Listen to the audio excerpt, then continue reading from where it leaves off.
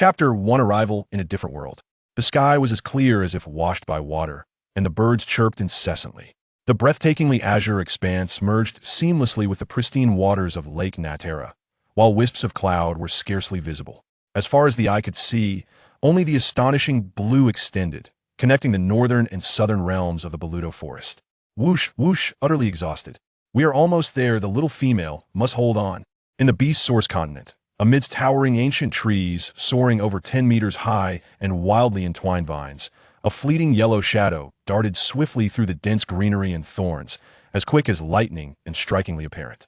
The tiger clan was formidable, rightfully crowned as the kings of the forest. At this very moment, the tiger racing through the woods was impressively robust, measuring 5 to 6 meters in length, with powerful limbs. Its orange fur, interspersed with black stripes, showcased a physique brimming with vitality and dominance.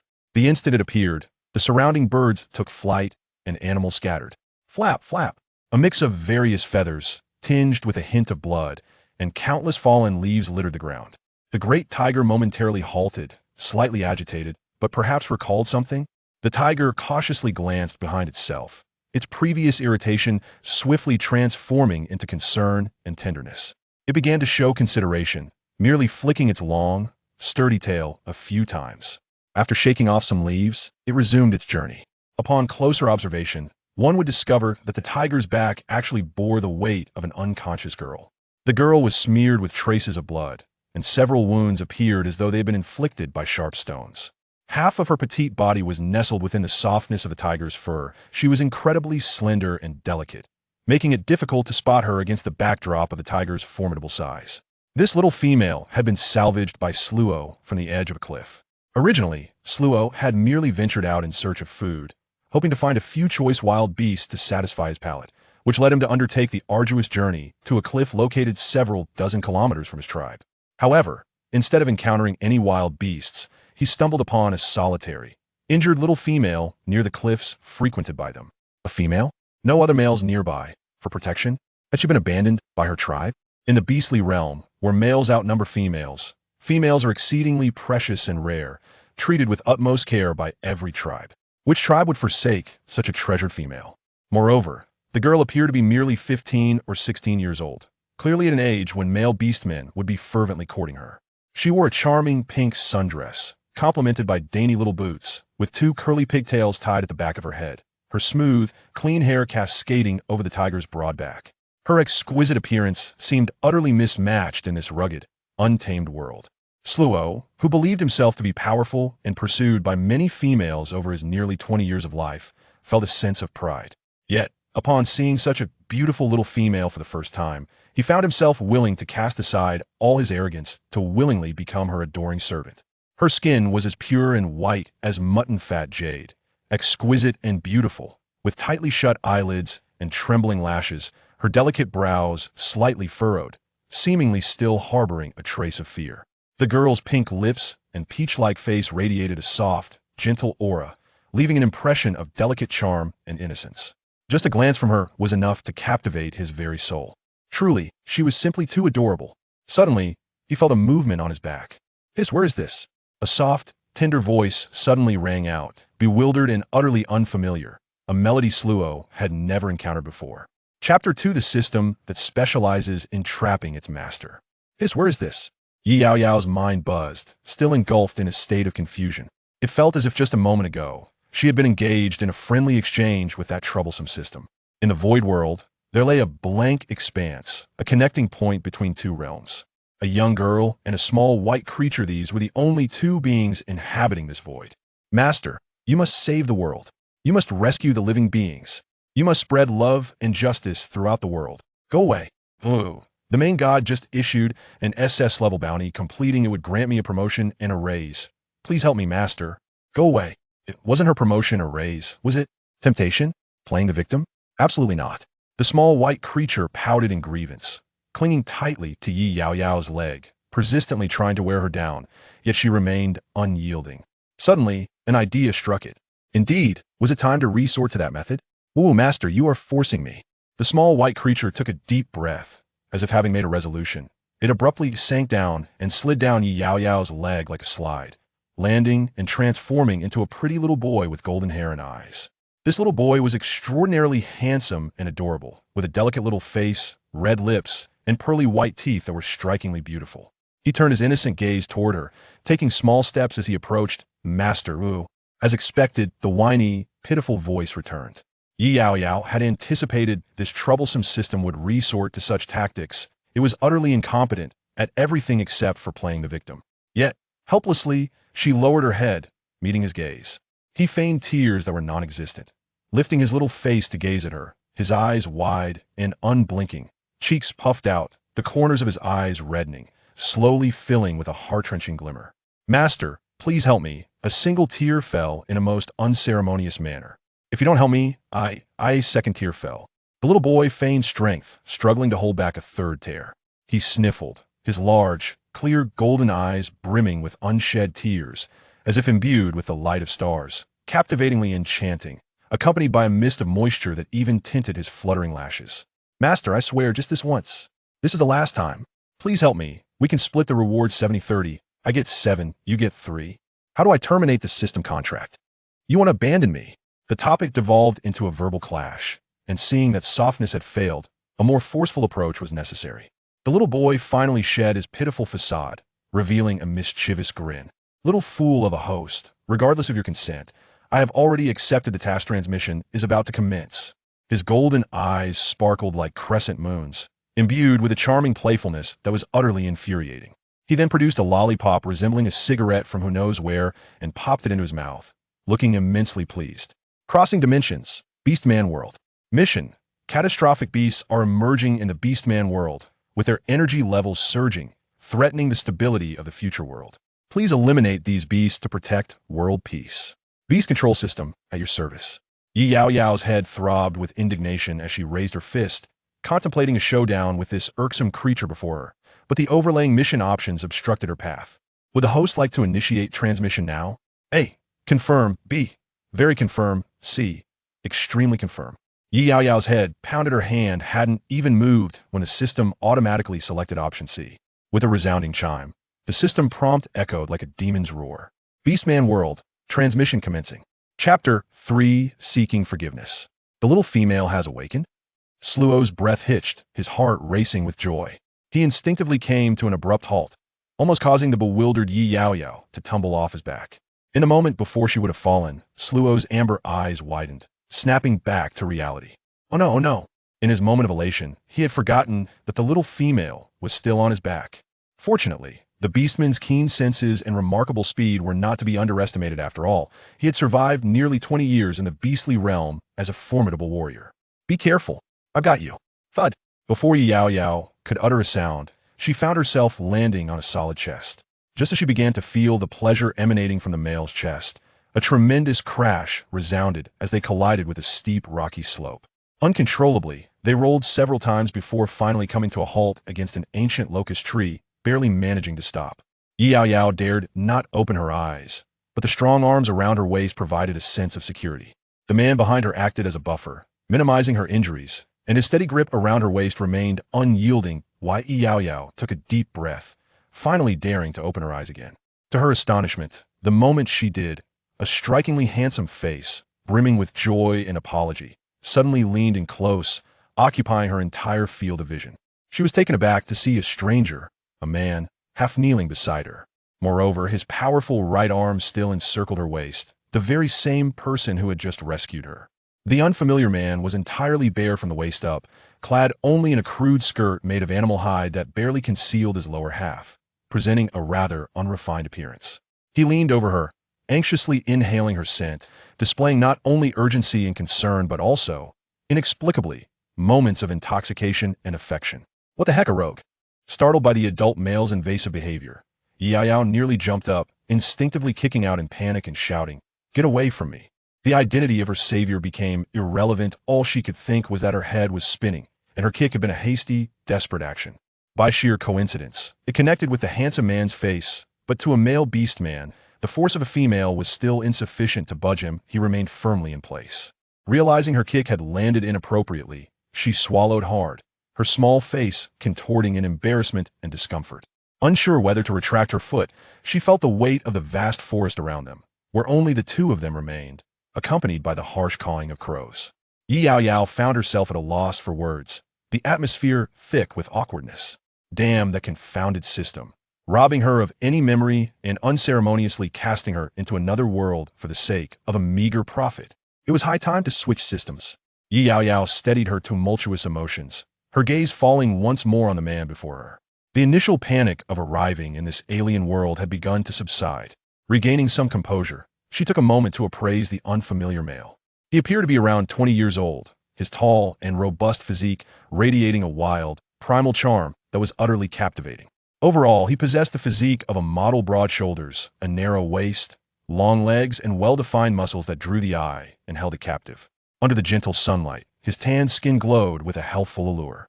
Little female, to apologize. I did not mean to do that. Allow me to fetch some herbs for you, and take you to our tribe shaman, if you will. The man, tall and striking, exuded an air of youthful vigor, yet at that moment, he resembled a chastised puppy, gazing at her with eyes of amber, brimming with guilt and sorrow.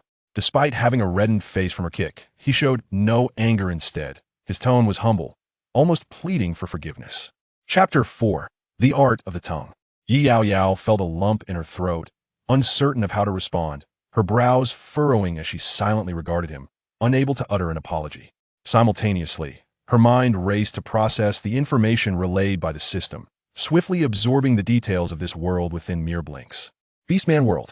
In this realm, males outnumber females, with the former tasked with hunting while the latter oversee reproduction. After millennia of natural selection, the males here possess remarkably strong physiques and beastly powers, able to shift between human and beast forms, while females cannot. Male beastmen can cultivate and ascend in rank, beginning at 0 and potentially reaching the first tier, thereby becoming true bloodline warriors, with a maximum rank of 9. Beyond rank 9 lies the king beast, capable of constructing a royal city single-handedly. Yet the disparity between king beasts of varying ranks is akin to the chasm between heaven and earth. After centuries of change, the beast source continent is now divided into the new 4 great royal cities, with the protagonist's birthplace, the northern forests of Barudo, under the jurisdiction of the Tungsha royal city. To him Sluo, I am a male of the nearby tiger tribe, a variant stone tiger. I have already attained the rank of a 5th-tier bloodline warrior. In the future, I will surely ascend to become a higher beastman. In the presence of such an enchanting young female, Sluo instinctively began to promote himself, for it was an unspoken rule in this beastly world that any male who rescues a female without kin in the forest is just cause to pursue her as a companion. Moreover, during her rescue, Sluo had confirmed that no other beastmen were in the vicinity, and she bore no marks of pairing, indicating she was a solitary female, either without a tribe or forsaken by her kind. Yet, despite this, Sluo still hoped the young female would willingly accept him. He racked his brain to showcase all his merits, gazing at Yaoyao with eager anticipation. I possess sufficient strength, I can take care of you. This was widely recognized as a rather subtle proposal of courtship. Sluo's soft, rounded tiger ears shyly twitched downward, and although he kept his head lowered, his eyes couldn't resist darting toward the young female's face, finding her increasingly adorable, increasingly endearing, and increasingly convinced that she was his destined mate. I do not wish to trouble you, she replied softly, devoid of emotion. She was not foolish. She could discern the underlying intention in his words. In a world where males outnumber females, it is quite natural for males to seek companionship. After all, who would bear the responsibility for a lifetime of bachelorhood? Unfortunately for him, he encountered Yaoyao. Yaoyao was a task executor from another realm, and she had no intention of incurring any emotional debts in this one. I will truly take good care of you, he vowed earnestly. She regarded him with skepticism. Perhaps Sluo felt he was overestimating himself. Having had little interaction with females throughout his life, his experience in caring for them was virtually non-existent. He quickly amended his statement, lowering his voice considerably. Though I may lack experience, I am willing to learn. No need. Yaoyao firmly declined, her meaning unmistakable. Sluo lowered his head in sorrow. His first attempt to present himself to the female he admired had been met with cold indifference. He scratched his head in a fit of exasperation, wishing he had opted for a more tactful expression. His lovely, warm orange locks became somewhat disheveled and forlorn, and the vibrancy in Sluo's brow dimmed slightly as he let out a deep sigh. Sluo stood beside him, helplessly fidgeting with his fingers, while his long, bushy tail swished twice behind him, stirring up a cloud of despondent dust. After uttering an apology, he vanished in an instant. Was this abandonment? Yaoyao felt an unexpected sense of relief wash over her. Once he departed, she hastily shed her aloof demeanor, glancing around anxiously. He had truly left. She lifted her gaze to the sky. The sun had already sunk halfway behind the distant mountains, its radiance fading swiftly as gray mist enveloped the surroundings. Nightfall had arrived, heralding the dominion of beasts. Yaoyao struggled to rise, yearning to find a suitable refuge for the night, yet the moment she attempted to move, a piercing pain shot through her leg, causing her to involuntarily gasp. How careless of her to forget that she was injured, now that he was gone. What was she to do? Ha, foolish host, I warned you about your loose tongue. You've driven him away. Let us see how you manage now. The system's voice echoed in her mind, dripping with malice. Wait until the wild beasts arrive at night. You shall be devoured, it taunted. Did you think that if the host perished mid-mission, the protector would escape the wrath of the supreme deity? The system, no longer so glib, retreated into its realm, contemplating its own myriad of potential demises, trembling in fear. In a rare moment of generosity, the system finally provided a map of the surrounding area. After careful consideration, Yaoyao chose a cave nearby, shrouded by dense trees, long abandoned and seemingly secure from beasts or beastmen for many years. She cleaned her wound and bandaged it as best as she could, allowing her to walk, albeit with difficulty. Just as she prepared to depart, a familiar sound startled her from behind, prompting an immediate turn. Why have you returned? She gasped in disbelief. Sluo had emerged from seemingly nowhere. But this time he bore an assortment of herbs and a freshly polished stone mortar and pestle. The dejection that had once marred his expression had vanished, replaced by determination. Initially, he had contemplated leaving for good, but after a moment of reflection, he realized he could not simply abandon her. The little female might merely be shy and not genuinely averse to him. Surely, that must be the case. Regardless of the truth, he was convinced of his own interpretation. In the pursuit of a mate, one must occasionally possess a thicker skin. Moreover, the little female was alone and injured. If he were to leave, what would become of her? When Sluo met Yaoyao's astonished gaze, the fleeting gloom in his heart dissipated, as though the fog had lifted, leaving clarity in its wake. He unconsciously curved his lips into a faint smile, radiating the same sunny brightness as when they first met. He quickly approached her, crouching down to examine her injury. Your leg is wounded. It's too late today, and you probably won't make it back to the tribe. If your wound isn't treated promptly, it may fester. He exclaimed. Are you searching for herbs? Yaoyao couldn't help but gaze at the vibrant assortment he cradled in his arms. Are these medicinal plants? Does this beastman possess knowledge of herbalism? How remarkably versatile. Humph. When I was hunting, I often faced perilous situations, narrowly escaping with my life. He sensed something amiss in the gaze of the young female and suddenly realized that frequently sustaining injuries was not a particularly honorable affair. It seemed to portray him as quite inept, as if he were perpetually on the receiving end of beatings. A flush crept on Sluo's cheeks, and he cleared his throat to mask his embarrassment. I had witnessed our tribe's shaman treat numerous injuries, thus I often sought out these herbs for emergencies during hunts. While my attempts might not match the shaman's proficiency, they still yielded some effectiveness. This time, Yaoyao did not decline the orc's kindness. He was genuinely considerate towards her. To refuse further would indeed be excessively pretentious. Yaoyao bore no emotional burden. She would surely repay his kindness in the future. She obediently sat before him and extended her injured calf. Although she had already cleaned the wound and bandaged it with torn cloth, upon unwrapping the bandage anew, Sluo felt a sharp pang in his heart at the sight of the injury. It was as though something had pierced him. Her skin, pale and tender, made the broken, oozing wounds appear particularly grotesque.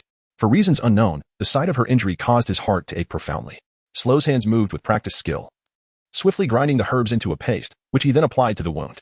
After a thorough cleaning, he rebandaged it. Throughout the process, he remained silent, his handsome face clouded with concern. A sudden, inappropriate rumbling broke the silence. Sluo's expression brightened as he glanced at Yaoyao's belly, prompting her to look down and realize it was her stomach that was growling. Embarrassment washed over her. Sluo felt a twinge of regret and quickly remedied the moment, asking, Are you hungry? What would you like to eat? I can catch something for you. How could he have overlooked the fact that she was hungry? Yaoyao, still somewhat reserved around those unfamiliar to her, replied, Thank you, but it is quite late. No matter. Just tell me what you desire. Do not hold back. Females are precious and adorable. It is our duty as males to care for them, even if you do not wish to become my mate. Then, perhaps a roasted chicken? Yaoyao suggested hesitantly. Sluo's face lit up with joy. All right. Just wait a moment. Chapter 6. The corrupting worms. I will find a cave. You just wait patiently inside. Following Yaoyao's advice, Sluo carried her to a nearby cave. The cave appeared to have been long abandoned, as soon as they stepped inside. A putrid stench assaulted their senses. Sluo pinched his nose, expressing his disdain as he ventured further in. With the last remnants of the dim sunlight, Yaoyao leaned against his shoulder, peering into the cavern, only to be met with a shocking sight. Inside the cave lay a mound of beast carcasses. Their remains intermingled with countless scattered bones, some belonging to orcs, others to wild beasts, a horrifying assortment of species beyond counting. The corpses appeared to have decayed for quite some time. Beneath the sagging, fur-covered remains, innumerable writhing blackworms scuttled about, feeding and disturbing the grotesque scene. The sound of their movement seemed to awaken their instincts. 1, 2, 3, an overwhelming swarm of black insects emerged, gnawing at the decaying bodies, some leaping, others crawling. On the wet and foul-smelling ground, they quickly congregated, dragging their swollen, pallid bodies toward the two of them with alarming speed. Yaoyao was overwhelmed by the sight of the advancing tide of black. Damn it, how did we encounter these wretched creatures? Sluo's expression darkened. What are these? Yaoyao felt a sudden weightlessness as Sluo scooped her up and leapt out of the perilous cave in a few swift strides. These are the corrupting worms. A truly terrifying species. They not only consume the bodies of dead beasts or orcs, but also relish devouring the living. Their vile teeth can penetrate even the toughest orc skin, starting their feast on the internal organs, and then breeding within the living body, eventually bursting forth, leaving only skin and bones behind. As he spoke, Sluo grimaced, feeling a chill run down his spine, his hands instinctively rubbing together in unease. Such worms were exceedingly rare. He had not anticipated encountering such a multitude within this cave. Had they unwittingly stumbled upon a nest? Fortunately, he had noticed in time. And it seemed the worms were too glutted to pursue them. Otherwise, the consequences would be horrifying to contemplate. Yaoyao, let us search for another cave. Wait a while longer. Once I find a suitable one, I will fetch you something to eat. Is that agreeable? Sluo's brow furrowed deeply, still shaken by the encounter. He is a 5th-tier blood pattern warrior and an exceptionally rare mutated beast, the stone tiger. These insects are incapable of piercing his tough skin, rendering him a figure of little threat. However, Yaoyao is merely a delicate female, utterly powerless. He hesitates to involve her in any risk, no matter how minimal. He cannot bear the thought of putting her in danger. Yaoyao nodded, feeling a twinge of guilt.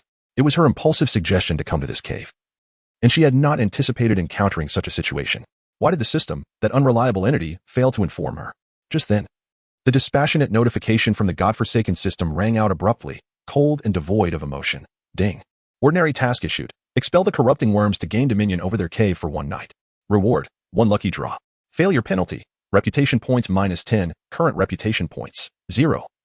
If points turn negative, the dimensional task will fail outright, resulting in forced exit from the dimension. Yaoyao exclaimed. What? The system's childish voice replied weakly. That was issued automatically. It has nothing to do with me. Sob sob. Yaoyao retorted. Just wait. Once we return, we shall terminate our contract with the system. The system whimpered. Sob sob? You want to abandon me? I hate you, boo-hoo. Ignoring it, Yaoyao gathered her thoughts. Sluo. I have a splendid idea to drive away these insects. Chapter 7. Burning the worm's fire is a marvelous tool. It must be wielded when necessary. Although the corrupting worms are fierce and terrifying, they lack a hard outer shell. Their bodies are merely a mass of fleshy, water-filled substance, incapable of resisting the assault of flames. Unfortunately, Yaoyao had just entered this new dimension, her heavenly luck reset to 0, rendering her unable to purchase items from the system's shop. Otherwise, a bottle of heavenly destruction, insecticide would have sufficed. At present, the most effective method appears to be an assault with fire, but in this primitive society, where would one procure fire without even a lighter? Sluo pounded his chest, brimming with confidence. Yaoyao, leave it to me. Yaoyao blinked in confusion. Before long, Sluo returned with great strides, having procured several fiery redstones and a pile of drywood from an unknown source. Before he crouched down in front of Yaoyao, he first embraced her, carrying her to a safe spot.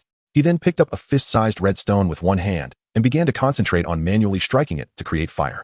The sound of forceful impacts echoed, and at a certain moment, a spark erupted with a sizzling sound, followed by a resounding burst of flame. The prepared kindling was instantly ignited. This was the continent's unique fire crystal, imbued with a remarkable power of flame. When stimulated with beast essence, it could unleash its fiery energy. The 5 beast markings on Sluo's right arm flickered as he harnessed the beast essence. The minuscule spark seemed fragile enough to extinguish with a mere breath, yet at the moment it touched the dry wood, a muffled explosion resonated as the compressed force of fire erupted, igniting a nearby pile of withered branches. After the flames danced through, they left behind a charred blackness, voraciously consuming the remaining drywood. Before the fire could extinguish, Sluo hastily retrieved a few spare twigs to coax the last flicker of flame, handing one of the torches to Yaoyao. As night fell, the stars and moon dimmed. Heavy clouds layered upon one another, creating a dense, oppressive darkness that obscured most of the light. It seemed as though rain was imminent. The flickering flames exuded a soothing warmth, illuminating the features of the young female, whose face was gently illuminated by the firelight. Suddenly, Sluo felt a weight on his shoulder. Glancing sideways, he realized that she had fallen asleep at some point. Her sleeping visage radiated tranquility and peace. Her delicate, obedient face rested unconsciously against his shoulder, one hand nestled in his embrace while the other half clutched his long neck. Her tiny hand soft and white, almost resembling a gesture of affection. The proximity of her gentle touch caused Sluo's heart to race involuntarily. As he moved, his actions became stiff, and his steps slowed unconsciously, as if he feared disturbing her serene dreams. He could sense a delicate, elusive fragrance wafting beneath her slightly flared nostrils.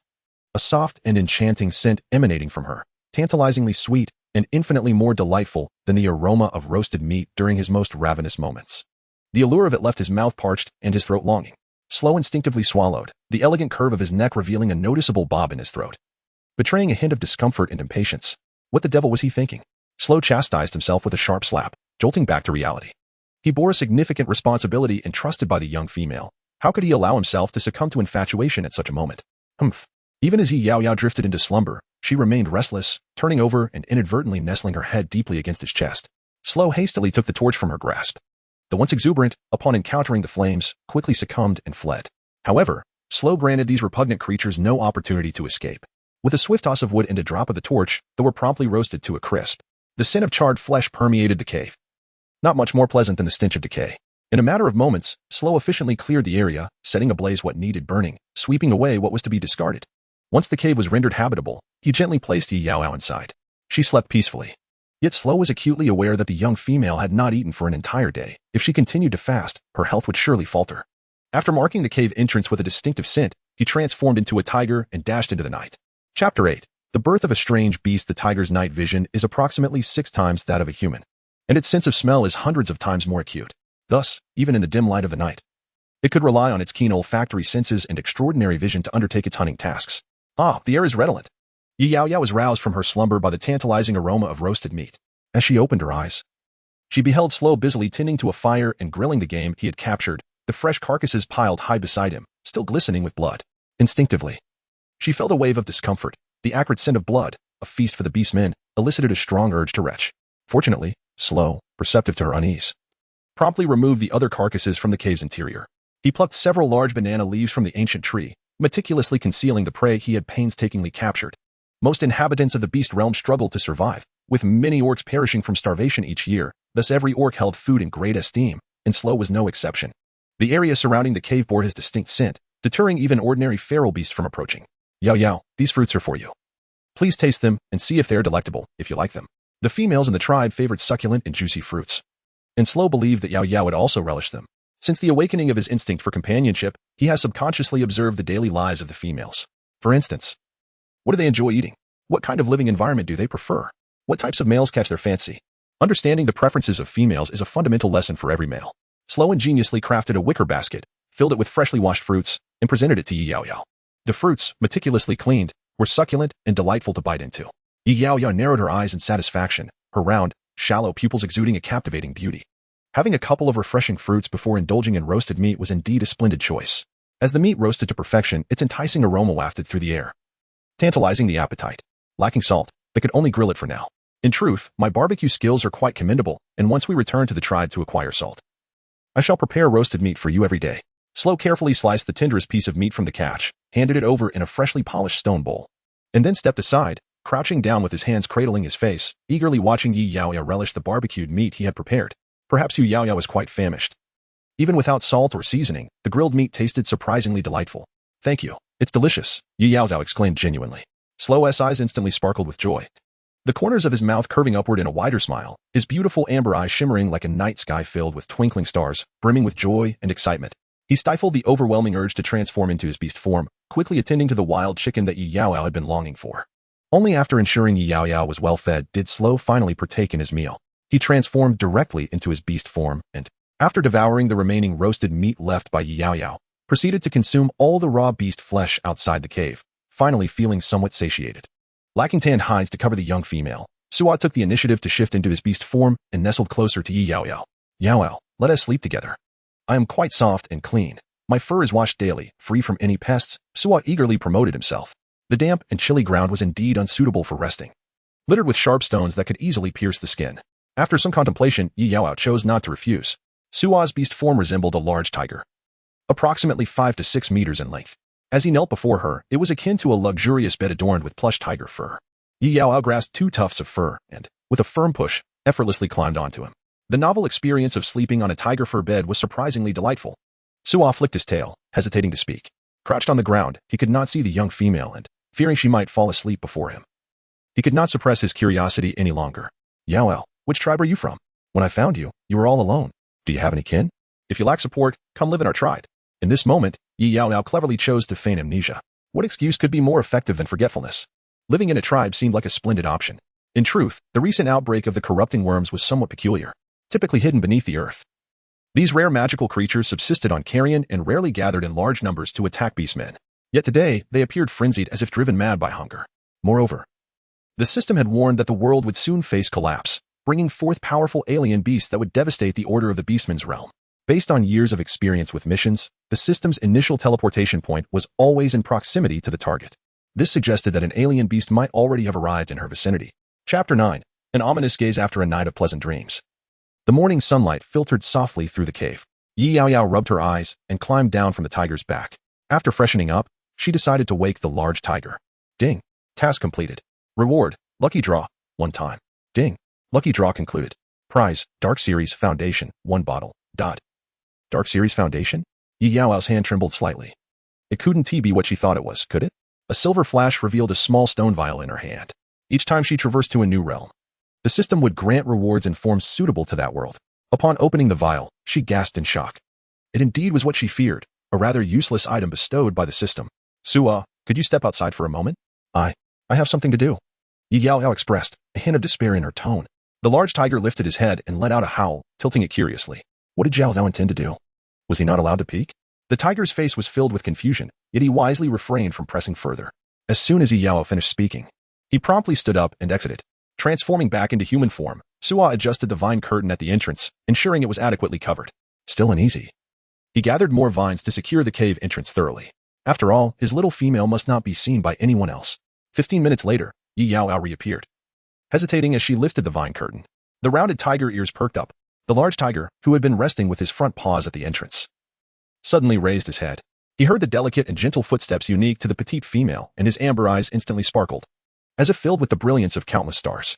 With a joyful howl, the great tiger leapt forward, transforming into a human form.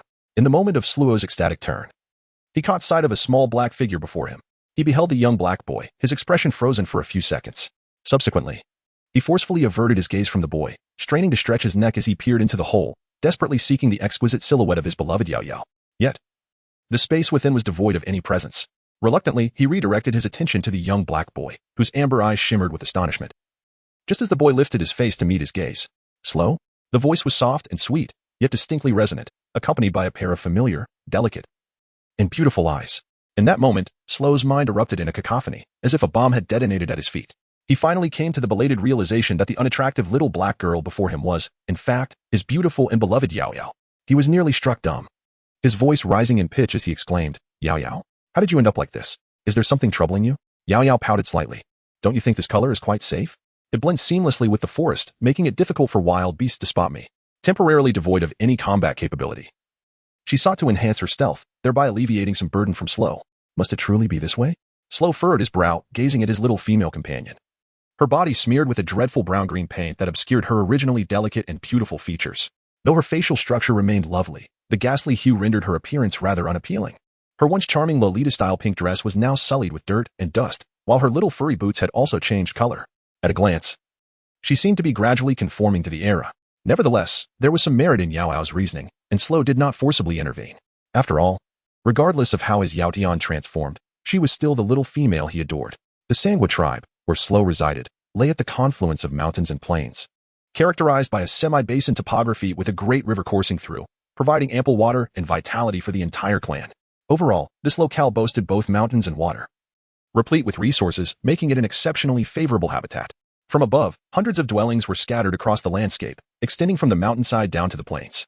The male beastmen, in various forms, thronged about, most carrying enormous prey that seemed disproportionate to their size, exuding strength and agility akin to ants hefting large beetles. The bustling crowd occasionally featured a few robust, portly females. Suddenly, Yaoyao sensed a particularly hostile gaze directed toward her. Instinctively, she scanned the area and noticed 3 or 4 females staring intently at her, engaged in hushed discussions that conveyed scrutiny, discontent, and perhaps even a hint of disdain. The most malevolent gaze emanated from the central female among them, in comparison to the surrounding heavy-set females with crooked noses and gaping mouths. This particular female was far more pleasing to the eye. Her wheat-colored skin and well-defined features, possessing both ample bosom and hips, marked her as a voluptuous figure. She was flanked by several sycophantic male admirers, yet she deigned to spare them not a glance, her attention fixated on Yaoyao and Sluo until they vanished from sight. Shaman, Sluo has actually brought back a female to the tribe, something that has never happened before. Didn't you mention that Sluo, the female who spoke, was interrupted by a nudge from a companion, abruptly realizing her faux pas, her embarrassment palpable? Ahem. We always thought Sluo had an interest in you. Just a few days ago, you mentioned wanting to eat some mammal meat, and the very next day, Sluo went hunting. Shaman was recognized in the tribe as the second most beautiful female after Mido, with a voluptuous figure and an early onset of estrus, signifying her strong reproductive capabilities. Her popularity rivaled that of Mido. Sluo had never expressed affection for any female, including Mido, while Shaman had maintained some level of interaction with him. Even rumors circulating that she was pursuing him. However, it now appeared that they had misjudged the situation. When Sluo had approached earlier, he had not even cast a glance in Shaman's direction. Many females, while secretly lamenting, could not suppress their amusement. Shaman, ever arrogant and self-deprecating, often attempted to entice the powerful males of the tribe, despite their hearts belonging to others, which was utterly aggravating. Unbeknownst to Shaman, the very females who offered her compliments were now covertly disparaging her. Having been pampered since childhood, she harbored her own pride and temperament. With a cold laugh, she scoffed at the thought of Sluo being attracted to that female? So dark, so small, and clearly malnourished. Does she truly think she can compete with me? I doubt she could even bear a child. Likely, she is just a discarded female picked up by Sluo from some impoverished tribe. The other females, upon hearing this, nodded in agreement. The newly arrived black and thin female was regarded with disdain by the females, who even harbored a hint of hostility. Conversely, the males exhibited a markedly friendlier demeanor. The addition of another female to the tribe represented a greater possibility of alleviating their bachelor status. News of Yaoyao's presence spread rapidly throughout the tribe, although it was unclear who disseminated the information. Sorrow, I need some ointment. The best kind. The very best. Sluo, transformed into his tiger form, carried Yaoyao with determination to the largest earthen dwelling at the foot of the mountain. The once tranquil atmosphere of the shaman's abode was abruptly disrupted by his exclamations. Bang, bang, bang. Open the door. A mature brown-haired male emerged, rubbing his temples, looking utterly exasperated. What is the matter? Is there something urgent? Sluo had become increasingly boisterous. The little female is injured, though the wound has scabbed over. It may leave a scar. I've come to get some ointment for her. Oh, is that so? Upon hearing that a female was hurt, Sorrow's demeanor shifted instantly, his irritation dissipating. Noticing that Sluo was cradling a strange little female from outside the tribe, Sorrow could surmise the situation quite accurately. This little female, so dark and diminutive, clearly came from an impoverished and weak tribe, having suffered from malnutrition since childhood, a truly unfortunate child. Fortunately, I have some ointment that the great shaman just provided for the hunting team. I can spare you some. Upon hearing the title Great Shaman, Sluo's expression turned reverent, filled with absolute respect, admiration, and trust. Without hesitation, he exchanged a few beast crystals for the ointment and applied it generously to Yaoyao. Yaoyao, I shall take you to meet our chieftain. There are many matters to attend to if you wish to join the tribe. Come on, let us go. Sluo was exuberant, leaving Yaoyao astonished. Observing the small female's slow movements, he transformed into his tiger form, swiftly wrapping his tail around her waist and excitedly carrying her towards the grandest stone house at the heart of the tribe. Inside the stone dwelling, which served as the residence of the tribe's leader, the space was vast yet sparsely furnished with merely a bed, a large wooden table, and several large animal hides affixed to the walls with beast bones. The tribe leader appeared amiable and welcoming, greeting Yaoyao with open arms. He explained that there were currently no vacant rooms in the tribe, but if she wished, she could share accommodations with other females in the communal quarters. Before he could finish his sentence, he sensed a piercing gaze and looked up to see Sluo standing behind the small female, making exaggerated expressions that nearly caused his eyes to twitch. The two males shared an unspoken understanding, prompting the leader to chuckle softly, clear his throat, and revise his statement. While no rooms were available, Sluo's residence was quite spacious, and she could temporarily stay with him if she desired. Sluo's eyes gleamed with eagerness. I would love that. Yaoyao received a brief overview of the tribe's circumstances from the leader, who emphasized one crucial matter. In 2 days, on the tribe's dual moon day, she and several other newly arrived beastmen must remember to register their lineage with the esteemed shaman. Do not forget, he urged. Understood. Yaoyao replied, albeit with little comprehension of who the shaman was or what lineage registration entailed. It seemed there were many new concepts and curiosities to clarify with Sluo. Soon, Sluo escorted Yaoyao back to their abode, where she took a refreshing bath to wash away the dust. Afterward, she donned a distinctive animal hide skirt of the era, letting her twin ponytails fall freely and applying foundation to blend in with the local females. Sluo, I'll take a stroll around the tribe. You needn't accompany me, she declared. Very well, Sluo replied reluctantly, though he acquiesced. Just don't wander too far. Explore the area a bit, and I'll find you shortly. With a nod, Yaoyao resolved to immerse herself in the tribe's culture, understanding that acquiring first-hand knowledge of the local customs and information was essential. The presence of exotic beasts in the vicinity hinted at the urgency of familiarizing herself with her surroundings to advance her mission. As she aimlessly meandered for the afternoon, Yaoyao attracted considerable attention. Without needing to introduce herself, many enthusiastic male beast men approached her with greetings. From the moment she arrived, the tribe's inhabitants had detected her unfamiliar yet alluring feminine scent with their keen senses. Word quickly spread that a new female had joined from a remote tribe. Small and dark in appearance, yet notably devoid of a mate mark. For any male beast man, a female without a mate mark presented an irresistible allure, suggesting the possibility of becoming her first mate, an esteemed position with the most affection bestowed upon them. Thus, despite Yaoyao's unconventional looks, many unfamiliar males began to gravitate toward her, drawn by this enticing possibility. Tigers, lions, leopards, wolves, and falcons, various creatures adorned with tails, ears, and wings flitted around her, each more vibrant than the last. Initially, Yaoyao considered the attention mere coincidence, but when strikingly handsome males passed by her repeatedly within a mere 10 minutes, their intense gazes lingering upon her, it became evident that this was no mere happenstance. Hello, little female, I am Millet. Are you interested in me? Chapter 12. An unbearable enthusiasm. The courtship of the beastmen was always direct and fervent, overwhelming in its intensity. A striking male approached Yaoyao, blocking her path with his imposing stature, casting a shadow over her. She had no choice but to look up at him. His silvery hair and striking features were captivating, and the rounded tiger ears atop his head, along with the lengthy striped tail, signified his identity as a white tiger beastman. In his hands, he cradled the freshly picked and meticulously washed fruits along with a generous bouquet of flowers, their rich fragrances intertwining in a delightful olfactory symphony. Clearly, these were thoughtfully prepared in advance. All of this is for you. He extended his hand and presented the gift for meeting, his amber eyes fixated intently on Yaoyao, not daring to blink, as he offered a bountiful array of fresh fruits and blossoms before her. His intentions were unmistakably clear. His physique is remarkable, comparable to that of Sluo, with a complexion that leans more towards fairness, aligning more closely with contemporary aesthetic preferences. Yaoyao hesitated for a moment, refraining from immediately reaching out to accept those gifts. Her clear yet softly melodic voice carried a hint of inquiry. Mile. The name seemed unfamiliar, as the orcs here were quite familiar with one another. Upon hearing her call, Mile's heart raced, an indescribable thrill coursing through him, causing his hand to tremble slightly, nearly dropping the gift. The female's voice was enchanting, both cool and sweet. The cold, distant tones seemed to repel, yet the soft, sweet timbre stirred one's heart. Although this was not his first pursuit of a female, Mile felt an unprecedented flutter of nervousness, his ears turning slightly red, yet he endeavored to maintain his composure. I am Mile, the descendant of the tribe's chief. Would you like to explore the surroundings? I have lived here for 20 years and am well acquainted with the area. I could guide you. No, thank you. I prefer to wander about casually. Yaoyao politely declined. Mile, undeterred, eagerly asked, is there anything you desire? My hunting skills are exceptional. I can assist you in procuring it. I do not wish for anything. Then, are you hungry? This fruit is freshly picked. Do try it, and see if it pleases your palate. Holding on to his last glimmer of hope, Mile eagerly extended the fruit forward. Yaoyao subtly stepped back, creating distance. I am not hungry. The little female's indifference finally brought Mile to a halt, and he awkwardly touched his prominent nose, attempting to grasp at any final opportunity for conversation. Do you require assistance? I am strong and capable, able to handle many tasks. I do not need help. Truly a forthright woman, Yaoyao perfectly concluded the discourse. Mile watched her retreating figure, devoid of longing, until her petite silhouette vanished from sight, reluctantly withdrawing his disappointed gaze. The amber hue of his eyes reflected his dismay, and the flowers in his hands seemed to wilt significantly. It appeared that this little female had little interest in him.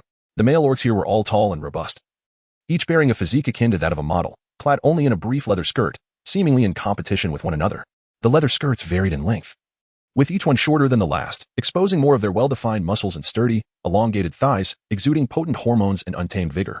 Each one was irresistibly exuberant. Mile was the first to initiate conversation, but certainly not the last. Yaoyao had not wandered for long before being approached by no fewer than 5 enthusiastic male orcs. As the sun ascended higher in the sky, its rays grew increasingly intense. Yaoyao wiped her brow, noticing that her sleeves were darkening, a sign that her foundation was beginning to melt away. Resting her small hand upon her brow, she squinted up at the midday sun and, weighing her options, finally decided against further wandering. On her way home, she fortuitously encountered Sluo, who had just prepared lunch to bring her back. She decided to ride on the back of the large tiger, seeking to appease her hunger first. Sluo, what is the role of the shaman here? Who is it? After their meal, Yaoyao suddenly inquired. Chapter 13, The Esteemed Shaman. Sluo's swallowing slowed incrementally, his voice muffled as he bit into the wooden spoon. Yaoyao, why are you inquiring about the esteemed shaman? Typically, Sluo would have readily answered, but today he hesitated unusually. He bit down on the spoon, head bowed, feigning an earnest attempt to consume the food in his bowl, yet not a morsel had descended. Huda's eyes flickered evasively, clearly seeking to divert the conversation. There was an unmistakable hint of apprehension, perhaps even frustration. Yaoyao raised an eyebrow, suddenly intrigued. This high priest indeed seemed to possess a notable stature. Just moments ago, the system had issued a new task directive, affection task. Please elevate the affection level of High Priest Yuan to 40, degree of friendliness. Task deadline, 1 month. Task reward, 2 affection draws, 10 to Tianji count. The issuance of random tasks by the system was directly contingent upon the completion level of the main quest. Logically, the system would not arbitrarily release an affection task for a random individual unless that individual bore a significant connection to the main quest exotic beasts. This high priest would serve as the key to her main quest. Yaoyao, do you harbor interest in the high priest? Cautiously inquired Huda. Without a moment's hesitation, Yaoyao affirmed her keen interest. A crisp crack echoed as Sluo felt a piece of his fervent heart shatter. Though he maintained a facade of composure, his spirit was crushed with profound despondency. Did Yaoyao truly find the high priest intriguing, just like the other females? Yet, she had never even met him. Was he to be outdone by a complete stranger? A sudden wave of existential dread washed over him. Well, indeed, he could not rival the high priest. Sluo suppressed tears, biting down on the wooden spoon until it splintered, oblivious to his own heartache. Observing Sluo's demeanor, resembling that of a forsaken bride, sorrowful and despondent, yet too timid to voice any protest, he buried all his resentment and heartbreak deep within, silently consuming his meal. Yaoyao felt compelled to explain. Didn't the clan leader say I should go to the high priest for bloodline registration in 2 days? I'm not well informed about the situation, so I wanted to inquire about the high priest and the bloodline ceremony. Oh, is that so?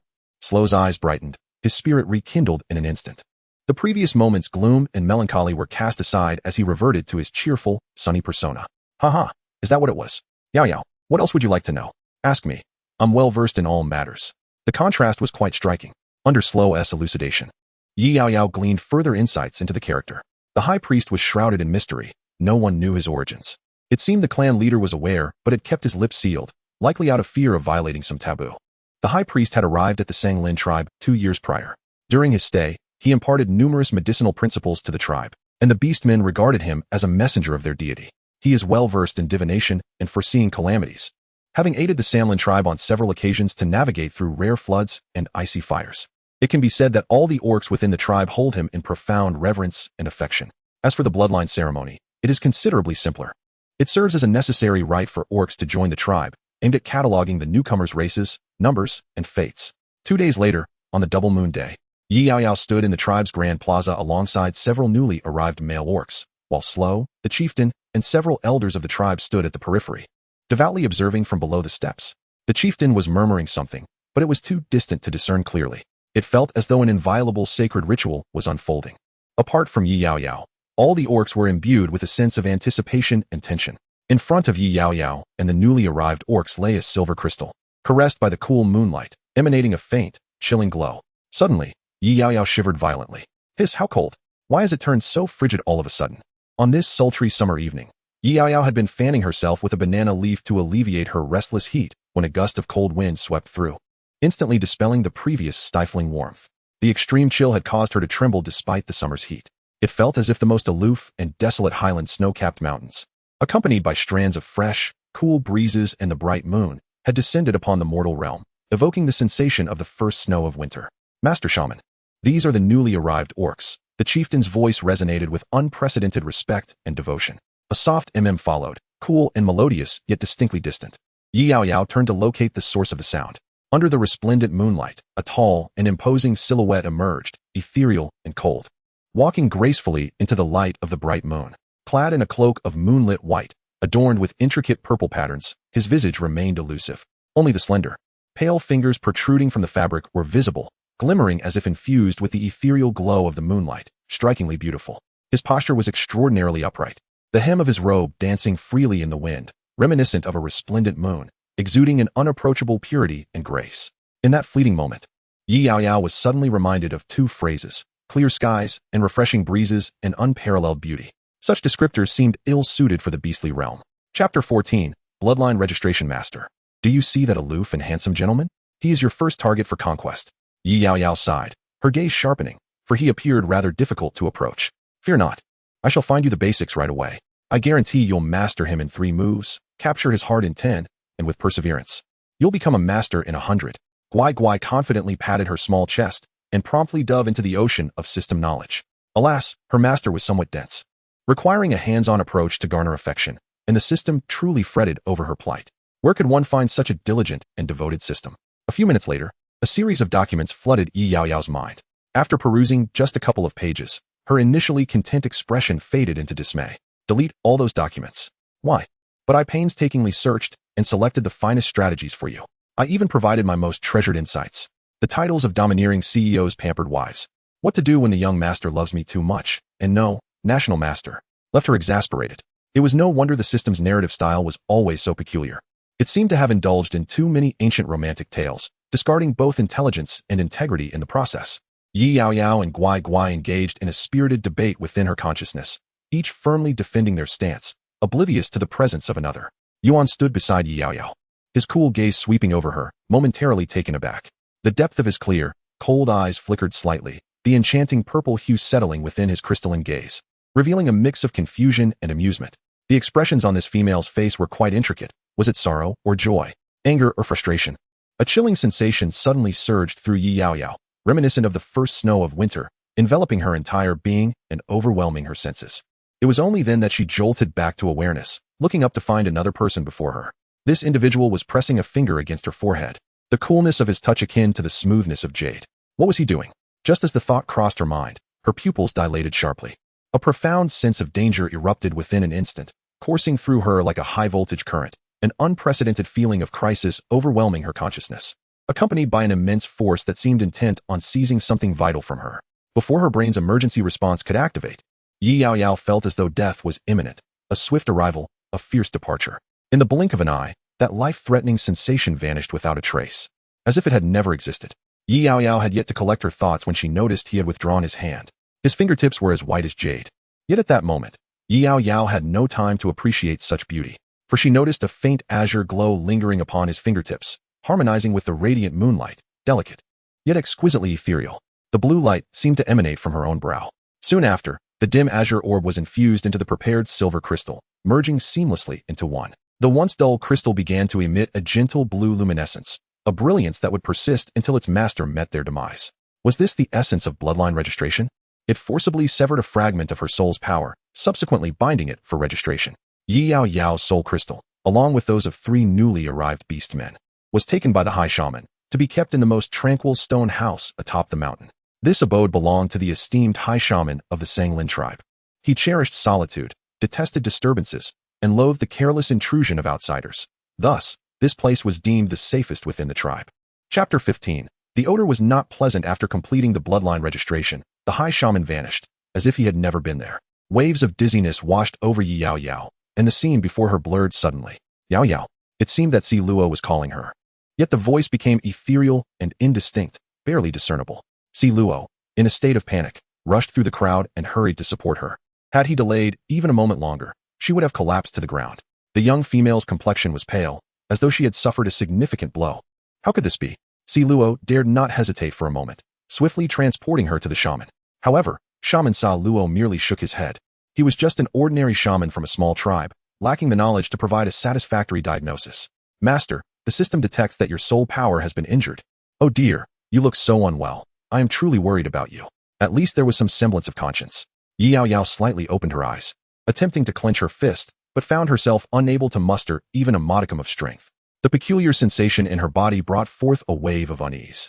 Following the bloodline registration and the forcible extraction of a portion of her soul power, she was now engulfed by an overwhelming sense of lethargy. Yet, the others who had undergone the bloodline registration did not exhibit such adverse effects. Why was her body reacting so unusually? Could it be due to her being an outsider, suffering some form of backlash? Ultimately, Sluo carried her to the high shaman atop the mountain. Although the high shaman disliked disturbances from outsiders, Sluo, in his urgency, disregarded all caution. Was the bloodline registration facing a backlash? In her dazed state, a voice, cool yet tinged with surprise, reached her ears, a sound clear and melodious, akin to the thawing of ice springs warmed by the first rays of sunlight. It was deep and soothing, like a whisper by her ear, bringing a sense of tranquility. When Yaoyao awoke, it was already the following morning, and Sluo had departed. He is a pivotal member of the hunting party, balancing his responsibilities towards the tribe's food sources, which makes it impossible for him to devote all his time to her. Are you feeling better? Yaoyao was abruptly awakened by a foreign voice. As the morning sun rose, her delicate eyes instinctively squinted against the bright light, shimmering with iridescent hues as her gaze flitted around. Upon awakening, she found herself in an unfamiliar environment. a spacious stone chamber reminiscent of a grand fortress. In this harsh, primal world, it felt more like a luxurious villa. Exotic pelts adorned the floor, meticulously clean and soft, inviting her to step upon them with a sense of comfort. Various unusual stones and crystals, unlike anything she had ever encountered, adorned the room, vibrant and countless, glimmering in a captivating display. Their faint luminescence still visible despite the sun's ascent. Was she in the shaman's quarters? She looked up in surprise to see the shaman standing before her, seemingly having waited for some time. At that moment, he had shed his heavy, ornate moon-white cloak, donning instead a flowing robe of an unknown material in a tranquil shade of purple. His long, dark hair cascaded like a waterfall, its beauty striking and smooth, with a few playful strands teasingly brushing against his pale neck, curling elegantly over his exquisite collarbone and shoulders. His handsome face was fixed upon her, his gaze intensely curious, with his raven-black lashes casting delicate shadows upon his straight nose. The purple depths of his eyes, cool yet imbued with an elusive allure, locked onto her. Noticing her wakefulness, he narrowed his eyes slightly, the corners of his beautifully curved lips lifting into a somewhat friendly smile. "You need to bathe and change. You are a bit dirty. And the odor is not pleasant." His voice was melodious, yet his words lacked the same charm. Chapter 16. The patient has not returned dirty. Yaoyao was unceremoniously sent away to cleanse herself. Near the shaman's stone abode lay a hot spring, its surface rippling with steam. It was rare to find such springs in the mountains. This one seemed to have been painstakingly carved from the earth. Soft, dark brown rocks lined the spring's edge, providing a comfortable spot to recline. One must admit, this shaman was a connoisseur of comfort. At first, Yaoyao felt a bit awkward in this unexpected situation. But as time passed, and the shaman showed no signs of displeasure at her presence, she noticed a few loose robes had been thoughtfully placed upon the soft rocks. Though the fabric was unfamiliar, it felt wonderfully soft, a blend between animal hide and cotton, resilient yet gentle against the skin. The shaman had already stepped outside ahead of her. Sitting by the spring, she propped herself up with her hands, leaning slightly forward to gaze at the water's surface, hesitating to remove her clothing. Her small feet playfully stirred the water, creating ripples that never settled. It felt rather uncomfortable to undress and bathe in someone else's domain. After lingering a while longer, when she finally sensed that the shaman had wandered far enough away, she splashed into the water. The temperature was around 20 degrees Celsius. The spring's waters shimmering in a lovely azure hue, rising in tendrils of steam that spiraled and danced. Unbeknownst to her, a wave of drowsiness began to envelop her. Yaoyao stretched languidly, a yawn escaping her lips, tears welling in her bright eyes. So sleepy. The drowsiness proved irresistible. She rubbed her eyes and, succumbing to fatigue, nestled against the soft rocks at the water's edge, drifting into slumber. The spring seemed to possess a magical quality, lulling one into rapid sleep. If she had observed more closely, she might have noticed the secrets hidden within the waters. Scattered throughout were glimmers of light, and deeper down, numerous green crystals embedded in the sediment emitted a faint glow. The longer they remained, the dimmer their light became, until they eventually exhausted their energy, crumbling into ash and merging with the earth. The energy that escaped into the spring had remarkable properties, nourishing the soul and revitalizing the body, enabling a brief state of dormancy to enhance the restorative effects. What Yaoyao was unaware of was that these seemingly common green crystals, carelessly tossed by the shaman into the spring, were actually the coveted source crystals, sought after by countless high-ranking beasts for their life-extending properties and significance in breaking through to higher realms. Inside the stone dwelling, wisps of smoke curled gracefully. The shaman had kindled a fire, preparing a medicinal broth with a wooden ladle in a stone pot, his demeanor calm and regal. Outside, the harmonious chorus of birdsong filled the air, complemented by the picturesque landscape of mountains and waters, evoking an idyllic paradise. He has resided in this remote tribe for 2 years, waiting for 2 long years. Yuan harbors a disdain for outsiders, which is why he has lived in solitude during his time in this small community. His daily sustenance and necessities have all been self-sourced, with the exception of the food provided by the tribal orcs. Over time, he has grown somewhat accustomed to the ways of life here. After a brief interval, the fragrant, bitter aroma of the medicinal concoction wafted through the air, revealing that it had boiled down to a viscous, dark brown substance. Yuan glanced out the window. The medicine was ready, yet the patient had yet to return. Chapter 17. How bitter. Lord Siwu found himself momentarily lost in thought, a flicker of unease rising within him. His gaze was faint, untouched by any impurities, exuding a pure, detached chill that silently resisted the closeness of all outsiders. His violet eyes, elongated and beautiful, were framed by delicate, slender lashes casting a subtle, curved shadow that perfectly concealed the unease brewing beneath. His emotions have always been meticulously concealed, making it exceedingly difficult for anyone to discern even the slightest flaw through his excessively cold gaze. Yet, despite this fade, a hint of concern subtly emerged. The fingertips of Lord Siwu instinctively curled, inadvertently grazing the scorching stone bowl. In that fleeting moment, the searing heat compelled him to retract his hand swiftly, bringing him back to a state of awareness. How scorching! He is an ice-type serpent. And although he has ascended to become a formidable beast wielding absolute power over the essence of beasts, he still harbors a profound aversion to these high-temperature entities. Much like his disdain for that individual, he took a piece of beast hide and, with the pad of his finger, gently pressed against it to shield himself from the intense heat as he retrieved the scalding stone bowl. He placed it on the edge of the stone table and stood silently by its side for a moment, feeling the chill that had begun to settle in. Why had they not returned yet? Even the esteemed master of the sorcerers was experiencing a rare sense of urgency. After a brief moment of contemplation, he proceeded towards the adjoining room. The space was modest yet meticulously organized and impeccably clean, with not a speck of dust visible in the corners of the stone walls. Here, the bloodline crystal stones of the entire Senglin tribe were stored, and the 4 crystals at the forefront radiated the most brilliance, having been newly crafted just the night before. Among all the softly glowing crystals, the one at the very front stood out, emanating a delicate cerulean luminescence that was both unique and exquisite, reminiscent of the deep ocean mingling with the luminous moonlight, subtle beauty, ethereal in its essence. This was the crystal of the female. Its light still shone, a reassuring sign of her safety. With a sigh of relief, he lifted his gaze once more, the unease in his eyes having completely dissipated, yet the cool, faint emotions swiftly morphed into an enigmatic suspicion that lingered in the air. He gazed intently at the bloodline crystal for a moment, his long brows slightly furrowed, filled with a hint of speculation. He is a shaman, and moreover, the formidable priest of the Serpent King city, possessing formidable divination and probing abilities that dominate the region. Apart from the royal beast of the Phoenix clan, none can rival him. Thus, he is acutely aware of the unusual soul energy attached to this bloodline crystal, strange, foreign, and utterly incongruous. As if it does not belong to this world. As the depths of his gaze darkened, an increasing coldness and profundity settled within, yet simultaneously. A flicker of intrigue and a desire to uncover hidden truths quietly arose, compelling him to seek further answers. Upon arrival, he found Yaoyao still sprawled in slumber, deeply engrossed in her dreams. "Ah, master, silly host, wake up please. If you don't awaken soon, you will be completely exposed. Do you wish to fulfill your mission with your body?" "No, I cannot allow that," Guai Guai lamented within her consciousness, desperately trying to rouse her. However, Yaoyao remained as unresponsive as a dead pig, oblivious to the increasingly cold and strange aura drawing near. The foundation on her face had been completely washed away by the miraculous spring water, leaving her delicate visage flushed and dewy, her snow-white skin soft and smooth, evoking an irresistible urge to pinch. Yuan could not help but be astonished. In just a couple of hours, she had transformed from dark to light. Was she truly that dirty? How long had it been since her last bath? With a hint of hesitation, he glanced at his own pristine private spring, only to notice a slight, unsettling trace of black dust upon its surface. Always one to cherish cleanliness, he suddenly regretted bringing this female along. With a soft sigh inwardly, he attempted to awaken Yaoyao, yet found her impervious to his calls. Instinctively, he reached out to pinch her cheek. It was soft and smooth, surprisingly pleasant to the touch. He couldn't help but pinch her a couple more times, but it was futile. She remained as oblivious as a dead pig in slumber. In the end, he simply draped a robe over her and carried her back. When she finally woke up, she drank the medicine. Yaoyao was forcibly roused, her gaze wandering in confusion before she realized she had been brought back by someone. Her mind was still muddled from sleep, not functioning well. Yaoyao blinked in bewilderment, not yet grasping the embarrassment of being clad in clothes by the opposite sex while being carried back in such a state. With a heart full of thoughts, she mused that at least she was on a soft, plush bed, her back cushioned by a soft pillow.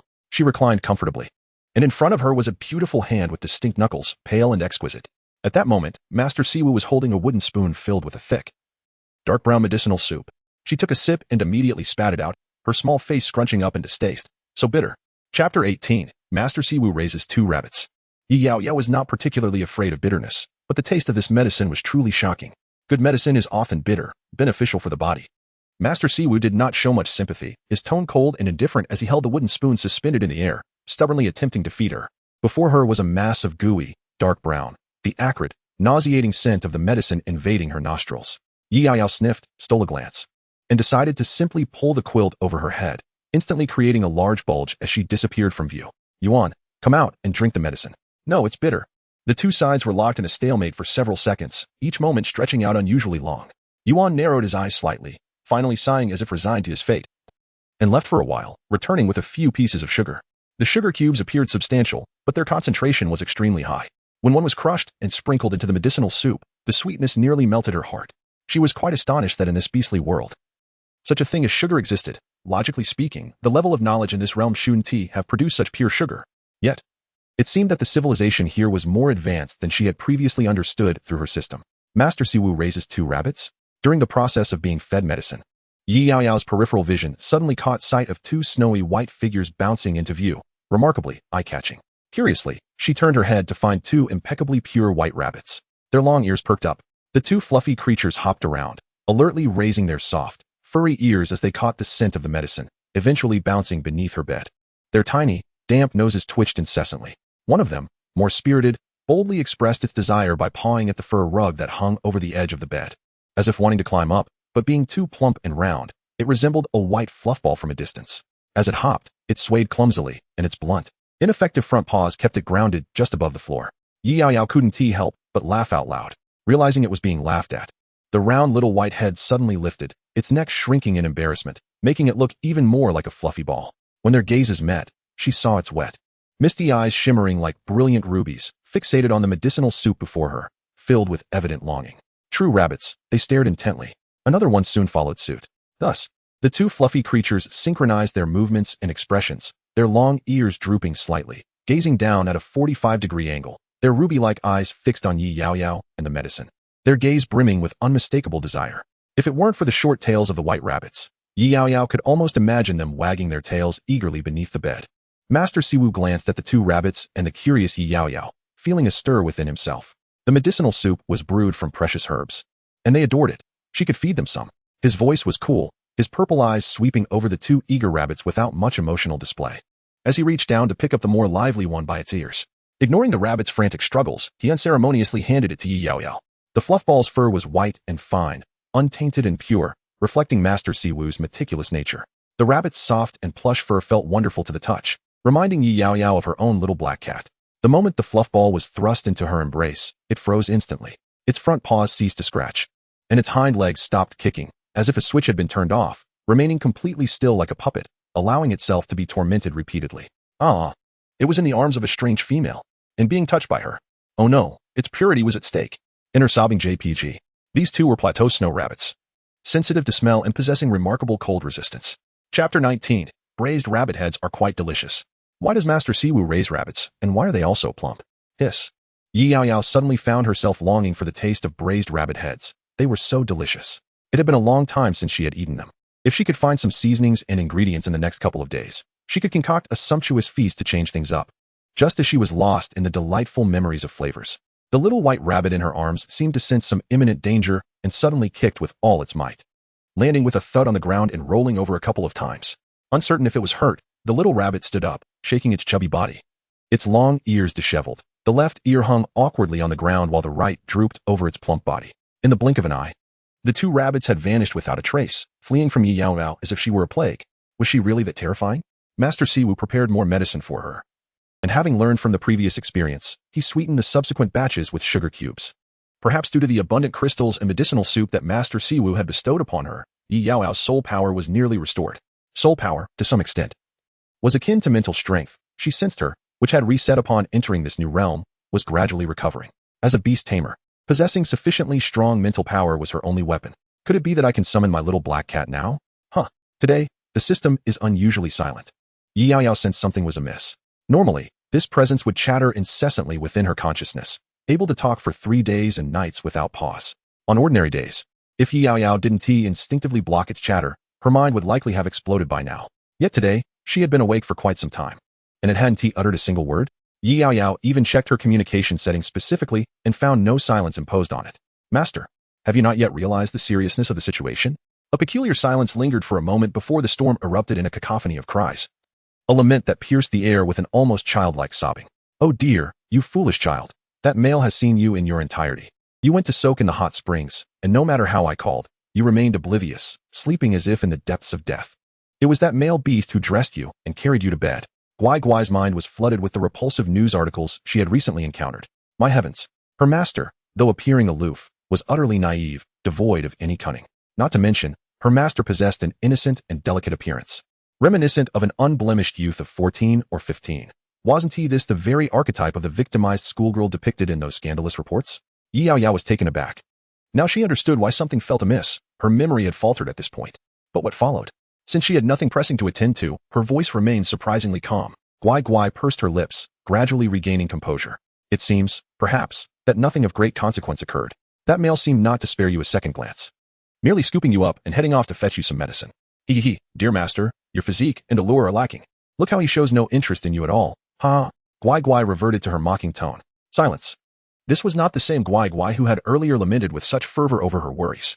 Yaoyao swiftly silenced her. Meanwhile, at the forest edge, the hunting party where Sluo was situated descended into chaos. Dozens of beastmen transformed into their animal forms, encircling 2 tigers, one yellow and one white. Both bloodied and battered, as they readied their crossbows. Chapter 20. Open strife and subtle conflict in stark contrast to the hesitant white tiger. The orange tiger boasted a more robust physique and a commanding presence. The roar of the tiger reverberated, its fangs bared in a display of ferocity. Both tigers assumed aggressive stances, while the surrounding beastmen aimed to prevent their clash. Yet, Sluo and Milai were the only 2 fifth-tier beastmen in their squad, possessing extraordinary strength that rendered any attempt to intervene futile. Sluo and Milai had long been at odds. Their equal prowess fueled their rivalry, both vying for the esteemed position of clan leader. Sluo was the sole mutant beast in the tribe, unmatched in both talent and strength, while Milai was the most exceptional son of the current leader, equally gifted.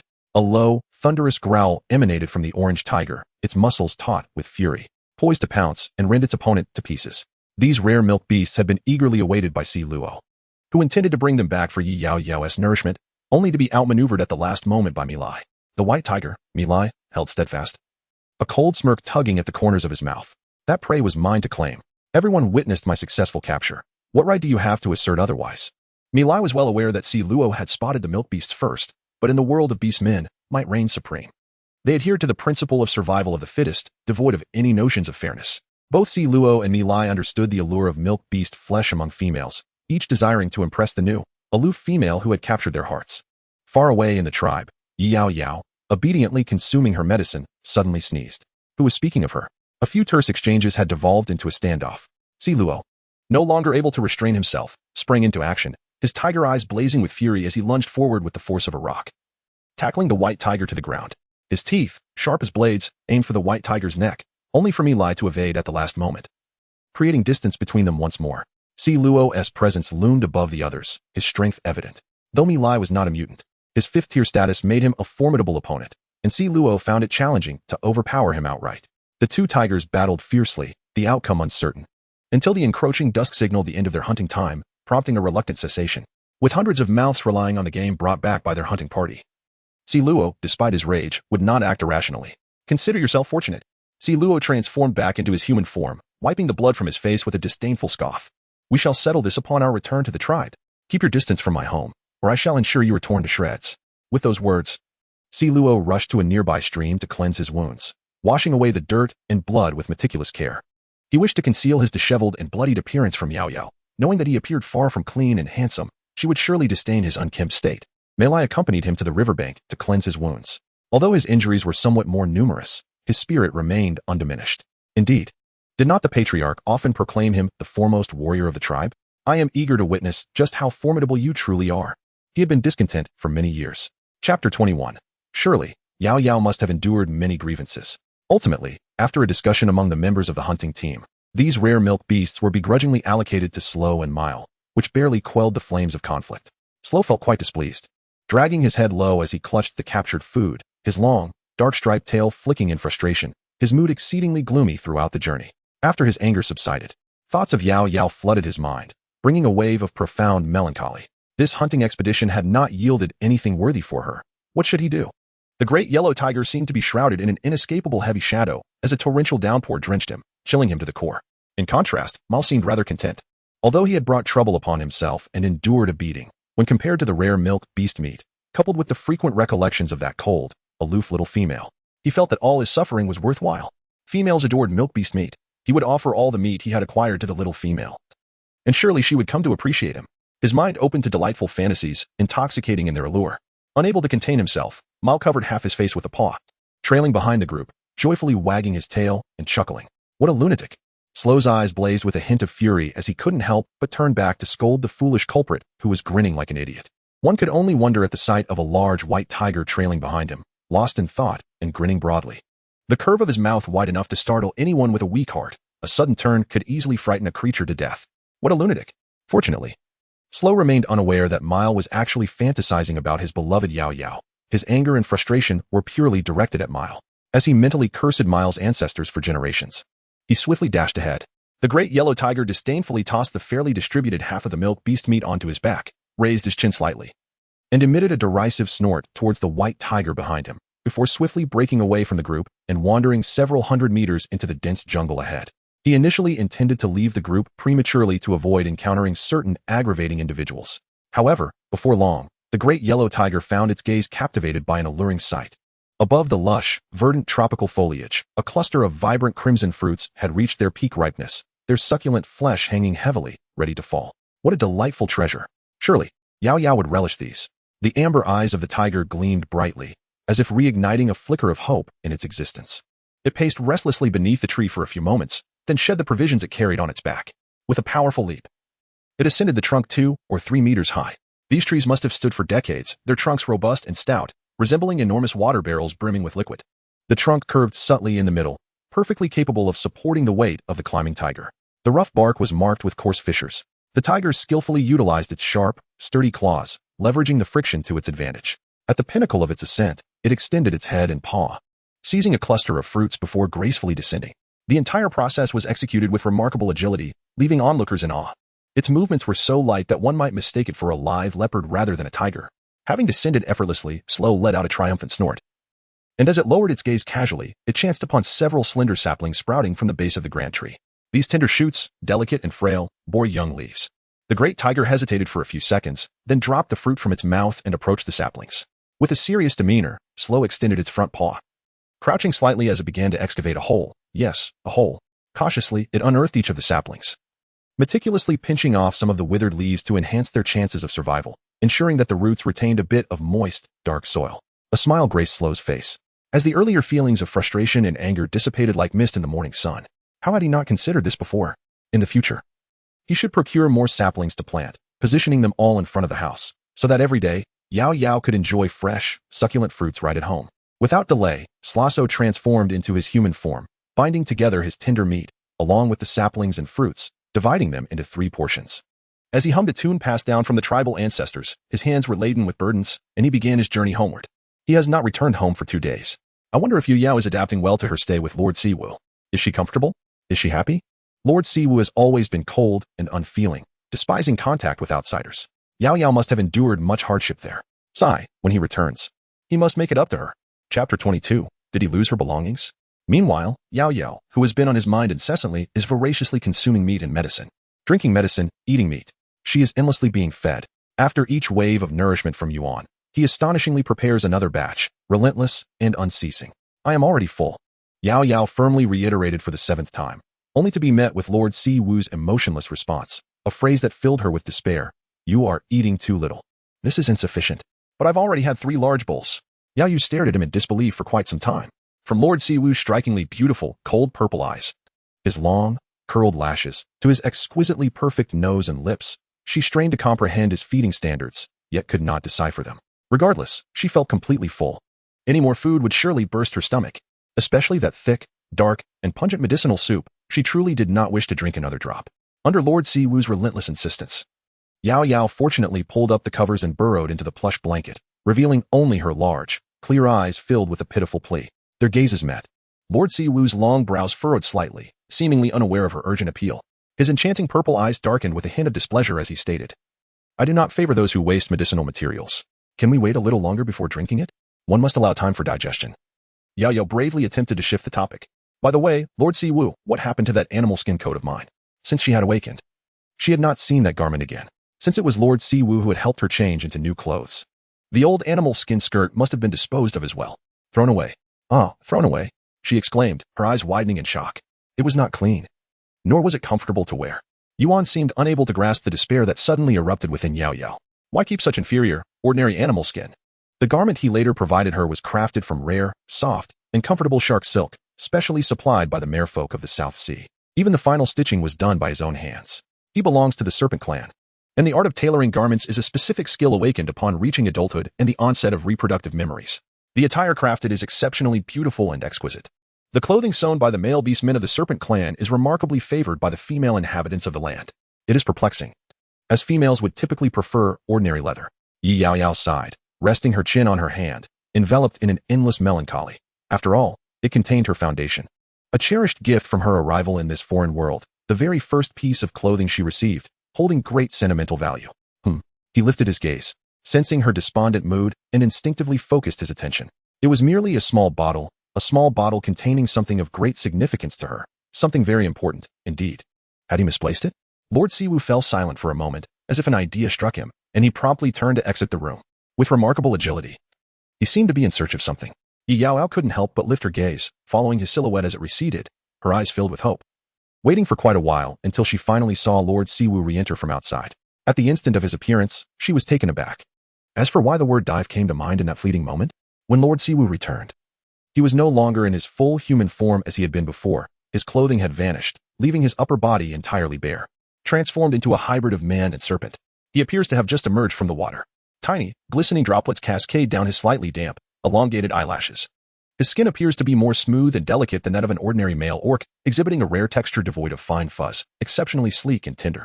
The trajectory of the water droplets encounters no resistance, gracefully gliding over the proud tip of his nose, the subtly pale hue of his soft, slender lips, and the exquisite, cool white skin of his collarbone cascading downwards. He cast his gaze towards her at the center of his vision, his elongated purple eyes narrowing slightly, as if imbued with a hint of dampness, glimmering with a clear, enchanting luster. Is this what you desire? In his hand, there was an additional small vial. He approached her, dragging his elongated serpentine tail, hands outstretched in offering. Chapter 23. The species of the high priest is quite unique. Yaoyao blinked, vaguely perceiving the diminutive droplets cascading down the alluring curves of his exquisite muscles, each falling with a gentle splash. His satin black hair cascades straight down to his slender waist, concealing a vast expanse of pale, cool skin. The inky tips of his hair curl slightly, exuding a misty freshness, with a delicate, damp fragrance gently wafting through the air. He gazed at her, a subtle arc gracing his lips, his voice chilling yet intoxicating. Is this what you desire? Lord Siwu slowly approached, extending a small vial into her hand before retreating to a separate chamber in search of a fresh, clean rope. Faced with an unfamiliar and intriguing species, Yaoyao could hardly contain her curiosity. The moment Lord Siwu turned away, she quietly stirred, peeking her head out from the covers with eyes gleaming with interest, striving to observe the novel species retreating before her. You silly host. What are you leering at another male for? I never imagined you to be this sort of person. Humph. How utterly lewd of you. Guai scoffed. What nonsense are you spouting? Do you not find Lord Siwu's beast form somewhat extraordinary? Thus, they both turned to gaze, their eyes alight with fascination. The upper half of Lord Siwu's form was that of a bare human torso, while his lower half transformed into a serpentine tail shimmering with a captivating violet hue. No, to be precise, it did not resemble a conventional snake's tail. His tail is remarkably long, extending up to 10 meters. Yet it moves with such swiftness that it never drags behind. The delicate blue-violet scales are layered intricately upon his slender tail, densely packed, yet unyielding, showcasing an astonishing capability for both defense and slicing. Interspersed among the scales are flecks of bright gray, reflecting the enchanting shimmer of the rippling water. Unlike ordinary serpents, a subtle, translucent dorsal fin graces his back and the upper part of his tail, lending it a hint of ichthyate characteristics. No, more accurately, it possesses the traits of a dragon. The serpent, a descendant of the ancient dragon lineage. Seizing the moment while Master Siwu changed garments in the compartment, Yaoyao took the opportunity to check the current favorability rating others had towards her. The result, 8. Yaoyao fell into a moment of silence. After 2 days of interaction, achieving a single-digit score seemed rather scant, almost pitiful. A wave of melancholy bubbled within her, compounded by the relentless taunting from Guai echoing in her ears, leaving her spirits exceedingly low. At that moment, the system issued a new task directive. Random task. Please procure a scale from Master Siwu's serpent. Deadline, 3 days. Task reward, unknown. Yaoyao thought, another hellish challenge? This has nothing to do with me. It's not my fault. Really, it has no relation to me at all. Guai's voice rang out with clarity and conviction, arguing with unusual finesse. I don't believe your nonsense. Sighing in exasperation, she acknowledged that the task must be completed. With a favorability score of 40, it appeared that her current progress would lead to an extended mission, given the favorability of 8. How could she possibly devise a plan to coax even a small scale from Master Siwu? This was indeed a conundrum that required thorough contemplation. That afternoon, a hunting party led by Sluo returned with great fanfare. Aside from the few females nursing, the other beastmen gathered to celebrate their return. In the rockpile square, a bonfire was lit, to continue until the night descended. Many of the male beastmen bore large, wide bags made of beast hides upon their broad and powerful shoulders. Whenever the hunting team returned, the spoils were distributed evenly among the beast men by the tribe leader. As the master Siwu, Yuan presided over the cleansing ceremony. The winding path down the mountain was difficult to navigate, so Yaoyao chose to follow Yuan closely. Be cautious of the rocks, tread carefully, and do not fall, he advised as he noticed her bounding down the slope. Upon seeing her cheerful smile, he felt reassured and redirected his focus. In the distance, Yaoyao spotted a familiar figure energetically jumping and waving. Rubbing her eyes, she approached, and the shouts grew louder, resonating like thunder. Yaoyao, look at me, quick. See, Luo is here. The orange-haired creature endeavored to leap higher amidst the crowd, attempting to catch the attention of his desired female. His orange and black-striped tail wagged rapidly behind him. Adorning his head were a pair of tiger ears, which were pressed down by a woven basket, revealing only 2 small orange-tipped tufts. The basket was filled with an array of fresh fruits, exuding a delightful sweetness, utterly enticing. Chapter 24. Who did you fight with? Yaoyao ventured out, still applying foundation, yet this time the consistency felt oddly different. It didn't perform as well as before. It seemed water had infiltrated it. Peering into the bottle cap, she gasped. Indeed, water had seeped in. Recalling how Master Siwu had returned, drenched from his descent into the water, she was quite curious about where he had cast aside this little bottle. Fresh air invigorated her spirits, and Yaoyao's steps grew lighter, bouncing along like an exuberant rabbit. From a distance, the small black female appeared rather frail, resembling a wild beast of the realm. Yuan cast her a glance, lingering on her dark, slightly brown-tinted cheeks with a hint of confusion. He pressed his lips together, but ultimately chose to remain silent. He was not one to ask many questions. After the hunting team returned, Yuan proceeded to fulfill his duties as the shaman, performing the cleansing ritual. After exchanging a few words with Yaoyao, he departed. In the distance, Yaoyao could see Sluo straining to navigate through the throngs of people, his basket precariously balanced atop his head, dropping 2 fruits in the process, which he neglected to retrieve. With eyes alight with excitement, he swiftly made his way to her side. The other members of the hunting team appeared weary and disheveled, their faces covered in dirt or mud. Upon arriving at the square, they seemed utterly exhausted, collapsing onto the ground, gasping for breath as they savored their brief respite.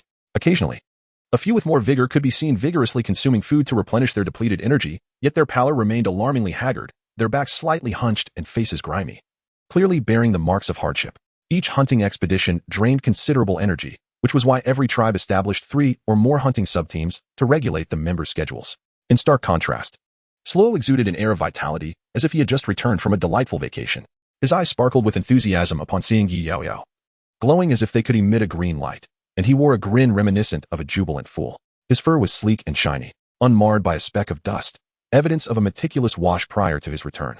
Yaoyao, I haven't seen you for 2 days. I've missed you so much. Come here and give me a hug. I've thoroughly washed myself in the river. I'm all clean. As Sluo eagerly approached, Yaoyao's delicate brows furrowed slightly, and her nose twitched. Despite his seemingly clean appearance, there lingered a faint scent of blood about him. What had he been up to? Had he encountered danger during the hunt? With an unyielding push, she rebuffed Sluo's incorrigible close proximity, raising her gaze to examine his cheek, feeling a pang of unease. Sure enough, she spotted a fresh wound on his handsome face, a cut that, although scabbed over, bore a reddish hue that indicated it had not healed quickly. His face was relatively unblemished aside from this injury, suggesting that Sluo took care to protect his visage. However, upon closer inspection, numerous small wounds, scratches, and bite marks adorned his neck, accompanied by the unmistakable signs of having been in a brawl. Yaoyao reached out to gently touch his face. Instinctively imbued with a mix of tenderness and reproach, Sluo seemed to revel in this contact, instinctively rubbing against her hand, emitting soft purrs of contentment as his amber eyes widened in bliss. Ah, Yaoyao, your soft touch feels so good. I want to touch you again. Maybe even lick you a bit, he mused, intoxicated by her affection. However, before he could fully indulge in this soothing sensation, he was abruptly jolted back to reality by her irritated reprimand.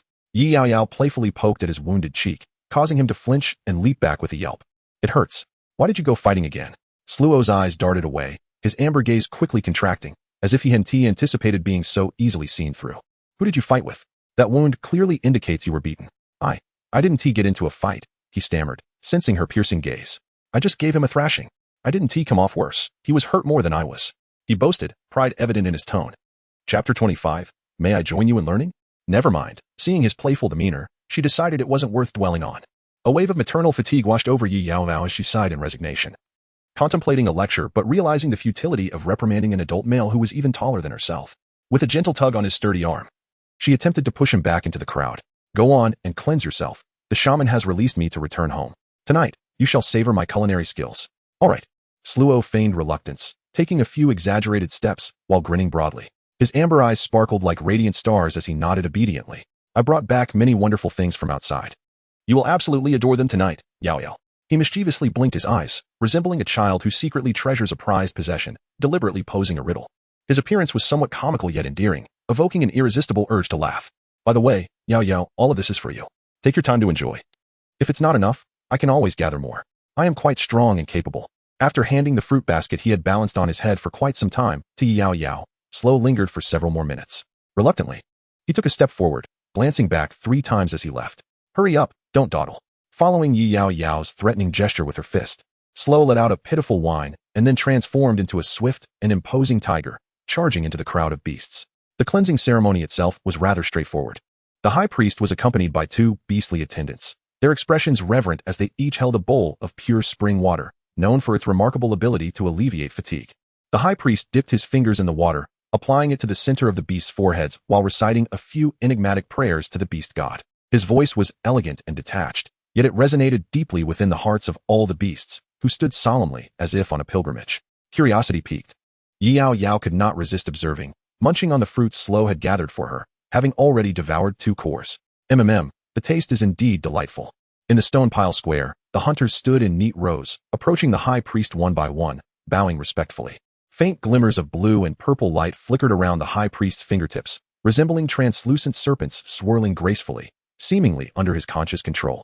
As he directed them into the foreheads of the awaiting beasts, the soft glow vanished into their brows, and the next moment, those beasts reopened their eyes. Their previous fatigue entirely dispelled, replaced by an exuberant vitality and vigor, their muscles taut. One particularly boisterous beastman thumped his chest and bellowed that he could hunt several hundred more colossal beasts. The effect was astonishing.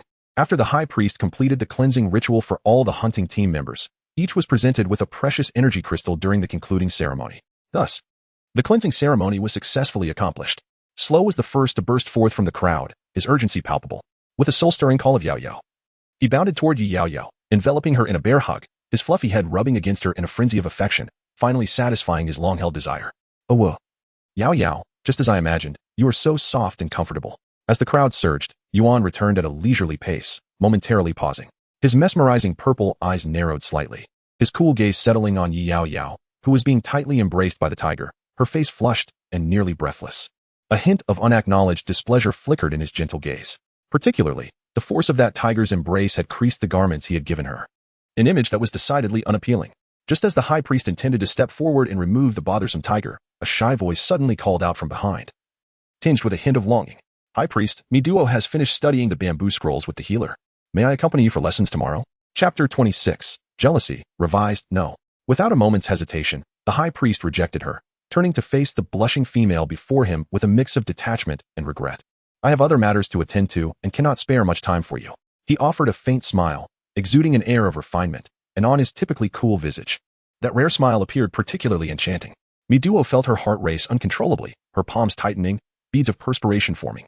She was the sole cherished female offspring of the chieftain of the Sanglin tribe, renowned for her beauty, having just reached maturity and entered her season. Yet she had yet to find a partner or prospective mate. Additionally, she was the only female heir of the shaman. Her amiable disposition, esteemed status, striking appearance, and ample abilities garnered her a legion of fervent admirers, both within the Sanglin tribe and the mightier Beast City beyond. This alone served as a testament to her popularity. Prior to the arrival of Master Siwu in the tribe, her criteria for a mate might have encompassed formidable orc warriors like Sluo, whose potential was immeasurable, or the robust offspring of the chieftains from Beast City. However, upon the entrance of Master Siwu into her world, all her previously held standards were utterly overturned. She had never encountered such a powerful and captivating male from the very first moment she laid eyes on him. She was resolutely convinced that only a kingly beast capable of commanding respect from even the mightiest could qualify as her first mate. The ambition swirling in her gaze and her unwavering determination were impeccably concealed as she suppressed a flicker of discontent, maintaining a serene demeanor. With a sweet smile, she appeared almost too docile for her world. Is that possible in the near future? I shall find myself devoid of ample leisure time. He must prepare some shamanic medicine for Yaoyao tomorrow, the day after, and even the day after that. The uniqueness of her body and soul captivated all his attention and time. I am aware that the shaman lord is quite busy. Mi duo tirelessly showcased her understanding, assuring the shaman lord that it was merely her eagerness to learn the art of healing, to contribute to the tribe and its people. Witnessing so many tribesmen suffer injuries daily made her somewhat impatient. Perhaps she had unconsciously prattled on. Even though Yuan's demeanor towards the beastmen of the tribe could be deemed friendly, Mi duo clearly understood that this lord of beast harbored a cold and indifferent nature. a trait of the serpent clan that no amount of faade or friendliness could conceal. The male beastmen of the serpent clan reserved their fervor and affection solely for their one true mate, a prize Miduo had longed for over the past 2 years. Unconsciously clutching her animal hide garment, Miduo was about to leave when she instinctively turned back, only to see the shaman lord approaching a strange female. She could faintly hear his cool and deep voice instructing her to come to him every morning on time without delay for the next few days. What? I still have to keep taking medicine. As she walked further away, the conversation between the two faded into a murmur until it became indistinct. In an instant, Miduo's previously gentle and charming eyes widened, her lips biting down until they bled, her blood running cold, and her body felt rigid. Her gaze quickly darkened with a fierce and sinister hue. The shaman lord had no time for her but was inviting another unfamiliar female to his residence. After 2 years, she had never even been to Yuan's dwelling once. That female was unfamiliar, presumably a newcomer to the tribe. She was dark and slender, not even measuring up to Miduo's 110, appearing almost prepubescent, devoid of any hint of mating scent. Lacking beauty and ability, she didn't even possess the most basic capability of reproduction. What merit did she possess to warrant such attention from the shaman lord? Surrounded by a throng of beastmen at all times, Miduo suddenly felt the world had lost its allure. These ordinary males were beneath even a single finger of the lord of beasts. There was no sense of achievement whatsoever. The vanity of the females went unfulfilled, leaving an emptiness that was terrifying. Once jealousy took root, it had the power to wreak havoc. Even more shocking was that Sluo, whom she had once favored, was now fawning over that female. To her horror, even her brother, Milai, approached that female. Miduo felt as if the world had turned upside down, her sharp fingertips unwittingly breaking her palm. Chapter 27. A chilling glance. Yaoyao retreated 2 steps discreetly, her voice calm. Are you Milai? Milai's eyes lit up, surprised that the little female remembered his name. His heart raced and his hands trembled. He intended to step closer to strengthen their bond. But suddenly a chilling gaze pierced his back, causing him to tense up instinctively, a primal reaction of the beastmen in the face of danger. He raised his eyes to meet the shaman lord's calm and indifferent gaze. Milai felt a sudden pang of confusion, as if he were being targeted by a fierce beast, leaving him terrified. While he stood there dazed, Sluo's bright and charming eyes darkened with a fierce intensity. Simmering with rage, his tail whipped back and forth rapidly as he roared, charging in front of Yaoyao, confronting Milai directly, ready to unleash a ferocious attack. How dare he come here? How dare he? Attempting to win favor with my Yaoyao using the milk beast that rightfully belongs to me? Seeing how Milai gazed at Yaoyao with that lustful and greedy expression, Sluo could hardly contain himself, ready to pounce and tear him apart. Humph. That scoundrel who dared to lay a hand on Yaoyao is not to be looked at. Anyone who cannot defeat him is utterly useless. Milai sneered, undeterred. Who says I can't defeat you? Furthermore, pursuing a female is my business. What concern is it of yours? Are you her mate? What right do you have to stand in her way? A sudden remark struck a nerve within Sluo, causing him to roar less fiercely. Yet he remained like a protective child, showing his teeth menacingly. In truth, Milai was quite capable and somewhat presentable from Sluo's perspective. With a fair number of females drawn to him, Sluo feared that if Yaoyao let her guard down, this somewhat attractive scoundrel might woo her away. A scenario he would never allow to unfold. Sluo was filled with fighting spirit, eager to teach this scoundrel a lesson. However, with many tribesmen around and the shaman lord present, he refrained from recklessly attacking, knowing that punishment could lead him to be sent on a hunt, resulting in several days away from Yaoyao. Yaoyao, somewhat speechless, glanced at the wounds on both of them, which bore a strange resemblance. Although Milai's injuries appeared more severe, she was not Na'vi and could see through Milai's intentions towards her. Thus, she maintained a certain distance. Yaoyao said coolly, I do not like you, nor will I accept you as my mate. She did not wish to incur emotional debts in this peculiar realm. In a world where males outnumbered females, once a male formed a bond with a female, he would be marked with a mate's seal, which could only be removed upon the mate's death or separation. A male could only bond once in his lifetime. Yaoyao, as a taskbearer in this realm, was unaware when her mission would conclude or when she would depart, so she would not hastily bind herself emotionally in such a unique situation. Milai wore a nonchalant expression, seemingly having anticipated her response. Your rejection does not matter. A female has no right to refuse a male's courtship. His implication was clear. He would persist undeterred. Milai presented Yaoyao with the prey he had caught, including the milk beast he had taken from Sluo. Before striding away with an air of nonchalance, disregarding her rejection, Sluo was enraged, and Yaoyao hurriedly patted his head to soothe the big cat's discontent. Under the gentle caress of her soft hands, Sluo purred contentedly and calmed down. Sluo, take these things back to him. I do not want them. Of course I will. Sluo lifted his head, his round tiger ears perked up, joyfully circling around Yaoyao, even nuzzling her waist while intending to act adorably. Suddenly, a cold and piercing gaze struck him, startling him into jumping back. Chapter 28. The little tiger who can cook take it. The shaman lord, who had been observing coldly from behind, finally spoke up. Even if it was returned, that male would persistently pursue her, causing endless trouble. It's merely some hunting spoils. If you do not wish to eat them, toss them away. As the bonfire flickered out, night fell. Sluo carried Yaoyao back to their den, and from a distance, she noticed many changes to the large wooden house. Sluo, what have you hung outside the house? Dressed in splendid attire. Yaoyao pondered for quite some time before settling upon a fitting descriptor, radiant. Sluo, with a hint of pride, raised his head, mistakenly believing he was being praised. The exquisite and rare fragrant herbs and fruit blossoms he had gathered were indeed stunning. They would not wither easily and emitted a delightful aroma that repelled insects and mosquitoes, a scent that the females of the tribe adored. Sluo, carrying his beloved female, ran with an unrestrained elegance, his claws stirring the air, a privilege coveted by many males. Along the way, he attracted the envious gazes of numerous males, inflating his small vanity. In fact, he had specifically hunted some pelts that many females desired yet could not procure, all for Yaoyao. As he sprinted, he hummed an unknown tune, the wind tousling Yaoyao's long hair. However, the pelts still required some time for tanning. Once ready, they would be displayed alongside the fragrant herbs and food outside their dwelling, and when the cold winter arrived, he would craft warm clothing for her. Garments she would undoubtedly cherish. Thank you, Sluo, Yaoyao replied, feeling a mix of gratitude and an unnamed guilt. In this world, no sacrifice was made without expectation. The increasing contributions hinted at an ever-growing desire for reciprocation from the giver. If she recalled correctly, Sluo wished to become her partner, yet never mind. She would find other ways to repay him later. Sluo had planted several small trees near the entrance, the holes he dug neither too deep nor shallow. The soil well prepared and watered. The tender leaves suggested a high survival rate for the saplings. What kind of trees are these? She inquired. These are berry trees. Their red fruits can be eaten fresh or used in cooking. They're quite delicious.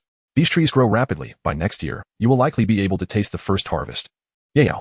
Sluo peeked out from the small wooden window, still busy preparing dinner inside.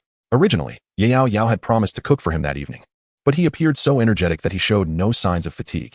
Sluo would not grant her the opportunity to cook. Yaoyao, seeing him bustling about, wanted to assist, but ultimately felt overwhelmed by his industriousness, leaving her no chance to intervene. In truth, she lacked confidence in her culinary skills. Sluo's cooking was evidently honed from years of practice and was utterly delectable. As he seemed to have everything under control, she refrained from competing for the kitchen. By the time Yaoyao had savored 2 fruits, Sluo had already completed the meal, a large platter of chicken, golden and enticing, garnished with green onions, exuding an aroma that stirred the most primal appetites. Accompanying it was a small bowl of steamed soup, featuring various greens and diced fruits bobbing in the refreshing broth, a light color that promised to quench thirst. He had prepared 5 or 6 dishes, each a culinary masterpiece. Once both had feasted to their heart's content, they retired for the night, Yaoyao and Sluo sleeping side by side in the spacious dwelling. She fell asleep swiftly, having previously slept alone, only to find herself suddenly surrounded by something soft and furry. The thick fur enveloped her, and the warm, stifling air brought a sense of discomfort. Chapter 29. A strange dream. Yaoyao awoke, her face flushed and drenched in sweat. It was the height of summer, and she found herself tightly embraced by a thick-furred tiger, with not a breath of fresh air to be found, her body sticky and uncomfortable. Sluo? She attempted to rouse him, but he remained in a deep slumber. Overwhelmed by heat, she struggled to push the heavy creature off her. Yet, the being was a massive tiger, easily 5 or 6 meters long, weighing several hundred pounds. After much effort, she managed to shift him slightly, but he instinctively pressed back against her, purring contentedly, further tightening his embrace. The sparse starlight illuminated the room, with only 2 dim crystal stones casting a weak glow. Yaoyao could faintly make out the tired visage of the large orange tiger, even in his transformed state. The exhaustion from days of hunting was evident, a fatigue that could not be concealed beneath his polished exterior. She recalled how he had feigned energy and playfulness in her presence, insisting on cooking and refusing to let her lift a finger. Her heart softened. Fine, let him rest. Subconsciously, she reached out to stroke his head and closed her eyes again, unwilling to disturb his slumber. That night, perhaps due to the oppressive heat, Yaoyao's sleep was restless. She seemed to have dreamt a troubling dream. Awakening once more in the night, she could not recall the details of the dream, only that her startled pupils had contracted, her eyelashes quivering in fear. She was drenched again, this time in cold sweat, goosebumps prickling her skin. Faintly, she remembered a soft weeping voice calling for her. Ethereal and enchanting, reminiscent of a sireness song, spiraling down into a dreamscape that threatened to engulf her. For a fleeting moment, she felt herself sinking into that strange dream, fearing she might never awaken. Upon waking, a voice lingered in her mind, refusing to dissipate, as if it had become part of her consciousness. The voice was exquisitely beautiful, an ethereal melody. The faint, unfamiliar tone held back quiet sobs, a distant cry for help that tugged at her heartstrings. Save me, I do not wish to die. Whose voice was that? Yaoyao had not slept well that night. Since awakening from the dream, she had been too afraid to close her eyes again. As the sun rose and light poured in, the large tiger stirred awake, instinctively nudging the bundle in his embrace. Good morning, Yaoyao, he said cheerily, stretching as he rose, his amber eyes still hazy with sleep, shaking off the drowsiness that clung to him. Are you hungry? Yaoyao, what's wrong? Did you not sleep well last night? Sluo noticed her unfocused gaze, the dark circles beneath her eyes alarming him. Are you unwell? Chapter 30. Morning grumpiness. Yaoyao shook her head. I'm fine. Just had a nightmare. And it was too hot. Could you refrain from cuddling me every night? She lamented that such fur was only suitable for winter cuddles. Summer snuggles only led to discomfort. With a gentle pat to her face to rouse herself, she found her head still foggy from the lack of sleep. The exhaustion weighed heavily on her, making it difficult to concentrate even on meals. She buried herself beneath the fur blankets, determined to catch up on her rest. Yaoyao, get up and eat. No more sleeping. I have prepared a delightful array of delectable dishes for you. Do rise and take a look. Sluo furrowed her golden brows slightly, her tone imbued with a hint of coaxing exasperation. He seemed quite intolerant of hunger, meticulously preparing the meal and placing it on the stone table. After taking a few steps forward, he knelt down, bravely attempting to lift the covers off Yaoyao. The blanket was abruptly yanked away, and the light that flooded in startled her awake. Yaoyao was suddenly filled with the familiar irritation of being roused from slumber, instinctively pulling back in the dark. Thus, the small corner he had uncovered was swiftly reclaimed by a pair of small hands from beneath the covers, clearly reluctant to emerge. Yaoyao, if you don't want to eat, shall we wash up first? Sluo had no choice but to take a step back, persuading her for quite some time. As the sun climbed higher, he finally noticed the tightly wrapped blanket bundle stir slightly. After a prolonged silence, the little female finally uttered her first words of the day. Food? Where's the food? Her voice was soft, tinged with a hint of helplessness. Yaoyao poked her head out from under the covers, revealing a pair of still drowsy eyes. Instinctively, she stretched her neck to catch a whiff of the enticing aroma wafting through the air, and the pang of hunger finally overcame her drowsiness. With a yawn, she showed signs of finally climbing out of her nest, rubbing her eyes and appearing slightly more alert. However, the lingering resentment in her gaze directed at Sluo was still evident, leaving him perplexed as he scratched his head. After a languid stretch, Yaoyao slipped on her shoes and joined Sluo, who had already prepared the soaked fruit. She stepped outside to fetch some water and began brushing her teeth and washing her face. This soaked fruit was a unique product of the beast world. Not large in size, perfectly fitting in one hand. Its surface was covered with a layer of soft, elongated fruit hairs, and under strong pressure, it would secrete a cleansing liquid ideal for removing dirt, making it perfect for dental hygiene. Sluo had prepared more breakfast than necessary. Observing that they could not finish it all, Yaoyao suggested, Sluo, I wonder if Lord Siwu has eaten. We haven't touched a lot of this food. Perhaps we should take some to him. In the coming days, they would need to report to Yuan every morning for medicine. Though the medicine was quite bitter, it was still a gesture of goodwill, and even if Yuan did not eat it, Yaoyao could have some as a snack if she got hungry along the way. As soon as she finished speaking, Sluo abruptly lifted his head, his once gentle amber eyes now filled with a surge of alarm. Why are you taking food to him? This is specially made for you. His voice was somewhat cold and unfamiliar. Yaoyao, recognizing that the little tiger was somewhat upset, explained. We can't finish all this food. It seems wasteful. Humph. Who says I can't finish it? I could eat 2 more bowls. As he said this, Sluo, who had already set down his stone bowl and burped, picked up his utensils again and began to devour the remaining food with a voracious appetite. As if a storm had swept through. In a matter of moments, he had consumed every last morsel, ensuring that not a single scrap remained for any other unfamiliar male. Yaoyao opened her mouth in shock, utterly speechless. Is it really necessary to go to such lengths? Calm down. Don't be reckless and overstuff yourself. Chapter 31. Departure in 7 days. The food-guarding Sluo, with a full belly, ultimately prevented Yaoyao from bringing any food to Yuan. After tidying up, Yaoyao made her way to the mountains to see Siwu. Meanwhile, Sluo had nothing to do at home when someone notified him that the clan leader was looking for him. Bored, he decided to take a stroll to the clan leader's stone house. Inside the stone house, the leader stood tall and strong, his presence radiating authority. However, there was a heavy sigh accompanying him today. Sluo, it is your turn to lead the tribe exchange this time. This is your first participation in the large-scale exchange before the rainy season, and there are some matters I must clarify with you. What matters? Sluo's initially relaxed demeanor gradually turned serious, a hint of coldness creeping into his amber eyes as if he anticipated what was coming. His palms tightened unconsciously. You should be aware of the circumstances over the past 2 years. The living conditions in the Baruto forest have become increasingly dire. The onset of the rainy season arrives earlier each year, and its duration grows longer, with frequent floods and numerous disasters. Last year, many beastmen from various tribes perished during the exchange, with the death toll alarming and tribes suffering significant losses in combat strength. The situation this year is expected to be even worse. You are our tribe's most exceptional warrior, and I hope you can protect yourself. Sluo nodded solemnly. When?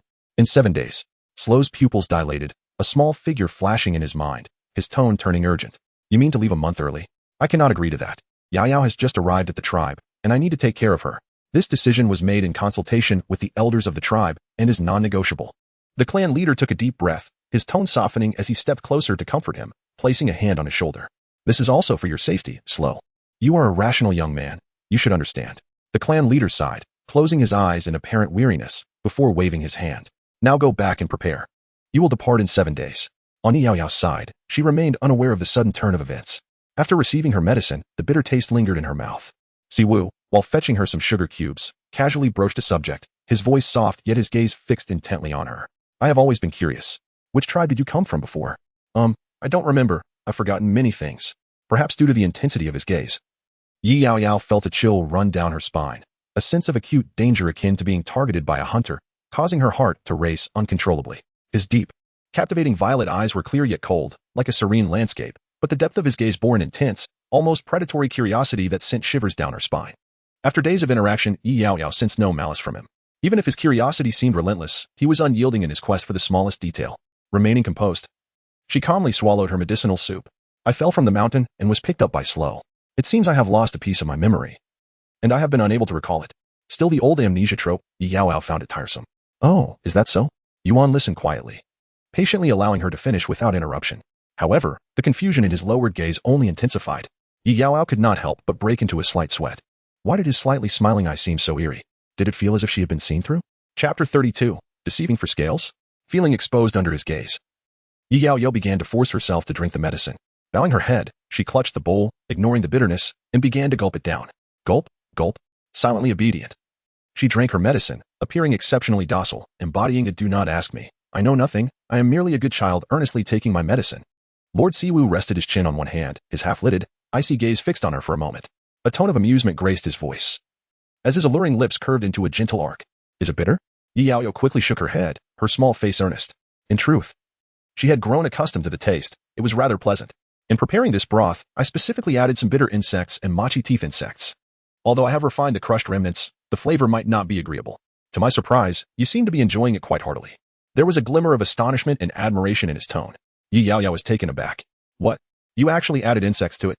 While she could surmise that these medicinal broths often contain such ingredients, it was rather inconsiderate to disclose such details while others were relishing their meals.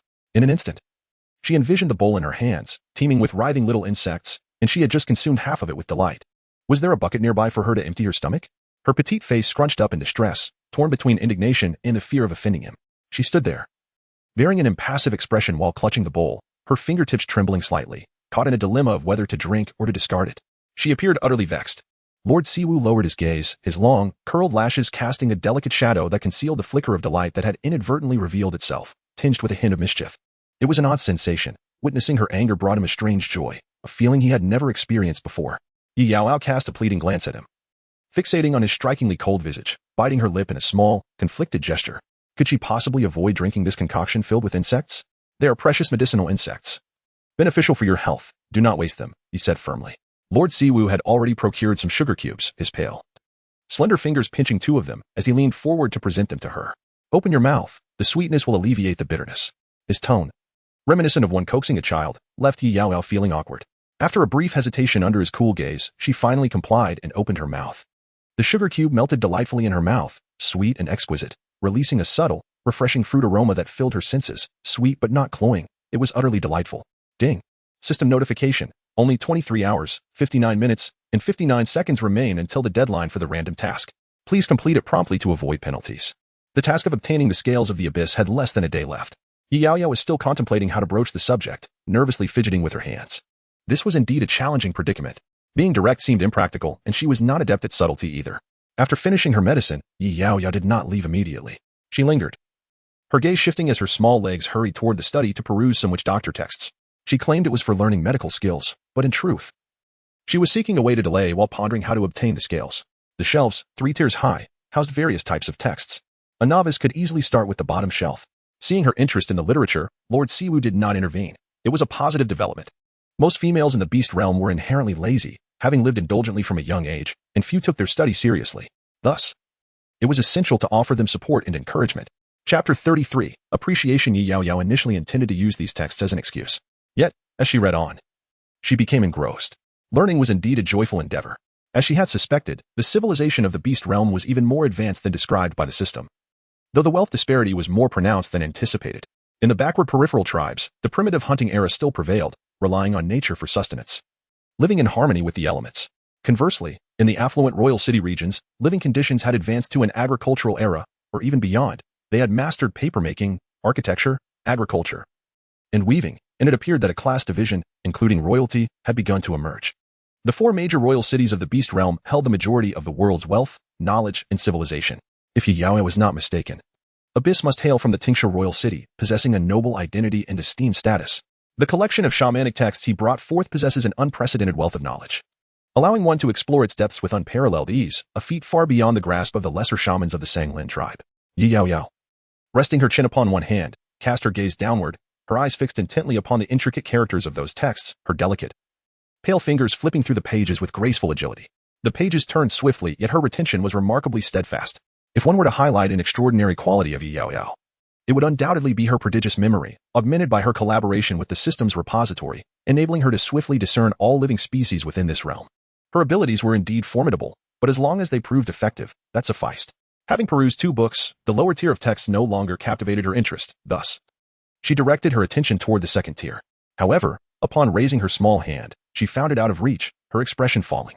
You have already absorbed enough knowledge for today. Further study is unnecessary. The elegant voice behind her carried a hint of exasperation.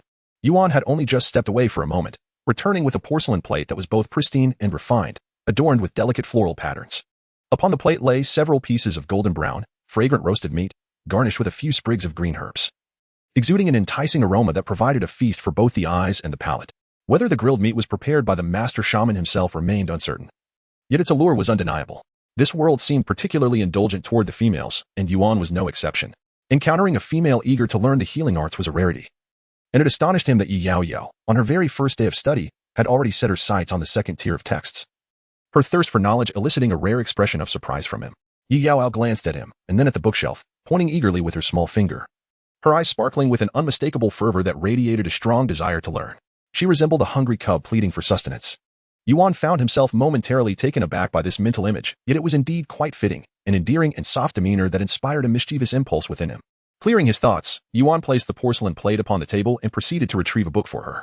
The tall and handsome master shaman effortlessly acquired a volume from the second tier, yet instead of handing it to her immediately, he collected both this book and the one she had previously been reading, replacing them with an array of delectable food items that filled the stone table with enticing aromas.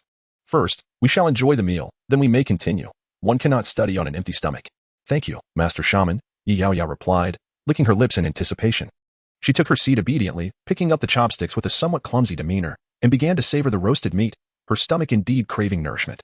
It was quite astonishing that Yuan used chopsticks to eat. Yaoyao couldn't help but wonder if he had once been a task executor from Huagua, arriving here before her and imparting these remarkable skills to the beast men. In addition to the fragrant meat, Yuan had prepared a glass of freshly squeezed fruit juice. The exact berries used remained a mystery, yet the juice was crystal clear, with fruit particles floating within, exuding a delightful sweetness that was utterly refreshing. Leading her to finish it in one swift gulp, Yuan promptly poured her another glass. As Yaoyao indulged in her meal, Yuan sat quietly beside her, resting his chin on one hand, his striking violet eyes fixed upon her with silent admiration, as if he were appreciating an exquisite piece of art. The intensity of his gaze sent shivers down her spine. Chapter 34, The Scales Acquired, Revised. Feeling the weight of his stare, Yaoyao swallowed the last sip of juice, licking her lips to savor the lingering flavor. Suddenly inspired, she proposed, Master Shaman, how about we play a game? If I win, you must grant me one request. Shall we? What are the stakes? Yuan inquired, his curiosity piqued, his focus shifting solely to the wager rather than the game or its rules. Ah. Just a small scale from you will suffice, she replied, eliciting a flicker of interest from him, only to have it extinguished in an instant. His expression changing with alarming swiftness. My, snake scale? His hand tightened subtly within his sleeve, and his stunning visage involuntarily shifted to a more frigid expression, his pupils narrowing to reveal the faintly discernible, chilling gaze of a serpent, as if grappling with disbelief. His complexion appeared somewhat unnatural, and his rejection was swift and decisive, leaving no room for negotiation. What? Is it not permitted? The young female blinked, seemingly taken aback by the abruptness of his refusal, and a hint of melancholy crossed her features. After such a lengthy acquaintance, it was rare to witness a significant emotional upheaval from Lord Siwu. This was the first instance. Had she inadvertently incited his ire? I apologize. I should not have so impulsively sought your scales. Might we consider an alternative? Would that be acceptable? However, Lord Siwu turned away, choosing to ignore her. He remained transfixed, gazing at his palm, utterly still, his slightly drooping, shimmering violet eyes narrowing into vertical slits. Imbued with the chilling essence of polar ice, a harbinger of impending beastly transformation driven by overwhelming emotion, Yaoyao pinched her thigh, realizing the precariousness of the situation, and hastily attempted to remedy it, saying, "Forget it, let us not partake in this game. Please do not be upset. It was my mistake. I did not intend to bring this up." Although she was unaware of the particular significance of the scales to Yuan, Yaoyao's demeanor in acknowledging her fault was commendably proactive. Regardless of the transgression, offering an apology was undoubtedly the right course of action. "You are not at fault. It is my responsibility." He seemed to exhale a sigh, finally willing to part with a few words. The cascading shadows turned once more, and that chillingly beautiful countenance observed her for several seconds, the shimmering and frosty gaze imbued with a seriousness and complexity, diffusing an unnameable emotion. After a brief moment, he averted his gaze slightly, appearing somewhat embarrassed, as his ink-black hair cascaded down to obscure the faintly reddened tips of his ears, a delicate blush quietly spreading, tinged with a hint of heat and anxiety. In their serpentine clan, scales could only be bestowed upon one's destined mate. They were not to be given away indiscriminately. However, do you truly desire it? After a while, the silence was once again shattered. Lord SW's demeanor suddenly shifted, and Yaoyao was momentarily stunned, quickly nodding in surprise, having thought hope was lost. "Then I wish to confirm one matter." The imposing shadow, accompanied by a waft of cold fragrance, descended into view. An immense pressure enveloping her as his pale, slender fingers halted before her forehead, glistening like dew, exquisitely beautiful. "You must cherish the scales and never discard them. Can you manage that?" Lord SW seemed to revert to his usual aloofness, yet his deep, melodious voice carried an undeniable authority, strikingly intense. "I can." Yuan appeared to smile faintly, the enticing curve of his lips rising gently. "For some reason, I find myself believing in you." The nearly 10-meter-long enchanting violet serpent-tail hesitated for a few seconds, as if finally resolving to take a step forward. After a few tentative movements, the beautiful serpent's tail finally rested upon her soft thigh. Though it merely grazed the tip, it was already the utmost limit for Lord SW. "Now, please select a piece that you favor most. It must never be discarded." Chapter 35, not as welcoming as she appeared. Task completion reward. Water repellent pearl. 1. Master. You were splendid. This was classified as an S-rank, exceptionally difficult task by the system, and you accomplished it within the time limit. Truly, congratulations. Guai waved a small red flag that read victory, dancing with glee and cheering for her master. This time, it might just be luck. To be honest, Yaoyao herself could hardly comprehend it. Her mind still struggled to grasp the reality. Sunlight, warm and dappled, refracted through the translucent violet scales as she propped her chin on her hand, unable to suppress her bewilderment. Was this daunting task completed a tad too effortlessly? She had prepared herself for the consequences of failure. Yet unexpectedly, with a spirit of desperation, she had nonchalantly uttered just a few sentences. And the scales had indeed come to her hands? Perhaps this was truly the legendary stroke of extraordinary luck, though it was unfathomable. The unexpectedly delightful outcome left Yaoyao disinclined to ponder further. After studying 2 more books, Yaoyao closed them with satisfaction. Lord SW. I am heading back. See you tomorrow morning. Yuan remained unperturbed, reiterating his usual advice. Do not wander carelessly down the mountain. Be wary of loose stones and weeds. And take care to avoid landslides. I know, she retorted, feeling as though her ears were calloused from hearing the same warnings. In the final moments, Yaoyao unceremoniously indulged in 2 cups of delectable fruit juice, and after bidding farewell, she floated away. Hey, you must be the new female of the tribe, right? Upon rounding a bend, Yaoyao collided with an unfamiliar female. She was on her way down the mountain, while the stranger seemed headed toward Yuan. The mountain path was narrow, and eager to return home, she stepped aside, but the newcomer, Imdu, stood firmly in her path, warmly greeting her without any intention of moving forward, as if waiting exclusively for her. Yaoyao cast a puzzled glance at her. Imdu held a woven basket filled with various herbs. Her smile was gentle, her stature petite, and her features were merely decent. However, compared to the rather lackluster beauty of the local females, she could be deemed a rare beauty, especially with her pale complexion, soft and pleasant voice, and amiable demeanor. Yaoyao couldn't help but be captivated. Imdu smiled at her, adorably, and seemingly casually remarked, "You just returned from Lord SW, didn't you? It's the first time I've seen him permit another female to ascend the mountains besides me." Lord SW merely assisted me in concocting some medicine." Yaoyao replied politely with a smile. For some reason, she felt little fondness for this beaming female upon their first encounter.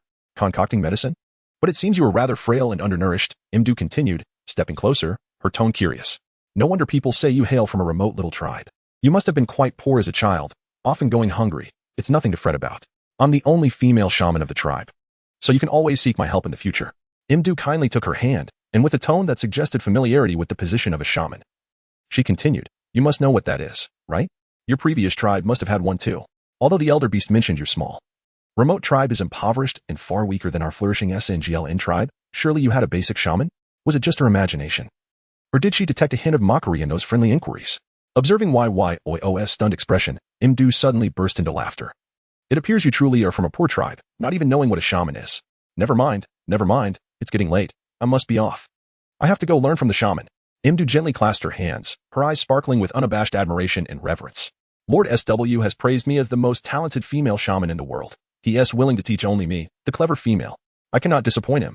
Imdu proclaimed, her chin held high, resembling a proud peacock, as she hurried up the mountain with her basket. Yaoyao had already stepped aside. Yet in that fleeting moment they brushed past each other, the other girl still forcefully bumped her shoulder. Yaoyao frowned slightly. Although they had exchanged only a few words, mostly Imdu rambling, she was certain that this Imdu did not welcome her as her demeanor suggested. Sometimes, a woman's intuition could be remarkably accurate. Chapter 36. Someone misses you far from the house. Yaoyao could hear a commotion. Master. The little tiger you've been harboring seems to be arguing with someone. Arguing? ISNTS Lu 1 to take direct action? The question remains, who is he quarreling with? A sense of foreboding surged within Yaoyao as she hurried over. Outside Sluo's wooden cabin, a throng of male orcs had gathered, each one frantically peering through the windows, yet none dared to intrude. Inside, a female's shrill voice pierced the air, capable of shattering eardrums. Yaoyao maneuvered through the crowd, pushing her way to the front. The peculiar stares from the surrounding orcs sent shivers down her spine. Just as her hand brushed against the wooden door, the female's piercing threat startled her, causing her hand to tremble. Sluo, I shall grant you one final chance. Do not be ungrateful. I am in heat today, a rare opportunity that comes but once a year. I am willing to offer you this precious mating chance. Now agree to become my third mate, or you shall regret it once you return to the tribe. Her voice dripped with arrogance, as if she were bestowing a grand favor, eagerly awaiting his submission. Heat, mating. A strange silence enveloped the scene for 2 seconds, no outright refusal emerging. As if deep contemplation ensued. Shaman crossed her arms, a triumphant glint in her eyes. Regardless of how cold-hearted a male might be, such an enticing proposition was irresistible. Sluo could not possibly resist her allure. The value of a female in this world was immeasurable, and with females only experiencing heat once a year, the singular opportunity for mating held the potential to yield even more precious offspring. The vast majority of males were without partners, and those possessing their own bloodline progeny were exceedingly rare. Thus, the condition shaman presented was immensely appealing, enough to drive any rational male to madness in his infatuation with her. Just as shaman believed her plan was coming to fruition, Sluo finally spoke, his amber eyes narrowing slightly, a hint of mirth dancing within them. Who was it that just finished speaking?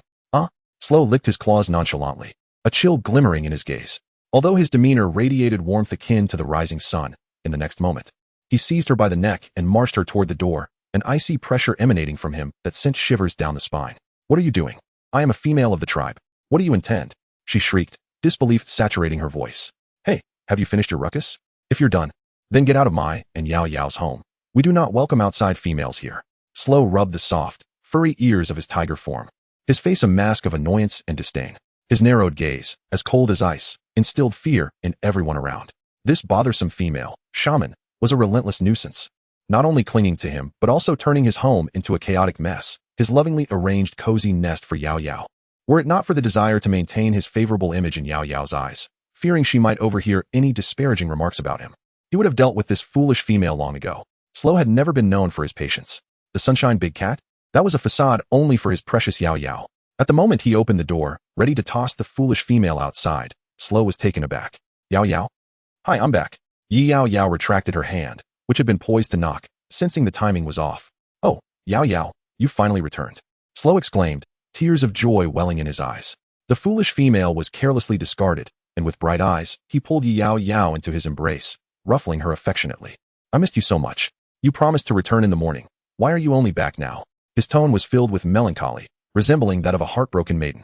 The previously chilly and irritable atmosphere dissipated, replaced by a swaying tail, yellow with black stripes, that wagged with eagerness, devoid of any trace of the fearsome demeanor of the tribe's foremost warrior. The onlookers outside were left to ponder. Was this truly the same tiger who had exuded such a menacing aura moments ago? Chapter 37. An An's affection for Yaoyao. Oh, how he admires her. What transpired here? Yaoyao longed to raise a paw in inquiry, but the atmosphere felt tense, and she wisely chose silence. You outsiders, take your female away, or I shall have no choice but to rend her apart. Sluo transformed into his tiger form, unsparingly revealing his sharp claws and gleaming white teeth as he growled, solidifying his claim. Sluo, you will regret this. A chilling, gritted response emerged from the crowd, where two fourth-tier male orcs had already hoisted Shaman onto their backs, her two mates, as they gazed at their beloved female, injured and unconscious. Their hearts ached with both concern and resentment towards Sluo's lack of appreciation. Shaman had never shown such ardor for any male, yet the very affection they envied. Sluo dismissed without a second thought. How ironic it was that what they longed for was often disregarded by others. Had it not been for the tribe's prohibition against fighting, they would have gladly confronted Sluo. As the commotion subsided, the crowd that had gathered at the entrance gradually dispersed, likely with some having informed the chieftain about the altercation involving a female. Sluo was destined for punishment. At most, he would face a reprimand of food deprivation or a brief confinement. There was nothing to fret over. Yet, that female was an incessant annoyance, continually pestering him day in and day out. He had long made it clear that he no longer harbored feelings for her, yet she persistently clung to him, even to the point of, that truly was a rather unpleasant memory. Sluo's gaze suddenly turned cold and distant, but just as quickly returned to normal. Speaking of which, I overheard that Shaman mention a tribal exchange. Are you going, Sluo? Is there danger implied in her tone? Is Yaoyao concerned for my safety?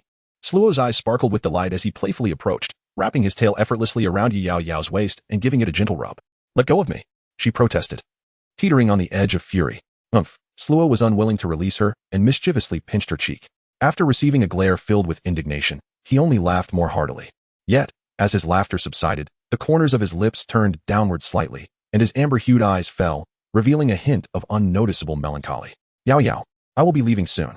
In 7 days, I will embark on a journey to a distant city to gather supplies of grain and salt crystals for our tribe for the coming year.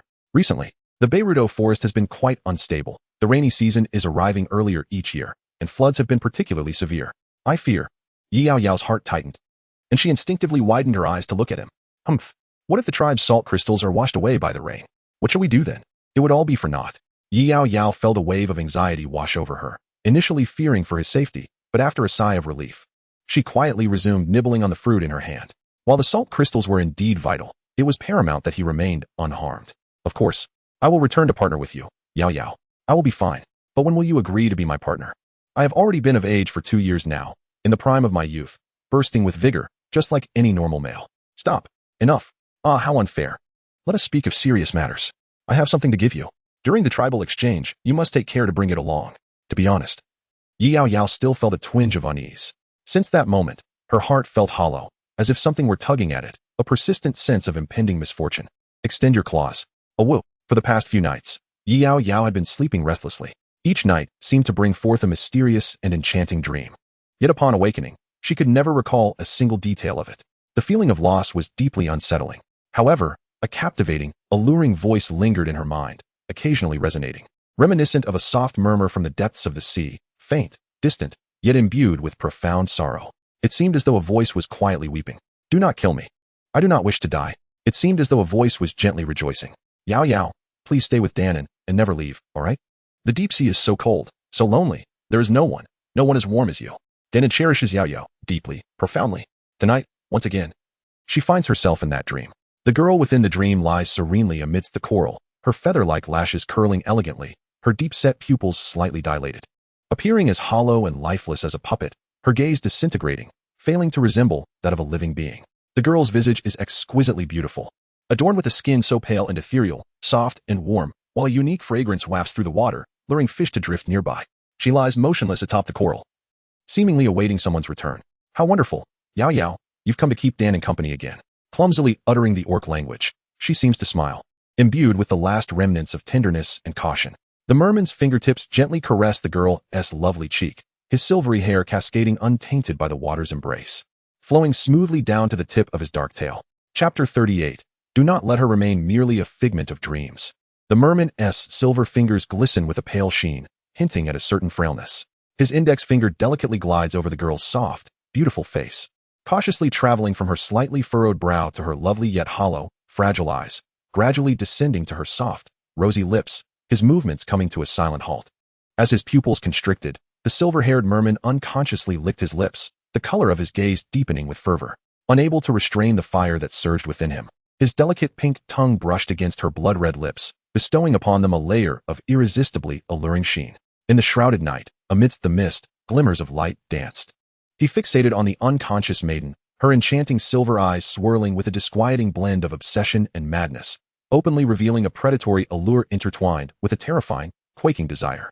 Yaoyao, you truly appear delectable, evoking an irresistible urge to consume you entirely.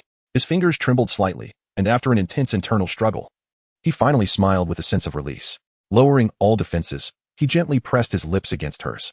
His long, slender fingers glided through her silky hair, drawing the young girl into his embrace, tenderly caressing her head with utmost gentleness, as if he were handling the most precious deep-sea treasure in the world. The merman let out a soft sigh, filled with profound satisfaction and joy. Yaoyao is truly adorable. Every little detail of her is so enchanting that it stirs the heart immensely. He waited for so long, and only she could hear his longing from the depths of the ocean. Just her, and her alone. The merman, with his silvery hair and black tail, grasped her hand. Their fingers entwined. Even if this was merely an ephemeral, absurd dream, he seemed to extract from her the warmth he desperately craved. Their beautiful silver and dark hair intertwined. Entwining further still, blood erupted from within, resembling the exquisite blooms of a red spider lily staining a realm of the dead. The cloying scent of blood gradually permeated the seawater, transforming it into a vivid crimson. The mountain of white bones became even more hauntingly pure, rendered in such rich hues. Starting from her lips, then to her neck, and continuing downward, he spared not a single inch of her delectable flesh. The cold-blooded merman methodically devoured the girl, seemingly oblivious to her pain.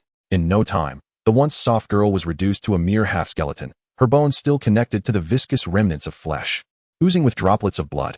The merman licked his lips, consuming every last morsel of that precious, delectable blood and flesh, unwilling to waste even a single drop. He clung excessively to the skeletal remains, his silver eyes brimming with satisfaction and joy. The delight of a hearty feast resonated through his bright laughter. However, beneath the gentle smile lay boundless intrigue and desire, an intense darkness intertwined with a fervent possessiveness that sent shivers of fear coursing through the soul. As the mist began to lift, the bones tightly embraced by the merman began to disintegrate. Yaoyao. He reached out to grasp, but it was futile. The bones scattered into radiant light, escaping from his embrace without a trace of longing. The silver-haired merman weakly clenched his fists, cold seawater trickling from his fingertips, chilling to the bone, devoid of any lingering warmth. Dawn broke, and the dream faded. Yaoyao had still departed from his side. In her clear, exquisite silver eyes, there lingered a childlike sadness and sorrow. He helplessly bit his fingertip, wondering how he could make Yaoyao remain by his side forever, rather than merely leaving her gentleness and sweetness to linger in absurd dreams. Chapter 39. Revocation of Sluo's guardianship. It had been several nights, each morning. He awoke with a throbbing head. Yaoyao stifled a great yawn, dark circles under her eyes, appearing as though her vitality had been utterly drained. Master, you don't seem well. Did you have a nightmare? Perhaps she had dreamed indeed, likely a nightmare, but she could recall not a single detail. Yaoyao touched her arms, covered in goosebumps as if startled, a chilling sensation racing down her spine. How strange. What dream could have frightened her so profoundly? Weary. She rubbed her head, striving to delve into her memories, yet a fierce pain throbbed in her skull. It had been days. Why did she look so pale? Her lips were even turning white. Yaoyao, are you unwell? A warm, dry hand gently brushed her forehead, filled with anxiety and concern. Sluo knelt beside her. Worry etched on his usually radiant face, now clouded with apprehension. Even he had noticed the significant deterioration in Yaoyao's complexion. Although she insisted it was merely a nightmare, how could one dream of nightmares for consecutive days? It was peculiar, despite his lack of medical knowledge. He felt compelled to take Yaoyao to the shaman for a consultation. Without hesitation, Sluo scooped her up and raced towards the wooden hut of the shaman. Sorrow. The petite female appeared to be free from any illness, merely looking fatigued, likely due to insufficient nourishment. Sorrow examined her eyelids, employing the ancient methods of observation, inquiry, and palpation, yet could discern nothing conclusive. As customary, Sorrow prescribed her some herbs for nourishment, handing them to Sluo with a tone sharp with reproach. The frail, diminutive form of the female was concerning, especially since she had yet to reach adulthood, a crucial period for growth. She needed proper nourishment. If Sluo could not care for her adequately, perhaps she should be entrusted to the tribe for distribution. In the world of beastmen, the frailty of a female reflected poorly on the male's ability to provide care. Such a failure was a mark of shame and incompetence, inviting scorn from all beastmen. Females were precious, tasked with the continuation of their kind, requiring robust health and excellent reproductive capability. No tribe could bear to witness a valuable female suffer due to a male's negligence. When necessary, a weak female would be entrusted to the tribe, where the chief would personally select a strong, suitable male to care for her. I will take care of Yaoyao. No one else is needed. Sluo remained silent after the reprimand, yet when Sorrow mentioned entrusting her to the tribe, he abruptly lifted his head, his amber eyes reflecting clear rejection and coldness. His fists clenched. Regardless of Sluo's failings, it was likely due to his own inadequacies. He had been diligent in his care, performing to perfection, with no flaws to be found. Yaoyao felt compelled to speak up in his defense. Little one, there's no need for gratitude. Caring for a female is the nature of a male. If Sluo has not cared for you properly, then that is his shortcoming.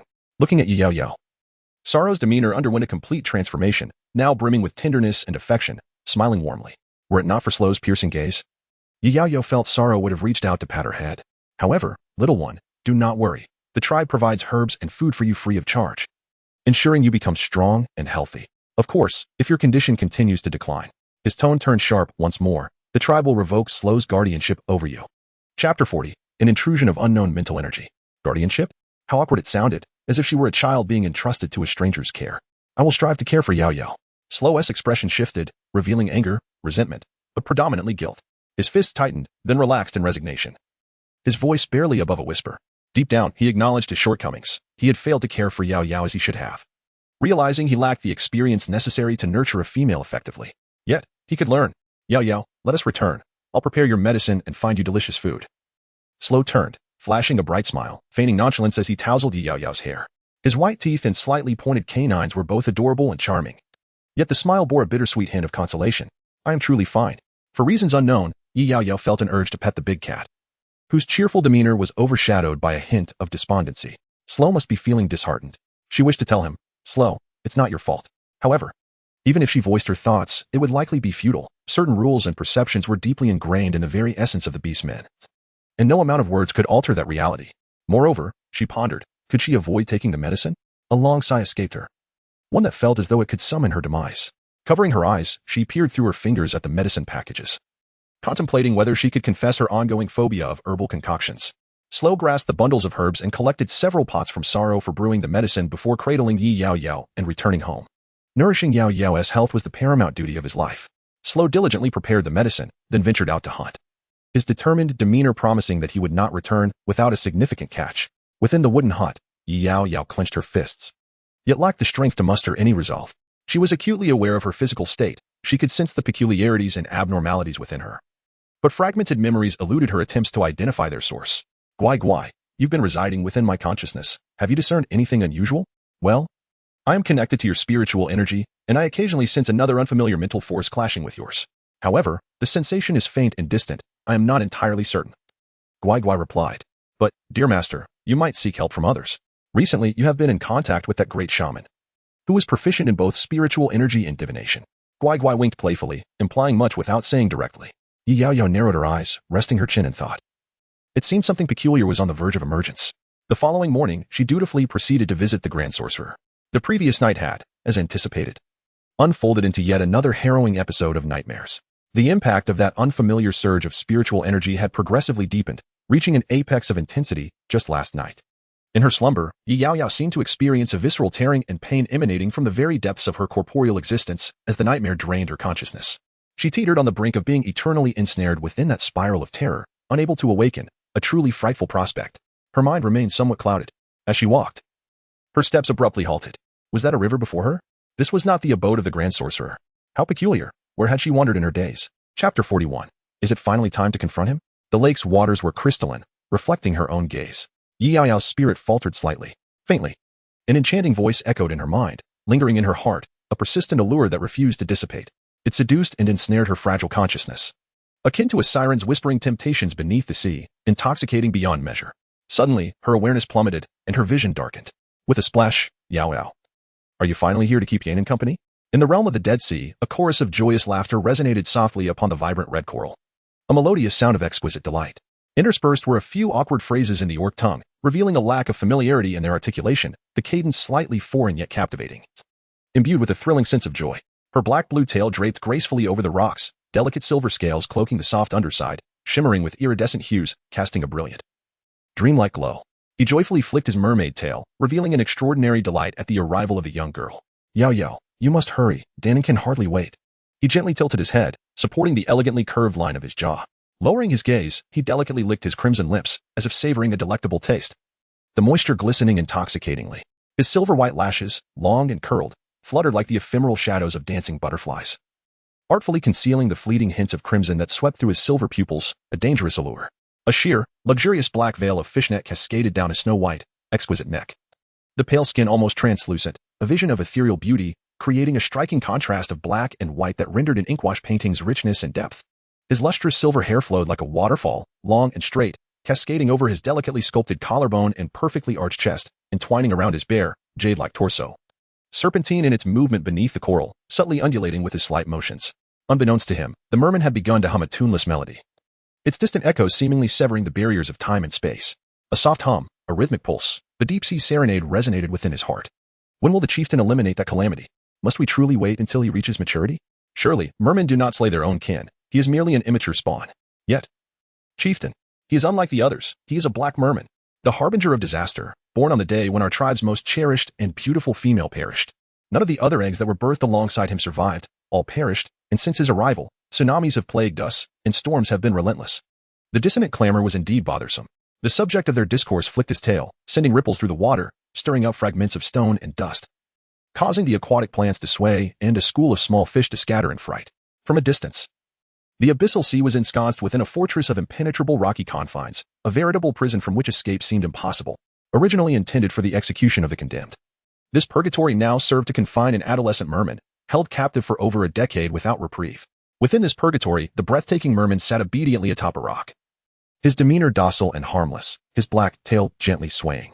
His enchanting silver eyes cast a fleeting glance towards the approaching figures, the once dreamy hue darkening abruptly, narrowing as if encased in ice, the curve of his blood-red lips hinting at a beguiling smile. Ah, a wretched gathering. Have they finally resolved to eliminate him? They have plotted for so long, yet to commit is no trivial endeavor. As the figures drew nearer, the black-tailed merman quietly glided into the coral, obscured by the lush, towering formations that intertwined around him, revealing only his strikingly clear silver eyes, blinking in bewilderment.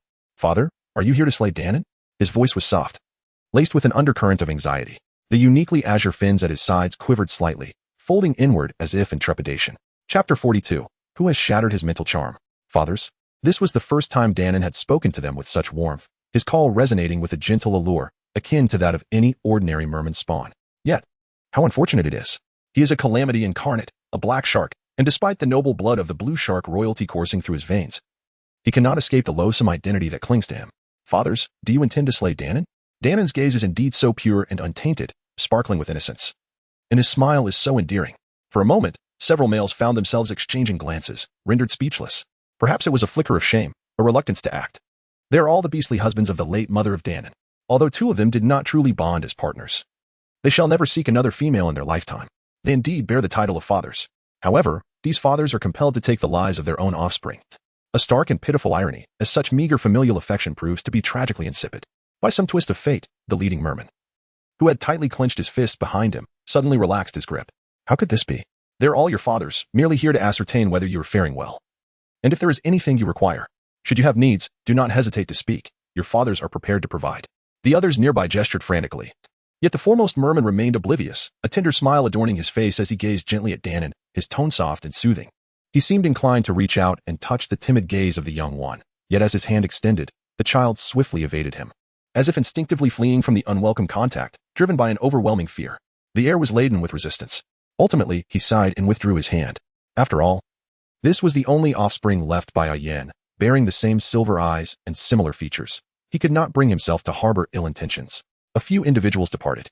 It was not until the sound of the water's gentle flow faded from his ears that Danon leisurely emerged from the thicket of coral, his gaze detached, as frigid as the depths of the sea. With a delicate, pale finger, he toyed with his silver hair, the trepidation in his eyes having transformed into a mocking smirk. They were unfortunate not to witness the moment they chose to depart, when the dark energy, surging wildly within the coral thickets, was discreetly retracted.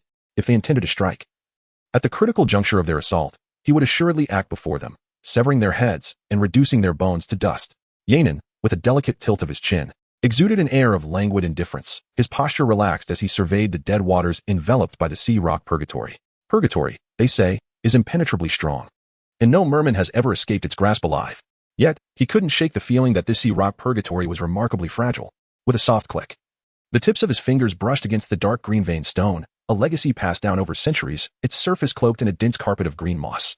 Dark energy surged forth, and with a subtle crack, a series of thunderous booms echoed as the colossal rocks around him collapsed in a cacophony. From this day forth, the sea rock purgatory shall cease to exist. Where could Yaoyao be? Yaoyao mused, a smile dancing upon his crimson lips. After obliterating the confines of this place, he had leisurely swum about, intending to leave this realm to fetch his delectable Yaoyao. However, the exquisite length of his form came to an abrupt halt, his silver, gleeful eyes darkening abruptly. Raising his gaze, he stared incredulously at the horizon, his fishtail stiffening, rendering him unable to swim another stroke. His spiritual connection with Yaoyao has been severed. Who is it? His spiritual allure had never faltered, not even against those aged gentlemen. How infuriating. How could this happen? Chapter 43, The Little Fool. Meanwhile, in the river, bubbles were rising with a splash. Ding. Successfully activated the host's automatic mental defense mechanism. External mental intrusion successfully thwarted. As the system's notification faded, a soft sigh echoed, imbued with a youthful timbre. Alas, my dear little fool of a host. I once held a glimmer of faith in you, yet here you are, having truly jumped in. At the clear riverbed, a radiant golden figure struggled to pull the girl. One hand covering her nose while the other grasped her arm, desperately attempting to hoist her upwards. However, his stature was too diminutive, his strength insufficient. Merely avoiding the plunge alongside her was a stroke of fortune, let alone rescuing her. It is all your fault, with your peculiar tastes, favoring such adorable children. Such little boys. You even compelled them to adopt this utterly useless, juvenile guise to please you. As if pushed to the brink, a burst of golden light emerged. And the golden-haired, golden-eyed boy underwent a transformation. The exquisite youth retained his striking golden hair and eyes, yet his features had matured, delicate eyelashes, a prominent nose, and deep-set eyes. His golden gaze particularly radiant, while his subtly curved lips bore a hint of an enigmatic smile. At first glance, the youth exuded an exotic charm. His flowing golden locks spreading through the water, delicate strands resembling blooming flowers, captivating the heart and soul. A unique golden pattern adorned the center of his forehead, shimmering with a divine golden glow, exuding an unparalleled sanctity, akin to an oracle's sign. He tightly embraced the unconscious girl and, with great effort, finally managed to pull her ashore. This is still your fault, even though you cannot hear me. I have to scold you properly. Although the youth's tone was harsh, his fingertips gently brushed away the damp strands of hair clinging to her face. I warned you countless times that task items should not be casually given to beings from other realms. If you hadn't given that water-repellent pearl to that large tiger cub a few days ago, we would already be diving into the depths of the sea, embarking on the Black Merman quest. Instead, you actually gave away the water-repellent pearl. We haven't even begun the quest, and you nearly drowned. The golden-haired youth opened the task panel, irritably raking his soft golden locks with his hand. After skimming through the task narrative, he sighed deeply. It seems the plot is on the verge of collapsing again. I wonder where the next plot twist will occur. This is unacceptable. The little fool's mental strength is still too weak. Otherwise, she wouldn't have been easily tempted by that seductive merman's psychic abilities. The little fool possesses a natural affinity for beasts, and the quickest way to enhance her mental strength is to find a few beasts to contract with her. If she could form contracts with some powerful royal beasts in this realm, the probability of completing the task would significantly increase. However, it seems rather challenging at the moment. Let us first retrieve that troublesome little cat. Although I am not particularly fond of that sharp-tongued feline, it is, after all, the little fool's only companion. After performing artificial respiration, the youth conjured a clean handkerchief to dry the girl's face, all the while muttering and wringing her hair dry. Before he had finished, the exquisitely pointed ears, reminiscent of an elf, suddenly twitched. Huh, someone is coming. Chapter 44, Where did the little kitten come from? Inside the wooden cabin, Yuan was preparing a medicinal soup for Yaoyao. At a sudden moment, his heart tightened with an ominous premonition. Why was there a strange psychic fluctuation here? An unpleasant aura. Although this unfamiliar psychic energy was faint and distant, it was not difficult to perceive. Upon arriving at the scene, Yuan's purple eyes widened in surprise. The anticipated scenario had not unfolded. Instead, he was taken aback to find Yaoyao, soaked and unconscious, with a small black cat cautiously poking at her with its paw. Where did this young black kitten come from? Why did the little female seem like she had just emerged from the water? After a brief exchange of glances, the snake and the cat found themselves under Yuan's increasingly cold and dangerous gaze. A soft meow escaped the kitten, laced with a hint of confusion. Meow? Where is this place? It seems so backward. Why is my master sprawled out on the ground, completely unresponsive? Surely, she cannot be sleeping so deeply in broad daylight?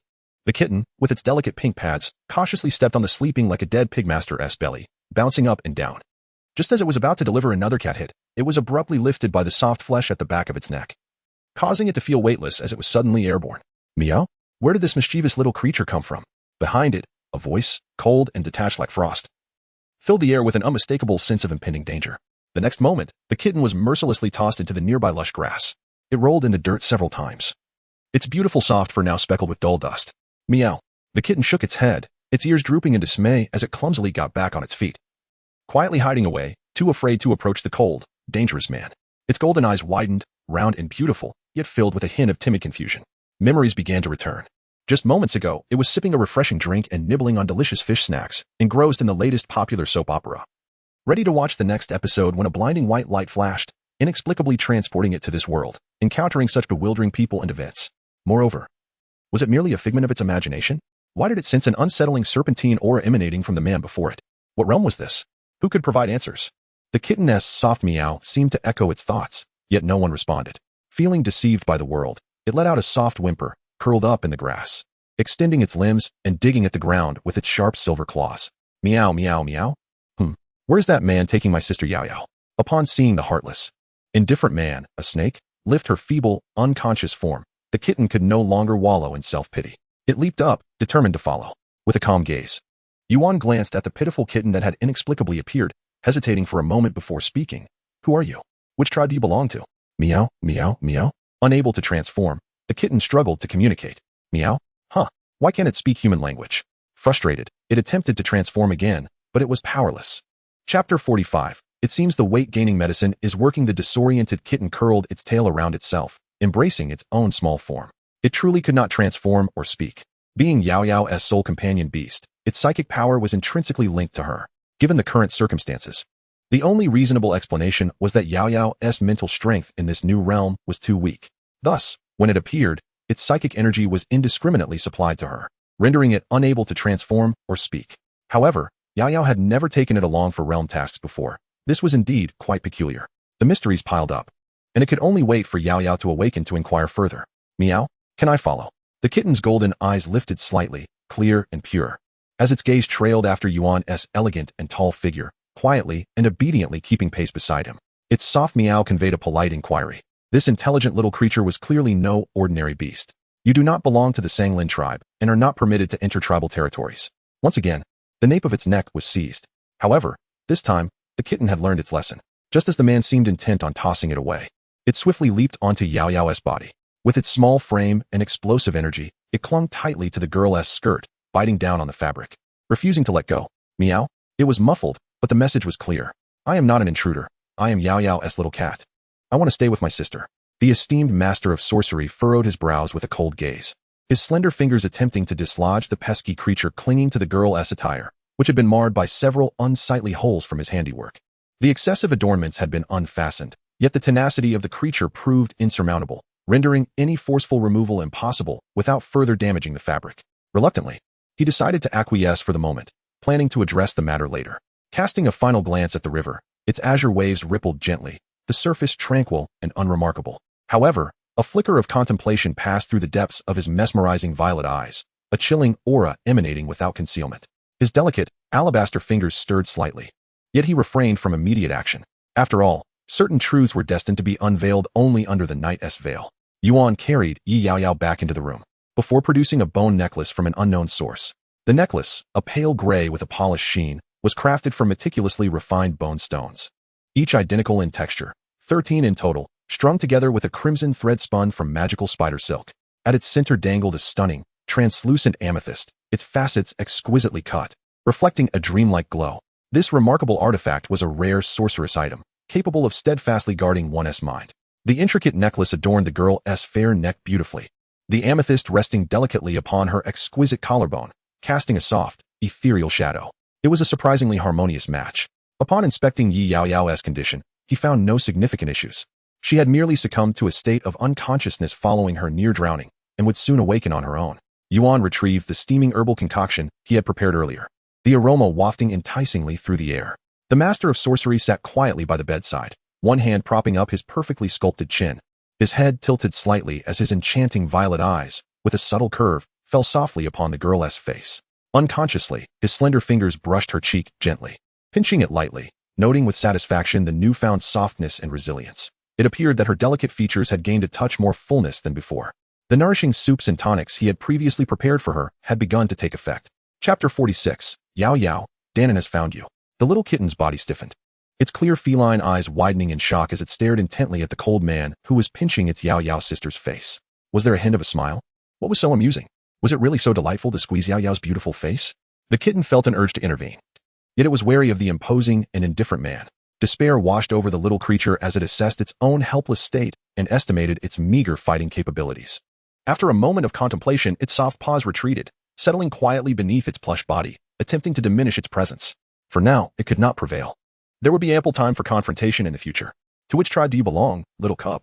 Although the kitten had curled itself into a small black fluff. Striving to remain inconspicuous, a dreadful event unfolded. The man's deathly gaze ultimately turned toward the pitiful and helpless creature. Meow, meow, meow, playing innocent. An outsider who dares feign ignorance, should it be discarded? Just as Yuan reached out to toss the mysterious black kitten away, a faint whimper suddenly captured the attention of both the snake and the cat. The young girl furrowed her delicate brows, beads of perspiration forming on her brow.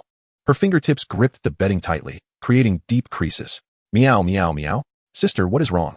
The little kitten scrambled onto the bed, its tiny paws anxiously patting her face. Master Siwu frowned, pondering what had just transpired. Yuan, uninterested in the cat's antics, found it a nuisance blocking his view and unceremoniously tossed it from the bed.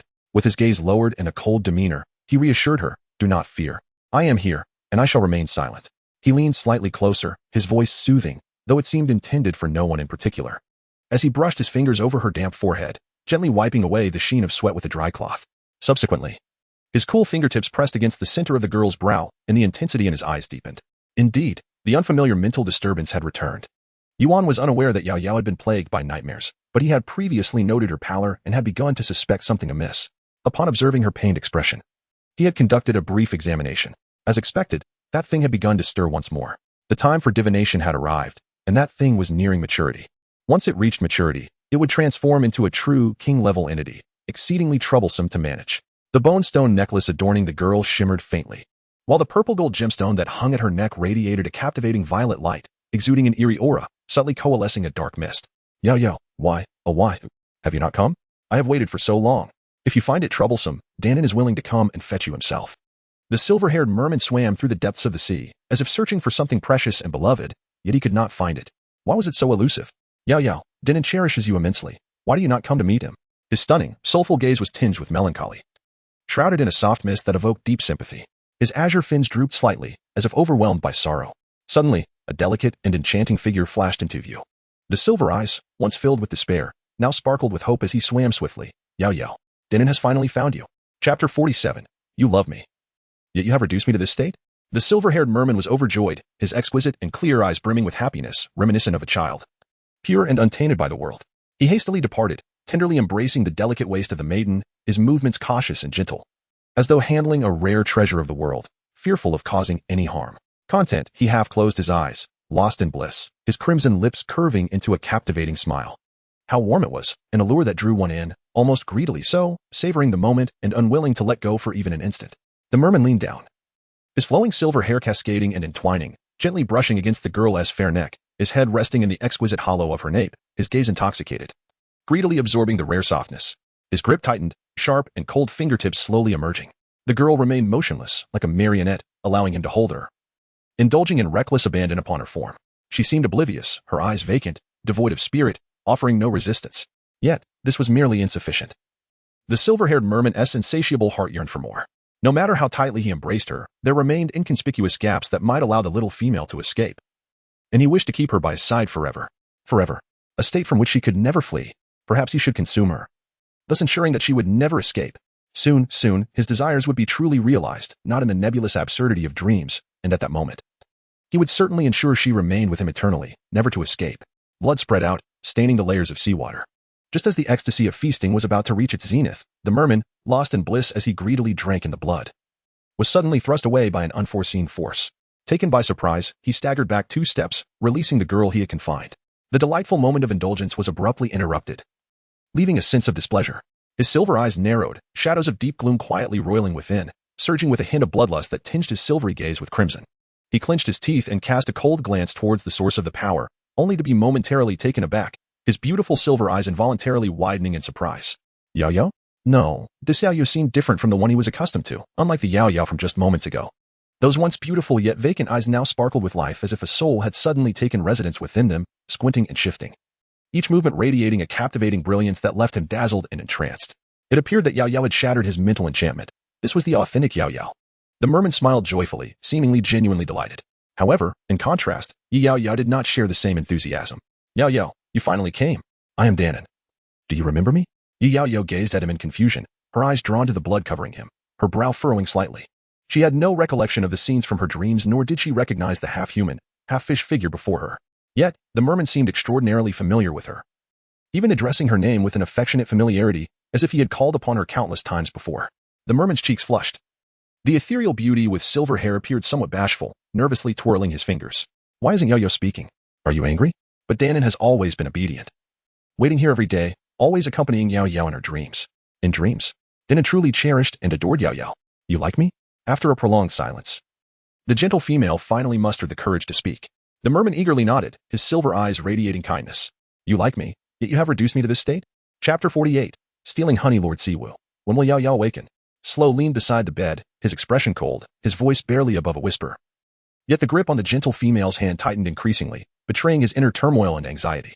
He had only walked for a short while when, unexpectedly, Yaoyao fell into a faint once more. This marked the first occasion she had succumbed to slumber during the daylight hours. He had initially believed that everything would be fine during the day, but unexpectedly, he had let his guard down, just as the sorcerer had predicted. Did he truly lack the experience and ability to care for Yaoyao? His clenched fists trembled, the knuckles turning pale. Meow? The little black cat also appeared puzzled. Its soft, furry ears drooping slightly, while its small paws restlessly pawed at the bedding. Both feline creatures gazed sorrowfully at Yuan, seeking answers. I cannot be certain. The sorcerer replied with an indifferent expression, lowering his gaze onto the small female's face, which had taken on a healthy pink hue. With his pale fingers, he delicately brushed away the damp strands of hair from her forehead. It won't take too long. Find me some items. She will need them when she awakens. The sorcerer's command was not to be disregarded, especially since it concerned Yaoyao's life. Without hesitation, Luo took on the entire task, transforming into a tiger form and vanishing beyond the door.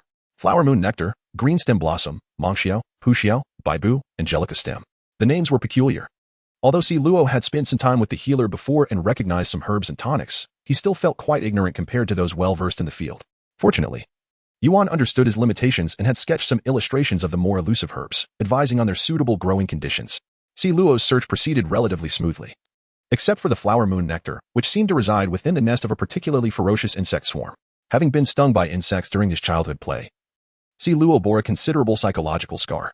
The insect tribe of the beast world was nothing like the small bugs Yaoyao knew. Each was sturdy and fierce, with venomous tails ready to bite at the slightest provocation. A swarm of insects buzzed ominously, darkening the sky, instilling fear in anyone who heard them. The pain from those stinging insects could be unbearable. However, thinking of the unconscious Yaoyao waiting for him, an unprecedented courage surged within him. For Yaoyao, he would fear nothing. Buzzing, a massive shadow swarmed towards him, a frightening spectacle. Just ahead, a frantic orange tiger dashed into the river with a splash. After a moment of silence, all was still. After a while, the insect shadows, unable to locate their honey thief, gradually dispersed. The sound of water cascading broke the silence. Slowly, an orange head emerged from the water, its ears and fur soaked and drooping, revealing only a pair of amber eyes wide with lingering shock. Have the insects left? The tiger cautiously scanned its surroundings, ensuring there was no danger before letting out a long sigh of relief. The 5 to 6 meter long orange tiger clumsily climbed out of the river, thoroughly drenched and entangled with water plants that clung to its sodden fur, dripping water everywhere. The tiger shook its body violently, flinging droplets off. Beneath its fur, several festering wounds still oozed pus from the stings it had endured. Thankfully, it was a 5th-tier mutated stone tiger, with a much higher defense than ordinary beasts. Otherwise, it might have lost its life. Chapter 49. She belongs to neither you nor me. Luo returned, bearing the marks of the ordeal, looking utterly miserable. Apply the ointment to your wounds. Don't let Yaoyao see you like this. It would frighten her. The sorcerer's gaze briefly flickered towards him, showing no concern, and then returned to indifference in an instant. However, out of professional duty, Yuan tossed Luo a white porcelain bottle filled with medicine. He then resumed his composed posture, sitting elegantly at the edge of the bed, engrossed in peeling a cluster of purple fruits he had prepared earlier. Through their days together, Yuan had discovered that Yaoyao had a particular fondness for fruits, especially those plump and juicy ones, often leaving none behind after her indulgence. She would sneak off to the woods on the mountains to gather fruits, and he had pretended not to notice her secret excursions on several occasions. Yet, the quantity of fresh fruits he prepared for her had noticeably increased. With porcelain white fingers, he meticulously peeled the purple fruit, focused and attentive. His posture was upright, exuding grace and nobility, as his slender fingers delicately crafted the fruit as if it were a supreme masterpiece, demanding utmost precision.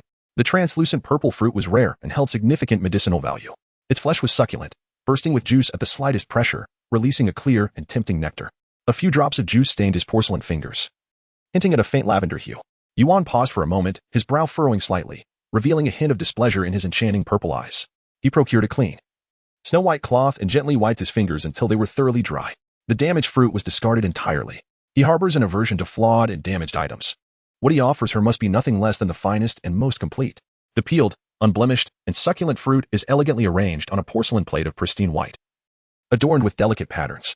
The fruits, varying in size, are neatly and closely lined up, their translucence and beauty further enhanced by the immaculate porcelain. Now, it merely awaits Yaoyao's awakening for consumption. Yuanwei rests his forehead on his hand, his gaze fixed upon the young girl. His cool fingertips brushing against the purple crystal necklace adorning her fair neck. Unable to resist the urge to caress it a few times, his expression deepening with contemplation. Her silky black hair cascades down, each strand distinct, flowing gracefully in a manner that evokes admiration. Upon entering after applying the medication, Sluo is momentarily taken aback by the scene before him. The esteemed and captivating lord of the Siwu sits at the edge of the bed, supporting his delicate chin with one hand, exuding an air of calm elegance tinged with a hint of languor. His gaze rests steadily upon the unconscious young girl on the bed, his violet eyes reflecting a soft smile he has never exhibited before. Suddenly, his amber eyes narrow, and his palm instinctively clenches. Has he been overthinking? Why does the Lord of Siwu treat Yaoyao with such kindness? Is it merely a manifestation of his duties? For reasons unknown, the sight of such harmonious tranquility weighs heavily on Luo's heart, suffocating him with an overwhelming sense of despair. The slight ache in his heart serving as a reminder that the suspicions he harbored have likely solidified into reality. He clenched his fists and suddenly stepped forward a few paces. Lord Siwu, I saved Yaoyao. Her guardianship belongs to me. His words were emphasized with a palpable intensity, as he suppressed a chilling sensation. I appreciate your assistance these past few days. I will promptly reimburse you for the crystal stones and medicinal supplies Yaoyao has consumed while in your care. Do you truly believe Yaoyao is yours? With a sudden glance over his shoulder, Lord Siwu smirked at him, but the smile was laced with an abundance of coldness and disdain. Yuan rose and advanced, an overwhelming sense of pressure enveloping the air, akin to an arctic chill that sent shivers down one's spine. This was the most fundamental royal suppression of the Beast King over ordinary beastmen. Sluo's voice trembled involuntarily, a sudden wave of weakness urging him to submit. Yet he gritted his teeth and summoned his strength, his voice rising to a shout. What do you mean? She is neither yours nor mine, more accurately. Yaoyao belongs to no one, not even in this beast realm. Chapter 50. Then shall I remain here, keeping you company, Danon? In the deep of night, when the dew was thick, it was the moment when that entity exuded its utmost energy. Yuan approached the riverbank where the incident had occurred earlier that day, observing intently for a moment, seemingly lost in thought, before raising his hand to form a seal. His fingers were slender and delicate, resembling green onions, glimmering like pearls. With distinctly defined joints and elegant wrists, a mesmerizing violet aura swirled around his cool fingertips, and shards of ice erupted forth, heralding the arrival of winter. Once a beastman ascends to the royal tier, they awaken the source of their beastly power, a formidable force capable of commanding the loyalty of all beasts. His cool gaze suddenly sparkled with a hint of mockery. You have yet to reach adulthood, nor attain the royal tier. Yet you dare to recklessly project your mental energy to such an extent? You claim to love me, yet you have reduced me to this state? Yaoyao's brows furrowed in agitation, astonished at her own ability to maintain composure. Her left arm, connected to her waist, was grotesquely gnawed, flesh and blood in a state of disarray. A glance revealed her insides, her intestines exposed. Enough, she thought. I shall not look. It is too revolting. Thankfully, this was merely a dream. In her mental state, she felt no pain, and her psychological resilience was commendable. Otherwise, a different person witnessing such a scene would either faint or be utterly terrified. As the moments of lucidity extended, the memories of her forgotten dreams began to resurface. Though she often existed in a state of unconsciousness, fragments of certain scenes remained vivid. Danon, is it? Yaoyao dragged her mangled form back a few steps, cautiously avoiding the potential fall of certain things. Raising her gaze, she stared intently at the silver-haired merman before her, who wore an innocent smile, exuding an air of harmlessness.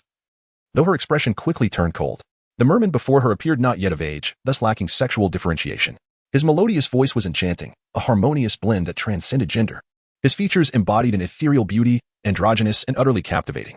In summary, this merman was undeniably exquisite, a perfect embodiment of the merman lineage. His silver hair was breathtakingly surreal, almost otherworldly. Yet, he was also cruel and bloodthirsty, bordering on the pathological. After a few turns of the dream, she distinctly recalled him reducing her to nothing but a skeletal frame. Yaoyao took a deep breath, her voice steady. Danon, I wish to ask you, why have you brought me here? Upon hearing his name, Danon blinked obediently, his silver-white lashes fluttering gently, as if overwhelmed with shyness and delight.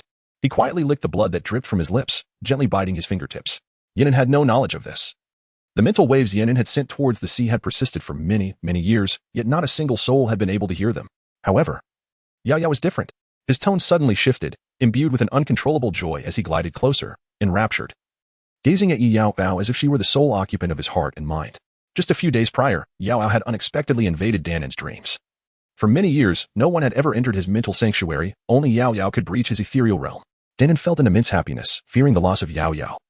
If she were to leave, there would be no one else. It seemed as though he had been silent for over a decade. Yet for the first time in his life, he spoke so freely. The merman's voice quivered with excitement, his tongue stumbling over words. So, Yaoyao, please stay here and accompany me, will you? Chapter 51. Yaoyao, you smell delightful. Accompany you? And then nibble on me? Are you jesting? Anyone with a modicum of sense would flee from this seemingly delicate yet in truth, bloodthirsty creature. The small female's brows furrowed with evident resistance and dislike. Her instinctive retreat was particularly glaring. The merman smiled sweetly, yet the warmth in his silver eyes suddenly chilled. He unconsciously bit his lower lip, causing crimson droplets to seep from his already exquisite lips. He delicately licked the blood away, sensing that Yaoyao seemed less than fond of him. The merman's alabaster soft arms appeared weak, yet concealed an inner strength. In a critical moment, one hand surged with power, and before Yaoyao could react, he firmly seized her delicate waist, dominantly pulling her into his embrace. However, Yaoyao, you cannot escape.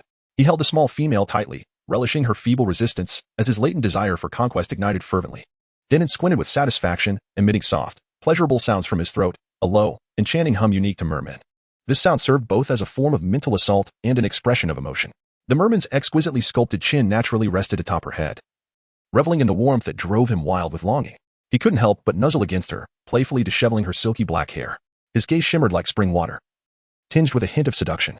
Will you let me go, please? No, if you let go, Yaoyao will quietly run away again, and I shall have to wait for an eternity.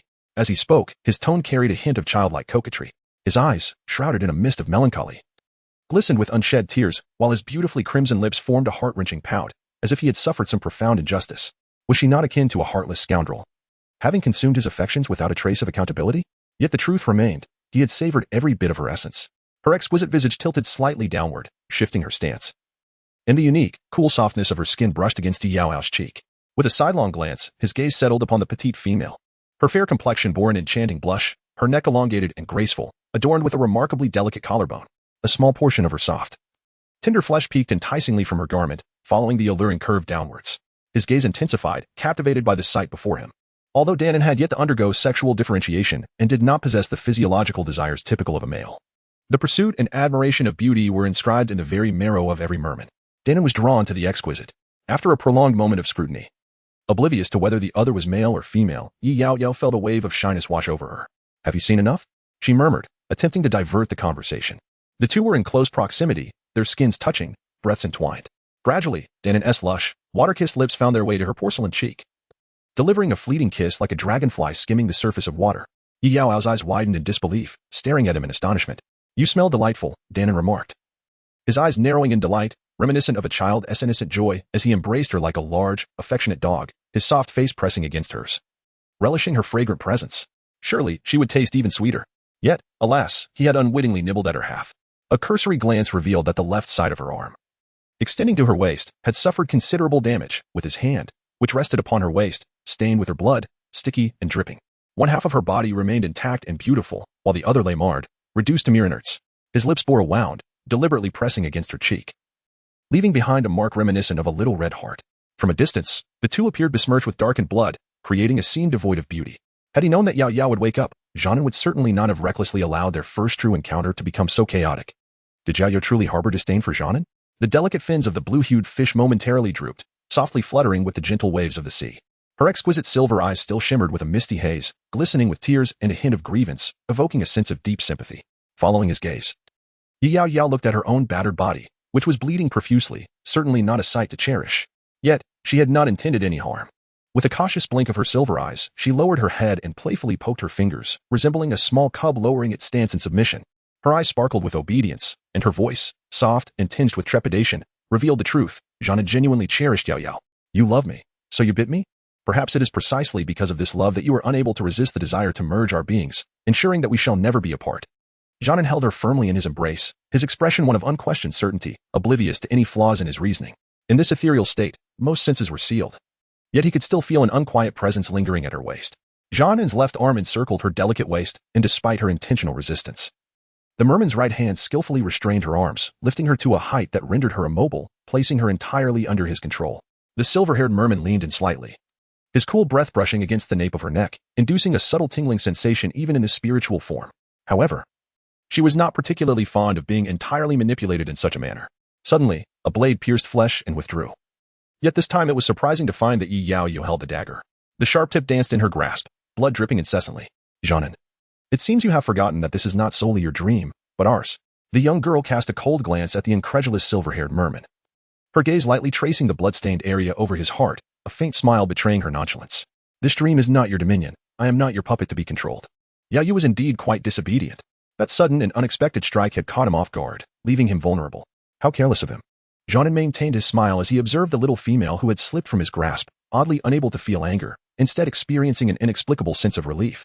His childlike, innocent smile was blindingly bright. Yaoyao suddenly furrowed her brows, her delicate fingers carelessly toying with the tip of the dagger. I am not a pet. I do not appreciate being told to obey. As soon as her words fell, a stream of blood unexpectedly spilled from Jeanin's lips, trailing down his elegantly chiseled jawline. His stunning visage momentarily overshadowed by pain. Yaoyao was taken aback, glancing at the small knife in her hand and then at the pained expression of the merman, who curled slightly in distress.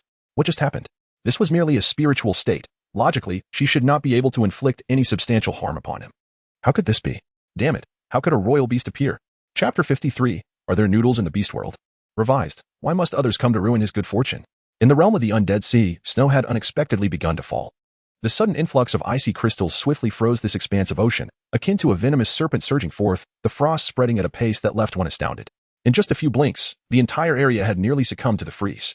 The fishtails were encased in ice, and even the surface of Jeanin's skin was enveloped in frost, the chill wafting and crystallizing. His originally fair and flawless skin was further enhanced by a chilling, ghostly pallor. Yaoyao, I seemed to wish to call out to something, yet my voice faltered abruptly. The silver-haired merman's body was gradually succumbing to frost. Ice crystals spreading from his hair to his lips, then to his chin and neck. Bit by bit, his entire form froze. Maintaining a pose as if reaching out to grasp something, his silver eyes wide with astonishment, fixated directly upon her. Yet, his movement was frozen in time. Meanwhile, Yaoyao's body began to dissipate, transforming into shimmering white light, vanishing with the ebbing waves. Did the merman call her in the end? The voice was faint, but she could not discern what was said. Throughout it all, she did not cast a single glance back. Lord Siwu? Upon opening her eyes, she was taken aback to find the first person she saw was Yuan. Yaoyao blinked in astonishment and quickly turned her gaze around. She was resting in Yuan's chamber, her mind still somewhat muddled. Had she awakened? Just a moment ago. It felt as if she were engaged in a battle of wits with that ailing mermaid in a dream, and now she had returned to reality.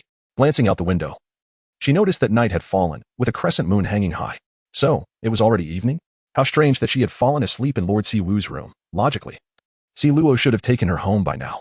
Given his jealous nature and his penchant for meticulousness, he would never allow her to spend the night in another beastman's dwelling. Yaoyao tugged at the bedding beneath her, overwhelmed by a torrent of thoughts she wished to share. The most suitable confidant would be Sluo, with whom she spent every day. Yet he was not by her side. All her words were caught in her throat, leaving her at a loss for expression, seemingly noticing her embarrassment.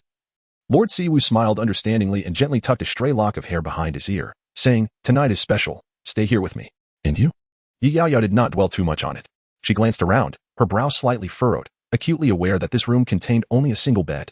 No worries. I have my own accommodations. You need not concern yourself. The topic was deftly brushed aside. Lord Siwu rose and brought forth a selection of well-prepared food. You have not been looking well these past few days, lacking proper rest and nourishment. You have been unconscious all day. Eat these to replenish your energy. As his cool voice fell, a wave of enticing aromas wafted to her nostrils. Lifting her gaze, she beheld a cornucopia of delectable dishes, each more exquisite than the last. The translucent fruit, neatly arranged on a patterned white porcelain plate, was a sight to behold. Fruit juices had been prepared in advance, thoughtfully infused with ice for a refreshing chill on the sultry summer night. There was also grilled meat, crispy on the outside yet tender within, garnished with green onions, exuding an irresistible fragrance that heightened her appetite. A pair of knives and forks, made of an unknown material, lay on the porcelain plate, faintly glimmering with a silvery sheen. They did not appear particularly sharp, yet effortlessly sliced through the meat with precision, leaving no fragments behind. These offerings alone constituted a feast for the senses. Yet, unexpectedly, the real surprise lay ahead. Lord Siwu, is that bowl of white noodles? The petite female's eyes widened in disbelief. Noodles in the beast world? Noodles? Was this a product that should exist in this era? Where did the flour come from? Where did the wheat originate? Do not be deceived by these mere strands of noodles. The process of their production and preparation is extraordinarily complex, embodying the culmination of millennia of human civilization's efforts. From cultivating the original grain to sifting out impurities, washing, drying, milling, and grinding repeatedly, such intricate craftsmanship requires generations to perfect. Was this truly the beast world? Yaoyao incredulously lifted 2 strands of noodles, scrutinizing them closely, yet hesitated to take a bite, filled with disbelief. The noodles were slender and firm, floating in a rich broth, sprinkled with a hint of chili flakes, and adorned with succulent pieces of lean meat, their aroma tantalizingly inviting. Goodness! Was this not the beast world version of braised beef noodles? Little fool host, Just as you surmised, others have traversed this world before you, thus advancing the civilization of the beast realm significantly. So, quickly retract that dropped jaw of yours. We are individuals who have traversed hundreds of worlds. We have seen far and wide. Maintain your composure. Why did you not inform me sooner? Observing the astonished expression on the petite female's face, which radiated a certain innocent charm, was inexplicably delightful to behold. Lord Siwu could not help but chuckle softly, his violet eyes glimmering as he gazed at her, seemingly casually inquiring, "Is it also called noodles in your land?" "Ah, yes," Yaoyao replied, biting into the noodles, swallowing them along with a fragrant piece of lean meat. Instinctively responding, she sensed that the exchange between them felt slightly off, yet before she could process it, he had already shifted his attention, propping his delicate chin and casting a cool gaze toward the window. Outside, the night was shrouded in mist, the crescent moon shining brilliantly. Two slender crescent shapes adorned the sky, one deep red like blood, the other silvery white like jade, as the second month and countless stars intertwined, forming a breathtaking tapestry far beyond the horizon. "We also call it noodles here. I seem to have forgotten which predecessor passed down this tradition," Lord Siwu sighed softly, as if mourning the passage of history. "Is it delicious?" He promptly withdrew his gaze, allowing it to rest gently upon the petite, puffy cheeks of the little female, a deeper mirth evident in his eyes, unwavering. "If you find it delectable, I can prepare more for you." Yaoyao hastily shook her head, appearing charmingly obedient. "No. I am quite full. I have already troubled you enough. Is there anything else you wish to eat?" She shook her head again. "Then do take the time to rest properly. Although you have been unconscious for an entire day, the toll on your spirit has been quite severe. You must ensure to rest well tonight and sleep soundly." With meticulous care, he tucked her in, his cool, resonant voice carrying a hint of coaxing allure. Yaoyao felt her mind growing heavy, a profound drowsiness enveloping her in a hazy embrace. Mew. A small head emerged from the tightly sealed window, desperately pressing against it, pushing and shoving but unable to gain entry. The little black cat, as dark as the night itself, melded into the shadows like a nocturnal sprite, its wide golden eyes gleaming brilliantly, shimmering with a hint of muted tears. Those brilliant golden orbs seemed to pierce the night with twin beams of light, startling in their intensity. The tiny pink paw pads, filled with sorrow, scratched at the window, leaving behind faint claw marks, a testament to its futile attempts. "Mew. Let me in." It cried loudly, yet alas, the window's soundproofing was too effective, rendering its pleas unheard. Once again, the little cat felt abandoned by the world. Chapter 55. The True Purpose of Lord Siwu. Initially, it had hidden beneath the window, curled up in the corner to avoid disturbing Sister Yaoyao's rest after being cast out by that man. However, it had not anticipated that now it could not even enter the room. Scratching at the windowsill, it gazed with envy and disappointment into the interior. Mew. Undeterred, the little cat attempted to call out once more, hoping to attract the attention of the man inside. Just as its soft mewling escaped its throat, a piercing, frosty gaze fell upon it, sending a chill down its spine. Startled, it nearly toppled from the curtain rod. Steadying itself, it lifted its eyes to find the impeccably cool man raising a finger to his elegantly curved lips, his voice low yet undeniably firm, carrying a gentle warning. "Shh. Be quiet. Do not disturb her slumber." Mew. The little cat suddenly understood, glancing between him and the peacefully sleeping Yaoyao. It obediently nodded under his chilling gaze and retreated, displaying a keen awareness of the situation. With a graceful leap, it landed softly on the ground. Very well. It would not disturb Sister Yaoyao's sleep. Though the prospect of their reunion filled it with excitement, it decided to wait until tomorrow when she awoke. Coincidentally, its stomach rumbled slightly, prompting thoughts of finding something to nibble on. As it wandered a few steps, two snow-white figures caught its eye, nestled beside a tree, rustling as if gnawing on something. Carrots? Upon closer inspection, it discerned two plump, snow-white rabbits. Their eyes met, and the atmosphere froze for a fleeting moment. The rabbits, sensing something amiss, ceased their nibbling, frozen in place. Mew. In that instant, the golden eyes of the cat shone with an alarming brilliance. It licked its lips, sharp claws silently emerging. Yuan had established a defensive barrier outside the house to ward off intrusions. That thing was unable to penetrate it. No, more accurately, that thing would never cross that threshold again. He has completely severed its spiritual connection. Unless that thing lands, it shall never return to Yaoyao's side again. Just as he was lost in thought, a soft whimper suddenly emanated from the bed. He sat at the edge of the bed, casting a sidelong glance at the small female figure, whose forehead glistened with a fine sheen of perspiration.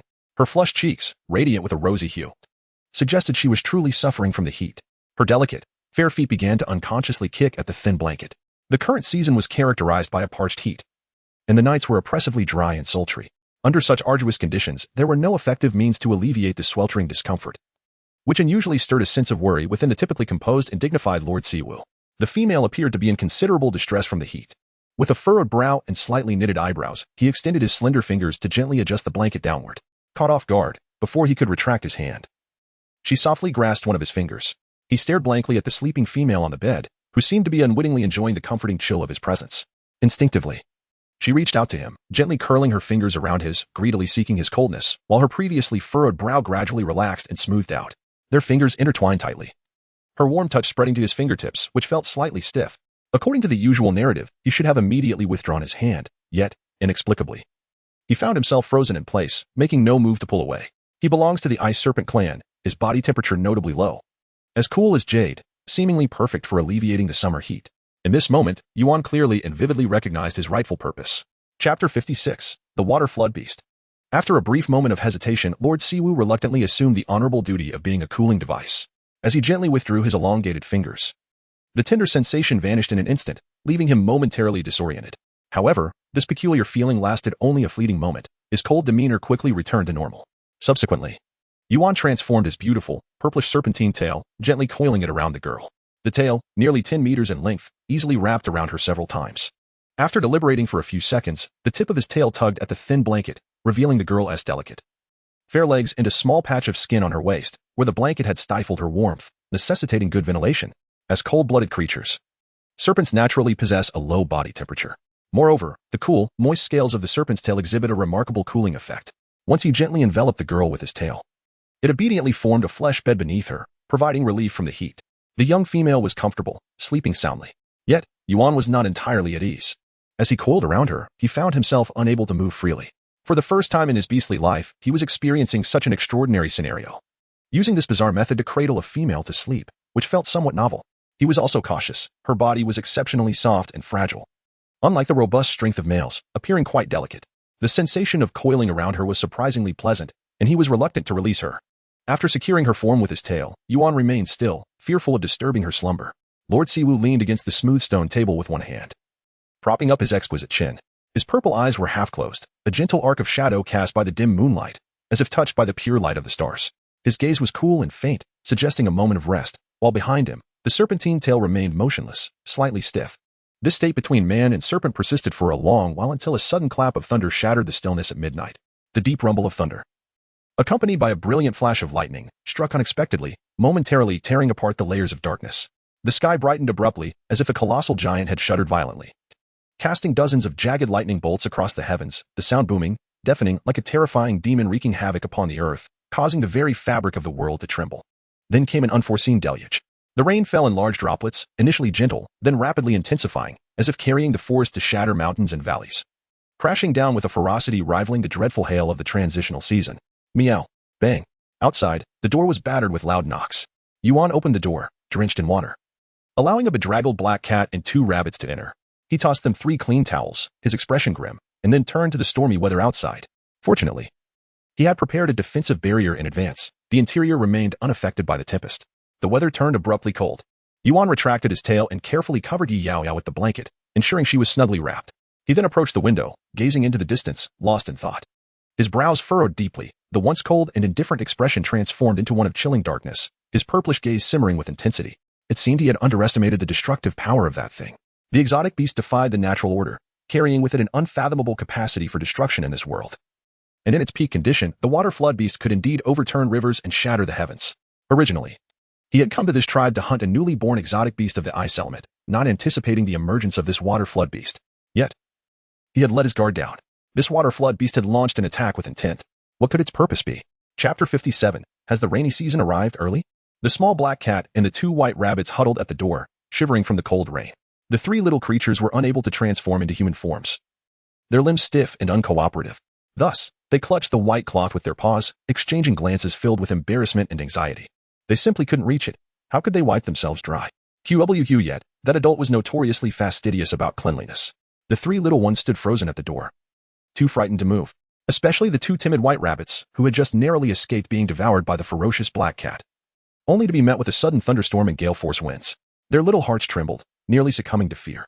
After a moment of rigidity, one of them, inspired by a sudden idea, released its paws, hopped a couple of steps, and began rolling on the cloth, tumbling about and rubbing against it.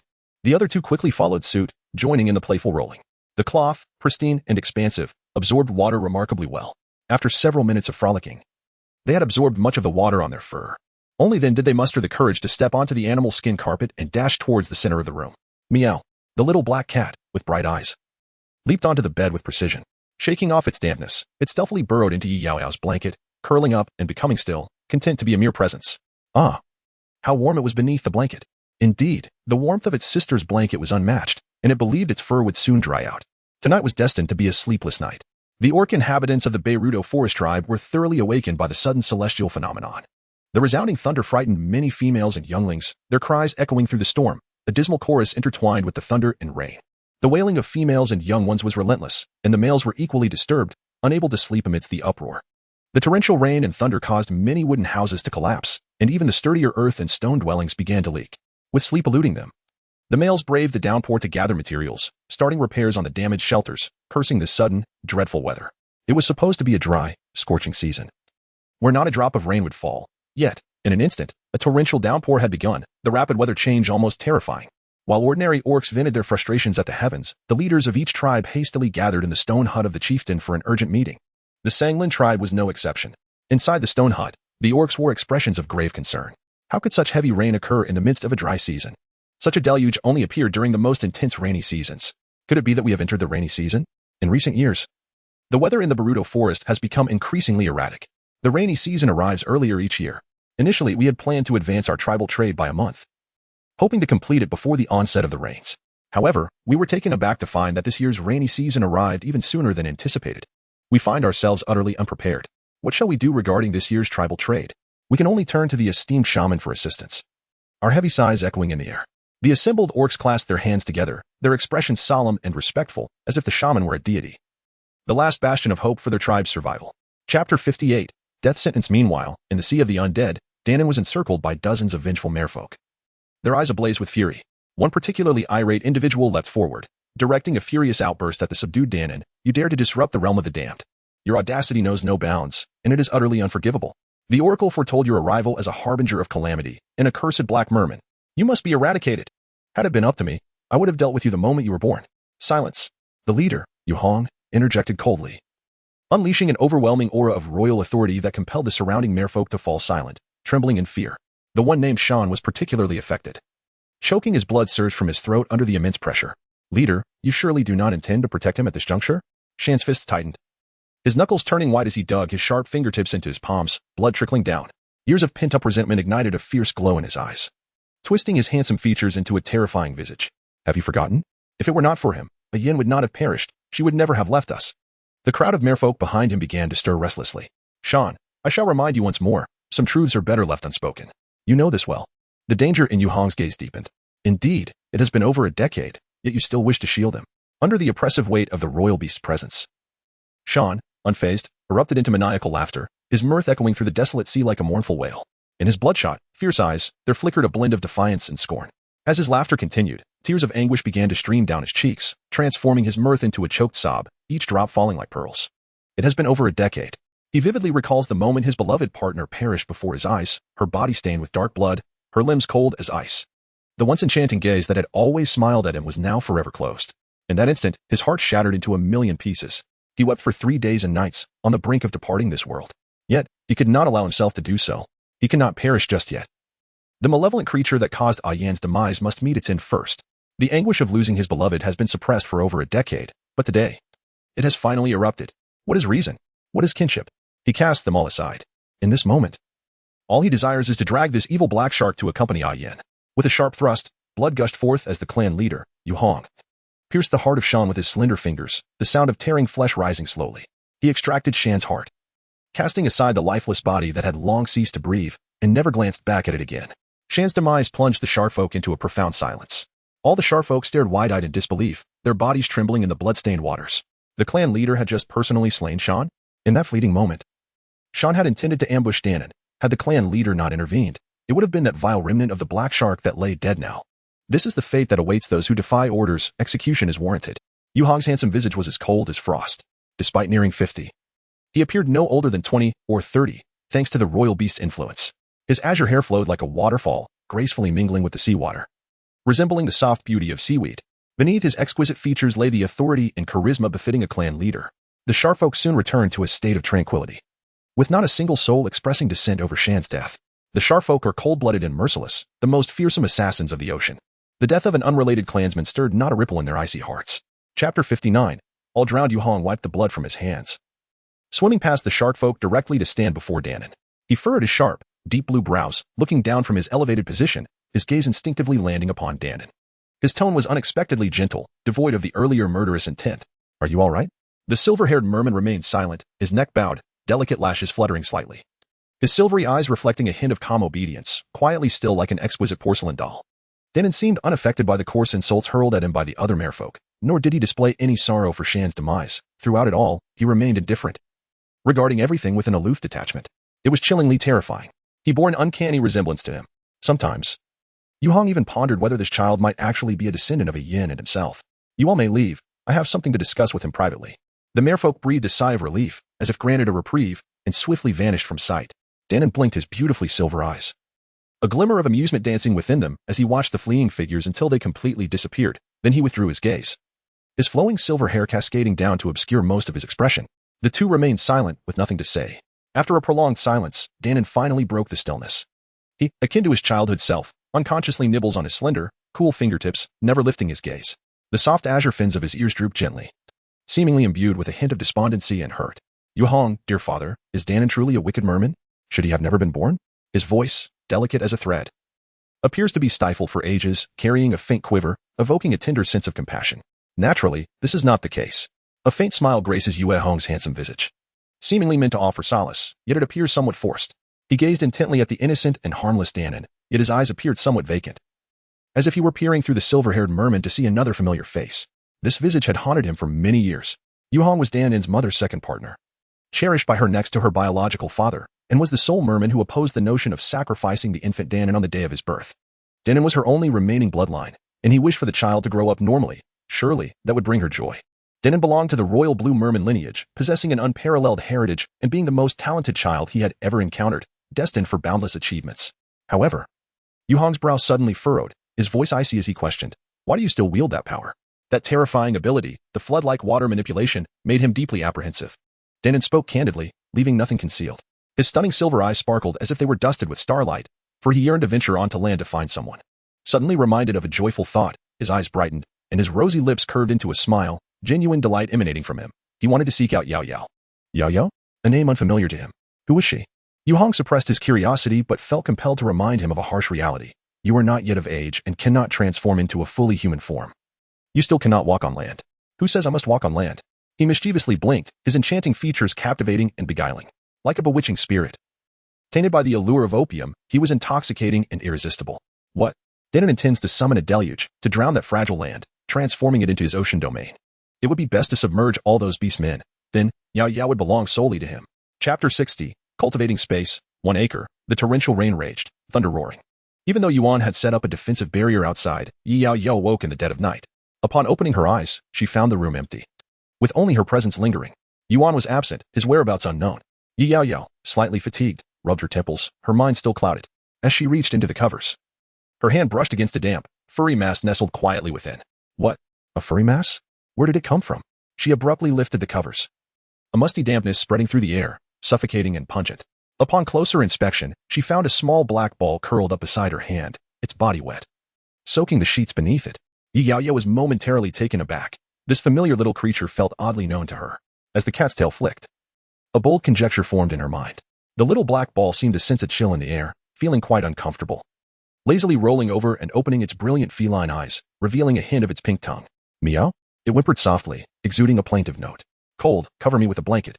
The little black ball, still slightly dazed, blinked its round, adorable eyes, barely perceiving the person who had scooped it up. Its eyes narrowed, misty with a touch of tears, as it drowsily dozed. Its soft, pointed ears drooped slightly. The sensation of being cradled in the air caused it to instinctively curl its tail around itself, shyly covering its modesty. Struggling to free its paws, it clutched its long tail tightly as if it had captured a delectable morsel, nibbling on it absent-mindedly, leaving a mouthful of fur in its wake. Suddenly, a sugary chestnut struck its forehead. "Is the tail delicious?" Meow. Awakened abruptly, the little black cat's eyes widened in realization. The person holding it was none other than the sister it had longed for, Yaoyao. The pitch of its meow escalated several decibels. Overjoyed, the little cat began to nuzzle fervently against Yaoyao's embrace. Yaoyao held it at arm's length, wary of getting wet. She opened a wooden box and rummaged through the top layer for a clean piece of linen, wrapping it snugly before cradling it in her arms. With her delicate, pale hands, she gently stroked its cat ears. "Little black ball, how did you get here?" she asked, bewildered. She had never brought it to this realm. Meow, sister, I'm not quite sure, replied the little black ball, relishing the affectionate strokes. Its soft, furry ears shifted with her hand's movement, maintaining a perfect fit against her palm, and its pure, starry eyes sparkled with innocence. You silly thing, your spiritual energy is too weak. I brought it here. By the way, Yuan's favorability has reached 40. Rewards are now available. Task rewards. Favorability lottery, 2 times, Heaven's Fate 10. Special reward, space, customizable parameters, cultivable land of 1 acre. Task rewards have been dispatched. May your strategy be fruitful. Yuan's favorability had reached 40 so quickly? She recalled having done nothing to earn it. Yaoyao slowed her petting of the cat, utterly bewildered. Perhaps the sage of witchcraft was indeed the kind of person who effortlessly garnered affection? Yet, what was the space cultivable land? This was her first task completion, and she was bestowed with this enigmatic space cultivable land. Chapter 61. A costly exchange. She intended to explore the space further, but unexpectedly. The wooden door creaked open as the sage of witchcraft returned. A wave of chilling humidity swept in with the door, wrapping around her as it opened. Yaoyao shivered, rubbing her arms. It was so cold. The dawn light was about to break, yet the storm raged on, with fierce winds and unending thunderclaps. She had merely taken a nap. How had the weather turned so dreadfully? For a moment, she almost believed she had entered a post-apocalyptic realm. Awake? Is cool. Deep voice interrupted her wandering thoughts. She nodded. The sage's gaze settled on her, briefly glancing at the little black cat nestled in her arms. Their bond seemingly forged over many years. Yuan understood more than he let on. It seemed the cat and she were indeed acquainted. The sage of witchcraft was drenched from the rain, his ornate purple robe soaked through, yet his long, silky black hair remained untouched, dry, and orderly as ever. It was said that the serpent clan's hair was woven from fur and scales, requiring no special care to remain strikingly beautiful and clean. With natural waterproof properties that evoked envy, his skin was devoid of fine fuzz, remarkably smooth and not even slightly damp, apart from the delicate mist that enveloped him. It was impossible to discern that he had just returned from a tempestuous downpour. Only his robe was thoroughly soaked, droplets of rain cascading down, tracing the contours of his exquisitely pale collarbone before vanishing into the folds of his garment. The master of the sages furrowed his brow unintentionally, seemingly filled with disdain.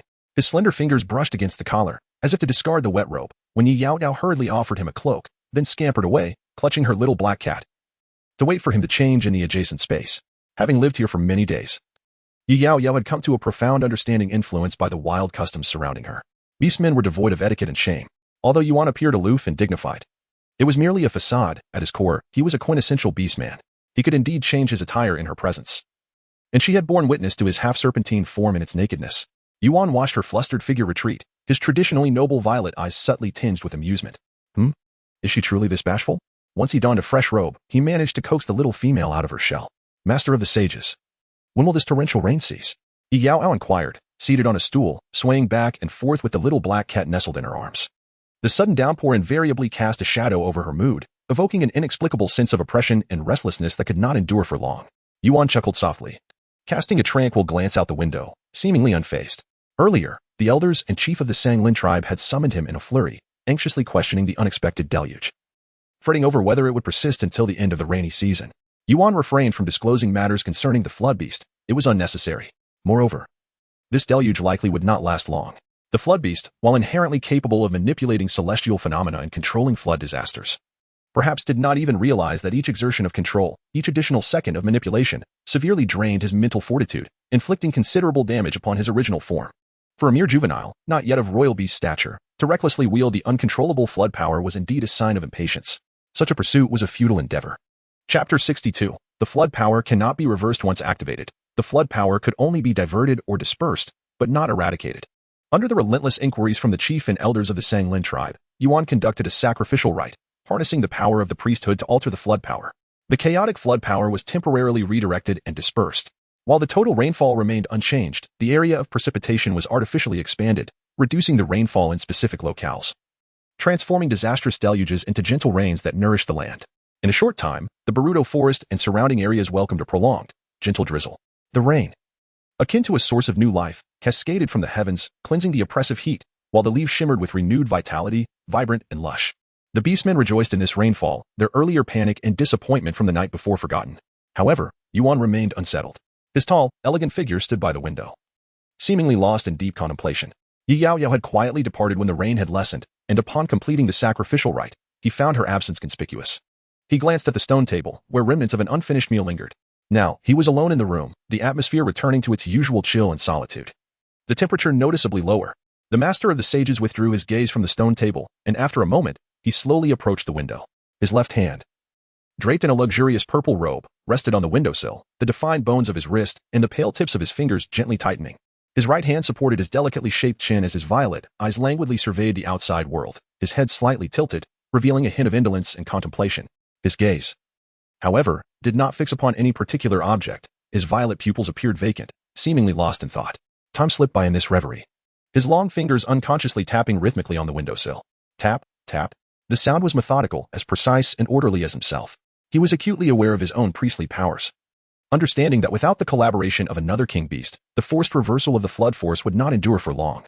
The exuberance displayed by the orcs was merely a superficial and blind illusion. The flood force could not truly be halted, and the latent dangers of this torrential rain could never be entirely eradicated. His mental perception indicated that the flood force showed no signs of abating as he had anticipated. Rather, it intensified, as if there were someone assisting from behind. That covert ally among the beasts must at least be a king beast, likely not inferior to him. This posed quite a predicament. As Yaoyao navigated the treacherous, slippery mountain path, she felt a twinge of unease, taking great care to slow her descent while maintaining her balance. The recent downpour had caused severe mudslides, and a moment's inattention could lead to a fatal tumble. Meow. Be careful, sister. The little black cat, drenched and muddied, diligently positioned itself in front of her feet, keeping a cautious distance. When the girl slipped, it was there to serve as a cushion. With one hand supporting her umbrella leaf and the other shielding her brow, she scanned the surroundings. Slow, have you not come? Why can I not see you? Chapter 63 Habits can indeed be detrimental. Having not seen Sluo all day, Yaoyao felt a vague sense of disquiet. At this hour, he would typically be here awaiting her arrival. She had grown accustomed to his cheerful smile upon their encounters and his punctuality in escorting her daily. These habits were indeed troublesome. As time passed without his presence, a sense of desolation enveloped her. She tightened her grip on the large leaf, instinctively feeling like a forsaken cub waiting for someone to come. But no one was coming for her. She looked left and right, finding only the emptiness of the ground, and a filthy, soaked little cat in her arms. Together, they wandered aimlessly, the rain continuing to fall softly. A hint of melancholy washed over her, and, feeling somewhat sentimental, she took a deep breath, attempting to calm herself. After all, Sluo was a member of the hunting team, often busy, with the relentless rain having persisted for a day. The tribe's supply would undoubtedly be strained, making it quite reasonable for him to be unable to fetch her. Yaoyao continued her careful descent, the path still slippery beneath her feet. She slipped once but managed to rise and continue, though her clothes were now caked in mud. The thought of having to wash them again brought a fresh wave of gloom. Under the weight of accumulating disappointments, the sky seemed to grow even grayer. Suddenly, what was that approaching? Her ears perked up, and she turned to look, instinctively tightening her grip. The little black cat, previously at ease, fluffed up in alarm as it was jolted. Startled, it leaped from her embrace, looking up at her with bewildered eyes. Meow? The little cat circled her feet, gazing up in confusion, but before it could process what was happening, she swiftly grasped the scruff of its neck and pulled it close, hiding them both within the thicket. Hush, don't make a sound. Someone is coming. Her fair finger pressed gently against her soft lips. Ever since the little black cat had come into her life, her mental prowess had doubled. Additionally, her innate ability to tame beasts allowed her to gain a portion of the contractor's gifted abilities upon successful bonding. The little black cat had the talent for scouting. With her enhanced mental capacity, Yaoyao could swiftly survey her surroundings, and she had just extended her mental reconnaissance, covering a radius of about 20 meters. This meant that, at that very moment, another presence had intruded within her vicinity. The mental scent of the intruder felt rather familiar. Before she could recall whose scent it was, a golden figure darted into her line of sight. In the next instant, a gentle hand ruffled her hair, followed by a sudden lift as she found herself cradled in the air. Yaoyao, I saw you hiding from afar. What are you hiding for? Had a day apart rendered him frightful? Had he become ugly? His voice was melodious and bright, touched with a hint of sulkiness. A familiar sound that warmed her ears. Only then did Yaoyao process what was happening. Oh, it was Sluo. Experiencing her mental abilities for the first time in this new realm, she had reacted somewhat excessively.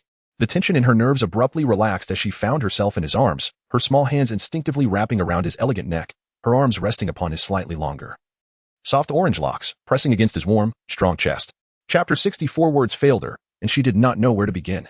Sluo's hair was damp, rainwater tracing down his handsome face, gliding over his bare skin, and winding down his exquisite collarbone into his animal hide attire. His breath was slightly uneven, perhaps due to his hurried arrival, as he hadn't brought anything to shield himself from the rain. Seated upon his sturdy arm, Yaoyao encircled his lovely neck with one hand while using the other to support the umbrella. Instinctively, she shifted her large leaf to shield Sluo's head from the rain, drawing closer to him in the process. They were both fortunate enough to remain untouched by the downpour. Sluo felt a sudden jolt in his heart, his fingers trembling slightly at his side. Was Yaoyao unconsciously shielding him from the rain? The tufted ears of the little cat twitched, possibly chilled by the breeze, its delicate tips flushing a soft pink. while its tail flicked in surprise.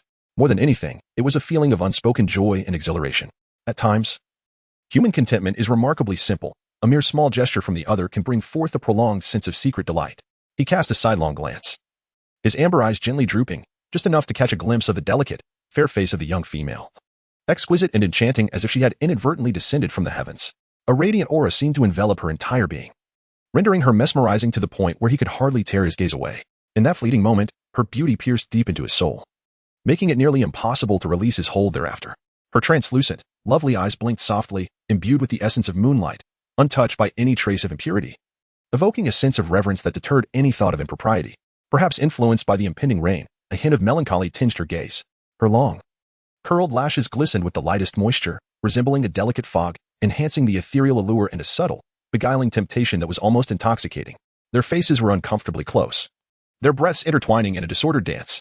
Sluo's breath became increasingly erratic. The keen senses of the beastmen heightened his awareness of the intoxicating scent of femininity that wafted from her, mingled with a subtle hint of creamy sweetness that was irresistibly alluring. His mind wandered, involuntarily conjuring certain images. Sluo's body gradually stiffened, standing frozen in place, lost in thought. Moments passed in silence. What was he daydreaming about? Yaoyao turned her head, poking him in mild confusion. Her tone laced with humor as she remarked that if he didn't hurry home, his clothes would surely be drenched. It was only then that Sluo abruptly snapped back to reality, flustered as he scrambled to dismiss the thoughts clouding his mind, responding in a state of disarray. Feeling quite embarrassed, Yaoyao blinked in bewilderment, easily noticing the sudden flush on his ears, a shy pink creeping across his cheeks and neck. As if he were simmering with warmth, he appeared almost as if he had been roasted. Why are you blushing? She teased, playfully pinching his ear. It seems like raising a little black cat has made your hands quite mischievous. I'm not even upset that you came to fetch me so late, she paused, suddenly remembering. But why were you so late today? The expression on the female's face shifted in an instant, her previous warmth replaced by an abrupt chill. A tremor of apprehension coursed through Sluo, leaving him even more flustered. On this cold, dreary rainy day, the warmth within him surged, almost overwhelming. Yaoyao. I didn't mean to. I simply didn't know what to do. So, I stayed indoors, pondering for an entire day and night, almost forgetting to come and fetch you. He slightly lowered his head, pressed his lips together, yet ultimately remained silent. The hue of his lips was rather pale, yet the curvature around them was exquisite. The fullness of his lip peaks was unexpectedly alluring. However, at that very moment, they appeared remarkably clumsy, rendering a multitude of words seemingly inexpressible. He merely recalled the words spoken by Lord Siwu. Chapter 65. It seems that it is no longer necessary. Do you truly understand her? She does not belong to you. You cannot possess her. The indifferent voice echoed once more in his mind, causing his pupils to quiver and his palm to involuntarily tighten. Each word carried a profound and piercing weight, plunging Sluo's emotions into the depths of despair. He is indifferent to who speaks and what is said. However, the sole concern that occupies his mind is Yaoyao. Once Yaoyao becomes the focal point of the matter, he finds it increasingly difficult to remain detached and aloof. What further disheartens him is that the words of Lord Siwu, though profoundly painful, strike with piercing clarity. He truly does not understand Yaoyao, not in the slightest. He was only aware that she had a penchant for sweet and sour fish, steamed fish, and chicken soup with yellow stems. The chicken must be stewed until it is tender and melts in the mouth. Additionally, those peculiar aquatic crustaceans must have their heads and tails removed, along with the dark threads. She relished sweet fruit juices that must contain pulp. And that was the extent of his knowledge about her preferences. Beyond that, he truly knew nothing else. He truly did not even know from which tribe she hailed. Throughout the entirety of yesterday, Sluo remained motionless at home, dejectedly sprawled upon the animal hide, enveloped in sorrow for the whole day. Uncontrollably, his mind incessantly oscillated between two questions. Did Yaoyao harbor feelings for him? Was her dependence solely attributable to the fact that he was the first male being she encountered upon her arrival in the Baruto forest? Had he not fortuitously discovered her in a state of unconsciousness, would he have even merited the privilege of standing beside her? In the span of 2 decades, he had amassed a considerable pride, only to have it shattered in an instant upon encountering Yaoyao. This anxious individual found himself feeling foreign and exceedingly weak. I apologize, Yaoyao. I've been preoccupied. He raised his gaze to meet hers. I assure you, I shall be more attentive next time. Silo exhibited a commendably contrite demeanor, yet in truth, Yaoyao did not harbor any desire to blame him. After receiving such a sincere apology, she felt a twinge of embarrassment. She averted his ardent gaze. It's all right. I understand. You are often busy, so there is no need to worry about me. In fact, I am quite adaptable. Silo cradled his beloved female companion as they made their way home, humming a soft tune. Together, they carried a small black cat, their figures gradually fading into the distance. Though the ground was muddy beneath their feet, a myriad of picturesque scenes lay behind them. The sound of rain diminished, replaced by the rhythmic croaking of frogs. The lush and verdant Baruto forest, newly cleansed by the rainfall, flourished with vitality. Raindrops clung to the branches, playfully cascading down, while a fleeting shadow of purple darted away, vanishing amidst the verdant mist. In the grass, an abandoned umbrella lay forgotten, suggesting its owner no longer needed it. Yaoyao, I will be leaving tomorrow. Don't dwell on me. Yaoyao paused mid-bite of her fruit, her eyes widening in surprise, displaying a hint of adorableness. So soon? Just a few days ago. Didn't you mention having 7 days? It seemed that the esteemed elder Shifu had issued a sudden notice. The specifics were unclear, but it appeared the unexpected torrential rain prompted both the elder Shifu and the tribe leader to urge a swift departure from the village. Silo's soft, furry ears drooped as he lamented, I am not ready to leave so soon. I still have much to pack. Yaoyao quickly set her fruit aside and stood up. Let me assist you. Chapter 66. I want to hear Yaoyao's story. 5,000 additional votes for an update. The next day, upon waking naturally, Silo was already absent from the room, having departed quietly to avoid disturbing her rest. Yaoyao, feeling a pang of annoyance, rubbed her temples and hastily prepared before rushing to the stone pile square. She fortuitously arrived just in time for the final farewells. The Sanglin tribe comprised over 2,000 beast men, excluding females, the elderly who had largely lost their capacity for labor, and young males. Fewer than 1,000 able-bodied males remained in the tribe. This gathering represented a significant contingent of 500 individuals, underscoring the magnitude of the occasion and the tribe's earnest attention to it. 500 warrior beastmen stood ready, their demeanor grave and imposing. They stood tall and upright, like resilient pines, their broad shoulders bearing the weight of 2 exceptionally sharp stone blades, meticulously polished to emit a chilling gleam. Seemingly enveloped in the ice of the polar regions, radiating an awe-inspiring martial spirit. Their faces were adorned with vibrant hues of mud, resembling tribal markings, serving as totems to distinguish their kin among the various orc clans. The palpable aura of battle that enveloped them caused their muscles to swell and ripple, each individual exuding an unstoppable force akin to thunder. Among the throng, one figure stood out, their hair a brilliant hue that caught the eye immediately. Yaoyao, cradling a small black cat, endeavored to weave through the crowd. Yet, she found herself unable to push through. Despite her earnest attempts to leap up, her stature was modest, leaving her unable to see. She could only crouch slightly, peering through the incessant flow of the crowd, catching a faint glimpse of Sluo's silhouette. He stood resplendently at the forefront of the orc warriors, his figure akin to a towering pine, exuding a vigorous spirit that captivated the majority of the crowd's attention. His upper body was predominantly bare, accentuating the alluring contrast of broad shoulders and a slender waist, with muscle contours flowing gracefully, embodying an exuberant vitality and youthful vigor. Walking against the light, he sculpted a figure of lean strength, delineating his remarkable physique. He appeared as if born from the dazzling sun, with every movement radiating an irresistible brilliance. A mere glance was enough for Yaoyao to swiftly avert her gaze, apologizing for being momentarily dazzled. How had she not noticed this brilliance before? Suddenly, as he stood among the crowd, he became extraordinarily blinding. Indeed, comparing one person to another can be quite misleading. As the beast warriors prepared to depart, Sluo, as the leader, remained motionless amidst the urging of his comrades, his brow furrowed with heavy thoughts. The moment the chieftain commanded their departure, he abruptly turned against the tide of the crowd, plunging back into the throng like a surging torrent. The beasts were taken aback, casting astonished glances as the crowd began to disperse. On the altar, as Yuan followed the shifting gaze of the crowd, his eyes fell upon the scene of Sluo, and Yaoyao locked in a tight embrace.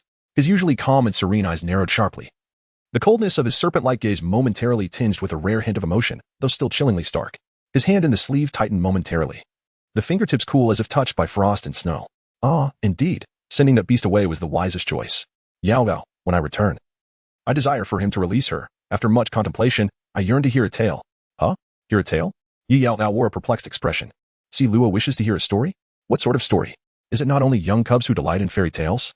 The corners of his lips curled into a sunlit smile, and I yearn to hear tales of Yaoyao. Ah, no backing out, you must promise. Her voice carried a hint of playful coaxing, almost resembling a mischievous temper.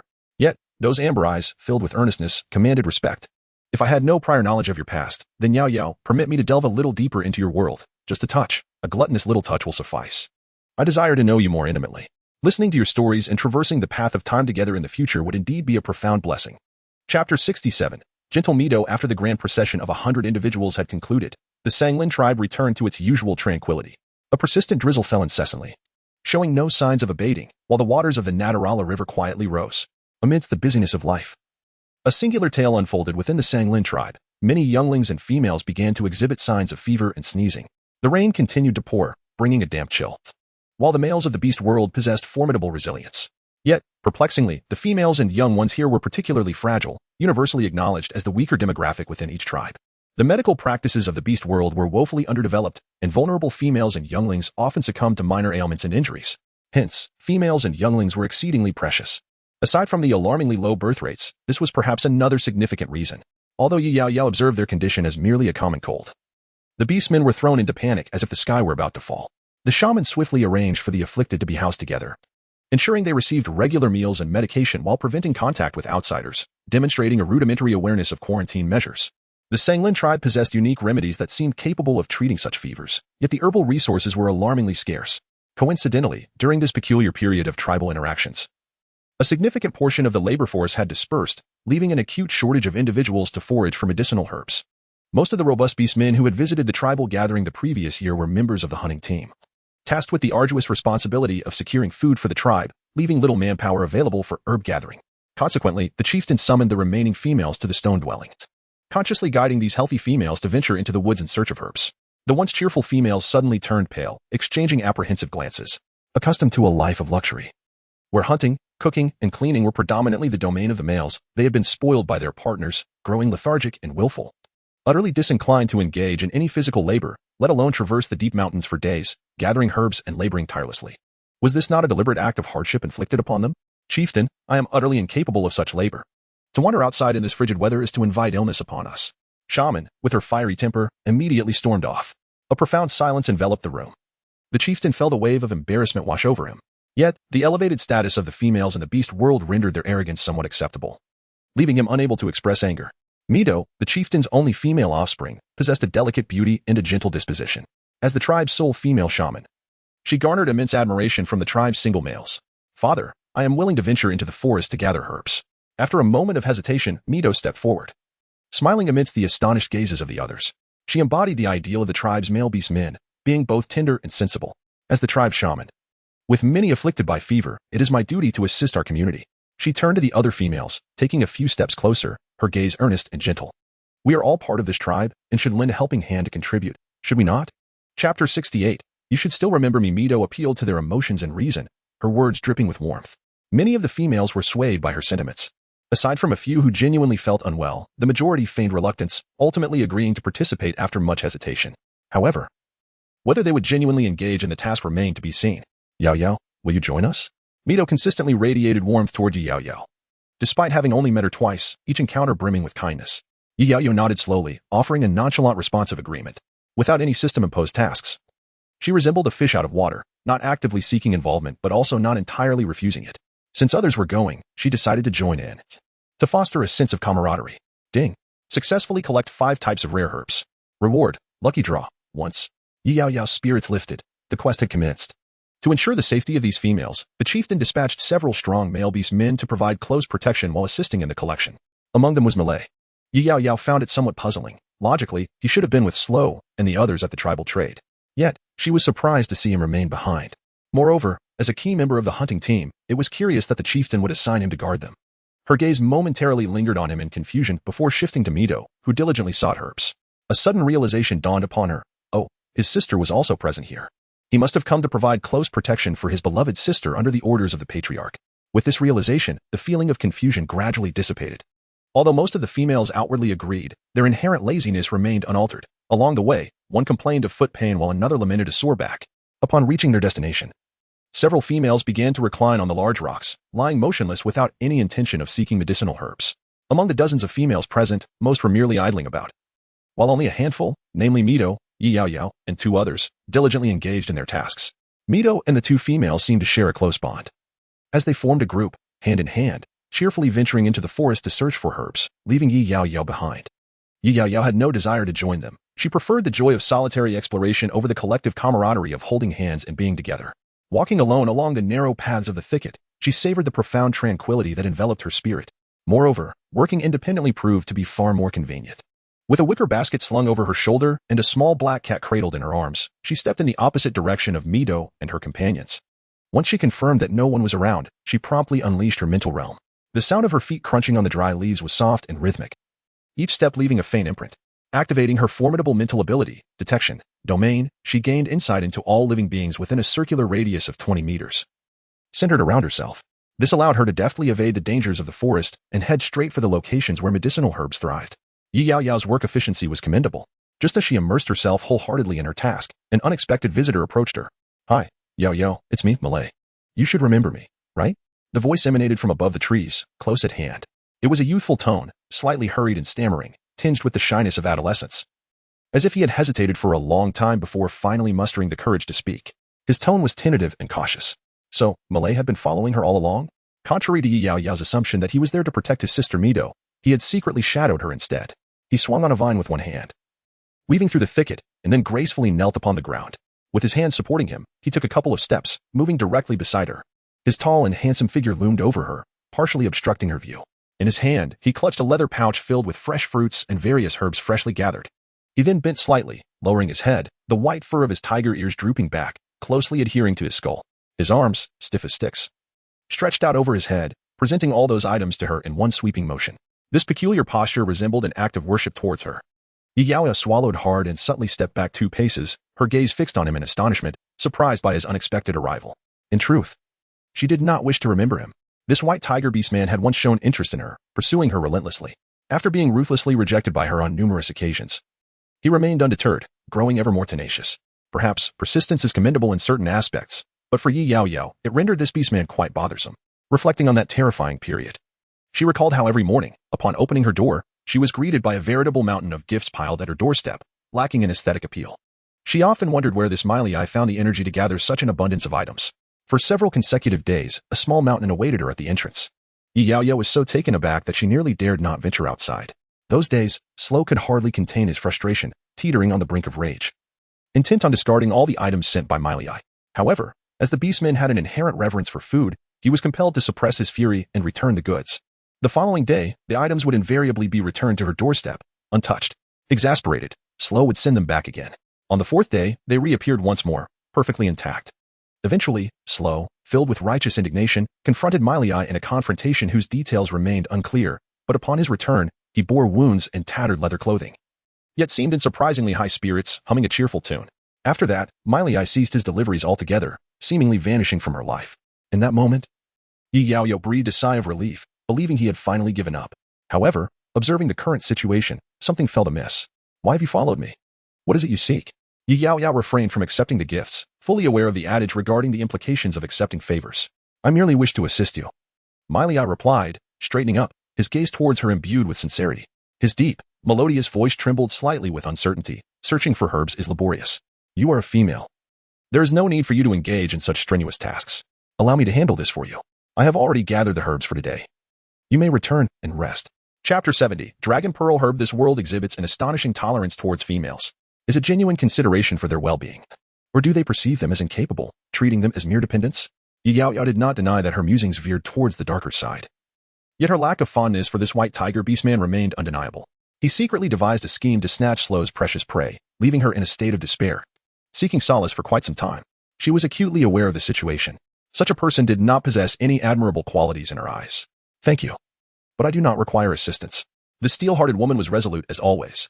The small female displayed a blank expression. While not exactly indifferent, she certainly did not exhibit fondness. Mile persisted, yet there was no sign of the small female softening her stance. After a pause, he silently withdrew his hand. Over time, he had gained some insight into Yaoyao's character.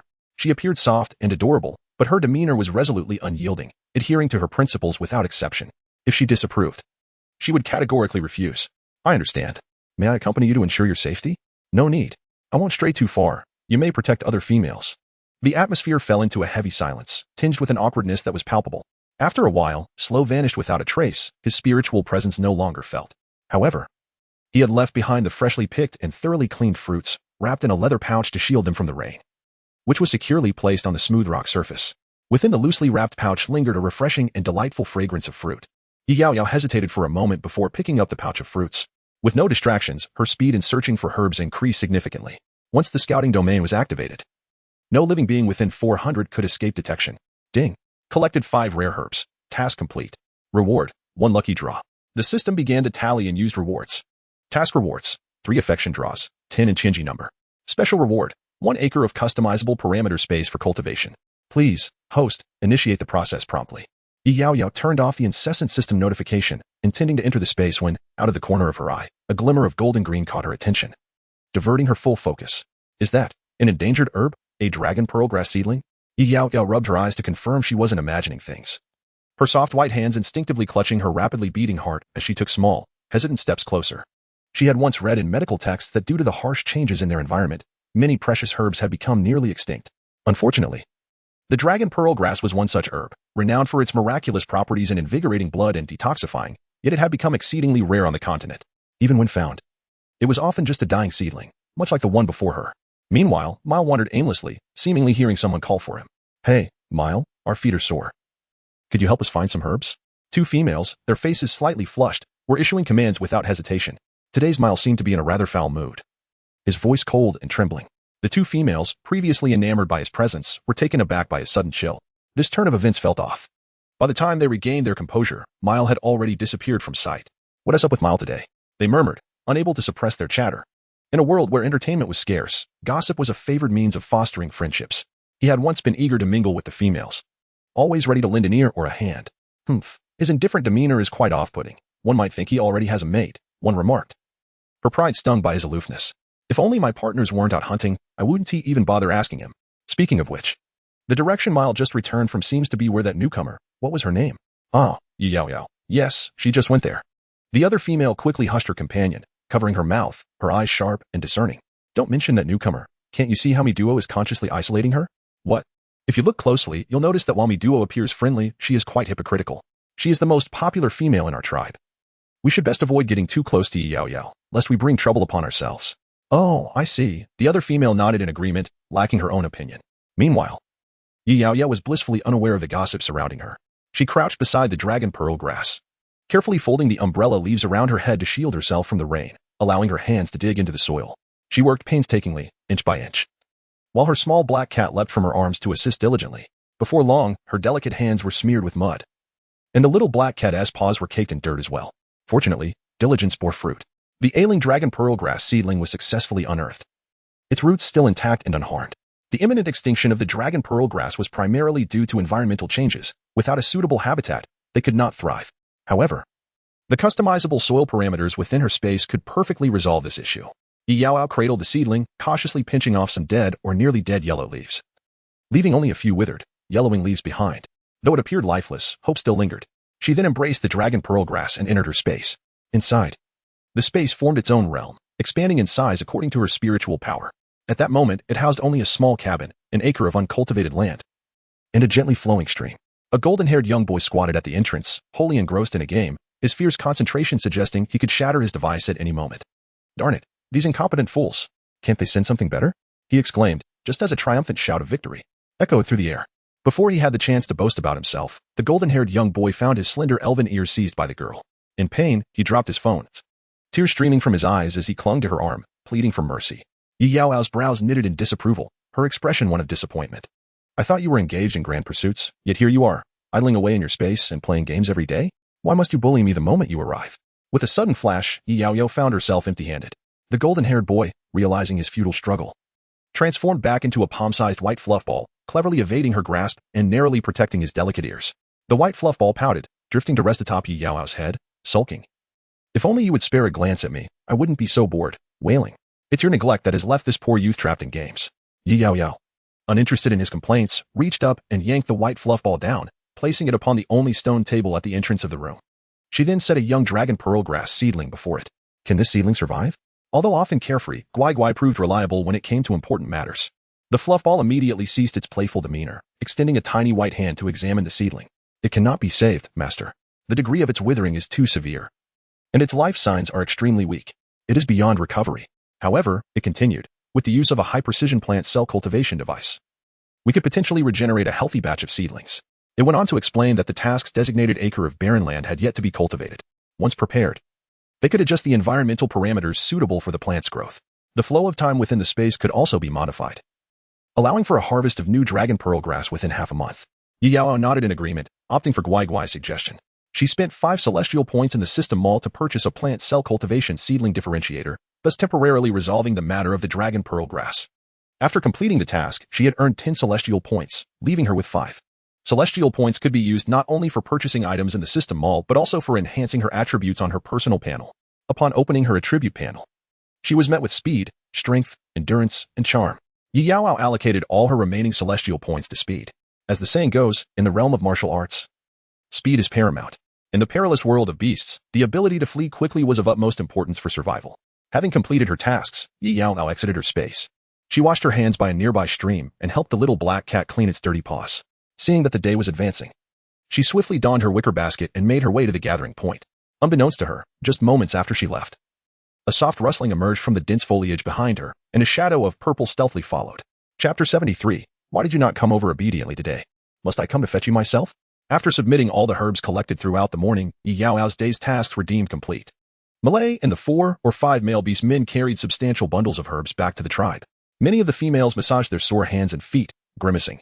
And after a brief rest, they began to follow the safety markers left by the males back to the tribe in groups. Yaoyao found herself surrounded by strangers. While other females walked hand in hand, she stood alone, feeling distinctly out of place. Her cold demeanor rendered her indifferent to the presence of others, be they one or many. However, the females of the beast world were generally simple and warm-hearted. One named Asong extended a friendly olive branch toward her. Yet, before their budding friendship could blossom, it was abruptly interrupted by Mido, who turned around and enthusiastically took Asong's hand, pulling her close. Asong, we're all going to have a barbecue gathering this afternoon. Are you not joining us? If you come late, there might not be any left for you. Mido's gentle smile invited all the females, regardless of their relationships with her, but pointedly excluded Yaoyao.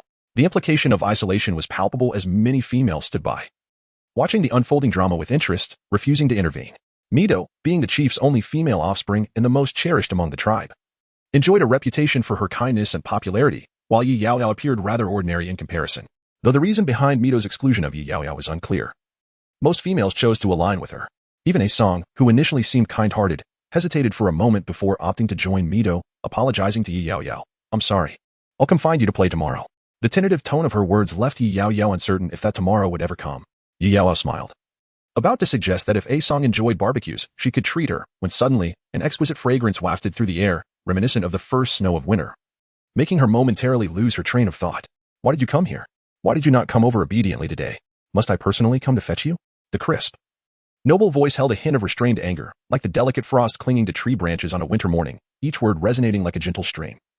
Its slightly lower pitch sending a chill through her limbs. Looking up, she found herself meeting the gaze of the enchanting, cold visage of the high priest. He leaned down slightly, extending his hand, his cool, pale fingers gently caressing her cheek, pausing between her brows and eyes. As his voice fell, a collective gasp arose from the surrounding females, their jaws dropping in astonishment, as if the world itself had collapsed. Sir Wu, how could he possibly be here? Miduo stood frozen, her tightly clenched fingers digging into her palm. She stared, dazed, at the resplendent purple figure, her shocked eyes glued to Yaoyao and Yuan, unblinking. Why was Sir Wu paying such close attention to this female? His tone was so tender, when just before her arrival, he had been most concerned for her, Miduo. Perhaps, in this moment or perhaps from their earlier encounters, the seeds of jealousy had been quietly sown, waiting for the spark of conflict to ignite. Chapter 74. She is personally taught by me upon hearing the voice. She lifted her gaze. Meeting the chillingly sharp purple eyes, Yaoyao felt a shiver run down her spine. The surrounding females were left speechless, and Miduo remained utterly dumbfounded. The atmosphere was undeniably tense. I don't need to take the medicine anymore, do I? Yaoyao pondered for a moment, her voice barely above a whisper, tinged with despair, yet she found Sir Wu's unwavering gaze fixed upon her, his eyes veiling a subtle amusement. Then do you wish to drink it in the future? The thin veil of anger dissipated, laced with a hint of mockery. Yaoyao hastily shook her head. No. I can go. Is that not acceptable? She took small, reluctant steps to follow him. The memory of the bitter concoction made her stomach churn. One bowl could send her to the gates of hell, and she instinctively sensed that Sir Wu's words held deeper meaning, though the presence of others made it inconvenient to elaborate. Moreover, she had a premonition that this matter was somehow linked to that peculiar merman. As Yuan prepared to leave, Miduo abruptly regained her composure, casting aside the other females and hastily following after him. Sir Wu, I wish to accompany you. Please allow me to go with you. Her eyes sparkled with anticipation, her cheeks flushed with shyness. Yuan glanced at her. Aren't you supposed to be with the others? Miduo was momentarily stunned, her gaze blank, taking a couple of seconds to decipher his words. I was fortunate enough to overhear your conversation. This afternoon, only Yaoyao is free. Is that not correct? His icy tone brooked no argument, sweeping his gaze over the other females. The strikingly handsome Sir Wu cast a sudden glance at them, and the females turned pale, their earlier amusement evaporating. Was it just an illusion? There was a chilling coldness in Sir Wu's gaze that was terrifying. It felt as though they had been exposed. Their plan to ostracize the newcomer laid bare. Miduo shuddered briefly, biting her lip. Yes. In that moment, she understood the feeling of stepping on one's own toes. Regret washed over her. The barbecue gathering she had hastily concocted was merely to provoke Yaoyao. How dare this newcomer, under the guise of illness, draw so close to Sir Wu? Such audacity. Presenting a facade of innocence while attempting to woo Sir Wu was infuriating. Though this newcomer was dark and thin, Far from her own appearance, the brilliance of her starry eyes was enough to incite jealousy, fearing Sluo might inadvertently be drawn to her. However, she could not afford to tarnish her image, so she resolved to engage in discreet machinations to see her humiliated, to vent her frustration. Yet, if Sluo truly required assistance, she could postpone other matters. Miduo stepped forward eagerly, unwilling to relent, fervently expressing her enthusiasm, her intense gaze eliciting distaste. With her cheeks flushed, she lowered her head, offering understanding. Sluo has always known that Miduo is the only female shaman of the tribe. Perhaps I could be of better help, while Yaoyao is still unfamiliar with everything here. If she were to go, it might. She delicately covered her lips, hesitating to continue, though the hint of derision lingered in her tone. The only female shaman. Upon being called, Miduo's eyes sparkled with excitement. Yaoyao is also a shaman. Miduo gaped in disbelief, her eyes widening in shock. Before she could fully process this revelation, she saw Sluo's lips curve into an elegant smile, radiating a warmth she had never witnessed before. She is personally taught by me. Chapter 75. No going out alone. Miduo was left speechless, her mind momentarily blank. Yaoyao too was stunned. When had he ever taught her healing arts? To fabricate such lies without a hint of shame, does Sluo not feel any remorse? The other females, equally dumbfounded, struggled to comprehend this rapid turn of events. Miduo, known for her knack for coincidence, found herself at a loss for words, silently grinding her teeth. This newcomer had been in the tribe for merely half a month, and yet had learned medicine? How could that be possible? She had studied for nearly a decade without earning Sluo's acknowledgement. How could he lower himself to teach a female deemed lesser than her? Sluo was clearly showing favoritism towards this female. Miduo's expression darkened. Her hands clenched tightly at her sides, her sharp nails nearly piercing her skin. Yet her smile remained deceptively gentle. Once Yaoyao and Yuan had departed, she waved at the others, her previous displeasure forgotten. Everyone, come to my place this afternoon. I have beef jerky and wild boar meat. I'll treat you all to a hearty meal. The surrounding females eagerly crowded around her, applauding in delight. Miduo lifted her chin, basking in the admiration, her earlier gloom momentarily dispelled. She relished the feeling of being adored, particularly by the male beast men. If only Yuan would fawn over her as they did, that composed and aloof demeanor would be exhilarating to behold. As for the newcomer, she became increasingly irksome. Miduo was the most beloved female in the tribe. What right did Yaoyao have to compete with her? Just wait a couple of days, and I shall reveal this female's true, incompetent nature. Sluo, what brings you here in person, arriving so timely? Had she not known Yuan's notoriously indifferent nature, she might have foolishly assumed he had been discreetly following her. I could not wait for you, Sluo replied, his tone weighted. So I came to find you. Arriving just in time. Oh. Yaoyao followed closely behind him, reflecting on how fortuitously their paths had crossed. She could sense that Sluo had other matters to discuss with her, and indeed it was about that merman. His spiritual presence was drawing nearer, and it would not be long before he surfaced. The rain seemed to intensify, drenching the Beirudo forest with relentless vigor, washing away the essence of this realm. Yuan gazed into the distance, extending his hand forward. Raindrops cascaded down his slender, pale fingers, trickling through the gaps and falling to the ground. The rhythmic sound of dripping echoed tick, tick. The power of the priest was faintly diminishing, yet the rain showed no sign of abating. You were deeply ensnared in his spiritual dreamscape, and an ominous premonition loomed over me. His aim upon reaching the shore was likely you. After all, she was shrouded in mystery, harboring countless secrets, her identity, her origins, devoid of her disappearance. She was undeniably captivating, even drawing his attention unwittingly. Yuan halted abruptly, turning around in surprise. However, Yaoyao was caught off guard. The carriage failed to stop and crashed forward. Fortunately, in the nick of time, Yuan grasped her, pulling her back just before she fell. As the esteemed priest withdrew his hand, he playfully pinched her tender cheek, reluctant to release her. Yaoyao blinked in bewilderment. Her round, beautiful pupils fixated on him. Their gazes met, but it was Yuan who averted his eyes first, retracting his hand. I will be away for 2 days to attend to this matter, he stated. I have established a defensive barrier outside my dwelling. During my absence, it would be best for you to remain indoors and not venture out alone. To ensure he was not overlooked, Yuan reiterated firmly, do not wander off, understood?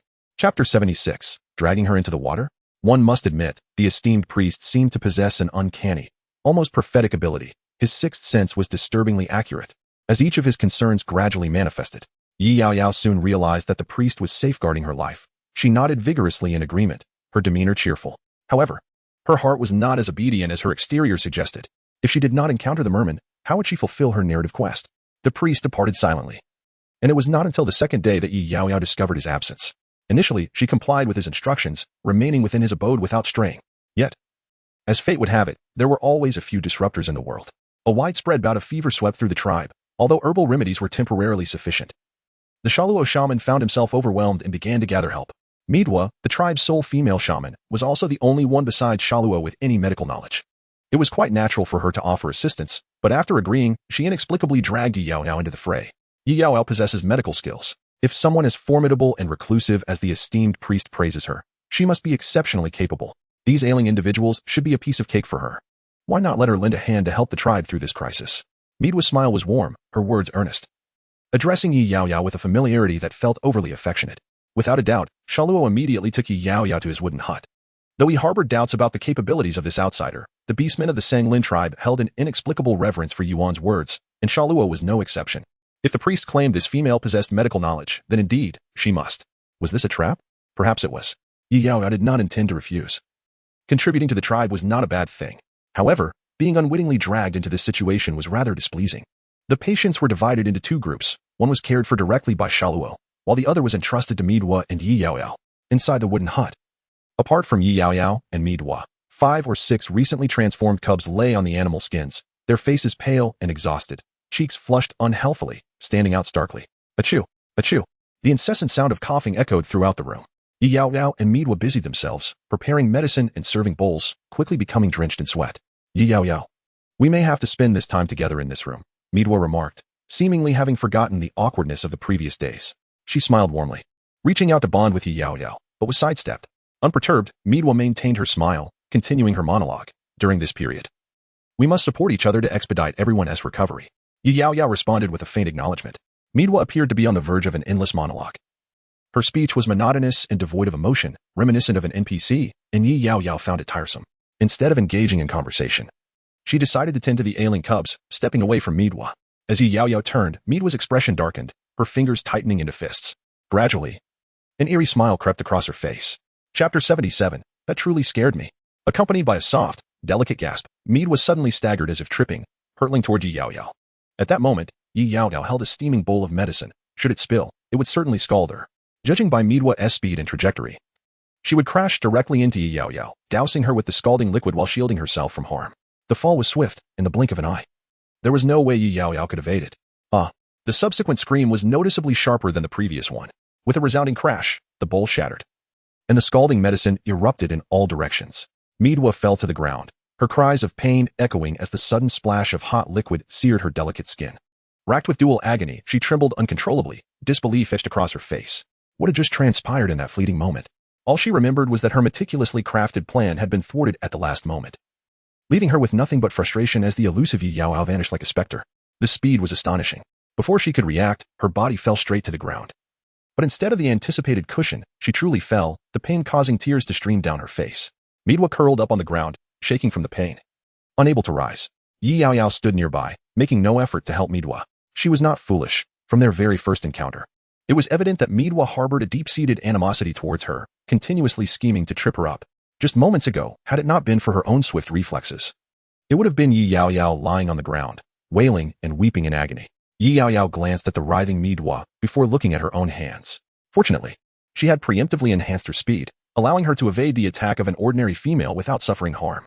A sigh of relief escaped her lips as her previously indifferent expression transformed abruptly. Are you all right?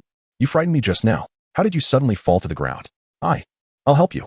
Yaoyao trembled, her wide eyes resembling a scared young creature, utterly bewildered. She bent down, trembling as she extended a hand to assist Midwa, but unexpectedly, her strength faltered midway, and she inadvertently pushed herself down to the ground. Midwa's cry of pain grew louder, her eyes reddened with fury as she glared at the quaking Yaoyao. Did you do that on purpose? Are you trying to humiliate me? It hurts. I feel like I'm falling apart. Yaoyao was on the verge of tears. I didn't mean it. I'm just a bit weak, and you scared me. I'll go find someone. With that, she hurriedly left the herbalist's cabin, running as if eager to escape the scene in an instant. The following day, Yaoyao returned with the herbalist, Sora, to tend to Midwa's burns and injuries. The typically delicate female could hardly endure such humiliation, tears glistening in her eyes as she whimpered, eliciting even more sympathy from the male beastmen, who already admired her. Some of the male beastmen even displayed hostility towards Yaoyao. The next day, having just caught 2 lively fish from the nearby river, Yaoyao held a wooden basin, eager to prepare fish soup for the ailing young ones. However, she was intercepted along the way. Hey, you're the new female who bullied my Midwa? A strange male beast man, reasonably attractive with brown hair and chocolate-toned muscles, stood before her, arms crossed, his brazen gaze unabashedly roaming over her petite frame. He openly scrutinized the slender, dark-skinned female before him. Suddenly, His interest waned as his eyes fell upon her still flat chest. So small, not at all comparable to the sexy and fiery shaman, nor even to the more innocent Midwa. With a dismissive click of his tongue, he averted his gaze. You're not much to look at, really. I have no idea what Sluo and Mile see in you. His tone shifted abruptly, apologized to Midwa. Do you hear me? Sora displayed no mercy towards the less attractive female. He is solely enamored with beautiful females. In particular, he has long held a profound affection for Mido, who is universally acknowledged as the most exquisite in the tribe. Day after day, he trails closely behind her, fervently hoping that one day his devotion will win her favor. Now, the opportunity has arisen. Mido harbors a disdain for the newly arrived female, and thus he resolves to teach this newcomer a harsh lesson. He struck with remarkable rudeness, aiming directly at the slender shoulder of his opponent, his speed akin to a flash of lightning, astonishingly swift for a male beast man. Yet, to his surprise, the petite female before him exhibited an equally extraordinary agility, evading his attack and nearly causing him to trip over his own feet. She dodges rather adeptly. This is amusing, isn't it? Sorosan barely managed to regain his balance, baring his teeth in a mix of embarrassment and anger. He clenched his fists, the joints cracking ominously. Initially, he had underestimated the seemingly frail female, but it appeared that he would need to demonstrate some genuine skill if he hoped to teach her a lesson. The inexplicable assault left Yaoyao bewildered. What was wrong with this person? He seemed far from sane. They had never even met before, and yet he had suddenly appeared, brazenly declaring his intent to capture her. The male beastman's attacks were swift and fierce, akin to a torrential downpour, even though he seemed to be merely toying with her. The disparity in strength and speed between the sexes was insurmountable. Yaoyao had merely accelerated her movements. Yet his hand struck with such force that it clamped around her neck, leaving her no chance to resist. How dare you lay hands on a female? Have you no shame? The grip around her neck tightened, causing her face to flush crimson as she struggled for breath. Yaoyao could only manage a few muffled curses. Her voice strained as if caught in her throat. The humiliation of her predicament shimmered in her eyes, and to Sorosan's astonishment, he found himself momentarily taken aback by her unexpectedly endearing appearance. No, he must be ill. The most beautiful female in the tribe was certainly Midwa. Now, Sorosan has ascended to the 5th rank of orc, naturally desiring to bond with the most beautiful female of the tribe. His gaze suddenly turned cold as he regarded Yaoyao, thinking that she was indeed just a dark and diminutive female, utterly incomparable to his beloved Midwa. Chapter 79. Unexpectedly alluring, Sorosan was in high spirits. As long as he could bring joy to Midwa and secure her consent to form a bond, he would have a greater chance of siring superior offspring during her next heat. Moreover, Midwa had never taken a partner before. The thought of being her first mate filled him with excitement. Dreams are enchanting, yet the harshness of reality often strikes unexpectedly. Just as Sorosan intended to take the female away, another figure suddenly leaped down from the trees, positioning itself directly in his path. The sudden aura of danger permeated the air, intensifying the situation. A strong sense of vigilance surged through Sorosan as his muscles tensed, and he stepped forward aggressively, ready to confront the intruder. To his astonishment, the figure was Malay. Sorosan's eyes widened in confusion. Why was he here? His expression seemed rather off. He had forgotten that Malay had recently been experiencing some vision issues, which led him to take an interest in this dark and diminutive female. He has abducted the female, and Mile must be quite displeased. Mile, what a serendipitous encounter. I was just on my way to Midwa. Shall we proceed together? Sorosan greeted with a smile, though the hand behind him quietly gathered strength. Mile furrowed her brow, her tone icy. Sorosan, release her. Sorosan sensed a potential misunderstanding on Mile's part, and quickly explained, please, do not speak so harshly. I have no intention of competing for her. It is your sister who has been wronged, and this female is responsible. I have come to assist you in protecting your dear sister. Sorosan had only recently ascended to the 5th tier, and in terms of strength, she was certainly no match for Mile, who had been at that level for nearly 2 years. He sought kind words, yet Mile offered him no opportunity. Her tone growing even colder. Let her go. Can't you comprehend the language of beasts? Her chilling demeanor suggested that she might strike at any moment. Sorosan appeared as if he had seen a ghost. Mile, are you unwell? Why are you being so fierce? It was as if she wore an entirely different face from before. Had her temperament altered due to the disappointment in her pursuit of a female? A heartbroken male could indeed be quite fearsome. Sorosan discerned that Mile's mood was decidedly bleak. Her expression was shrouded in gloom, and the desire to lash out was palpably strong. While he was not in a hurry to appease the female, incurring a beating for no reason was hardly worthwhile. Sorosan's mind whirled. He was rather open-minded about the situation. After a brief hesitation, under Mile's increasingly impatient gaze, he reluctantly released Yaoyao, feigning nonchalance. I haven't done anything to her, all right? Just stop looking at me with those terrifying eyes. I've let her go. Haven Ti? Sorosan gritted his teeth, torn with conflicting emotions. The moment he released Yaoyao, he found himself inexplicably glancing at the female again. Those eyes were truly enchanting, glistening with a hint of moisture that was somewhat alluring. Alas, she was too dark and slender, too young for his taste. He preferred females with voluptuous figures and innocent looks, like Midwa and Shaman. If only this little female could lighten a shade and mature over the next couple of years. He might just be tempted to forsake his pursuit of the tribe's most beautiful Midwa for her. However, this was all a digression. Ultimately, Sorosung left with a disgruntled expression, silently plotting how to unexpectedly win over this young female. Apart from seeking Midwa's favor, he harbored his own selfish desires. The little female's features seemed rather appealing. After nurturing her for a couple of years, she might blossom into something extraordinary. If he could not win Midwa's heart, perhaps he could give this young female a chance. Chapter 80. This is a medication for treating skin ailments.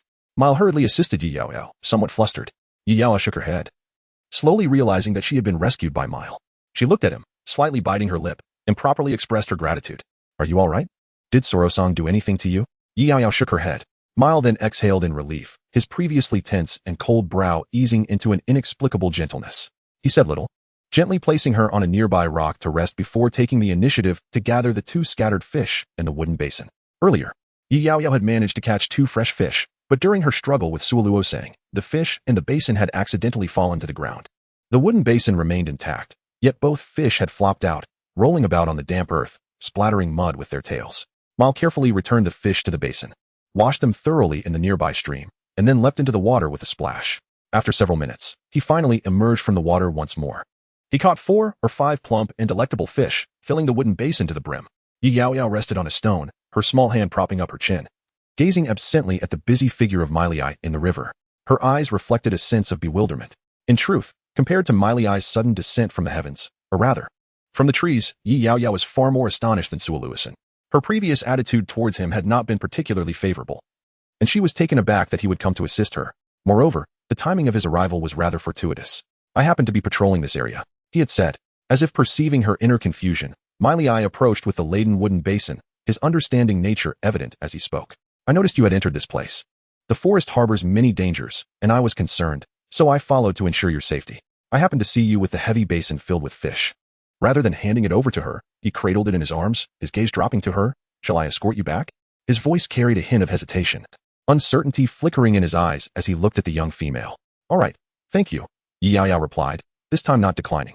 She feared the earlier lunatic might return, and having someone to protect her was undoubtedly beneficial. Yaoyao gathered her somewhat disheveled hair, sweeping her long black locks back, the softly curled strands both voluminous and beautiful. Milei found it hard to look away, his gaze instinctively drifting down to her elegant and lovely neck. Although her complexion was somewhat dark, the hue appeared uneven and peculiar. His gaze suddenly sharpened, filled with immense shock as it fell upon a small patch of fair skin that had previously been obscured by tousled strands of hair. Now, with her hair tied back in a ponytail, her beautiful milky complexion was laid bare. The delicate neck of the young female seemed to bear the marks of a rough grip, a slight flush rising upon it, while some dark green hues were also smudged away. What have you applied on your skin? Milei exclaimed, his astonishment evident. Yaoyao was equally bewildered by his unexpected question. Her confusion mirrored in her expression as she followed his gaze to her own body. Unable to see her neck, she approached the nearby stream for a better look. It was then she noticed that a small patch of foundation had been inadvertently wiped away, revealing conspicuous splotches of black and white on her neck. Feeling a sudden rush of embarrassment, Yaoyao stammered. I had been ill, and my skin developed many blemishes. She met Milei's increasingly shocked eyes. Witnessing a complex interplay of emotions, a mixture of suppressed joy and confusion reflected in his gaze. Swallowing hard, she maintained her composure and explained. The dark substance is a type of medicine applied to my skin to treat those ailments. Chapter 81. Dressed to impress, Milei appeared utterly dazed. His eyes glazed as he fidgeted with his fingers, seemingly questioning his very existence and reconstructing his worldview. Yaoyao, however, did not afford him the luxury of contemplation. She brushed off her dress and prepared to leave, casting a final glance at him as she cautioned, I must return briefly. Please prepare fish soup for the sick cubs, ensuring it is light with minimal salt. Milei nodded vigorously, though his bewildered expression suggested he was still processing her words. Without further ado, Yaoyao parted ways with him, her neck marked by contrasting patches, a sight she found rather awkward. She contemplated touching up her makeup, but, having diverged from Milei, found herself wandering towards Sluo's wooden cabin, halting abruptly before the closed door. She had intended to find a random spot, yet here she stood. After a moment of hesitation, she surveyed her surroundings, taking in the familiar yet aged wooden walls, the smooth stone table with its worn legs, the wooden chair fallen on the ground, and the damp animal hides clinging to the window from the rain, alongside the small fruit trees Sluo had planted for her. Gazing at it all, she felt a strange sense of detachment. Lowering her eyes, she suppressed her emotions. Since Sluo's departure, It had been quite some time since she had returned, though upon reflection, it had only been 6 or 7 days. Time flowed swiftly, irretrievable once past. Yaoyao pushed the door open, retrieving her dark foundation, only to discover the supply was dwindling, barely a layer left in the small bottle. She sighed at the realization. Disinclined to fetch another bottle since Miley had already caught a glimpse, it would be futile to conceal it any longer, as such pretense would only appear insincere. She decided instead to take a bath, washing off the foundation completely. After bathing, she felt refreshed and stood before a large, flat stone along the wall. A unique material that could serve as a mirror, one Sluo had traversed great distances to procure for her. Observing her reflection, she felt a sense of satisfaction. Her dark, lustrous hair cascaded gracefully over her slender neck and delicate shoulders, soft and clean, slightly wavy, with playful strands framing her charming face. Her eyes, a gentle brown, glistened with moisture, as if adorned with tiny droplets, their clarity imbued with a dreamy haze reminiscent of moonlit purity. The exposed skin revealed a creamy, smooth complexion akin to sheet-fat jade, subtly shimmering with a beautiful luster. Yaoyao then ventured to the cabin's compartment, opening the trunk where her clothes were stored. After her bath, she intended to don a fresh, clean animal skin dress to uplift her spirits. Yet, compared to the ordinary animal skins, she favored the exquisite garments crafted by the shaman, made from an unknown yet remarkably soft material. However, they were rather ostentatious and limited in number, making her reluctant to wear them. After contemplation, she ultimately returned the beautiful dress to the trunk, opting instead for a clean, simple garment. Once she had dressed, she gathered some fresh fruit and made her way back to the sick room, pondering how far along Miley had progressed with the fish soup. Given Sluo's culinary prowess, she assumed Miley, being male, would not be lacking in skills. On her way back, she unexpectedly encountered the carefree Sorosong from a distance. Chapter 82. How beautiful she is, damn. Why had she encountered this troublesome orc again? Yaoyao held her breath, gritting her teeth, and in an instant, she veered around the corner, hastily retreating. A fleeting glimpse of white flashed in the distance before vanishing entirely. Sorosong blinked in surprise, rubbing his eyes, straining to see, but finding nothing. Even though she had only appeared momentarily, his keen senses informed him that she was an exceptionally fair and beautiful female. Such a strikingly pale female was a rarity in the tribe. Could it be Mido? He cradled a bundle of precious purple furs, freshly tanned and originally destined for Mido, with the utmost urgency. However, in that moment, he seemed utterly entranced, as if bewitched, and inexplicably followed the direction where a fleeting shadow had vanished. Despite his vigilant search, he found himself utterly alone. The only thing lingering in the air was the faint yet delightful scent of a female, gradually dissipating. This fragrance was subtly familiar, refreshingly clean, and remarkably pleasant. Who could it be? Yet, given the irresistible allure of this scent, Solo-san was certain it was not Mido. Her aroma paled in comparison. Male beasts are invariably drawn to the enchanting fragrances of females, which serve as signals of attraction and mating. The captivating scent of a female can ensnare the attention of male beasts, rivaling their pursuit of female beauty and reproductive prowess, perhaps even surpassing it. Today, he was unexpectedly struck by this spiritual assault. Solo-san found himself in a daze, his steps unsteady, preoccupied with thoughts of the ephemeral female, and his interest in Mido began to wane. In an effort to avoid the troublesome beast, Yaoyao deliberately took a longer route, returning to the sick room with a basket of fruits. Mido appeared to be absent. Ever since her last injury and tears, she had seemed quite subdued, indeed beginning to settle down. Yaoyao seldom visited the sick room, which she claimed was for recuperation, but in her view, Mido's injuries were hardly significant. She was skilled enough to manage them with care. Inside the sick room, there were no others. The only sounds came from the diligent Mila and a handful of sickly young cubs, alongside an odd, pungent scent of burnt fish wafting through the air.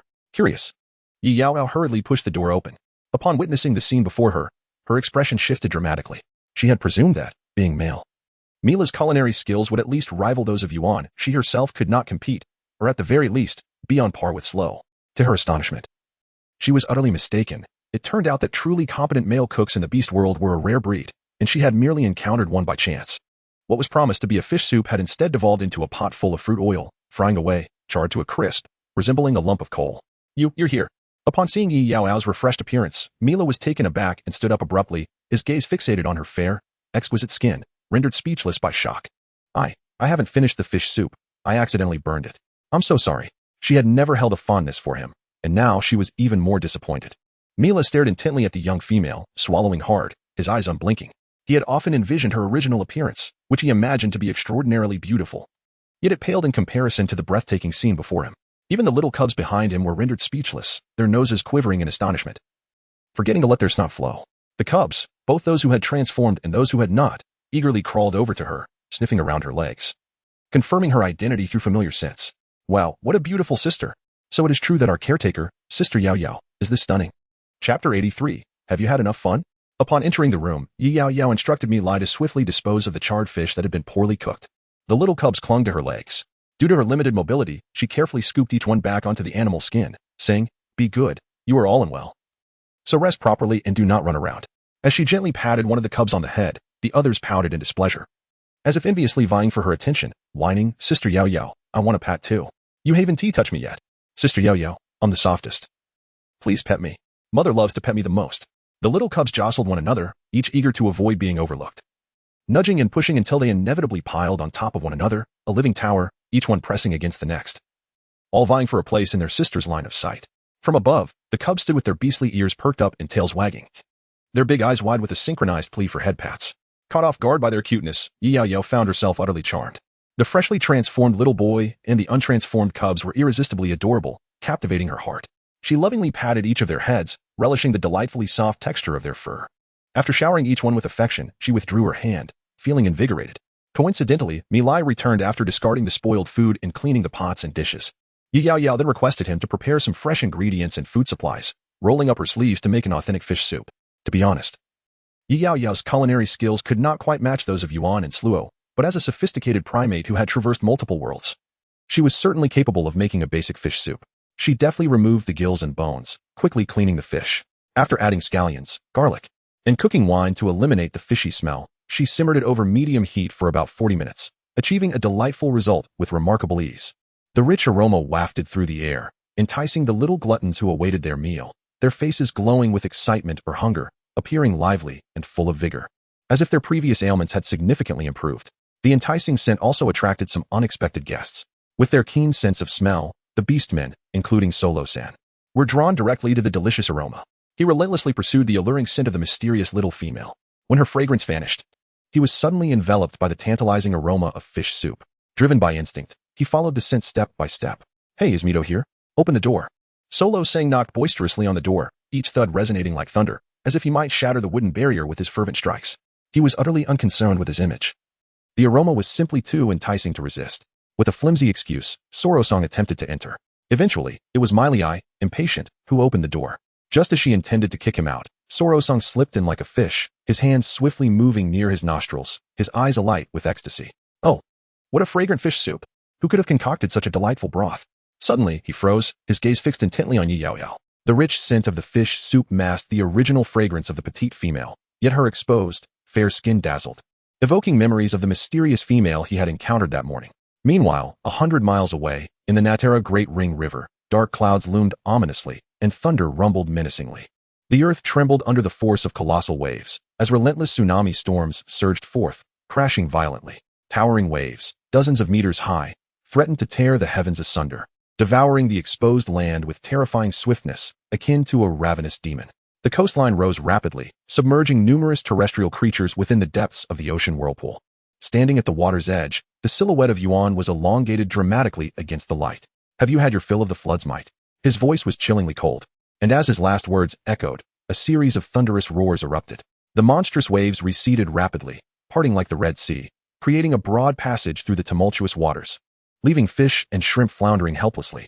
In the center of the tumultuous Natera Great Ring River, a path emerged as if cleaved by a sharp blade, revealing a dry expanse from which a striking figure clad in magnificent azure sea silk emerged. Moonhong stepped forth, draped in luxurious attire. "Are you the priest of the Serpent King city?" Moonhong regarded Yuan, a graceful smile gracing his lips, his eyes dark and clouded. "Since when did the esteemed priest start meddling in the affairs of other clans? This is the territory of the royal city." Yuan's voice was steady, yet his violet eyes simmered with icy intensity. "Foreigners are not permitted to tread here. Such trivial matters I shall discuss with the Serpent King." Moonhong waved his hand dismissively. "There is no need for the esteemed priest to concern himself with such matters." With that, the waves surged once more, engulfing the merman's figure within the roiling sea. It seemed negotiations had faltered. Yuan's gaze grew increasingly frigid, yet he refrained from immediate action. He is the grand priest of divination, a master of the all-encompassing priestly power, who, under ordinary circumstances, refrains from taking action. Yet, upon a glance, chaos reigns supreme. The tumultuous waves, resembling a frenzied beast that has utterly lost control, merge with the oppressive dark clouds above. The tsunami roars forward, devouring countless lives, while torrential rains and violent winds ravage this fragile land. A deluge of rain descends from the heavens, uprooting ancient trees as if they were mere weeds, flinging them nearly 100 meters away. Massive trees and boulders collide chaotically, crashing down upon the earth, obliterating the helpless creatures that stand in their path, leaving no time for lamentation, as blood and entrails spill across the ground, mingling with the foul, putrid soil. Simultaneously, a melodious sea chant resonates from all directions, its gentle harmonies filled with sacred tranquility, creating a stark contrast to the scene of carnage.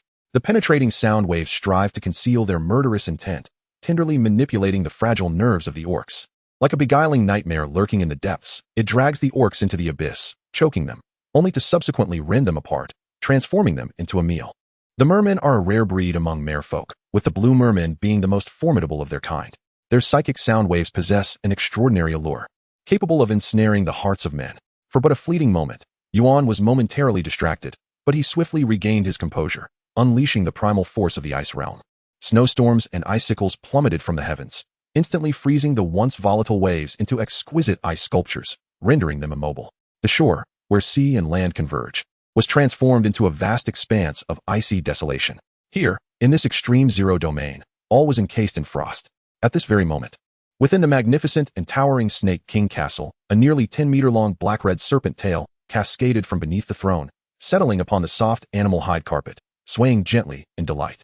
Yuan's power, absent for 2 years, was a long-overdue sight. A sultry, sinister voice, tinged with a carefree exuberance, echoed, revealing a hint of languid debauchery. The black-red wings fluttered lightly. The elongated window refracted shards of light through the morning mist, illuminating the serpentine doorway. As the features of a man with flowing black-red hair gradually came into focus, suddenly, his eyes widened, shedding the veneer of languor. A fierce battle intent surged forth, coursing through a multitude of bones and remains. The crimson snake-like pupils elongated visibly, as the warmongering essence in his blood was swiftly ignited. Chapter 85. You seem to be pretending to be deeply affectionate. How dare Yuan make him disappear 2 years ago? He simply walked away, yet had the audacity to take with him the sole lead in the search for the ice beasts. Did he truly believe he could evade him? Such folly is a delusion born from a mind ensnared in its own pitfall. He, with sheer determination, could similarly seize the bloodline crystal from the ice beasts. The serpent tail flicked dismissively, revealing a hint of disdain. Reclining languidly upon his throne, he propped his chin on one hand, feigning deep contemplation. His crimson gaze lowered slightly, glimmering with a trace of amusement as the early morning light cast a warm hue, dissolving some of the malevolence that clung to him, further accentuating the exquisite contours of his profile. His long, pale fingers toyed with the red jade bloodstone at his left ear, twirling it idly, pressing gently upon its surface, and thoughtfully considering the feasibility of certain matters. His long, dark red hair cascaded like a waterfall, strands obscuring parts of his brow and eyes, rendering his expression inscrutable. However, the peculiar and enchanting curve of his crimson lips sent shivers down the spine. The faint rustle of his black-red serpent tail against the fur carpet created a subtle sound, leaving a delicate, winding mark that trailed to the door. His black-red wings unfurled, stretching nearly 2 meters wide. A gust of wind swept through, and then he vanished from sight. The merman was stalling for time. His gaze sharpened, swiftly retreating from the battle, putting a considerable distance between himself and the merman. He surveyed his surroundings. Although he gained the upper hand in battle, he found himself ensnared in this predicament, unable to extricate himself. Perhaps this was precisely what the merman desired. He had no intention of defeating him, but merely sought to prolong their encounter. Through their exchanges, he discerned that the merman before him bore no trace of the power of the deluge. He was delayed here. But what about the true power of the flood? Yuanqing's heart tightened suddenly, an unprecedented panic spreading through him, leaving him unsettled. Yaoyao is in danger. He must rush over immediately. Priest Yuan. Losing focus during battle is not a trivial matter. With a sharp sound, slender claws tore through Yuan's back, while Moon Hong's arm was ensnared by encroaching frost, rendering it immobile. Who are you? Solo Sang exclaimed, utterly astonished by the beauty of the female before him, his fingertips trembling as he pointed at Yaoyao, his words stumbling and faltering. For reasons unknown, he instinctively felt that this strikingly beautiful female, reminiscent of a goddess, was somehow familiar. Yet he could not place who she resembled. He dismissed every possible female from his mind, save for Yaoyao. After all, in Solo Sang's eyes, she had always belonged to the category of dark and thin, unattractive females, unworthy even of a fleeting thought. Miley, impressive. Which tribe did you bring her from? You actually returned with such a stunning female. She is several times more beautiful than our tribe's most exquisite me duo. No, hundreds of times more beautiful. Solo Sang's gaze remained fixated on Yaoyao, unwilling to shift even a fraction. He reached out, eager to caress the skin of the female before him, curious if it truly possessed the delicacy and smoothness he had perceived at first glance. However, he was swiftly met with a sharp slap from Mile, with a cold glare. Mile admonished, suppressing the urge to strike, get lost. The farther, the better. Do not provoke me. Humph, as if you were genuinely affectionate. Soro-san took 2 steps back, crossing his arms, defiantly raising his chin, and disdainfully examining him. Just yesterday, he had been utterly enamored with that unattractive female. How could he so easily change his affections? Heh, little female, why not stay with me? I can procure anything you desire. You shall be the one I cherish most dearly. Chapter 86. You are that ugly female. How sincere his words sounded. Fortunately, she was not gullible. Otherwise, Yaoyao might have actually believed him. Yaoyao contemplated stepping forward. Yet Miles' anxious gaze held her back as he assertively gestured with his hand, gently shaking his head. She decided to remain where she was, casting a sweet smile towards Soro-san over the imposing presence of Mile. That smile was disarming. Suddenly, Soro-san felt as though the sun shone even brighter. How could this little female be so breathtakingly beautiful? Yaoyao casually crossed her arms, leisurely inquiring, "Can you recognize my voice? Who am I?" A thunderous realization echoed in Soro-san's mind as his eyes widened, trembling fingers revealing his inner turmoil. You. He clenched his teeth tightly, seemingly rendered speechless by fear. Your voice. How can this be? You are that hideous female. He incredulously stepped back 2 paces. His tone elevated several octaves, faintly trembling. However, this time it was not the enchanting sweetness of her voice that captivated him, but a profound sense of terror. Soro-san could not fathom that this stunningly beautiful female, resembling a celestial being, was, in fact, the unattractive little female he had long looked down upon and had offended just yesterday. How could this be? The reversal of circumstances was utterly unbelievable and difficult to accept. Have you had enough? If so, then leave. Mila callously kicked the dazed Soro-san out. A resounding crash echoed as the door was forcefully shut, silencing the tumultuous clamor that had plagued her. It was likely that Soro-san now sat on the ground, utterly disheveled, engulfed in overwhelming shock. The young ones were startled as well, but soon their attention was entirely captured by the delectable fish soup, and they flocked around Yaoyao, eagerly licking at her calves. Their faces filled with yearning. Mila fetched several bowls, and Yaoyao ladled half a bowl of fish soup and a piece of fresh fish into each bowl, distributing them evenly among the 5 or 6 little ones.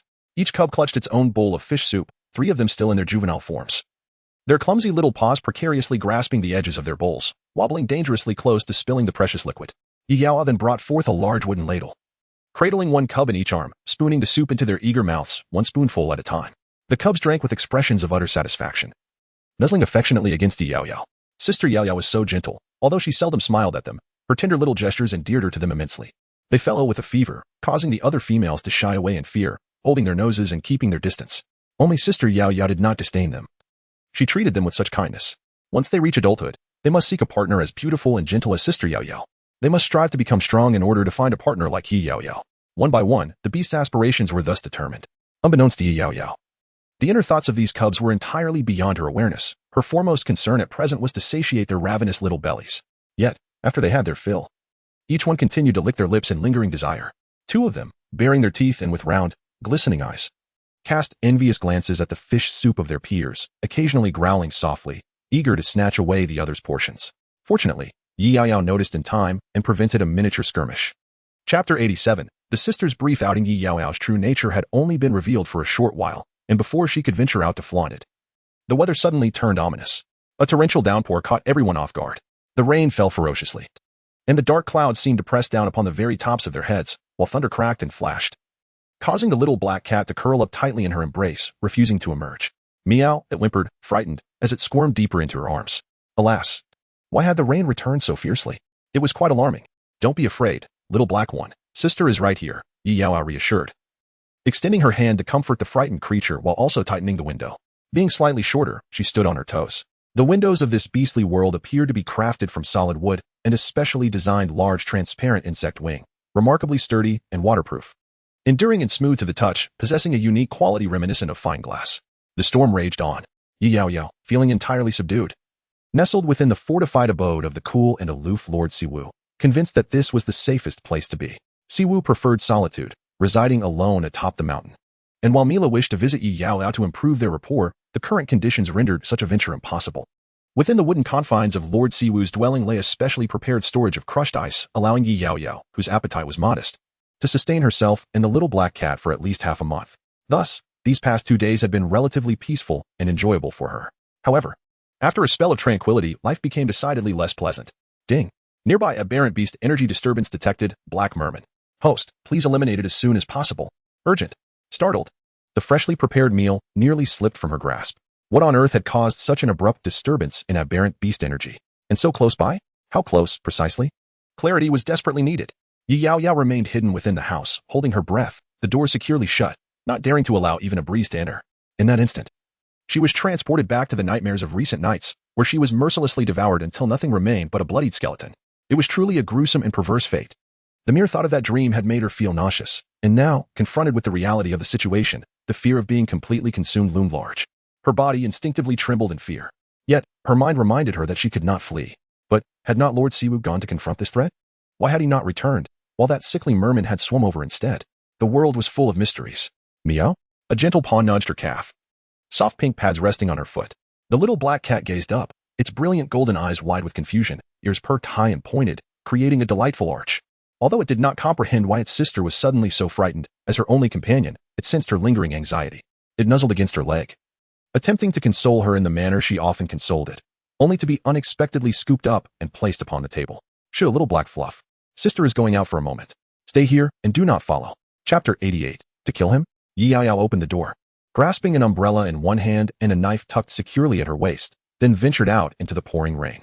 Meow? The little black cat, locked inside, could only watch from the windowsill, scratching at the glass, as its sister's figure receded into the distance until it vanished from sight.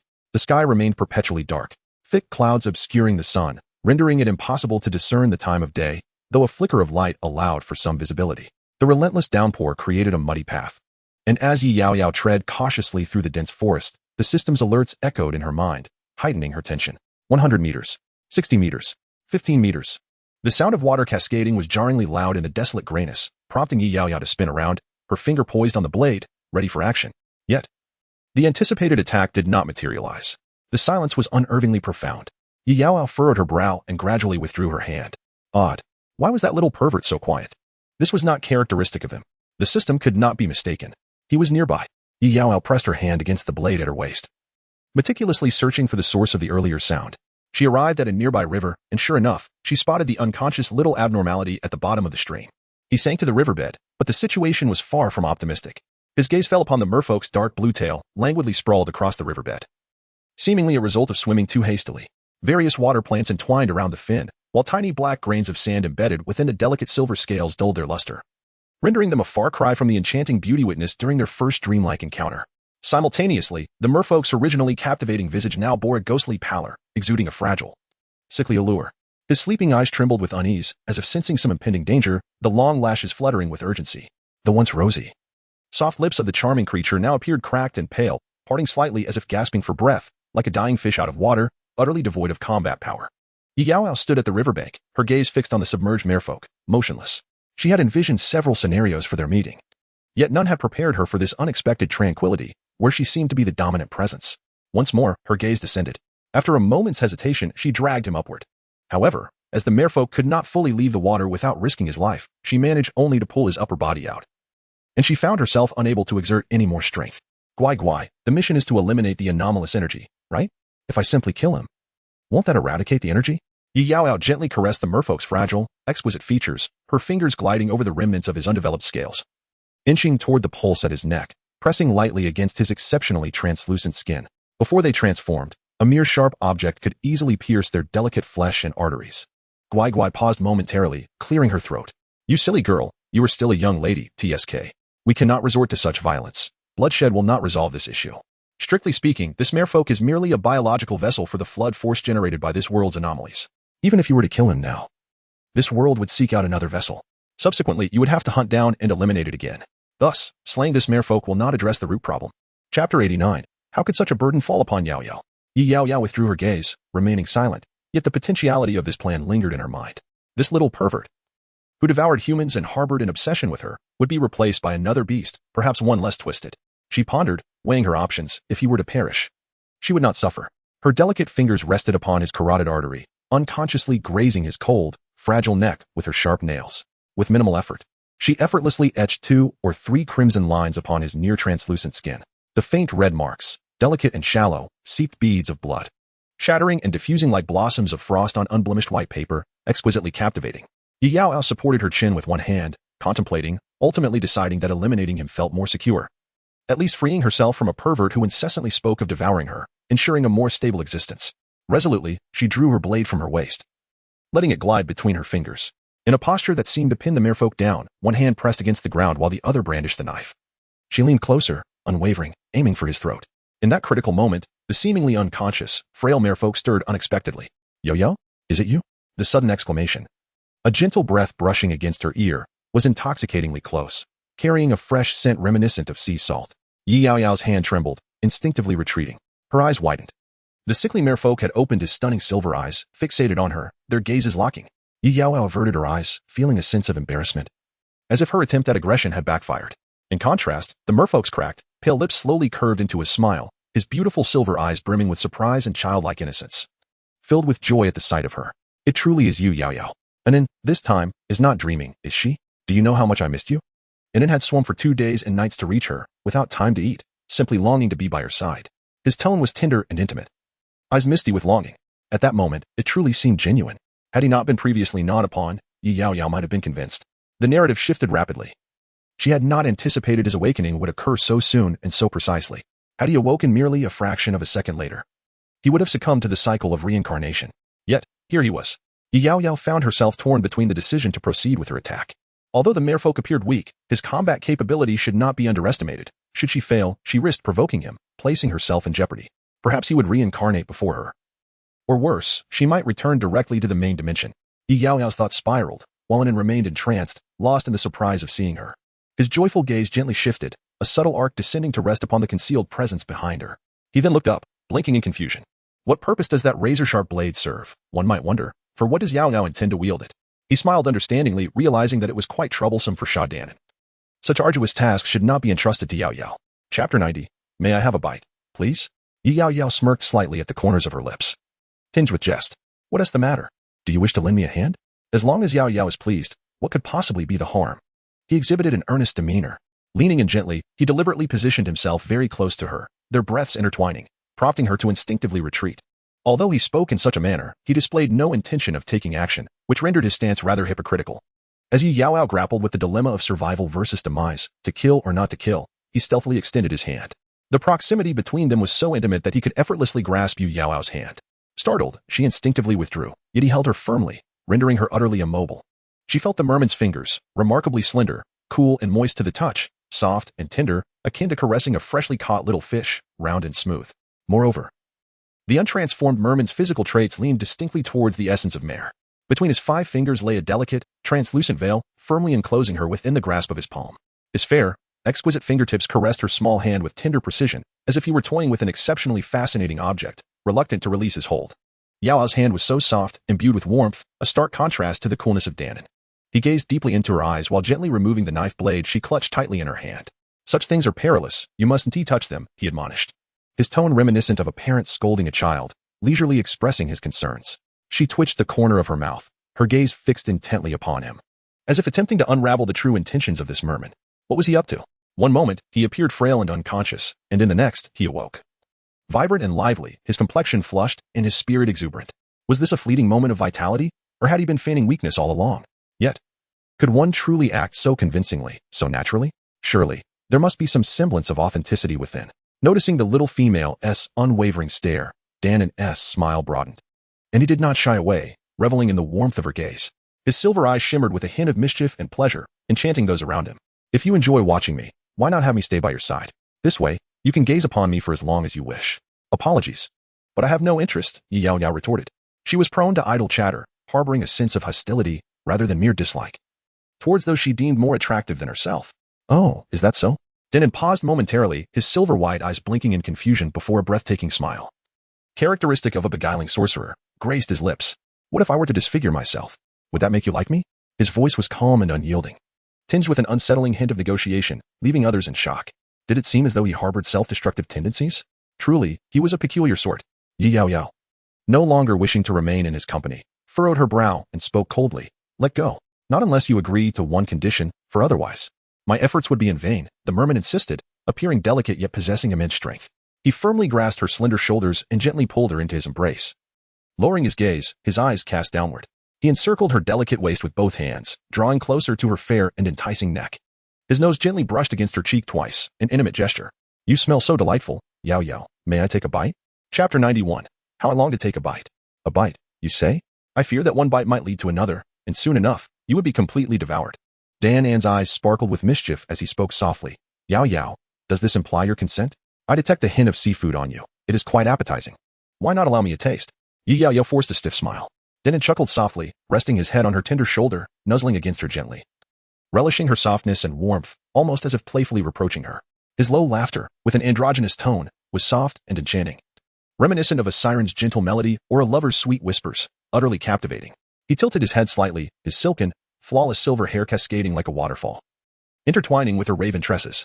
Together, they flowed downwards, reaching her feet, and extending further, meandering across the surface of the river. From a distance, it resembled an exquisite, enormous silver blossom in full bloom. After a brief moment, Yaoyao remained silent, while Dan found himself increasingly restless. The fragrance emanating from the petite female intensified, surging into his heart and awakening his profound desires. Those once clear and pristine silver eyes gradually became tinged with a hint of crimson, as waves of yearning brewed in their depths. Her delicate tongue lightly traced her nearly cracked lips, moistening them slightly, a sensation of unbearable longing overwhelming her. He fixated on her gaze, which grew increasingly thick and sinister, tinged with an unmistakable sense of possession and desire. His irises flushed with a crimson hue, swirling with tumultuous undercurrents. Sharp fangs subtly emerged, hinting at a primal hunger. An exquisite delicacy lay before him, yet he found himself unable to partake. Just as he felt he could no longer contain himself, Yaoyao finally spoke. Her voice was slow and deliberate, as if she had pondered her words carefully. I can allow you to stay, but you must agree to one condition. Is that acceptable? He blinked, and the scarlet hue faded away, vanishing without a trace. Yaoyao spoke, and her words held sway, soft and gentle, accompanied by her ever-present, delicate smile. He squinted his silver-white eyes, his delicate chin resting gently upon her soft, pale shoulder, nuzzling against her a couple of times with an endearing innocence. As long as he could remain, there would be opportunities. Patience would yield its rewards. You need to sign a contract with me. Once it is fulfilled, I will not interfere with your desires. Yanan appeared to listen obediently. Yet a look of indifference graced her features. It seemed he did not truly comprehend her words, but she chose not to concern herself with it. He did not oppose. So she took it as his tacit consent. If he later regretted it, she would not be held responsible. Her fingertip grazed the pad of her finger against his inner wrist. As her fingertip drew blood, she pressed the droplet onto the wound on his arm, merging their blood, thus completing the beast master contract. A crimson rune flickered and vanished into Yanan's body, leaving no trace. Is this truly how it works? Is this sufficient? Having been confined in one place throughout his life, Yanan had seldom encountered anything beyond mere sustenance, leading him to harbor an inexplicable curiosity towards the unfamiliar. He rotated his wrist, gently pressing his fingertip against the wound that had mingled with Yaoyao's blood. Lowering his gaze, he remained silent, contemplating inwardly. Now his body bore Yaoyao's blood as well. Did that mean his flesh would become as delectable as hers? Ah, how he longed to take a bite. Chapter 92. Coercive seizure. Yaoyao observed him lost in thought, fixated on his injured wrist, his silver eyes unwavering, as though perceiving a blossoming flower. Unable to resist following his gaze, she wondered what occupied his mind. Yanan lifted his eyes, returning to the present moment, his silver gaze fluttering, a hint of crimson gracing his lips. Was he pondering how to nibble on her, or where to begin? He sensed the fleeting peculiarity in the little female's eyes. Yanan chuckled softly, his long, curled silver lashes fluttering lightly, betraying a trace of mischievous delight. He gently swam around the river twice, striving to acclimate to the freshwater environment of the continent. His complexion gradually regained some color, revealing a hint of vitality. Yaoyao, wait a moment. I shall wash my tail. Under Yaoyao's somewhat curious gaze, he appeared oblivious to his surroundings, effortlessly gliding to the center of the river with his fishtail. He brought his slender, snow-white hands together, cupping a pool of clear water, and poured it over his azure fishtail. He meticulously cleaned his tail, inspecting each scale with great care, scrubbing away the dust and crushed fragments of algae nestled within the crevices, until the original, enchanting hues were revealed. Only then did he cease his efforts and gently glide back to the shore. There, he rested one hand upon the bank, allowing his head to softly rest on the delicate, snow-white curve of his arm, as if seeking solace. He remained in this tranquil repose for a brief moment. He slightly turned his face, his silvery long hair cascading in a somewhat disheveled manner over his exquisitely beautiful cheeks, revealing only a pair of breathtaking silver eyes that gazed intently at Yaoyao. He seemed particularly fond of gazing at Yaoyao. Yanan, having encountered few individuals since childhood, possessed an instinctive curiosity towards others. He gazed intently for half a day, not even bothering to blink, which left Yaoyao feeling quite irritated. If you continue to stare at me like that, I might just throw you back, she remarked. Yaoyao, I seem to be feeling a bit unwell. Yanan silently retreated into the water, revealing only a pair of silver-white eyes that gazed at Yaoyao, shimmering with a captivating, misty allure. He exhibited a demeanor of hesitance, as if caught in the throes of indecision. After a brief moment of restraint, he could no longer contain himself and emerged from the water with a splash, flustered and frantic. resembling a startled child as he reached for Yaoyao's hand. He furrowed his long brows, the unease in his gaze intensifying, his voice trembling slightly. Yaoyao, seemingly devoid of strength, appeared to be in distress. You just realized it? The frail beauty's silver eyes, previously indifferent, gradually morphed into sheer astonishment as she bit her lower lip, which now bore a hint of pallor. The contract, which he had initially dismissed, was now gradually manifesting its effects within his body. Unknown to Yinan, Yaoyao possessed an innate ability to command beasts. Upon successfully forging a contract, she would directly seize the beast's powers and mental energy, compelling it to submit and yield to her will. Yinan concentrated inwardly, weakly grasping his own hand. After a moment of confusion, he began to comprehend that his power had been considerably diminished since the contract's completion. His once limitless strength was now forcibly curtailed, as his current form was incapable of sustaining such immense energy. Yet, he could sense an external force suppressing his abilities, rendering him unable to unleash his full potential. The power of deluge was waning. The rain seemed to lighten, falling in a gentle patter. In stark contrast to Yin's dwindling strength, Yaoyao's mental prowess surged exponentially. After binding their contract, she could endlessly siphon energy from him until he was utterly depleted, epitomizing the essence of merciless plunder. In Chapter 93, what gender do you wish to become? Her mental capacity multiplied several times over, the radius of her scouting domain expanding to 50 meters. With a mere thought, droplets of spring water began to emerge from her fingertips, cascading in delicate clusters. Yin's eyes widened in disbelief. Yaoyao. This is truly turning into a fantastical scenario. She had also appropriated his power of deluge, though the energy transferred to her would merely suffice for a small water pump. Realizing the implications, Yinan understood without further explanation. No wonder Yaoyao was so adamant about forming a contract with him, luring him with promises of unfettered freedom post-contract. Yet, it appeared he had been thoroughly deceived, now firmly under her control, unable to regain his footing. Yaoyao had truly ensnared him in a most unfortunate manner. Strangely, he felt no anger, as if her allure had rendered him devoid of any ire. However, given the rather precarious situation, it seemed that after the contract's completion, he had transformed into a mere pet, subject to her whims. Nevertheless, it was an intriguing new role. Thus, he resolved to accompany her in this tedious interlude, embracing the persona of a delicate, pitiable pet. At least until he grew weary of the charade, he would cherish and nurture her, allowing her to flourish until she was stronger. Yaoyao's mental strength was still somewhat feeble, particularly in relation to him. She aimed to control him entirely through this contract. But it proved to be a challenge. Yinan, how long until you reach maturity? Less than half a year, he replied. He smiled at her, his mood swiftly brightening, joyfully flicking his beautiful fishtail, creating a cascade of splashes. Yaoyao hesitated, seemingly grappling with the dilemma of whether she was encroaching upon someone else's privacy. Have you ever contemplated whether you wish to identify as female or male in the future? The atmosphere fell into a brief silence, tinged with awkwardness. His exquisite silver eyes widened slightly, pupils round and dilated, as if taken aback by her inquiry. Yaoyao silently turned her face away. Reflecting on her impulsive question, why had she posed such a personal query? Just as she was about to change the subject, he leisurely broke the silence. So, what is Yao like? His stunning silver eyes narrowed slightly, their curvature enchanting, as he fixed his gaze upon her, seemingly attempting to peer into her soul to uncover her innermost thoughts. His soft and obedient demeanor made him remarkably agreeable. Whatever Yaoyao desired, he would transform into. Really? Yaoyao's tone slightly elevated. Dan nodded, compliant as ever. As long as Yaoyao was pleased, Dan's gender was of no consequence. A merman could only choose their gender upon reaching adulthood, and while males could easily transform, becoming female necessitated a rare fruit known as female transformation fruit, which was exceptionally precious and difficult to procure. Dan, typically rather indolent, had always thought it simpler to merely take on a male form. However, observing Yaoyao's inclinations, it appeared she preferred him to assume a female guise. Females were indeed charming, delicate, and elicited sympathy. This transformation could also serve to bridge the gap between him and Yaoyao, significantly lowering her defenses, allowing him to consume her when she was most unsuspecting. In Chapter 94, Danon would soon fade into obscurity. After receiving Danon's personal assurance, Yaoyao felt secure in keeping him close. As fellow females, she no longer needed to worry about emotional debts. As long as he refrained from indiscriminately harming others, they could remain good sisters. Yaoyao had a considerable degree of trust, for the contract imposed absolute restrictions on Danon. He could not harm her, lest he face the same repercussions. He consumes her, which is equivalent to consuming himself. The black fishnet draping over Yin's body is both light and delicate, flowing gracefully around his snow-white, elegant neckline and shoulders, cascading alongside his soft, beautiful, silvery hair. The stark contrast of black and white creates a vivid, ink-like charm. The luxurious fishnet dances in the clear river waters while trailing onto the fine grass on the shore, swaying gently in the light rain and breeze. Driven by curiosity, Yaoyao gently picks up a piece of fishnet from the bank, displaying it on one hand while her other hand caresses it with delight. The texture is both soft and smooth, pleasantly cool to the touch, yet entirely dry. The dress that Yuan gifted her seems to be made from fishnet as well. But the one Yanan wears is evidently far more exquisite and ethereal. Does Yaoyao like it? How much does she desire? Yanan could weave as much for her as she wished. Noticing her keen interest, he silently pulled another piece of fishnet closer to her, allowing her to indulge freely in her fascination. Witnessing the delight of Yaoyao in his handcrafted fishnet inexplicably stirred a unique joy within his heart.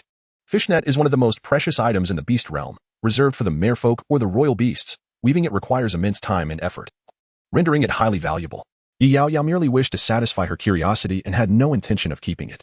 Yanan observed her feigned indifference, yet her gaze frequently drifted toward his fishnet, revealing an undeniable attachment. The little female insisted verbally that she did not want it, yet her body betrayed her honesty. Yanan smiled sweetly, choosing not to confront her. As they prepared to part, Yaoyao advised, if you wish to stay here, you must reside in this river until you come of age. I will regularly bring you food, or you may learn to hunt for yourself. But do not wander too far, do not disturb the lives of other beasts, and refrain from using your powers indiscriminately. Do you understand? What about Yaoyao? Will she not stay here with Yanan? He silently listened to her ramble on endlessly, yet not a single word registered in his mind. He quietly lifted his eyes, glistening with unshed tears, and gazed at her with a sense of grievance.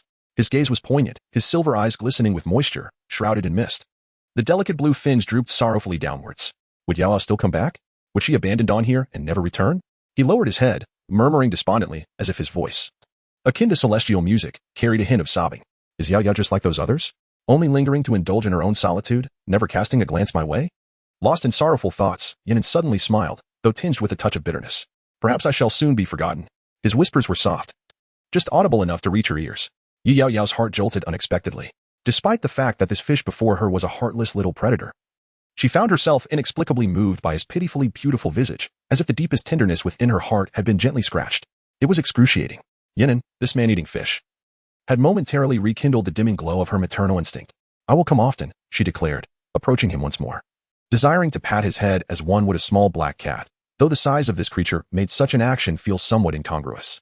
Yielding to practicality, Yaoyao instead reached out to caress his unusually vibrant blue pectoral fins.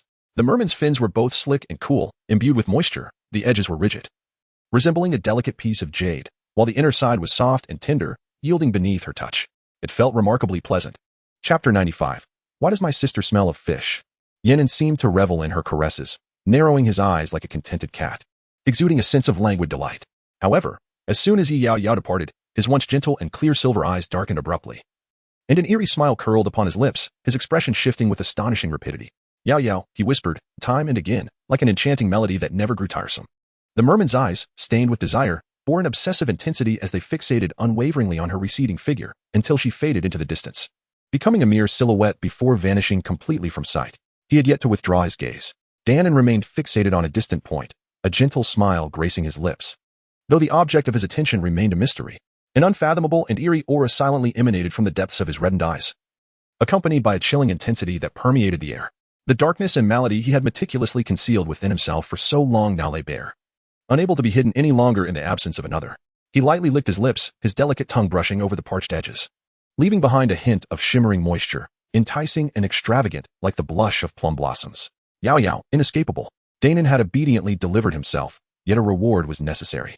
After the diminishment of Danon's flooding power, the rain had notably lessened. However, the persistent drizzle still concealed considerable latent dangers. Although Danon was the bearer of the flooding power, he had yet to reach maturity and could not wield this formidable and terrifying strength, resulting in an awkward predicament where he could only release rain without the ability to retract it. Yaoyao was similarly at a loss, forced to proceed one step at a time, waiting for Yuan's return. After all, in her current understanding, Yuan was the mightiest beastman she had ever encountered, and she could only place her hopes upon him. For the time being, Yaoyao found solace in idleness.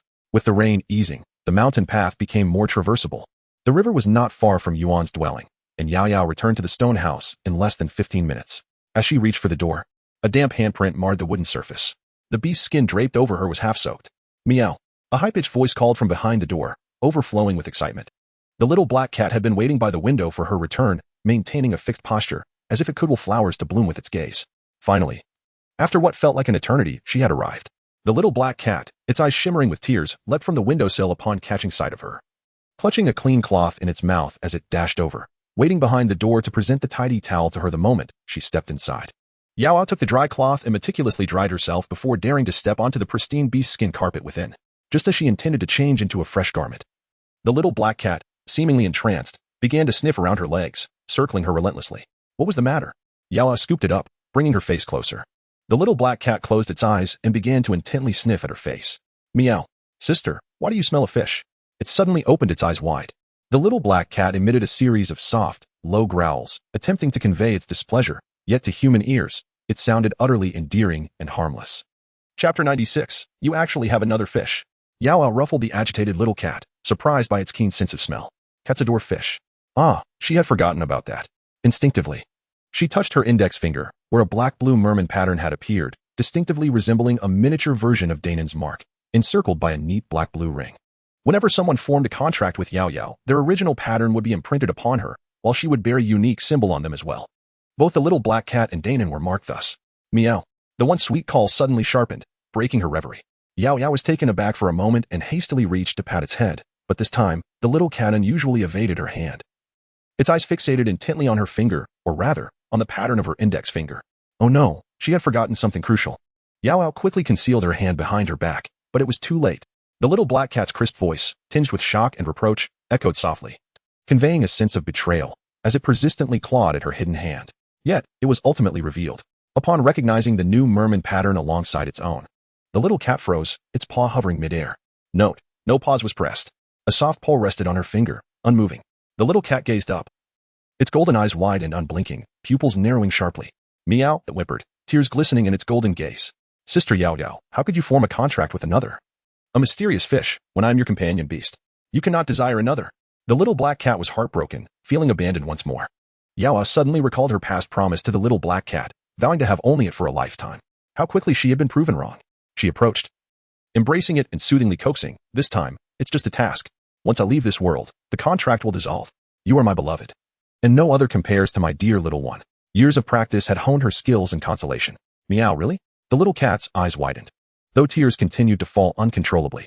After a considerable amount of time, the little black cat sniffled, holding back its tears.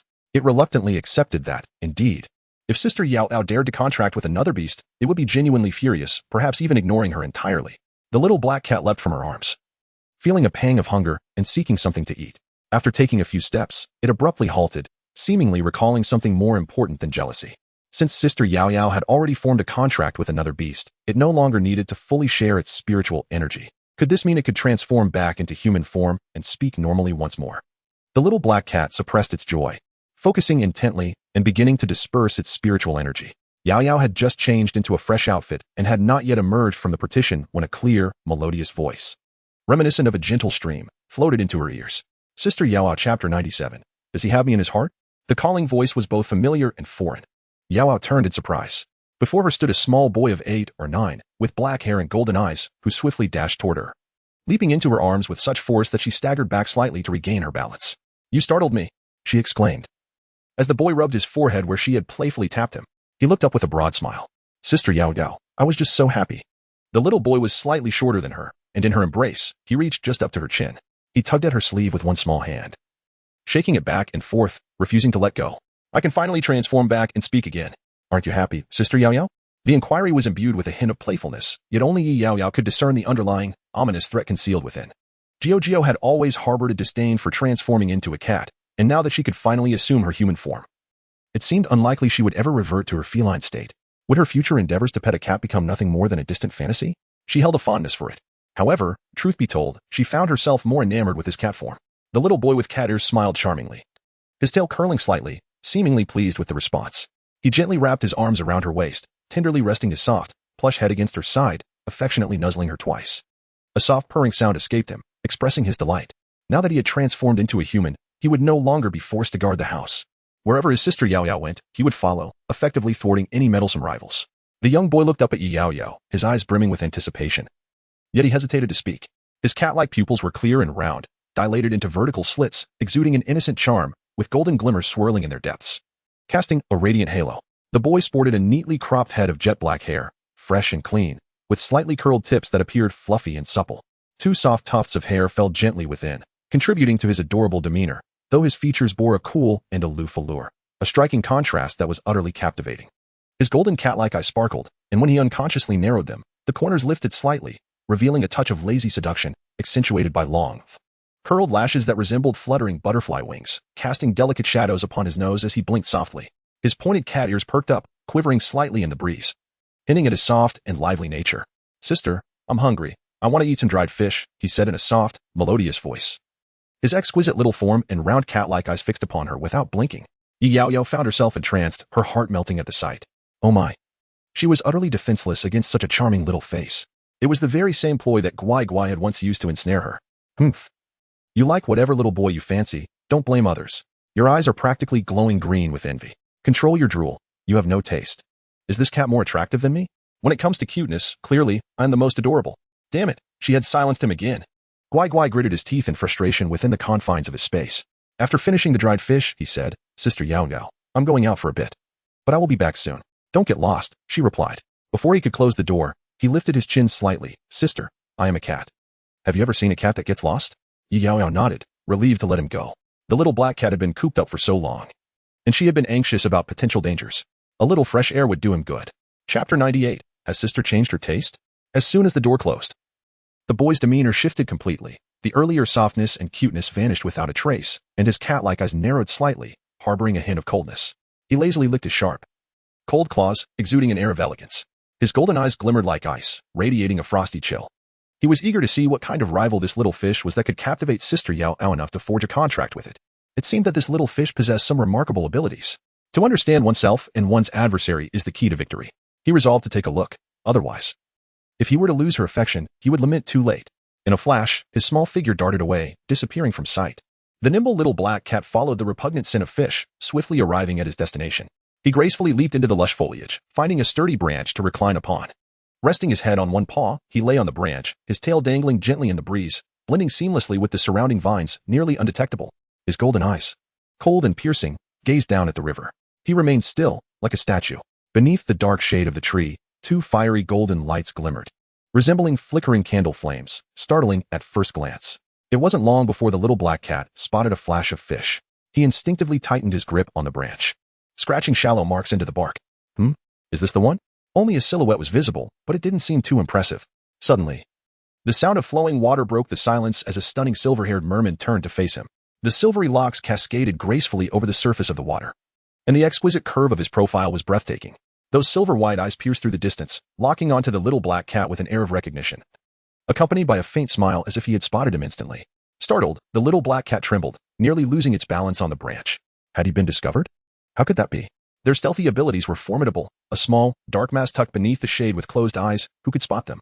Unless, of course, this individual possessed extraordinary mental acuity, capable of sensing his presence effortlessly. The little black cat steadied itself, refusing to yield in confidence. It gazed back, only to find that the fish had already diverted its attention, leisurely resting on the bank with its voluptuous black tail curled up, eyes shut in slumber. The little black cat blinked, instinctively licking its lips.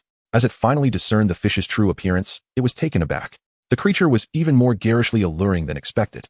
Oh no, could it be that Sister Yaoyao had formed a contract with it solely based on its appearance? Hadn't she always favored his own charming looks? Moreover, he had been obedient and well-behaved all these years. Surely he should have been the one to win her affection. Was it possible that her taste had changed? No longer fond of soft, adorable little boys? Had she begun to fancy creatures that were neither distinctly male nor female? Wasn't Sister Yaoyao supposed to be devoted? She couldn't possibly be so fickle. The little black cat felt its position threatened. This fish could not be allowed to remain. It must be eradicated without hesitation. The little black cat quietly leaped down, stealthily positioning itself behind the fish. His mind stirred sharply, and the claws, glistening with a chilling light, surged forth, aiming directly at the unsuspecting merman who was resting. Chapter 99. A misunderstanding at this moment. Inside the wooden cabin, Yaoyao, having completed her tasks, wandered through her space to check on the growth of the dragon pearl grass. The grass was thriving and was expected to be ready for use in less than 5 days. Yaoyao felt a sense of satisfaction as she anticipated the harvest. Recently, the continuous rain had affected many of the beastmen in the tribe, including some robust males, who had caught a chill. Although their recovery abilities were commendable, the young and the females were rather fragile. The medical techniques in the beast world were outdated, with many basic remedies containing flaws. The original prescriptions used by the Sanglin tribe could not entirely eliminate the fever and chill. After Yuan left, Yaoyao, feeling idle, perused the medical texts on the second level. By coincidence, she stumbled upon an excellent prescription capable of curing the fever and chill completely. However, the recipe required several rare medicinal materials, including the nearly extinct dragon pearl grass. while she could enlist some beastmen to gather other rare herbs. The dragon pearl grass was a rare find that could only be harvested once her current batch matured.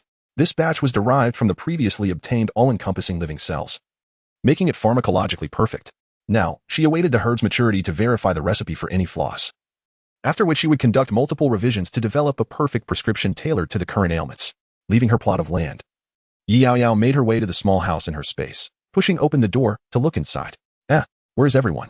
Yaoyao glanced around but could not see anyone, feeling puzzled. If you don't come out soon, I'll be leaving. The spacious area echoed with a faint, buzzing sound from an unknown corner. Humph, go ahead, leave. Don't come back.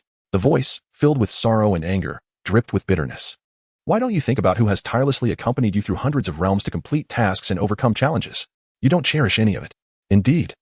Love can fade away, can't it? The child was foolishly rambling again, but soothing her was necessary. Yaoyao rubbed her forehead, paused for a moment, and then looked into the air. Once we return, I'll buy you the latest game console, all right? Really? You're not lying to me, are you? You must keep your promise. Those who lie are just little puppies. Indeed, our love is as steadfast as a rock and stronger than gold. It will not fade. Sister Yaoyao, I love you too. Was this your true intention? After experiencing a misunderstanding, Yaoyao left the space, her mood somewhat complex. The rain continued to fall outside, though it had lessened considerably, showing no signs of stopping. She wondered when Yuan would return. Leaning over the wooden table, she gazed out at the gentle drizzle, lost in thought. Logically, since it had come swimming by, Yuan should have returned long ago. Yet, so much time had passed without a word. Could something have happened? Chapter 100. Taking his life. Meanwhile, Yuan, whom Yaoyao was concerned about, was entangled in the Natala Grand River. His mood had grown frigid to the core. His violet eyes, sharp and cold, glanced disdainfully at the defeated merman, a smirk curling at the corners of his lips. It was perilously chilling. Without allowing the merman a chance to respond, he swiftly formed an ice spear in his hand, the glimmering cold light reflecting his intent. With a flick of his finger, countless ice shards shot towards the merman, piercing through his skin with relentless precision. One wound after another, each deeper than the last. Yuan's eyes, saturated with a brooding darkness, glimmered with a hint of ferocity. His attire was disarrayed, revealing dark purple serpentine patterns creeping from his heart to his neck, resembling a sinister spell that entwined within his very essence, tirelessly siphoning his energy. In his half-beast state, his royal beast power reached its zenith. 2 silver-purple dragon horns sprouted from his forehead, and a nearly 10-meter-long purple serpent tail smashed through the ice, sending shards flying for dozens of meters. The splintered ice needles surged towards the merman, embedding themselves within, igniting a series of explosions. The air was filled with the merman's heart-wrenching cries, a sound of agonizing despair. Blood trickled from Moon Hong's exquisite lips as he collapsed against the ice, his body already in ruins. Moon Hong managed to smile, appearing surprisingly at ease, not expecting the priest of the Tengsha royal city to be so formidable. Had he known, he wouldn't have assisted that ungrateful child. Now, his life was in jeopardy. The Tengsha royal city was not a place where mere mermen could provoke. Yuan's voice was low and chilling. With a swift motion, Yuan appeared behind Moon Hong, grasping the merman's throat tightly, lifting him with brutal force, relishing the sound of cracking bones. Blood began to seep from the merman's 7 orifices, yet he still struggled in vain, channeling the last of his water-blue beast source power in a desperate attempt that could not penetrate Yuan's faint purple royal beast barrier. With a resounding crash, the merman was sent flying back by the violet energy. He tumbled on the ground, spitting out blood. He struggled to maintain his last vestiges of strength, his body already marred by blood, revealing glimpses of stark white bones, a sight both chilling and pitiable, devoid of the exquisite elegance he once possessed. Yuan approached, wielding an icy sword, and without hesitation, thrust it through the chest of the merman, a spurt of pale red blood erupting forth. The merman's blood was cold, splattering across Yuan's garments. Yuan's brows furrowed slightly. His violet robe was already disheveled, stained with numerous splotches of vivid blood, his own, that of the merman Yuan, but predominantly that of the merman, Yuan, who possessed an innate and formidable self-healing ability, unlike Yuan. Perhaps, the outcome of this battle had been predetermined from the very beginning. Yuan was not one to revel in the act of killing. He primarily focused on the power of rituals and seldom utilized his true combat prowess. Yet, once his bloodthirsty battle intent was stirred, a more fervent bloodshed was requisite to conclude the conflict. The merman had but a final breath left, devoid of any strength to struggle. Throughout the ordeal, Yuan's expression remained chillingly indifferent. He once again summoned the formidable power of the royal beast. As a colossal ice sword coalesced and plummeted from the heavens, accompanied by a fierce tempest that cleaved through the towering glaciers, shattering the last bastion of the merman's defense, it would also claim his life. Chapter 101. The mightiest sovereign of the serpent. As the ice sword descended, it bore the fury of raging winds and monstrous waves, resonating with a thunderous roar, shattering the frozen expanse into fragments. The surging tides rushed forth once more, akin to a ferocious beast long confined. Wielding an unstoppable force of annihilation, its gaping maw devouring the bloodied remains of the merman, dragging them into the depths of the water. The speed of the crashing waves was astonishing. In the blink of an eye, the merman vanished without a trace. Yuan stood silently at the water's edge. His stature tall and elegant, exuding an aura of grace and nobility. He absorbed all of this into the depths of his gaze. His cold eyes devoid of any emotional hue. The dark purple serpent-like patterns upon his body faded entirely, revealing his originally cool, white, and delicate skin. While the pair of silver-purple dragon horns, unlike those of ordinary serpents, vanished without a trace. He fell silent for a moment before departing. That royal merman is unlikely to survive. Even if he does, he will forever be cast down from his royal status, suffering from perpetual affliction. Meanwhile, the true power of the deluge, hindered by the deliberate delays of this merman accomplice, has likely already reached the continent. He instinctively sensed that the power of the deluge would inflict harm upon Yaoyao. He must hasten to eliminate the force of the flood without delay. Alas, it appears he has arrived a moment too late. It seems that Yuan has already departed. A tone of regret lingers, tinged with a hint of malevolence. A fierce gust of wind sweeps through, and black-red wings gracefully descend to the ground. The wings, slightly curved, obediently retract to the man's back. Clad in a black-red cloak, adorned with golden filigree patterns at the cuffs, the man exudes an air of both beauty and nobility. He took a few steps forward, aimlessly wandering and circling around the area. With his hands resting behind his head, he stretched lazily and yawned. His rebellious gaze contemptuously swept over everything around him before drifting away, reflecting an extreme boredom. As if nothing in the surroundings could capture even a fleeting glimmer of light in his eyes. The slightly lowered brim of his hat concealed his haughty demeanor. Yet through his casually teasing tone, one could infer that his current mood was not entirely unfavorable. It seems that the strength of this young man, Yuan, has not seen significant improvement compared to 2 years ago. Indeed, he still has not acquired the power of the ice-field beast. He cast a sweeping gaze over the shattered glaciers, taking in the desolation that lay before him. The corners of his lips curled into a faint smile, crimson as blood. In that case, I shall not hold back. The most formidable power is destined to belong to me alone. No one can seize even a fraction of it. His tone was imbued with an arrogant malevolence, brazen to the extreme, yet none in the beast realm dared to defy his supreme authority. The mightiest king of the soaring serpents, Fuji, possessed the singular ancient bloodline of a mutated serpent, granting him the audacity to be as haughty as he wished. With a nonchalant wave of his hand, a gathered fireball erupted into a brilliant blaze. A vast conflagration swiftly ignited upon the shattered ice expanse, engulfing everything in its path and rapidly melting the towering snow and ice. Yaoyao fretted over when Yuan would return, concerned about the potential dangers he might be facing. Just moments into her worry, her expression abruptly shifted.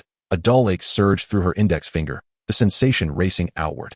Her delicate brows knitted together as she lowered her gaze, only to discover 2 patterns on her fingers shimmering and intertwining, seemingly intent on completely devouring one another. One design depicted a black merman, while the other portrayed a small black cat.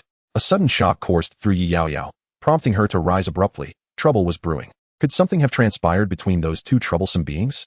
Just moments ago, the little black cat had mentioned going out, and she had naively assumed it was merely for a stroll to clear his mind. But upon further reflection, she realized the situation might be far more complex. With a resounding crash, Yaoyao burst through the door. Chapter 102, and is the sole existence for Yaoyao in the eyes of the little black cat. The merman resembled a plump, succulent fish, undoubtedly delectable. Conversely, in Anne's perception, the little black cat was a rare terrestrial species he had never tasted before, surely exquisite. As they gazed at one another, both felt the urge to salivate. The merman, born with an innate talent for seduction, possessed an ethereal beauty and a melodious voice that ensnared the hearts of wandering prey, luring them step by step into a meticulously crafted trap, only to devour them whole. As the little black cat stealthily advanced, and had already sensed his presence, yet feigned slumber, patiently awaiting the prey to unwittingly tread into his carefully laid snare. The cleverest of predators master the art of masquerading as innocuous, lying in wait to mislead their quarry in pursuit of survival. Tap, tap. A whoosh of air sliced through the silence. Sharp claws lunged towards the prey's throat, yet unexpectedly, the target reacted swiftly, leaping clear of the impending strike. The sudden onslaught of claws grazed a wound, swift enough to astonish. The little black cat uttered a startled cry, instantly darting 10 meters away to hide beneath the shade of a tree. Meow. The little black cat crouched low, furiously wagging its tail, fiercely gnawing at the tree roots while glaring at the now stirring merman, astonished that he had awakened so suddenly. It had narrowly escaped a perilous fate. For a cat, this was truly embarrassing. Why flee? And felt a twinge of disappointment at having missed his target. His stunning silver eyes sparkled like shimmering spring waters as he cast a sidelong glance at the astonished feline offspring. This was a land species he had never encountered before, and the flesh of the young would surely be tender and delectable. He unconsciously licked his crimson lips, yearning with an insatiable hunger. Alas, he was still not of age, unable to transform into human form. Otherwise, that recent attack would have rendered the young creature incapable of evasion, destined to be swallowed whole. After his miss, Yanan contemplated retreating beneath the water's surface, realizing he could not pursue, and deemed it more prudent to catch some fish instead. However, upon noticing the golden mark adorning the young one, his silver eyes widened momentarily, then narrowed in surprise. Slowly, he reached out, his pale, delicate hand instinctively brushing against his own chest. There lay a remarkably similar, if not identical, golden mark etched upon him. This distinct mark of a sacred contract. How unexpected it was that Yaoyao had another contractee besides him, and even more surprising, a young one from the same tribe. He had never considered that he was not her sole contract holder. How to articulate this feeling? It was disheartening, exceedingly disheartening. Living in this era, Yanan was unaware of the term jealousy, yet he felt a profound heaviness accumulating within his heart, a dull ache that was almost suffocating. His silver-hued pupils flickered with a hint of crimson, and he desperately sought an outlet to unleash his burgeoning, destructive impulses. The merman softly murmured, using the gentlest voice in the world, as if calling out the other's name, his gaze tender and inviting, beckoning for a playful encounter. He softly sang, his voice akin to celestial music. No prey could escape the allure of the fisherman. Gradually, Yaoyao began to move, stepping towards the river, his once slightly astonished, clear golden eyes gradually lost their luster, becoming vacant and disheveled, like a marionette being manipulated step by step to the rhythm of the song. As the last glimmer of light faded from his gaze, his entire being slowly submerged into the water. I am sorry, Yaoyao. Danon is truly famished. Feeling quite discontent, needing sustenance to mend his melancholic spirit. Once he devours this cat, Danon will be Yaoyao's sole companion, and joy will ensue. Chapter 103. Indeed. Is it more significant than him? Slim fingers delicately grasped the soft, dark mass. One hand tightened around the neck of the little black cat, while the other rested gently against the delicate chin, silken silver hair cascading down his snow-white shoulders, a few strands dampened by the mist. His gaze was cool and slightly lowered, reminiscent of deep contemplation. He pondered whether to pluck all the cat's fur or to allow the creature to transform back into a human, as it seemed that the flesh would increase.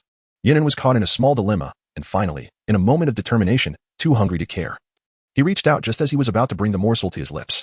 Suddenly, a startled cry echoed from between his ear fins, causing his silver eyes to widen in shock as he turned to behold the figure racing toward him from afar. Instinctively, he retreated 2 steps, his azure ear fins trembling in surprise, curling back slightly in a submissive arc, softly murmuring, Yao, Yao Yao. A black mass splashed back into the water with a resounding plop, while delicate, fair hands quickly concealed themselves behind him. In the distance, a small female figure appeared, her face awash with panic. Yanan, show mercy, that black ball is not for consumption. Yaoyao, in her haste, found herself flustered, her cheeks flushed a deep crimson. She finally came to a sudden halt at the riverbank, her body swaying precariously, nearly toppling into the water. Yaoyao, be careful. Running so fast. You must watch your safety, Yanan exclaimed, quickly extending his hand to steady her, cradling her gently in his embrace, his tone laced with a hint of exasperation. He flicked his tail twice, gently placing her on the riverbank before silently gliding further away. Yaoyao was oblivious to his subtle movements, her eyes wide with concern as she peered into the river. Where was Shohei? Where had Yaoyao gone? Just moments ago, she had seen him attempting to feed it to his mouth. So its name was Yaoyao. How endearingly and skillfully Yaoyao called out to the little creature. He appeared to be oblivious to her words, tilting his head slightly, his silvery hair cascading down like a waterfall, unfurling like blooming flowers. His silver eyes fluttered downwards, blinking in confusion with a seemingly innocent expression. Is it inedible? Yaoyao stared at him wide-eyed, her anger turning into a sardonic smile. Of course it can't be eaten. What would be suitable for consumption? She insisted, do not attempt to divert the topic. Where has that little black cat gone?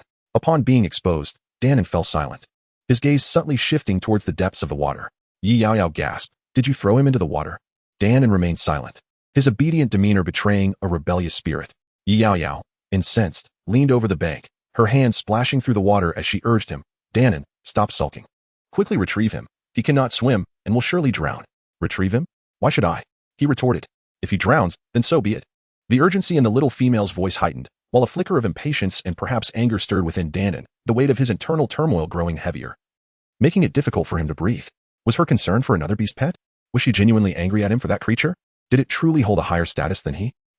In that case, he had no intention of saving it. Drowning would be the best outcome. Drowning would allow him to savor the taste of a land-dwelling offspring. A sudden splash jolted him from his thoughts. Yaoyao, what are you doing? This river is deep, and you cannot swim. Come back. He watched in horror as the little female plunged into the depths of the river without hesitation, her entire weight pressing downwards, sinking further, bubbles rising to the surface. Danon was paralyzed with fear, his mind blank, But in that instant, he leaped into the water, swiftly swimming towards the depths. Chapter 104. The Pearl of the Merfolk. He never anticipated that Yaoyao would truly leap down for the sake of that cat. Was she genuinely so fearful of its demise? Ah, what a poignant testament to their shared tribulations and deep bond. Yet, he found no admiration in it. An inexplicable wave of overwhelming panic surged within him, leaving him unable to comprehend his own emotions. Almost simultaneously, that turmoil propelled him to the riverbed, where he swiftly glided through the water. With a powerful sweep of his arm, he deftly retrieved the petite figure plummeting down, his formidable strength securely enveloping the girl in his embrace. As if fearing she might once again act against his will, the merman's grip tightened, his slender, cool fingers gradually constricting around her arm, leaving faint red marks in their wake. He took a deep breath, gritting his teeth, as a mysterious crimson light surged within his silver-white eyes. A hint of resentment lingered, forcefully suppressing the faint unease that threatened to surface. He cast his gaze once more upon the unconscious maiden, yet he languidly swayed his tail, drifting aimlessly in the depths, seemingly devoid of any intention to ascend. He leisurely observed her suffering intensify gradually, watching her as if she were drowning in her own anguish, on the brink of demise. The initial tension and anxiety within him quietly dissipated, replaced by a subtle thrill of humiliation. Is it painful? This is a punishment, Yaoyao. Why did you not obediently comply just moments ago? He extended his hand, the coolness of his fingertips gently resting upon her furrowed brows, where pain etched her features. A delicate smile slowly graced his crimson, exquisite lips, as if his touch could smooth away her anguish. Yaoyao, you truly are foolish. He would die for himself, but not live for you.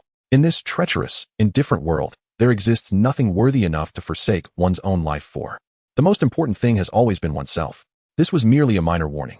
Should Yaoyao dare to seek death for another once more, then Danon would only be able to assist you in fulfilling your wishes as usual. The merman reached out, tenderly caressing the pale, soft petals of the girl's lips, which had taken on a swollen, enticing hue. He seemed quite pleased. The merman's stunningly crimson lips parted slightly, revealing a color as deep as blood. Following this, a faint blue light emanated gently, growing brighter, until a water-blue merman pearl shimmered forth from his mouth. Danon cradled Yaoyao, leaning slightly closer. His exquisitely white neckline slightly lowered as the distance between them diminished, their breaths intertwining, imbued with a hint of alluring charm. Silver-white hair entwined with dark tresses in the water, rising and falling gracefully, while the splendid black silk of the mermaid flowed beneath, creating ripples that enveloped them both. Yaoyao closed his eyes, his silver eyelashes fluttering slightly, revealing a trace of tension. Yaoyao, this is indeed my first time saving someone. You owe me, he murmured softly. The mermaid, holding a pearl in his mouth, leaned in for a kiss. Their lips met closely, with not a sliver of space between them. As the pearl was transferred into Yaoyao's body, suddenly, Yaoyao was jolted awake, coughing, and as she turned her gaze, she was astonished to find herself submerged in water. Moreover, she could breathe freely underwater. The pearl was a sacred treasure of the merfolk, enabling ordinary beastmen to swim effortlessly beneath the surface, alleviating any fears of drowning. Yaoyao's eyes widened in disbelief, still reeling from the shock. When she caught sight of Yaoyao, his complexion was alarmingly pale, his lips drained of color, resembling a fish bereft of vitality, teetering on the brink of collapse. Chapter 105. My Yaoyao is truly clever, Yaoyao gasped. Yaoyao, you look dreadful. Her tone, laced with concern, revealed her apprehension for him.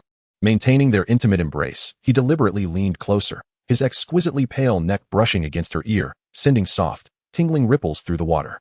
He cast his gaze downward upon her, a semblance of a smile gracing his lips, yet his eyes betrayed a chilling emptiness devoid of mirth. If Yaoyao truly cared for Danon, why would she leap into the depths just now? Did she perhaps calculate that Danon would undoubtedly come to her rescue? Once the contract is sealed, upon her demise, Danon would also meet his end, would he not? One cannot help but acknowledge that my Yaoyao is indeed quite astute. His pallid, withered lips gently curved into a smile, yet it bore no trace of warmth. He did not grant her the time to respond, nor did he wish to hear her futile justifications. He embraced her, and after placing her on the shore, he gracefully slipped back into the water, vanishing from sight. Soon, a silvery head emerged from the surface, hair disheveled and entwined with strands of waterweed. The merman glided slowly toward the shore, but halted abruptly a meter away. His exquisitely beautiful eyes, with a subtle upward tilt at the corners, held an air of seduction, yet the pallor and exhaustion etched upon his face lent a fragile quality to his allure. I retrieved this cat for Yaoyao, but whether it lives or dies, I cannot guarantee, he said, his voice strained yet deliberately defiant. The playful glimmer in his silver eyes intensified, seemingly provoking anger as his tone grew increasingly malicious. If it happens to drown, then it shall be left to Danon. He is genuinely curious to see if the kitten nurtured by Yaoyao for so long is as delectable as she is. With slender fingers, he grasped the sodden black cat, deliberately teasing in the face of her mounting fury, shaking it lightly. His silver eyes glowed with a bloodthirsty hunger. He truly felt an urge to feast. He has yet to reach adulthood.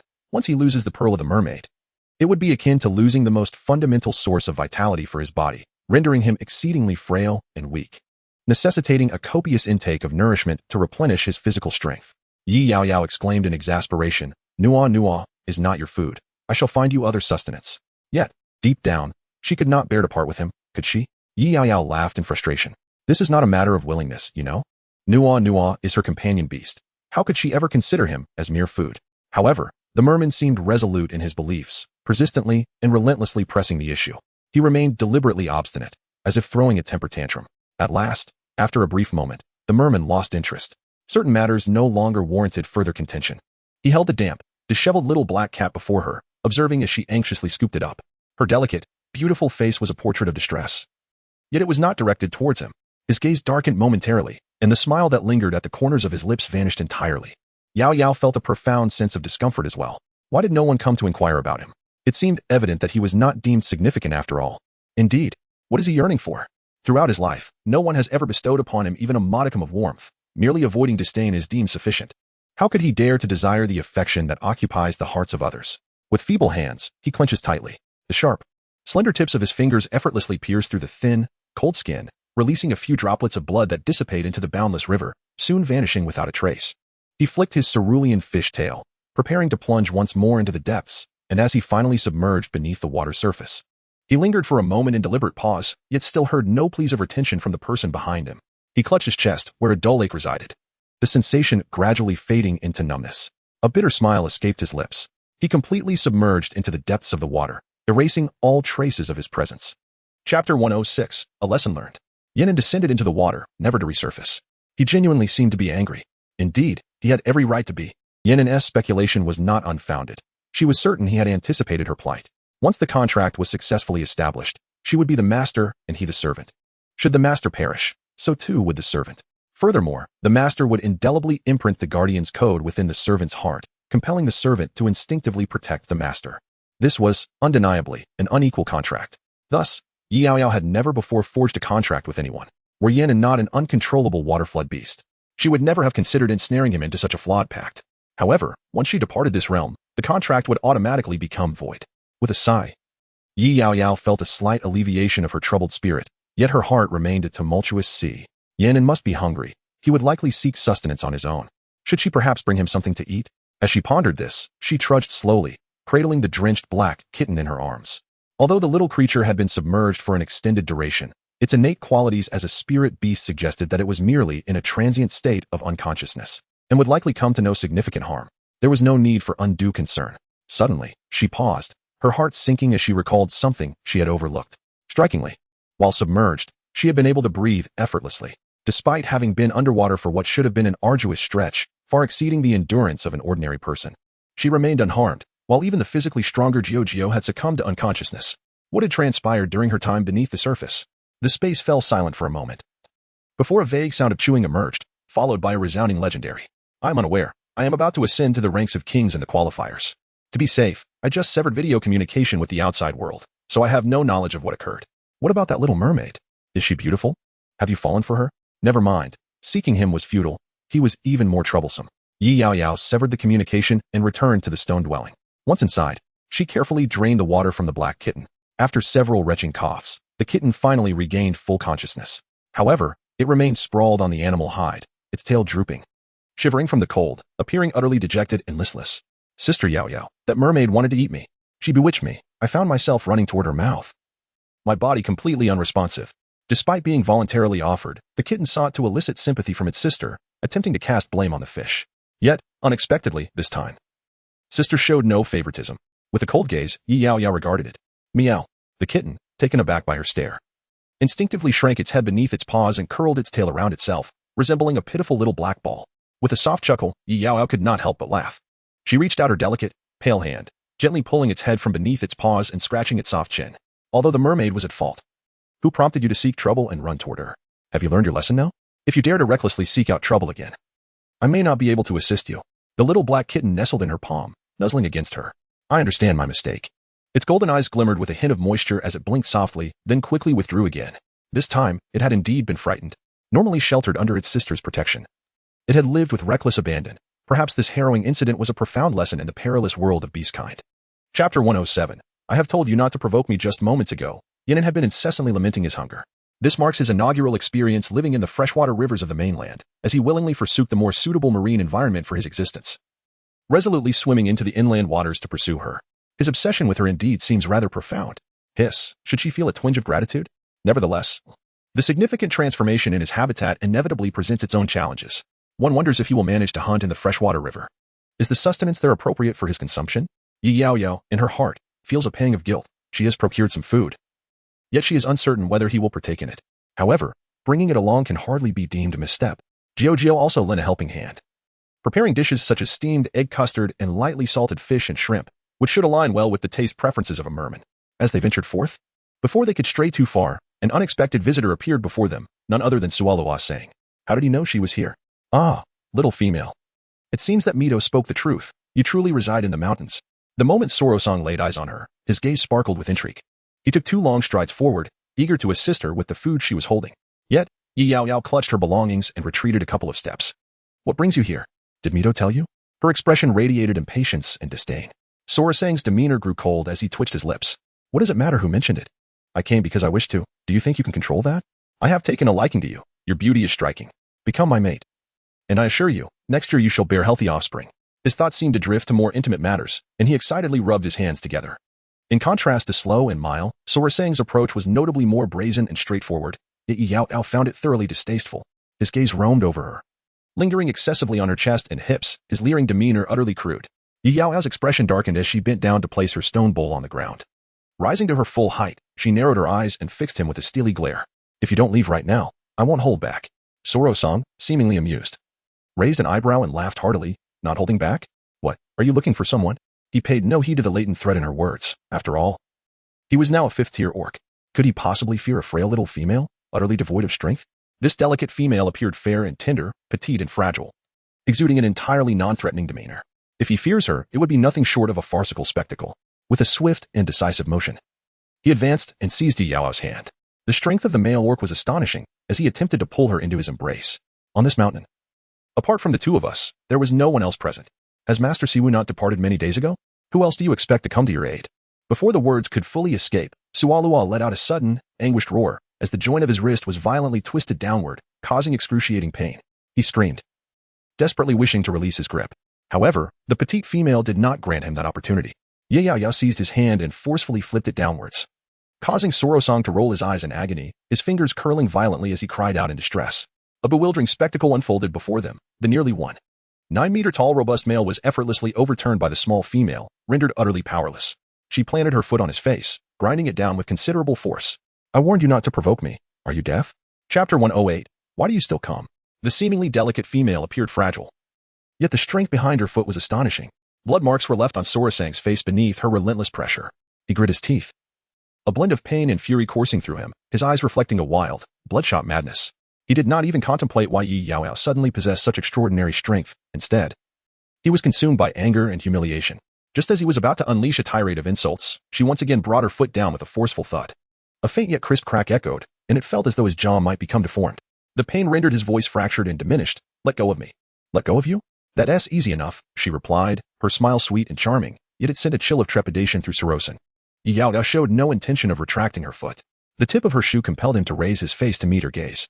"But if you dare to harass me again in the future, I fear that if my mood sours, I might act in ways you cannot anticipate. Do you understand?"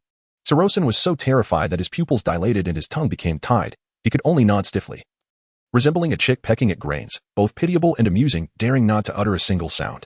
He was astonished and bewildered. How could this small female possess such immense strength? After all, he was a 5th-tier beastman. Yet, he could hardly withstand a single blow from her. In that fleeting moment of freedom, Solo-san, without uttering a word, transformed into a black wolf and fled, vanishing without a trace in an instant. Yaoyao watched as that disheveled figure completely disappeared from her sight, slowly retracting her gaze to examine her own hands. She had not anticipated that after adding 5 points to her strength, her physical explosiveness could be so formidable. She gently rotated her wrist, bent down to pick up the bowl from the ground, and expressionlessly wiped off the mud atop it. As she walked, she pondered deeply. If she were to augment her combat power with mental fortitude, her current prowess would likely rival that of an ordinary 5th-tier male beastman. And she would not even fear a 6th-tier beastman. Cradling a bowl brimming with food, she made her way to the riverbank. The riverside was eerily tranquil, the water pure and crystal clear, devoid of any acrid scent of blood. It seemed that Yin had refrained from hunting after her departure. She stood by the shore and softly called out. There was no response. She called again, yet silence persisted.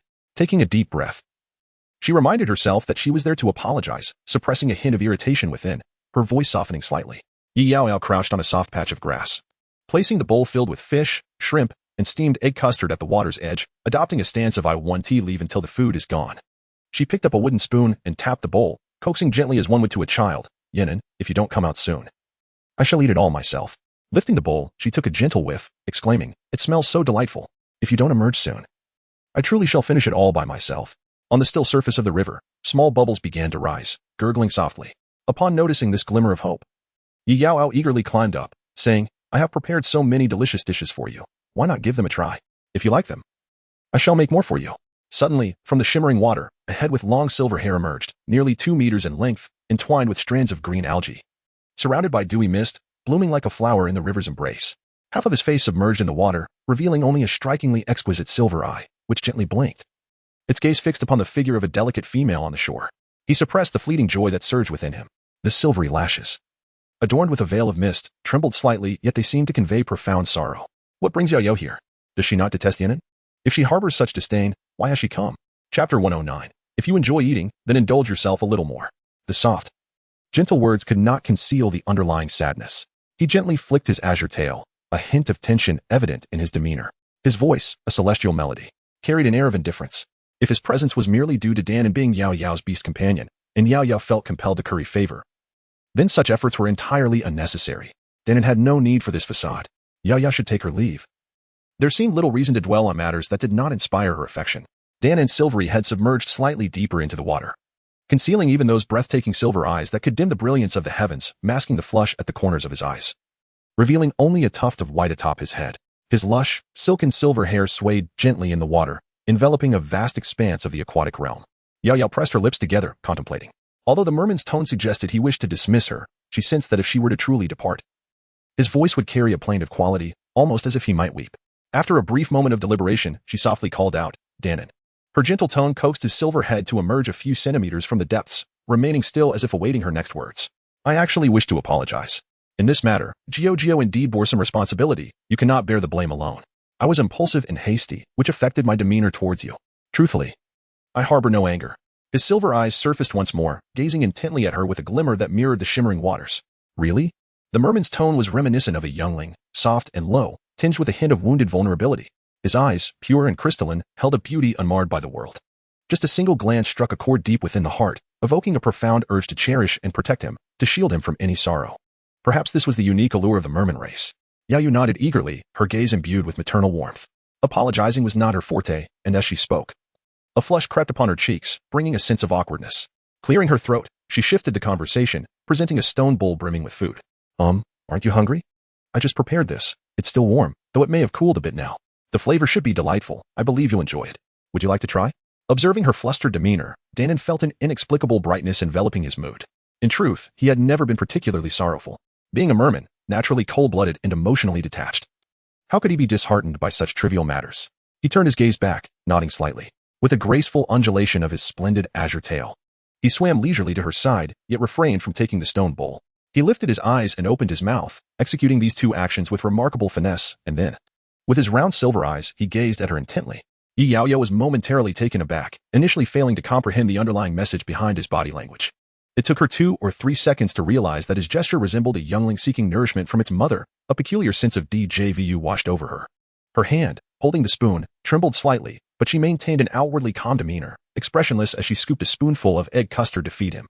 Yinan obediently accepted it, consuming the delicacy with delight, savoring the flavors that were undeniably exquisite, but they could not rival the taste of Yaoyao's own cooking. Unbeknownst to her, beneath his harmless facade, dark thoughts brewed within him. Seeing him relish the food brought her a sense of satisfaction in her efforts, prompting a smile to grace her lips. If you enjoy it, please eat more. If you're still hungry, I can prepare more for you. Chapter 110. Yinan still hungry. Yinan nodded obediently, the earlier sorrow that had enveloped him dissipating considerably. His rose-tinted lips subtly curved into a smile. Lowering his gaze, his silver eyes inadvertently glanced at Yaoyao's wrist, and, unexpectedly, a faint red mark on her snow-white, soft skin pierced his vision, sending a chill through him. Yinan's pupils constricted, a bone-deep cold settling in as he questioned, Yaoyao, What has happened? He gently grasped Yaoyao's wrist, his cool, slender fingers gliding over the crimson mark, attempting to erase the glaring red with tender strokes. Yet, he inadvertently pressed too hard, deepening the hue. Yaoyao winced and hurriedly pulled her hand away, insisting, "It's nothing, just a minor injury." "Oh, you should eat first and not worry about anything else." "A minor injury?" "Indeed?" The vivid mark was clearly the result of a strong adult male's grip. Denon momentarily lost his focus, however. The silver depths of his eyes darkened with a fierce intensity. He blinked softly, burying the menacing aura beneath the surface, and swiftly resumed his usual demeanor. Appearing innocent and demure as always, he leaned slightly closer to Yaoyao. Her snow-white, delicate neckline dipped slightly as he approached her wrist, which bore a crimson imprint. He gently brushed his nose against her wrist, feeling a ticklish sensation, and discreetly noted the lingering trace of masculine sin upon it. He firmly etched that repugnant aroma into his memory. Yaoyao looked at him in astonishment. He distanced himself, perfectly concealing his emotions, and spoke kindly with a smile. "You must take extra care, Yaoyao. Being a female, you cannot continually allow yourself to be hurt like this." He reached out and obediently caught the stone bowl this time, mimicking her as he picked up the spoon with his right hand. However, he was rather clumsy. For Denon was unaccustomed to using a spoon or chopsticks, which was precisely why he had requested her to feed him earlier. Yaoyao observed him awkwardly gripping the wooden spoon, poking at the silky egg custard with a fierce determination. With each jab, he marred the once smooth and delicate surface. Yet he still managed to consume none. Unable to watch any longer, Yaoyao stepped forward and offered, "Shall I continue to feed you?" But Denon quickly shook his head, furrowing his brow as he distanced himself from her, clutching his bowl protectively as if guarding his treasure. "No, Yaoyao. Your hand is injured. I'm already quite capable of feeding myself. Then shall I teach you how to use the spoon?" Denon tilted his head in contemplation. This indeed seemed feasible. He once again extended the bowl and spoon toward her. However, the fish's aptitude was rather lacking. While others found the use of such utensils quite simple, he struggled to manipulate them with awkward movements. Yaoyao couldn't help but suspect that he had previously resorted to using his hands to devour raw meat. Alas, such a notion seemed incongruous with his exquisitely alluring visage, prompting her to swiftly cast aside her conjectures. After a few minutes of silent standoff, she ultimately took it upon herself to feed him. Yaoyao, guided by her hand, consumed an entire bowl of steamed egg custard before licking his enticingly crimson lips. Leaning in closer with an insatiable gaze fixed upon her. "Yaoyao, I'm still hungry," he murmured in a voice that was nothing short of celestial. A soft caress that sent delightful shivers through her, akin to the blossoming of myriad flowers. His pale blue fins drooped slightly, gracefully fluttering in a delicate arc. His silver eyes shimmered with a misty glimmer, long, curled lashes quivering as he anxiously nibbled on his own fingers, appearing both helpless and pitiable, as though she frequently starved and tormented him. In Chapter 111, Yaoyao believed that Yaoyao had abandoned him. He was currently in a peculiar stage of development, a crucial period leading up to adulthood, during which he felt an incessant hunger, necessitating a constant intake of sustenance. The egg custard and salted fish and shrimp that Yaoyao prepared were hardly sufficient to satiate his appetite. After her feeding, he still appeared woefully hungry, his desire for food only intensifying with each bite. "Wait here obediently, I shall fetch you some more food," Yaoyao said as she stirred to leave, but was gently halted by two fingers as cool as jade. Yaoyao shook his head, insisting, "I am not hungry anymore. Yaoyao, don't go. It's too dangerous." In truth, he was ravenous, yet he refused to let her depart. How he wished he could transform into his full form and accompany her. "It's all right. Don't worry," Yaoyao replied with a nonchalant shrug. "I can take care of myself. After all, I have lived on land longer than you have. I'm more than capable of basic hunting." Since she had augmented her speed and strength, she felt somewhat elated. Her physical prowess now rivaling that of any fifth-tier male beast man, making ordinary hunting a trivial task for her. Very well then, Yaoyao relented after a moment's hesitation, finally releasing her.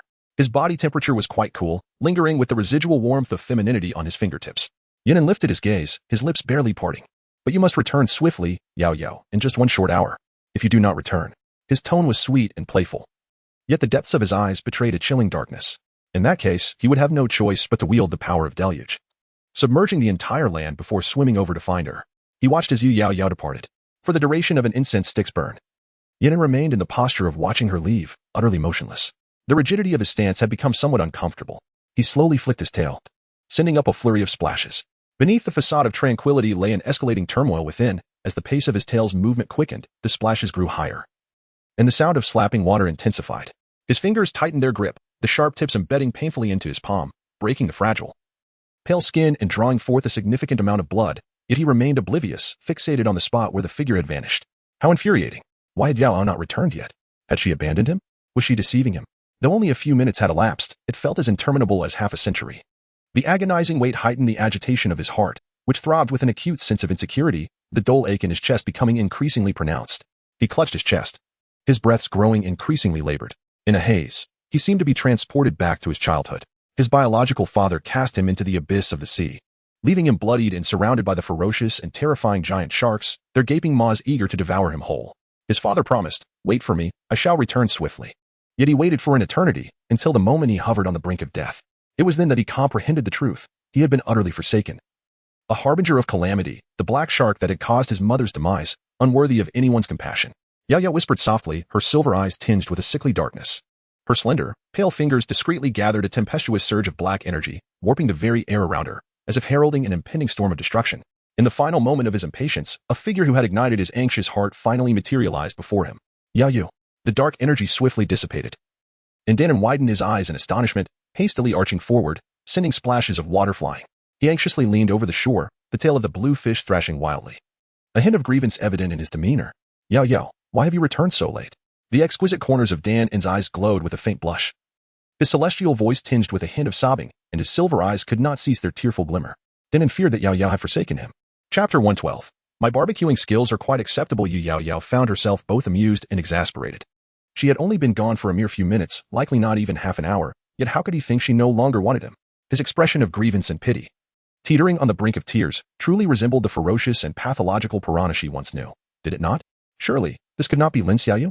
Yaoyao's voice floated from afar, clear and distinct, tinged with a hint of helpless amusement. How could I possibly not want you? If I truly wished to abandon you, would I exert such effort to find you something to eat? That would be self-inflicted misery. Her reasoning was indeed sound. Yaoyao gently dabbed at the reddened corners of his eyes, wiping away the shimmering moisture, and reluctantly stifled the captivating tears that threatened to spill. He nodded. Neither too fervently nor too lightly. Yes, Yaoyao trusts Yaoyao. She is unlike those others. Since she has made a promise, she will undoubtedly not forsake him. Yet, if she were to dare betray that vow, then he too. He chuckled softly. He swiftly concealed a certain shadowy madness, his slender, cool fingertips curling slightly for an instant. Yet in a mere moment, he returned to his normal demeanor. A faint smile lingered at the corners of his crimson lips. The curvature exquisitely beautiful to an almost excessive degree. He gently flicked his tail. He remained as charming and harmless as ever. The prey brought back by Yaoyao caught Yan's attention as he looked up at her once more. His captivating gaze was solely fixated on her, briefly glancing at the imposing figure of the creature she dragged beside her.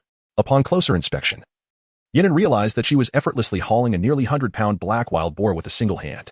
Astonished, he blinked slowly, confirming that he had not misperceived the scene. At first glance, Yaoyao appeared to be a petite and delicate female, yet her strength was astonishing, as she effortlessly towed the hefty beast with a steady gait, exuding an air of confidence and nonchalance, not a hint of breathlessness escaping her lips. With a resounding thud, the black wild boar was unceremoniously dropped to the ground. Not one to idle, Yaoyao promptly retrieved some fiery red stones from her fur-lined attire, cleaned them, and wrapped them in leaves before placing them down. She then sought out some dry twigs to kindle a fire. Yaoyao swam closer, keenly observing the magnificent creature before him. His stunning silver eyes filled with both astonishment and trepidation, wide with disbelief. It was his first encounter with such an oddly presented delicacy. And he silently swam back a couple of strokes. In his mind, he could only critique its appearance as frightfully unattractive. How could a creature from the land possess such an unsightly visage? Its repulsiveness rendered it unpalatable to him. However, the terror-stricken and bewildered expression he bore was perceived quite differently in the eyes of Yaoyao. Danon, fear not. This creature is a wild boar. Although it may appear fierce, it is utterly lifeless and poses no threat to you. Danon stared at her in a daze. Yaoyao felt a twinge of regret. Ahem, to be honest, wild boar meat isn't particularly delectable, but I dared not venture too far. I searched the vicinity and fortunately found this one, which should adequately satisfy your hunger and is relatively easy to catch. We can roast this pig. Trust in my grilling skills. They should suffice, right? At the very least. For a merman who has never tasted cooked food, it should be quite satisfactory. Chapter 113. Ultimately, abandonment awaits. The fire was yet to be kindled. Yet Yaoyao found herself troubled by the sizable wild boar. Its large frame posed a significant challenge for preparation. Moreover, she had not equipped herself with a sharp stone blade. Creating one from scratch would consume considerable time. After pondering, she rummaged through her leather skirt and, with persistence, finally retrieved a pale purple scale. She traced it across the wild boar's body. The scale was both thin and robust, its edges remarkably sharp. A gentle stroke would easily eviscerate the coarse and thick flesh of the boar, proving to be quite effective. The sight of the diligent female preparing the meal was a vision of beauty, her silhouette exuding a delightful grace. She crouched on the ground, slightly turned, one hand grasping the pig's ear while the other wielded the unfamiliar scale of a male beast man, deftly slicing the boar's ear. What? The scale of an unfamiliar male beast man? The mermaid's tail instantly tensed, thrashing wildly, splashing water everywhere as an inexplicable agitation surged within her, breeding madness in her heart. How could Yaoyao possess scales from another male? This was intolerable. It was absolutely unacceptable. Yaoyao, whose scales are you holding? He took a deep breath. His gaze fraught with anxiety, and his voice carried an unbearable sense of muted confusion. Ah, is this what you mean? Yaoyao inquired, observing the visibly tense Danon. This was sent by the tribal shaman. Is there a problem? The shaman? Danon's eyes flickered as a sudden realization struck him, his brow furrowing with a chill. Is it a purple snake? Oh, have you seen it? I have, in a manner of speaking. However, that snake did not see me. He was journeying on land alongside Wahong when they were abruptly halted by a menacing, frigid king beast that bore down upon them, unable to contend with the serpentine monarch. Wahong stepped forth to divert its attention and impede its advance. In retrospect, it seems that this series of events may not have been mere coincidence. The king serpent could very well have been targeting him specifically. Furthermore, the audacity of that serpent to bestow its scales upon Yaoyao is particularly striking, as Danon understands. In the realm of beasts, males do not casually offer their prized possessions to females unless they harbor intentions of forging a bond. Danon's expression darkened instantly. His teeth clenched tightly in silence. His slender, alabaster fingers curled into fists, the joints cracking softly. The once pure brilliance of his silvery eyes was now overshadowed by a tumultuous surge of fury and a profound desire for destruction. The cold red glimmer revealing hints of a restless malady. He inhaled deeply several times, yet the turmoil within him remained unassuaged. Instead, it intensified, nearly consuming all of his emotions and gradually unearthing the madness that had long lain dormant within. In that moment, he suddenly became acutely aware of certain undeniable truths, even those he could not resist himself. He possesses an overwhelming and fervent sense of possessiveness towards Yaoyao, an emotion whose origins remain a mystery. Yet it is indelibly etched in the depths of his heart, gradually eroding the remnants of his rationality. He could not bear to vanish before her. Even for a fleeting second, he could not endure the thought of her having even the slightest contact with any other creature. He wished to shield her from the predatory gaze of any male, and indeed, from any female as well. Any living entity posed a potential threat to him. A danger of being supplanted. Otherwise, she might vanish from his life, much like his father had in his childhood, suddenly and without a trace, casting him aside without a shred of sentiment. Rather than allowing her to flee eventually, it would be wiser to confine her now, to forcibly reclaim the right she might one day abandon him. After all, since his birth, he had endured a cycle of abandonment. A heart-wrenching recurrence that left him in a state of agonizing despair. Chapter 114. Barbecue. What ails you, Danon? Why has your complexion turned so pallid? Have you gone hungry? A pair of delicate, soft hands gently pinched his face, exuding a tenderness that was utterly enchanting. Danon's heart, which had just hardened, softened unexpectedly. He couldn't help but nuzzle against her, his voice fragile like a fine thread. Yaoyao, you won't leave Danon, will you? Yaoyao blinked, assuring him. Of course not. Really? His voice trembled, evoking deep affection as he repetitively sought confirmation, each inquiry a testament to his vulnerability. Yaoyao smiled. Why would I deceive you? With such beauty, abandoning you would be a loss. After all, he couldn't consume her at present, and besides, the enchanting appearance of a mermaid was delightful enough to be admired. Then, Yaoyao, you must not tell lies. Danon despises deceitful individuals, otherwise he will become angry and impose a punishment. What would that punishment be? Any disobedient being is best kept within the confines of his belly, where they are most secure. Why is your hand bleeding? Yaoyao grasped his hand, turning it over to reveal several alarming cuts, inflicted by his own nails. Danon quickly withdrew his hand, concealing it behind his back. It's nothing. I merely hurt myself accidentally. You need not worry, Yaoyao. It will heal soon. Danon smiled, his eyes curving, revealing two small, sharp teeth, white and pointed. She found herself perceiving a hint of sunshine in this otherwise dark, morbid fish, and she couldn't help but feel a sense of solace. Danon was prone to wild swings of emotion, moments before he had been shrouded in gloom. And now he wore a face of obedient delight. He cast a glance at Yaoyao, who was holding the pale purple scales in her right hand, seemingly offering a casual reminder. Oh, Yaoyao, you should put that scale away. It likely belongs to someone important and isn't quite suitable for this purpose.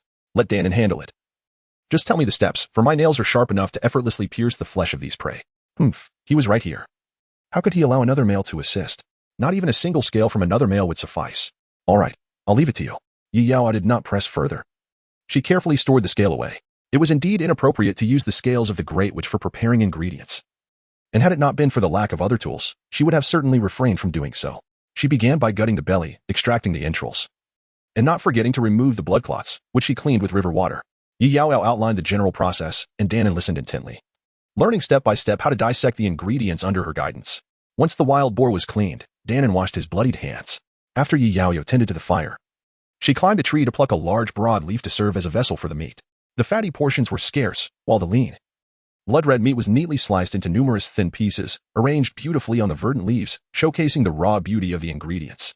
During her hunt, she also gathered a bounty of fresh fruits and fruit oils, thanks to the reminders from the system's knowledge base. She could easily discern the flavors and uses of these ingredients, mashing all the fresh fruits into a pulp. The juicier ones were transformed into jam, while the drier ones could be used as flavoring powder. Over the crackling fire, the aroma of the roasted meat began to waft through the air as Yaoyao sprinkled some seasonings while turning the meat. Having expended considerable energy during the hunt, she felt famished, and the enticing scent of the meat made her eyes gleam. Perhaps it was an illusion, but it seemed she was consuming more than ever. Even Danon, who had feasted on raw meat for over a decade, could not resist the temptation, subtly leaning closer and instinctively wrapping his arm around hers. The delicate and cool surface of the merman's face brushed against her as he began to plead for food once more. Chapter 115. The aroma of Yaoyao's roasted meat. Two pairs of hungry, glimmering eyes waited impatiently. At long last, the meat was ready. Dozens of thin slices were skewered onto sharpened sticks, creating a substantial feast. Each skewer was infused with the fragrant essence of the fruit oils, savory yet not overwhelming, and enhanced with various sweet and tangy jams according to personal taste, finished off with a sprinkle of salty fruit powder. Simple yet delectable. Yaoyao, unable to contain her hunger, took her first bite. Hiss. It was slightly hot. Hiss. She had eaten too hastily, and her tongue burned as she rolled it about, quickly biting into a juicy fruit to alleviate the scorching sensation. Danon observed her, his gaze softening, barely suppressing a smile. He rested one hand on the bank, while the other delicately supported his exquisite chin. His nearly 2-meter-long silvery hair cascaded between his snow-white neck, undulating in the gentle waves of the crystal-clear water, with the tips seemingly entwined in a hazy mist. His slender and delicate fingertips gently twirled around his silken, silver tresses, coiling several times before releasing, only to repeat the motion once more. He idly fidgeted with his hair, lost in a world of ennui. He gazed intently at Yaoyao, as if silently awaiting something, a flicker of anticipation in his demeanor. Before long, Yaoyao picked up a second skewer of grilled meat. Having been scalded once, she had learned her lesson. She hastily blew on it several times before daring to bring it close to her lips to test the temperature, just as she took her first bite. Before she could even chew and swallow, Danon leaned in closer, his voice soft and laced with a hint of pitifulness. Yaoyao, I'm hungry. I want to be fed. His delicate tail flicked in the water, seemingly dissatisfied with her sole focus on her own meal, neglecting him. Instinctively, Yaoyao thought to say, you can help yourself. But the words had not yet reached her lips before they were swallowed back down, along with the chewed morsel of grilled meat. She pondered, this is a child starved of affection. She ought to provide him with ample maternal love.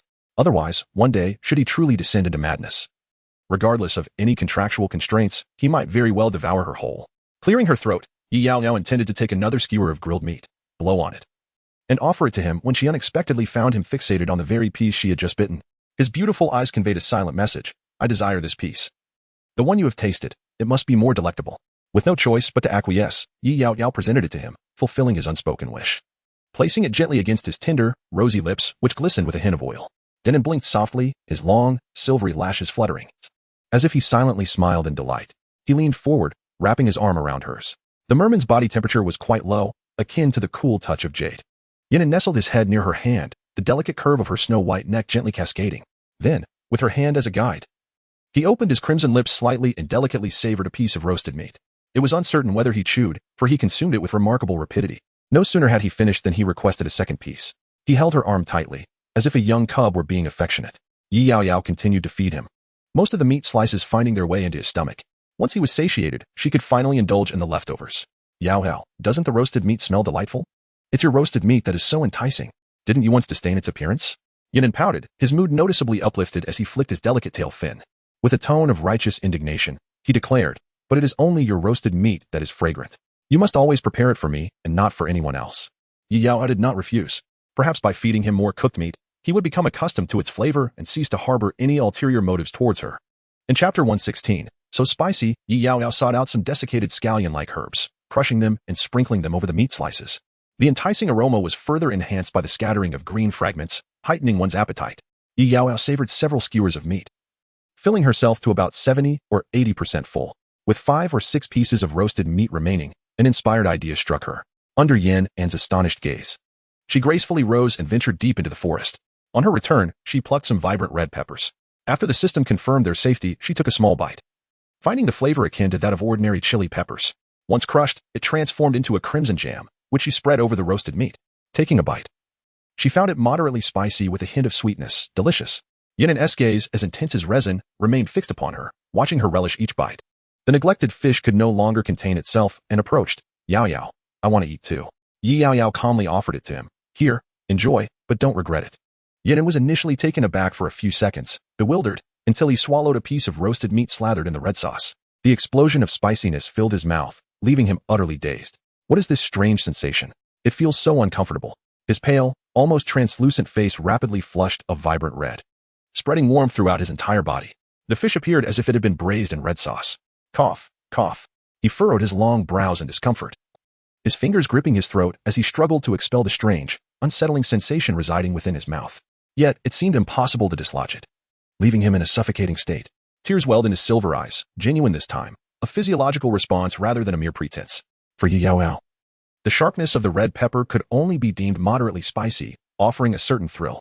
However, for the merman, who had never experienced such flavors and possessed an exceptionally sensitive palate, it was akin to a biochemical weapon, terrifying in its intensity. Yaoyao initially aimed to tease him playfully, but she was taken aback by Dan's extreme reaction. In a moment of panic, she hurriedly provided him with some antidote fruits and refreshing, pure spring water, which he consumed, alleviating the fiery explosion in his mouth to some extent. The flush on Dan's face took a long while to dissipate, yet the misty glimmer in his eyes lingered, creating a truly pitiable sight. It appeared that he had genuinely been overwhelmed by the heat of the red pepper. After some time, his entire form remained listless, his tail barely swaying, and his azure pectoral fins drooped pitifully. He lay helplessly by the shore, his breath shallow. Dan, I am so sorry. Would you like me to fetch some medicine for you? Yaoyao, filled with guilt, cradled his waning, exquisite face, only to see him gently shake his head, revealing a hint of pale frailty. It's all right, Yaoyao.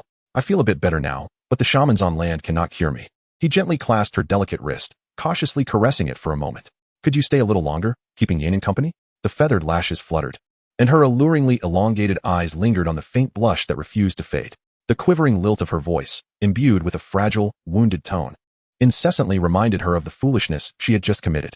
It was a heart-wrenching sensation that stirred an irresistible pang of affection. He appeared to make a humble plea, yet his vulnerability rendered it impossible to deny him. He was as fragile as a young creature, evoking an irresistible instinct to nurture. Chapter 117, Ultimately. What cannot be retained, Yan cradled the fruit, taking small, deliberate bites. He was obedient, exhibiting a hint of bashfulness. Time seemed to intentionally flow at a leisurely pace. Yet, it was ultimately an unstoppable force. The afterglow cascaded down. Yan finally finished devouring the spicy fruit, swallowing the last bite in a hurried gulp, his delicate lashes quivering slightly. Thank you, Yaoyao. I feel much better now. Oh, Yaoyao immediately approached, leaning in to touch the exquisite face of the merman. Let me check your temperature. The abnormal crimson indeed faded.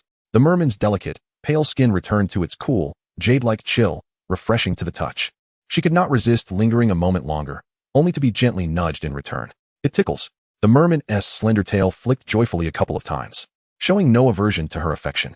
Yaoyao withdrew her hand and glanced at the darkening sky. I shall take my leave for now. I will visit you again tomorrow. I have some other delightful foods with me. They are quite tasty. You must have never tried noodles or rice before, right? I'll bring them to nourish you. Yaoyao tirelessly rambled on, yet he absorbed only her initial words. The moment he heard she was departing, his expression darkened abruptly. He took a deep breath, forcibly suppressing the surging violence within his bloodline and the overwhelming desire for captivity. He repeatedly chanted to himself, attempting to hypnotize his mind into believing that Yaoyao had merely stepped away for a moment and would soon return, that she would undoubtedly not abandon him. For she had given him her word. He should have faith in her. Yet, despite his resolve, those slender, sharp fingertips betrayed his will, digging deeper into the tender palm, causing even the faint blue veins to quiver slightly. After a brief moment, he found himself powerless to release his grip. Very well then, Yaoyao, be cautious on your journey. His heart was tumultuous, a cacophony of dark and morbid thoughts swirling within him, yet he concealed them masterfully, revealing not a trace of his inner turmoil. At least in Yaoyao's eyes, Dan merely appeared to be experiencing a slight bout of melancholy. He gazed at her momentarily with an expression of composure, only to swiftly avert his eyes, deliberately avoiding her gaze. The soft, azure fins of the fish drooped slightly, reminiscent of a young creature sulking in its displeasure.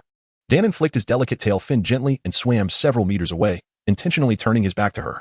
From afar, a voice resonated, muffled and enigmatic, as if shrouded in a veil of mist, imparting a melodious charm. Yaoyao, you must come early tomorrow. Do not keep Dan waiting for too long. He shall not sleep tonight, patiently awaiting the arrival of dawn. Yaoyao, do not entertain any thoughts of being late, even by a moment. Yet, before leaving, Yaoyao felt a twinge of concern and gently touched his smooth, delicate forehead. Are you truly all right? Dan hesitated slightly, yet still nodded in affirmation. In truth, he had long since recovered, and the uncomfortable and peculiar sensation in his mouth had dissipated. Yet, he yearned for her company a little longer. A selfish and sensitive possessiveness quietly stirred within him, prompting him to feign an excessive frailty throughout the day in hopes of eliciting a modicum of her affection. People are naturally drawn to the vulnerable and pitiable, are they not? Nevertheless, despite his careful machinations, he ultimately could not retain her. As evening descended, Yaoyao departed once more. He watched her figure recede into the distance until she transformed into an indistinct dot, completely vanishing from his sight. Danon lay by the shore, listless, occasionally flicking his slightly stiff tail. 1 second. 2 seconds. Each moment dragged on with exasperating slowness, stirring a growing restlessness within him. Yaoyao had departed from him, astonishingly. It had been nearly half an hour. Chapter 118. She will also be very happy. The fish was in a state of utter agitation. At this moment, Danon felt an uncontrollable urge to wreak havoc. Fortunately, he was merely a juvenile fish yet to transform. And despite the tempest of destructive desire surging within him, his actual capacity for destruction was limited to splashing about in the water. After all, the contract remained intact. And Danon refrained from using the flooding power recklessly. However, the turmoil within him demanded a meaningful outlet. An uncontrollable crimson sediment settled in his gaze. His eyes glinting with a terrifying intensity. He clenched his hand tightly, seeking to calm his restless mind. An inflictor fishtail, suddenly leaping and plunging into the riverbed. The cool, smooth water enveloped her skin, moistening the dry, slightly cracked porcelain of her pale complexion.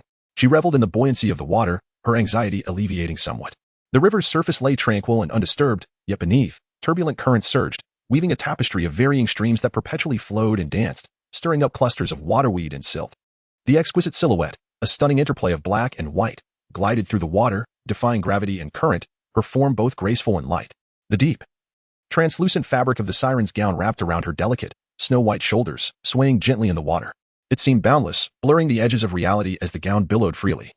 Akin to an enchanting dancer showcasing an unparalleled performance for the world. The sudden movement startled several fish, sending gravel and sand swirling. Oddly, where had it been tossed? The siren glided along the entire river, lightly biting her cool, slender fingertips, her tear-filled eyes betraying an unmistakable urgency. He gently raised one hand amidst the lush, verdant aquatic plants, his slender, alabaster fingers delicately probing and sifting through the foliage, as if in search of something of great significance that had been misplaced. He persisted tirelessly for quite some time, until at last, he unearthed a piece of unfinished pure white shark silk from the tangled aquatic plants. His silver eyes suddenly sparkled, the gloom dissipating like mist, his brows and eyes curving gracefully, radiant as a starry sky. He cradled it carefully in his arms, his eyes shimmering with the unadulterated joy of a young creature. His emotions were pure, devoid of any impurities. He squinted his silvery eyes, his cool and delicate fingertips gliding over the exquisite yandere silk he had regained, leaving a lingering chill in their wake. Yaoyao had once expressed her fondness for this ethereal fabric, and he would weave countless pieces for her, as long as it was her desire. He would spare no effort and grant her anything unconditionally. However, this particular piece of yandere silk, crafted with utmost care for the first time in his life, had met an unfortunate fate. After weaving only a small section, he had quarreled with Yaoyao, consumed by anger to the point of wanting to tear it apart. Yet, in a twist of fate, he merely cast the silk aside in a fit of frustration, forgetting where he had carelessly discarded it, which took some effort to locate. Fortunately, it turned out well in the end. He once again found Yanon, who gracefully cradled the shimmering fish scale, gliding towards a submerged rock, with a gently curved tail. He settled quietly upon it. His silver white hair and deep black fish scale cascaded down, undulating like serpents along the riverbed. He is once again weaving the exquisite siren silk. Sirens possess the innate ability to extract plant fibers from the water and condense them into an extraordinarily fine, luminescent thread that wraps around their slender phalanges. With their unparalleled weaving skills, countless strands gradually coalesce into fabric. Each inch of siren silk is infused with the unwavering dedication of the sirens, rendering it exceptionally rare and costly. As he weaves, the pent-up frustration within him dissipates significantly. He wonders if Yaoyao will be pleased upon seeing the siren silk crafted by his own hands. The mere thought of that scene brings a smile to his face, radiant, joyful, and utterly endearing to him. Chapter 119. Reclaiming the female, her delicate crimson lips curl into a subtle arc, exuding an enchanting allure. It seems that the seemingly endless passage of time begins to hasten, alleviating his anxiety. The night deepens, enveloped in an infinite darkness, adorned with twinkling stars. A crescent moon, one blue and one red, hangs gracefully against the obsidian sky, while the ethereal mist enhances the beauty of the night.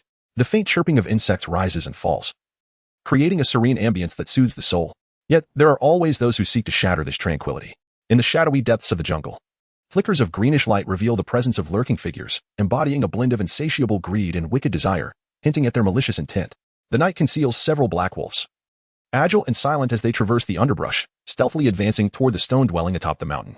Soro-san, is that exceptionally beautiful female you spoke of truly residing here? Would I deceive you? The leading black wolf, Soro-san, licked his snout, his eyes gleaming with a sharp green light. He then let out a lewd chuckle. Ah. When you see her, you will understand. She is 100 times more beautiful than the finest in our tribe, Mido. Let you wandering wolves feast your eyes. Beautiful she may be, but she is undeniably fierce. Sorosong himself had suffered greatly at her hands, and now he had allied with other formidable rogue beasts, using the shared female as bait for their nefarious abduction scheme. In a world where rogue males are prevalent and often despised, this proposition is undeniably tempting, leaving the powerful rogue wolves with no reason to refuse. The five formidable five-tiered wolf beasts, united in their strength, had no reason to be unable to subdue a mere female. It must be said that Solasang's maneuver was indeed quite insidious. He harbored an unwavering ambition to possess Yaoyao. After all, this was the first time in his life that he had encountered such a breathtakingly beautiful female, one who stirred his deepest desires. Even if it meant resorting to despicable tactics, he would not allow her to slip through his fingers. Sualoa-san sharpened his claws and continued to entice, suggesting that if they united their efforts to capture her, they could secretly whisk her away from the tribe and conceal her in a hidden sanctuary. She would then be theirs to cherish. Let her bear us healthy offspring. The firstborn shall be mine, and the rest you may freely divide among yourselves. The remaining wolves growled excitedly in response. They are lost in a flurry of imagination, envisioning the scenes of the female being subjugated beneath them, a thought that ignites a fervor within the beasts, sending waves of heat coursing through their bodies, compelling them to seek out a female to unleash their pin-up desires. A pack of wolves traverses the river, where the surface of the water bubbles and churns. Their lewd and sinister conversation unexpectedly reached the ear fin of a certain fish. The river was shrouded in a dismal atmosphere, and Yin En's complexion was far from pleasant. His expression dark and foreboding, with chilling depths in his eyes resembling ominous rain. What land-dwelling males dared to covet Yaoyao? Yaoyao could only belong to him. A mere fish, these grotesque terrestrial males were utterly deluded in their fantasies. Yin carefully placed the fish silk, securely concealing it beneath a rock. With a sudden flick of his tail, he reacted fiercely. He swam directly upwards from the depths of the water, through the shimmering scales of the moonlit clear pool, where the silhouettes of several wolf beasts were reflected in the beautiful pupils of the merman. A delicate curve graced his crimson lips, an exquisite arc that exuded an air of perilous chill. He seemed to catch the scent of the male that had harmed Yaoyao. Chapter 120. Drowning. Hiss. Why do I feel a chill creeping down my spine? Saro-san, you, splash. A heavy object was dragged into the water with a resounding crash, sending waves soaring several meters high. The once orderly pack of wolves instantly descended into chaos. Saro-san had vanished. He had been pulled into the water. What had just occurred? In the blink of an eye, something had disappeared, taking Saro-san with it. Saro-san, who was considered one of the more formidable fifth-tier beastmen in the tribe, had been so effortlessly thrust into the depths. How astonishing must the strength and explosive power of the assailant be? For stray wolf beasts anxiously circled by the water's edge, their tails thrashing wildly, yet they could only stare helplessly at the still surface, utterly clueless as to how to rescue him. Among them, a particularly timid gray wolf trembled and took 2 steps back, as if ready to flee at any moment, its voice quivering uncontrollably. Could it be that a ferocious giant beast dwells beneath the water? We cannot contend with it. We should hurry and escape. Without Soro-san to lead, what shall we do with the little female? As vagrant wolves devoid of a permanent abode, they harbor not a shred of sentiment towards Soro-san. Their union is solely for a singular purpose, to seize the females. However, without Soro-san leading the way, would their endeavor not be rendered futile? This is utterly unacceptable. They must rescue Soro-san. Witness their obstinacy, the gray wolf shook its head and cast a disdainful glance at these fools, before making its escape. Desire for a mate? One must possess life to engage in such pursuits. The remaining trio of wolf beasts persevered resolutely. They are utterly desperate for females and must seize this opportunity without fail. They grasped a long vine, with each of the 3 wolves taking hold of a hind leg, binding them together to prevent separation. Then, they collectively held their breath and leaped into the water in search of Sorosang's trace. At that moment of entering the water, a sense of disorientation enveloped them. They seemed to have caught sight of an exquisite female. Her silvery, flowing tresses danced gracefully in the water, as if gently caressing their cheeks. She cast a glance back at them, offering a delicate smile, her enchanting silver eyes shimmering like the vibrant waves of spring, captivating their very souls. The 3 wolf-like creatures stood entranced. With just a single gaze exchanged, they felt their spirits ensnared. Her melodious voice, akin to a myriad of blossoms unfurling in their ears, along with her cool breath, sent their hearts into a tumultuous frenzy. How beautiful she was. I yearned to unite with you. Their eyes gradually became vacant and devoid of life, resembling a marionette completely under control, merely obeying her commands, their minds blank, limbs moving aimlessly, inching closer to her. Unprepared, they succumbed entirely to the allure of her enchanting presence. It was effortless, requiring no intervention at all. Moreover, he was too indifferent to engage with those filthy and grotesque terrestrial males. With a gentle flick of his tail, the current swept the 4 drowned wolf beasts to the riverbed, where, after several years, they would transform into nourishment for the aquatic plants below. Although devouring the flesh of the beastmen was quite delectable, he found no desire to partake. The stench emanating from these terrestrial males was unbearable. Their meat coarse and covered with an abundance of hair, rendering them utterly unappetizing. In comparison to Yaoyao, they were simply incomparable, lacking any merit for comparison. Yaoyao remained a far more enticing prospect. Chapter 121. Regrettably, they were already lifeless. The disappearance of Sorosin could not remain concealed from the patrolling feathered beast of the tribe, despite the fact that no other tribal beastmen were allowed to approach this territory. It so happened that last night, 2 patrolling eagle beasts circled at an altitude of 1,000 meters. Utilizing the silvery light of the moon, their keen, sharp eyes swiftly detected the rogue wolf beasts sneaking into the tribe with Sorosin's assistance. One of the eagle beasts flew to report to the chieftain, while the other silently trailed Sorosin and his pack to the riverbank. Initially, the eagle beast was cautious, pondering Sorosin's intentions for bringing the rogues into the tribe and whether these intruders posed a threat. As they followed to the river, an unexpected shadow suddenly emerged from the water, and Sorosin was unexpectedly pulled into the river, with the 3 rogue wolf beasts leaping in after him. Then, the 4 wolf beasts have not emerged again. The eagle beast was also terrified. Could there be a ferocious giant lurking within this river? With a piercing cry, the eagle beast glided gracefully on its 2-meter wings, flapping twice before hastily flying towards the stone dwelling of the clan leader down the mountain. The ordinary land orcs cannot remain submerged in water for long, otherwise, they risk drowning. Alas, it seems that Solosang may not survive. However, as a tribal orc, his fate ultimately lies in the hands of the tribe. The following morning, Yaoyao rose early. After a restful night, she awoke feeling refreshed. After stretching lazily, she dressed and made her way to the kitchen. Meow? A soft, plaintive call echoed. The little black cat leaped down from its cozy hideaway on the table, moving gracefully. It rubbed against her legs, clearly begging for food. Although Gyojin could transform into human form, it remained unstable, often reverting back to its feline shape, which proved to be quite cumbersome. Thus, it chose to stay in its black cat form. After frying 2 small fish treats and satiating the petite black cat, she also took a few bites. Yet, she found herself growing hungrier. How peculiar. Why has her appetite increased so drastically lately? It almost rivaled that of the male orcs in their midst. Feeling slightly embarrassed, she set out to hunt and caught 2 prey. The household pot was not large enough to accommodate them, so she decided to head to the river by Danon to grill the catch, making it easier for both of them to eat together. However, before she could reach the riverbank, her stride was interrupted by a cacophony of urgent, unfamiliar voices. Oh heavens! Could there truly be ferocious beasts in the river? May the beast god protect us. Our Sanglin tribe has lived peacefully for nearly a century. How could we encounter such misfortunes? Do not worry, we've been fishing for a while and have yet to catch any monstrous creature. Perhaps it's merely some rather aggressive fish. Let us not overthink this. Can't you, as males, show a bit more courage? The tumultuous sounds of commotion mingled with splashes of water reached her ears. Yaoyao concealed herself in the shadows, peering towards the riverbank. She saw a throng of male orcs, armed with vines and rudimentary stone tools, repeatedly plunging into the water, seemingly attempting to retrieve something.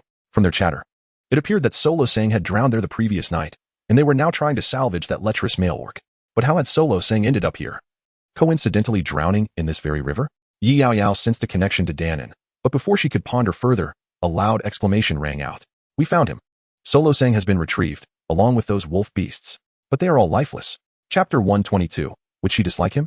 Solosang's corpse bore only a singular, distinct laceration. Aside from that, there were no other visible injuries, leading to an initial conclusion of death by drowning.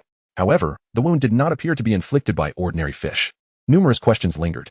The male orcs persisted in their efforts, continuing to scour the depths in hopes of uncovering more clues.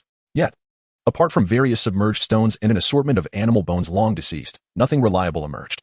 After a morning of fruitless toil, they returned in the afternoon, dispirited. Once the area was deserted, Yaoyao dared to emerge from the concealment of the woods, crouching by the riverbank and dipping her hand into the water. Danon, are you still there? Bubbles slowly surfaced on the calm water's surface. With a gentle gurgle, a silvery head cautiously emerged, followed by a pair of mesmerizing silver eyes, imbued with a delicate mist of sorrow. The fragile, moist gaze scanned the surroundings with unease and vigilance, confirming the absence of outsiders. With a soft splash, Danon's upper body broke the surface, shaking off the delicate fin before daring to swim closer to her. His complexion appeared somewhat pallid, the exquisite and pure visage tinged with the shadows of dusk. Yaoyao, it seems that those beastmen intend to capture Yanan. He drew closer. Yaoyao could distinctly perceive his anxiety and fear. The merman's long, curled eyelashes trembled slightly in trepidation, and his voice quivered with suppressed sobs. They are so terrifying. So many people want to capture me. Danon, I am truly frightened. The little merman appeared on the verge of tears. Danon had never encountered such circumstances throughout her life. To be honest, she herself had been startled moments ago, let alone Danon. Yaoyao's heart softened unexpectedly, overwhelmed by an insatiable maternal instinct. It's all right, Danon, don't be afraid. I am here and will always be with you. Those people are not here to capture you. They are just. She gently embraced him, her tender, warm fingers caressing his soft hair, striving to provide whatever warmth she could, much like comforting a wounded stray kitten or puppy. The merman nestled into her embrace, nuzzling against her softness. From an angle unseen by her, his eyes narrowed in delight, the fear fading from his cool, enchanting gaze, leaving behind an unmistakable longing and infatuation. Yaoyao was indeed so soft and warm, a sensation he had not experienced during his years of confinement in the frigid depths of the ocean, igniting an insatiable desire within him to hold on to this warmth, unwilling to let go. He wished to keep her by his side forever, never allowing her to escape. The little female's voice echoed above him, neither too heavy nor too light, yet it struck his heart like a rock plunging into water, stirring sudden waves of emotion. However, Danon, you must tell me about those wolf beasts. Was it you who did that? His heart suddenly quivered. Yaoyao's voice, neither warm nor cold, did not sound like a compliment. He dared not raise his gaze, clutching the hem of her garment, his cool, slender fingers suddenly tightening. Yaoyao, do you believe it was I who did this? His tone was deliberately languid and measured, yet each word betrayed an unmistakable tension and unease, difficult to conceal. The final syllable trembled. Did he commit a wrongdoing? He had to admit that he suddenly felt a twinge of fear. He feared that Yaoyao would consequently blame him, despise him, and loathe him. Would she berate him for being cold-hearted and bloodthirsty?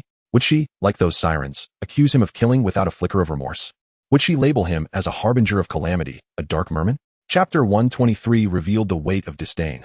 Danan's heart was taut with tension, and the delicate, cool pads of his fingers had rubbed raw, leaving traces of blood. In the protracted silence of a few agonizing seconds, he awaited her response. His remaining hope was gradually depleted, suppressed to the utmost by a dark and oppressive silence yearning to break free. Why was Yaoyao silent? Was she indeed blaming him? But why should she blame him? He acts for her benefit, does he not? Shouldn't those repugnant males be dealt with directly? Yaoyao, are you blaming Danon? It seemed both an inquiry and a heart-wrenching assertion. The merman's slender, exquisite fingers instinctively wrapped around her waist, his upper body leaning gently against the girl, adopting a posture of complete vulnerability, declaring his submission and allegiance. He leaned in close to her ear, his form as pliable as if devoid of bones, his cool breath cascading softly, imbued with a hint of humidity, tender and delicate. He gazed at the delicate, ivory neck of the young girl, his cool, slender fingers gliding over it, brushing softly once, then again, lingering for a moment. The depths of his merman eyes grew increasingly shadowed as he fixated intently on her fair, tender neck without wavering. He suddenly realized how fragile the female was, devoid of any defense, her delicate flesh audaciously exposed before the eyes of any predator, shimmering with an enticing glow, lacking even a layer of hardened scales for protection. So utterly vulnerable, it seemed that with the slightest pinch, she would cease to breathe forever, never again afforded the opportunity to harbor disdain for him. He leaned against the delicate curve of her alabaster neck, inhaling a captivating fragrance, gently nuzzling her twice. An act that seemed both intimate and reminiscent, filled with nostalgia. From an angle unseen by her, the exquisite silver eyes of the merman clouded with a mysterious haze, the clarity fading as a dark, sticky, and terrifying gaze encroached upon the crimson desires, gradually eroding his scant remnants of rationality. Yaoyao pondered for a moment, reflecting that Yanon should not casually take a life. Such brutal behavior was not to her liking. Indeed, it seemed she had become an object of disdain. Yanon remained composed, his fingertips resting upon her tender, fragile neck. His mind was adrift, his gaze dimming. Yanon understood. He would strive to amend his ways. But would Yaoyao still harbor feelings of disdain towards him?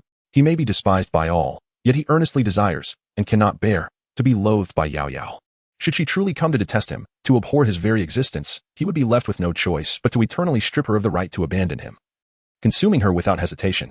Hate? Surely not. Yaoyao appeared somewhat bewildered. She deftly shifted the conversation, striving to free herself from his relentless cling, gently cradling his despondent, exquisite face. Locking eyes with him, she spoke in a tone both earnest and tender. What Yanon has done is not without merit. Although I may not entirely agree with his methods, I assure you, I could never bring myself to hate him. Yanon gazed at her in a daze, his mind clouded. The girl's delicate grace washed over his barren heart like a refreshing breeze. In the stillness of his heart, akin to a lifeless drift, ripples seemed to emerge, gently swirling and undulating with an inexplicable sentiment. Yaoyao pondered for a moment before continuing, questioning the presence of the wolves and that solo sang. Why would they venture here at such a late hour? Even with the faintest flicker of thought, the answer was apparent. If it weren't for Danon, I would be the unfortunate one, wouldn't I? She playfully tousled his silken silver hair, a blend of helplessness and amusement gracing her features. What's the matter? You look as though you are on the verge of tears. Did I say something wrong? Like a young cub, ready to cry at the slightest provocation. Yaoyao carefully considered her words. Indeed, Danon's actions were not excessive. The wretched beasts deserved it. Didn't they? Chapter 124. Danon is female. Yaoyao's eyes widened in disbelief, her mind reeling. Before she could finish her comforting words to the little one, suddenly, her lips were entirely captured. She attempted to resist, only to be shocked by the realization she had summoned a full 5 points of strength, yet now felt utterly powerless. A growing sensation of suffocation began to spread from her chest. She vaguely sensed the cool, soft lips of the merman, restlessly sealing away her futile attempts at solace, transforming from the usual vulnerable demeanor into an overwhelming force. Rather than hollow words, he preferred the tangible essence of flesh, a deeper indulgence that captivated him. The merman's cool fingertips wove through her seaweed-like, lustrous hair, gently gripping as they intertwined, carrying an air of proclamation. He should have sensed it long ago. Yaoyao is different. She is unlike those merfolk who harbor hatred towards him, nor does she resemble the other beastmen. Why did he doubt her just moments ago? In her presence, he need not be plagued by uncertainty or tension. She is singular, the most uniquely gentle soul. She is the only one capable of igniting a brilliant beam of light amidst his struggles with despair and bloodthirsty tendencies, guiding him away from the foul and decaying abyss. The moment was fleeting, like a dragonfly skimming the surface of water, a brief touch before separation. Yet, Yaoyao felt as if her forehead might explode. Danon, what are you doing? What do you intend to do? The little female was flustered, her cheeks flushed, tender and alluring, revealing a mix of embarrassment and fury. Danon gazed at her for a moment, his lips lingering, his tongue slightly reddened, the color enticing. He bore no shame, addressing her affectionately. The hazy moisture in the merman's eyes had yet to dissipate, and the slight curve of his rosy lips betrayed a hint of delight.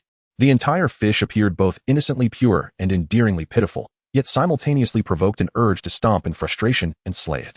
On the shore, Danon swam at a distance, resting on the rocks, one hand elegantly propping up his delicate chin, flicking his slender tail fin with a graceful motion. He spoke deliberately. Is Yaoyao infuriated out of shame? Observing her furious demeanor as she sought a knife, Danon pondered for a moment before casually speaking again. Danon had promised Yaoyao that he would transform into a female. Surely, Yaoyao would not mind his kiss, would she? At last, the young girl ceased her actions of preparing to cut fish. She gazed at a certain fish with an air of tranquility, her dark, lustrous eyes fluttering slightly. Hiss. Upon reflection, it made sense. After all, Danon was destined to be a female, and as a fellow female, what was there to be concerned about? Two females expressing affection by kissing each other seemed hardly problematic. Had she been overly sensitive? Nonetheless, even so, you mustn't touch indiscriminately in the future. Danon was momentarily taken aback. Was kissing Yaoyao's face truly forbidden? Absolutely not. The refusal was resolute and decisive. The mermaid flicked her slender tail fin, though this time it exuded a hint of loneliness and disappointment. However, it was of little consequence. The title of female proved unexpectedly advantageous. Opportunities for intimacy must always be ardently pursued. Yaoyao, Danon has a gift for you. What gift? It is not yet complete. You will know in a couple of days. The tribal beastmen returned to the river the following day to fish again, yet they remained devoid of any catch. They had no choice but to surrender. The patriarch recited daily prayers for the protection of the beast god, consumed by thoughts of the grand sorcerer's return. After all, the bizarre creature lurking in the river had instilled a profound sense of dread within the hearts of the beasts. If left unaddressed, it could potentially lead to calamity. In the depths of the night, when the dew was heavy, the moonlight danced upon the tranquil pond, its surface shimmering like diamonds. A fleeting violet shadow descended. Weaving through the forest, wherever it passed, the dew instantly transformed into frost and snow. Chapter 125, you will never have the chance to see him again. Yuan made his way directly to the mountaintop. Upon his originally pristine and tidy purple robe, there now splattered glaring stains of bright crimson.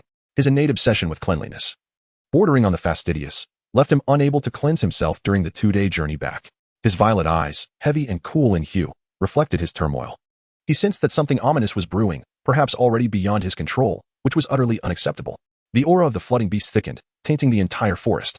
He initially intended to ascertain the safety of Yaoyao, but it now appears that such concern is no longer necessary. He turned back along the path. Beneath the luminous moonlight, the figure of the man in the purple robe stood tall and slender, strikingly handsome, with cascading black hair flowing down to his waist, yet bearing a few unruly strands. The usually composed and dignified Lord Wang Shou now revealed a hint of anxiety within his tranquil heart, akin to the cold moon reflected in a clear spring.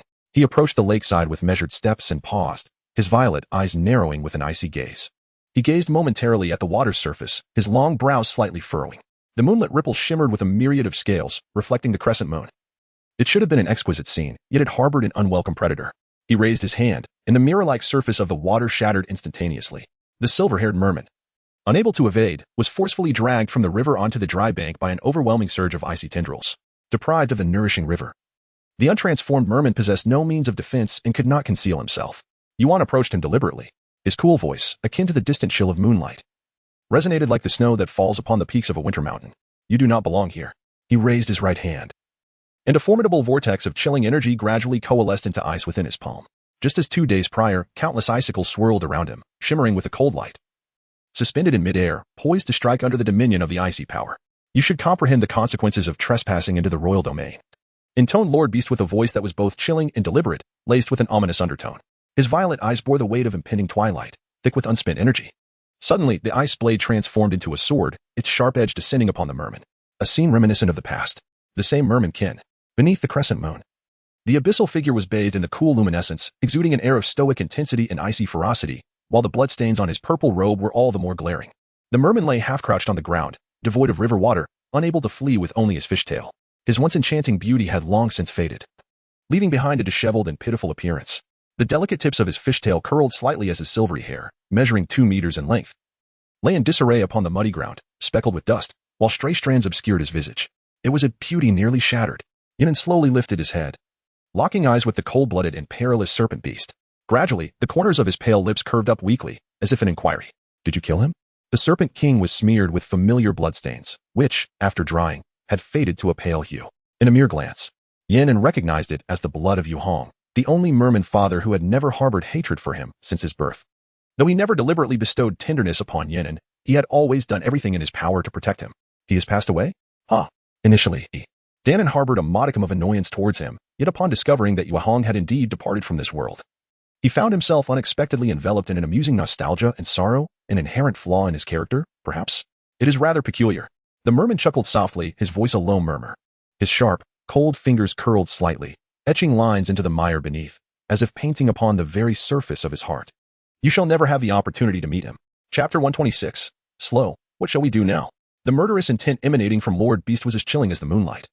Utterly unmasked, Yuan, the priest of the royal city, was the merciless overseer of celestial anomalies, endowed by the beast god with an unsullied priestly power to annihilate all manifestations that transcended the world. This was a duty he could not escape. A mocking laugh escaped his lips, tinged with a hint of morbid madness. The merman, sprawled in the mud, suddenly stirred, slowly rising to a sitting position. His exquisitely clear eyes meeting the wrathful gaze of the snake tribe's lord beast. He did not flinch. Instead, the fear and timidity in his gaze dissipated, replaced by a sharpness akin to a blade, with a languid nonchalance swirling in the depths of his dark eyes, simmering with a frenzied crimson. Lord Beast, you truly are formidable, but do you think slaying Danon will be so effortless? The merman's elongated fingers twitched, summoning forth a wave of abyssal, chilling black energy. It erupted violently, a deep black wave coalescing into a tangible force, resounding with a thunderous boom that sent the surrounding mountains and forests trembling, shattering the landscape. The heavens stirred ominously. The air thickened with encroaching twilight. The explosive black energy twisted into a warped space, like a formidable and impenetrable golden dome, ensnaring both him and Yuan within its confines. The barrier was suffused with dense, rich black mist, tendrils of darkness creeping like a terrifying beast, akin to a venomous serpent, gradually ascending Yuan's form, clinging to him. To his astonishment, Lord Beast's impervious skin, as tough as scales, was corroded by this black energy. Yuan's cold gaze flickered towards his blood-seeping arm, his emotions remaining undisturbed, yet in a fleeting moment, his wounded limb swiftly healed. A mesmerizing violet glow enveloped him, safeguarding his flesh from further erosion by the black mist. In stark contrast, the merman's beautifully sculpted lips bled a trickle of dark crimson, coursing down his exquisitely defined jawline in a languid trail. He clutched his heart, anguish unmistakably etched upon his visage, a haunting beauty on the brink of shattering. The contract punishment imposed by Danon was wreaking havoc within him. After forming a pact with Yaoyao, he had recklessly invoked the deluge power, exceeding the constraints of their agreement.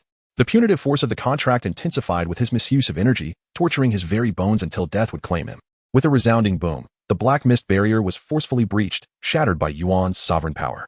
The fragments of darkness burst forth like shattered butterfly wings, drifting aimlessly in the air, eventually dissipating into a vague black mist, vanishing entirely from existence. The merman's stunning visage grew increasingly pale and haggard. He coughed, covering his lips, his fingers trembling, revealing a harrowing shade of dark crimson. His chest heaved, breaths growing heavier. His current strength is utterly insufficient to contend with the king beast, let alone the hindrance posed by the contract. Yuan initially intended to directly terminate the life of the water flood anomaly beast, but at the last moment, as he gathered his strength to strike, he suddenly halted. Thunderous roars erupted as dark clouds obscured the sun, heavy and ominous, while booming thunder from the thick, pitch-black mist crackled and clashed against the eerily silent earth. Striking like white pillars, bolts of lightning pierced the heavens, while countless small serpents of gold and violet danced and weaved through the black clouds, erupting into the sky. The torrential rain poured down, accompanied by howling winds, as if the heavens themselves unleashed a deluge from heights beyond measure. The slumbering beast awakened, and the ferocious tempest bore an intimidating force, intent on obliterating any fragile beings that dared to obstruct its path. Thousands of miles away, the tribal coalition pressed onward through the rain. Sluo, what shall we do now? Chapter 127. The unaware feathered beast. The tribes advanced over a month early to gather in the village, all in a bid to avert the impending flood disaster. Yet, despite their efforts, calamity struck as an unprecedented deluge descended upon them, submerging the previously secure mountain paths. The orcs, left with no alternative, were compelled to retreat and select a far more perilous route. The Maya Great Rift, one of the most treacherous segments of their journey, twisted for miles and soared hundreds of meters high, piercing the clouds with its daunting cliffs. Between the steep rocks, a gaping chasm, cleaved by some unfathomable cosmic force, loomed ominously, its jagged edges resembling a monstrous axe. The fissure's interior was deeply concave, littered with shattered stones and tangled timber. Beneath the rift lay a graveyard of bones, where countless orcs had met their demise throughout the ages. At that very moment, several tribes of orcs trudged along, burdened with their cargo, their sturdy feet thudding against the rift's surface as they clung to life, striving to return to their village. Among them was the Sanlin tribe. Below the Maya Great Rift, torrents of water had already surged through, churning the yellow sands into monstrous waves, while lurking beneath the murky waters were countless piranhas. Their predatory eyes fixated on the potential food precariously perched atop the cliff. The winds whipped up clouds of sand and debris, forming fierce sandstorms that relentlessly eroded the rock. Suddenly, an orc lost his footing, plunging into the swirling sands. The river was teeming with ravenous black piranhas, which surged towards the fallen orc, consuming him in an instant. The bloodied remnants swiftly swept away by the furious current. The remaining orcs were gripped by fear, cold sweat trickling down their brows. The situation was nothing short of terrifying. Gather your belongings and follow my lead. Maintain utmost vigilance and beware of the crumbling stones above, as well as the ground beneath your feet, commanded Sluo, leading the way with resolute authority. His tall and handsome figure stood firm against the ravages of the torrential rain and fierce winds, embodying the steadfastness of a mountain. Despite being merely 2 years past adulthood, he exuded an air of maturity and wisdom that inexplicably commanded the respect of the other orcs. Sluo had gradually become the focal point of the group. He led his tribe of orcs ahead of others, poised to cross the Maya Rift. At the critical moment, however, outsiders could no longer contain themselves. The devastation wrought by the floods had severely diminished the resources of many tribes, prompting several powerful factions to recklessly plunder the supplies of weaker tribes in their vicinity, such as the numerous avian clans. Above them, piercing cries echoed through the skies. Dozens of fierce, envious avians circled overhead, having trailed them for quite some time. This sudden tempest had struck the flying avians the hardest, as their cargo had largely vanished into the abyss. In stark contrast, the supplies led by the Sluo tribe boasted an impressive retention rate, with over 90% intact. To the envious avians, this was nothing short of a tantalizing feast awaiting their grasp. With a shrill cry, a black eagle swooped down with the force of a tempest, aiming directly for the cargo on their backs. The land-dwelling orcs traversed the narrow ledge above the chasm, with no room to escape. And it was precisely this vulnerability that the greedy avians sought to exploit with their sudden assault. Just as the black eagle was about to seize its prize, a robust orange tiger beast sprang forth, unleashing a furious roar as it sank its teeth into the eagle's throat, hurling it into the turbulent waters below while bellowing defiantly to the skies. The tiger's roar reverberated through the clouds, serving as a warning to the reckless avians. The eagle swarm, observing from above, became agitated. Many were cowed by the presence of this formidable orange beast. This majestic creature spanned nearly 7 to 8 meters in length. Its muscular form as solid and powerful as rock. Its striking coat and robust limbs exuded an air of regal dominance. The tiger's hide seemed to be encased in a layer of thick, impenetrable stone-like armor, radiating an overwhelming aura of strength and stability, casting an impressive and formidable presence. The 6 beastly patterns on his neck burned a vivid crimson, unmistakably indicating that he was a level 6 mutated stone tiger. Who would have imagined that such extraordinary talent could exist within an ordinary tribe? For a brief moment, the eagle flock was thrown into disarray, yet they quickly regained their composure. Although the level 6 mutated beast lacked sufficient strength, several among them also possessed level 6 prowess and did not succumb to fear. Moreover, this tiger clearly appeared to have just ascended to its new rank, its power seeming rather unstable. The black eagles had learned to be astute. They descended in droves, launching a frenzied assault upon the formidable core of the tiger beast. The stone tiger let out a furious roar, clearly incensed by the audacity of the eagle flock.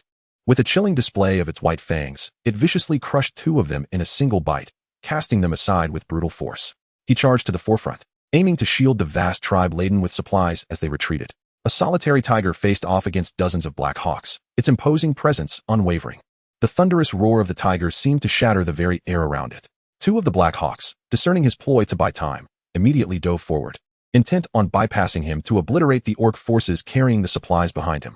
Yet, this 6th-tier stone tiger stood resolutely like an unyielding mountain, ferociously dispatching any foe that dared approach, refusing to yield an inch. As the tribal orcs neared the Maya Valley, the desperation of the hawks intensified. Without seizing some supplies for their tribe, they would face a winter of dire hardship, with the specter of starvation looming over their companions, parents, and younglings. Allowing the orcs to traverse the Maya Valley would jeopardize their chance to secure resources. The hawk flock, driven to frenzy, decided to take a desperate gamble, with dozens of them diving toward Sluo. Despite Sluo's formidable strength, he found himself unable to withstand the united assault of the numerous hawks. A short, fierce roar escaped him as he plummeted down the cliff. Meanwhile, the main force successfully crossed the Maya Valley, but when they turned back to search for Sluo, he had vanished, leaving only the flurry of wings from the hawks. A male orc, close to Sluo, cried out in alarm. Sluo has fallen off the cliff. He sacrificed himself to delay the hawks' attack for us. Tears glistened in the eyes of the brown-haired orc as he prepared to rush forward, only to be firmly restrained by an elder. Do not go, the elder admonished, his eyes reddened with sorrow, his voice resonating through the ranks of orcs. No orc can survive the fall into that river. You cannot save him. You will only endanger your own lives. Sluo, in his noble sacrifice for the tribe's precious supplies, had died honorably. The paramount concern now was to safely transport the supplies back to the tribe. Take command for me. All orcs must return to the tribe with utmost speed. They could only run forward, never looking back. Chapter 129. Has he perished? Beneath the steep cliff, tumultuous waves surged, splashing violently. A faint sound of muffled groans emerged from below, a blend of suppressed agony. Sluo did not plummet directly. Instead, he had exerted all his strength mid-fall to grasp a protruding rock, which, with its centuries-old foundation, was remarkably resilient, able to support his weight. His leather garment was tattered beyond recognition, shredded into strips by the sharp rocks. The orc's body was marred with ghastly wounds, crimson and ghastly, as blood oozed from his robust limbs and torso. His wrists and ankles bore deep lacerations, while several joints were laid bare, revealing stark, blood-spouting bones. Filthy, viscous rainwater seeped into his wounds, eliciting a hiss as if the most corrosive acid had invaded his flesh, causing his muscles to spasm and convulse, accompanied by low growls. The sinewy arms bore bulging veins, a testament to his agony. Suddenly, a few fragments of stone tumbled down. Sluo looked up, evading the falling debris while surveying the cliff's summit, simultaneously analyzing potential escape routes around him. Alas, this was an absolute dead end. The only means of salvation lay in scaling the rock face. Yet, the surroundings were barren, devoid of any stones or branches to provide leverage, and any exertion might shatter the sole life-saving rock clutched in his hand.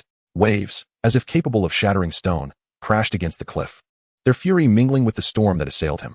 Sluo gritted his teeth, his amber eyes glinting with an unusual light. His body swayed precariously, the coarse and lengthy tail of a tiger dancing with the wind. In such a perilous moment, no one from the tribe would come to his aid, nor did he harbor any illusions of such. He was left with no choice but to embark on a daring quest for self-rescue. He released one hand and forcefully tore apart the red string that hung from his slender neck, which was adorned with a bead the size of a thumb. He tilted his face upward and swallowed it whole. A pale blue luminescence enveloped his heart, seemingly nourishing a certain part of his soul, gentle and warm. This was the gift bestowed upon him by Yaoyao. He had originally been reluctant to use it, wishing to secretly keep it hidden away, so that when he grew old and departed from this world, he could take it with him to the grave. He cannot perish yet. He must return to unite with Yaoyao. Sluo remained in a stalemate on the precipice, drenched by the relentless wind and rain, unaware of how much time had elapsed. Suddenly, a series of sharp sounds echoed from his subordinates, followed by a figure plummeting from midair into the river below. With a thunderous splash, the orc had no time to cry out before vanishing completely beneath the surface. In the turbulent waters, a frenzy of blacks swarmed towards him. The piranhas, having long awaited their moment, could no longer contain their hunger. The instant the orc sank, they surged from all directions, eager to rend and devour their fallen prey. Indulging in a lavish feast, the water beads allowed the orc to breathe normally underwater. However, they offered no protection against the ferocious onslaught of predators. Hundreds, thousands, even tens of thousands of piranhas converged upon him, enveloping him in a vast, impenetrable shroud of darkness, leaving no room for escape. Countless sharp fangs gnawed at his flesh, feasting ravenously as crimson blood spread through the water. Sluo's consciousness grew increasingly heavy, and the excruciating pain that seemed to pierce his very bones gradually faded into oblivion. It seems that he is on the verge of fainting due to excessive blood loss. Before his blurred vision, countless piranhas relentlessly tear at his flesh. Is he dead? Chapter 130. The arrival of the flood beasts. Just yesterday, another one appeared. Is this merely a coincidence? Not far from the Sanglin tribe, a steep cliff rises, where a red serpent coils lazily around a rugged trunk, yawning with an air of indifference, teetering on the brink of slumber. Its dark red wings flutter gently twice, yet they remain untouched by the torrential rain. At this very moment, in the distant small tribe, the storm rages fiercely. A sudden and violent gale sweeps through the heavens and the earth, carrying with it a deluge that rampages across the land, seemingly wreaking havoc everywhere. One wonders if Yuan himself can withstand such chaos. He gazed leisurely, as if witnessing a rare and splendid performance. His interest piqued. The sudden manifestation of the water flood beast not only startled him, but also sent ripples of energy, felt even in distant royal cities a million miles away. In the southeastern region, a land of coastal abundance, stood a magnificent castle at the heart of the royal city, constructed entirely of resilient marble. It sprawled across thousands of square meters, featuring 3 tiers that tapered in a pyramidal fashion, adorned with circular spires, broad, intricately carved window frames, and bustling servants attending to the esteemed occupants of the castle. The young master, unfortunately, had succumbed to another episode today, refusing to take his medicine. What to do? The servants, all bearing anxious expressions, whispered amongst themselves, their voices hushed. In the brilliant daylight, one could faintly perceive the various agates and crystals embedded within the marble walls, shimmering with a kaleidoscope of radiant patterns under the sun's embrace. Delicate motifs, crafted with remarkable artistry, adorned each stone of the castle, exuding an air of majestic elegance. Yet, in stark contrast to the opulence of the palace, the towering ivory walls were ensnared by a plethora of dark green vines, dense and thriving, their relentless tendrils nearly suffocating the pristine walls, with many even intruding through the windows. These vines, akin to serpents, slithered insatiably, extending their territory while exuding an ominous, shadowy aura. Suddenly, a sharp crack echoed as both bowl and medicine were sent crashing to the ground. The young boy with deep green curls wore a sullen expression, his right sleeve conspicuously empty. If you refuse to take your medicine, your arm will never grow back. Do you wish to remain disabled for life? A slender and striking male from the Fox clan stood before him, his melodious voice tinged with a hint of irritation. The Fox male appeared youthful, with delicate features reminiscent of a young man, striking and ethereal. At that moment, his elegantly arched brows were lowered, his voice cool and deep, adding an alluring charm intertwined with an air of elusive danger. Clad in luxurious attire, he donned a fire-red fur cloak, his striking triangular ears and bushy, vibrant red foxtail captivating all who beheld them. He brought another bowl of medicinal soup and handed it to the young boy. You wouldn't want her to be unhappy, would you? She seemed to embody something extraordinarily beautiful, her voice softening as she uttered her name.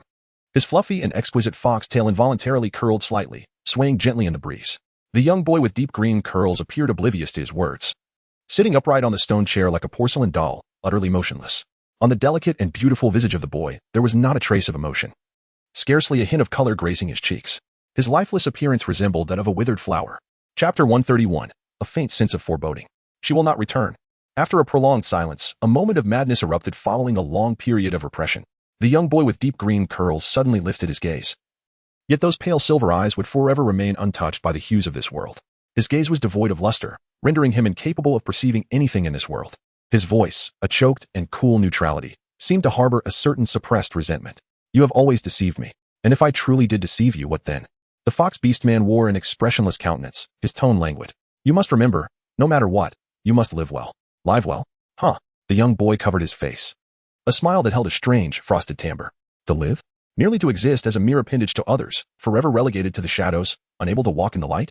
To delude oneself into believing one has magnanimously sacrificed their own life to rescue those selfish and useless others? Is this truly the reason for his existence? If that is all there is, he would rather return to the earth, forever silent. You must have sensed it. The power fluctuations of the flood beast have emerged. The fox beast man seemed oblivious to the young boy's suppressed turmoil. He merely continued his monologue, devoid of emotional fluctuation, indifferent to whether the other was listening. Water nurtures wood. He is the one most capable of healing you and swiftly enhancing your strength. I will assist in bringing him to you. Do you understand the rest? He withdrew his gaze from the window and glanced at the young boy. However, he noticed that the boy with deep green curls had reverted to his doll-like, expressionless demeanor. His downcast eyes fixated on the ethereal void, while his pale, slender fingertips intertwined, silently piercing the palm of his hand. His lips, a sickly shade of green, were pressed tightly together, uttering not a word. He neither affirmed nor opposed. It was simply the way it was, and silence enveloped them once more. Very well. I shall take your silence as consent. The fox orc once again lifted the bowl of medicine, scooping a spoonful of the bitter concoction. After gently blowing on it twice, he brought it to the parched, taut lips of the young boy, indicating that it was time to open his mouth and take the medicine. The scene then shifted to the Sanglin tribe. Late at night, a sudden tempest of rain and wind startled all the orcs, causing them to spring into action. With dark, weary eyes, they found sleep eluding them completely and hurriedly gathered their females and younglings to seek refuge in a sturdy backup cave. They gazed intently at the mountains above, at the river where Sorosin had met his demise. Their lips trembled. A colossal beast indeed. Within that river lurked a ferocious and terrifying creature. May the beast god bless us. We do not wish to perish. The high shaman has returned. He will surely assist our tribe. He is the king beast. And we shall be safe. Faint whimpers of the young and the females echoed through the air. The mournful cries of the forest resonated. Yaoyao was similarly awakened by the cacophony of the night, gazing out at the calamitous scene, a grand spectacle that bore the unmistakable mark of Danan's work. Yet, having forged a pact with himself, unleashing such a tremendous surge of energy would only hasten its decay, leading to his demise. Yaoyao secured her little black cat inside the house, reinforcing the burrow of the two rabbits once more. Draped in a rain cloak, she plunged into the thick darkness of the night, hastening towards the river where Dan and resided. A vague sense of restlessness stirred within her heart. The merman mark on her index finger exuded tendrils of dark energy. Chapter 132, The Breath of Death. Dan had audaciously unleashed the flood force, forcefully summoning a torrential downpour and wild winds, disrupting the very seasons. The extent of its reach and magnitude of its impact were beyond belief. He deliberately attracted the attention of other beast kings, presenting himself as the perfect trophy, inciting a fierce competition among them to seize him. For him, this was undoubtedly another form of a more brutal dead end. Even Yuan was momentarily taken aback, as his usually tranquil and unperturbed gaze flickered with unusual shades of emotion. If such were the case, could Yen not cause some minor troubles for his master even in death? The pitiful and haunting merman coughed up a few drops of dark crimson blood, staining his cracked and pallid lips, resembling droplets of flying lotuses wetting the parched earth, blood-red and beguiling, ensnaring the heart. Yen's demise was not in vain. Upon uttering these words, the merman smiled with a sense of satisfaction, his demeanor tinged with a malicious intent akin to a toxic poppy, yet so exquisitely enchanting that it rendered one helplessly entrapped beneath his deceptively beautiful facade hard to escape. Yuan's gaze turned slightly frigid, his smile laced with danger. Since you are so resolute in your desires, I should hasten to fulfill your long-held wish, should I not? His enchanting purple eyes, usually as serene as the bright moon reflected in a clear pond, suddenly constricted into fearsome slits, reminiscent of a venomous serpent provoked to unleash its fury upon its foe. In truth, it was not merely a matter of causing minor troubles. Yan's reckless and perilous actions undoubtedly propelled both of them into a dead end. He cannot escape death. However, he has exacted absolute vengeance upon Yuan. After his demise, the source crystal harboring the formidable power of cataclysm is destined to fall into Yuan's hands, whether Yuan desires it or not, for he shall face the predatory assaults of other beast kings. Of course, this entire scenario hinges upon the premise that Yen meets his end at Yuan's hands. Otherwise, the nefarious series of reprisals he has orchestrated will ultimately come to naught, and he shall bear the brunt of the consequences. All that transpires hinges upon this singular fate. He had resigned himself to the inevitability of death. Yet reality has a peculiar way of playing tricks on us. Dan had already closed his eyes, awaiting his fate, when suddenly, the contract insignia on his chest began to glow fervently. This phenomenon was only triggered by her proximity. Could it be that she had arrived? Yaoyao. Dan abruptly opened his eyes, disbelief flooding his senses, and he clenched his fist tightly, his voice trembling with emotion. He instinctively yearned to flee. He wished to conceal his disheveled appearance from her, for it was neither beautiful nor dignified, but rather a pitiful sight that would tarnish his image in her eyes. From a distance, amidst the torrential downpour, Yaoyao discerned two familiar figures, Yuan and Dan. However, the situation appeared dire. Yuan seemed intent on ending Dan's life. What madness was this? The plot was accelerating at an alarming pace. The mingling of rain and snow struck her face with a biting chill, reddening her once delicate and fair skin. Yet, at that moment, her concerns were overshadowed by a profound shock. An ominous premonition surged within her, peaking as the pain in her heart, bound by their contract, intensified. Without a second thought, she sprinted toward them, cupping her hands around her mouth to call out loudly, hoping to divert the impending violence.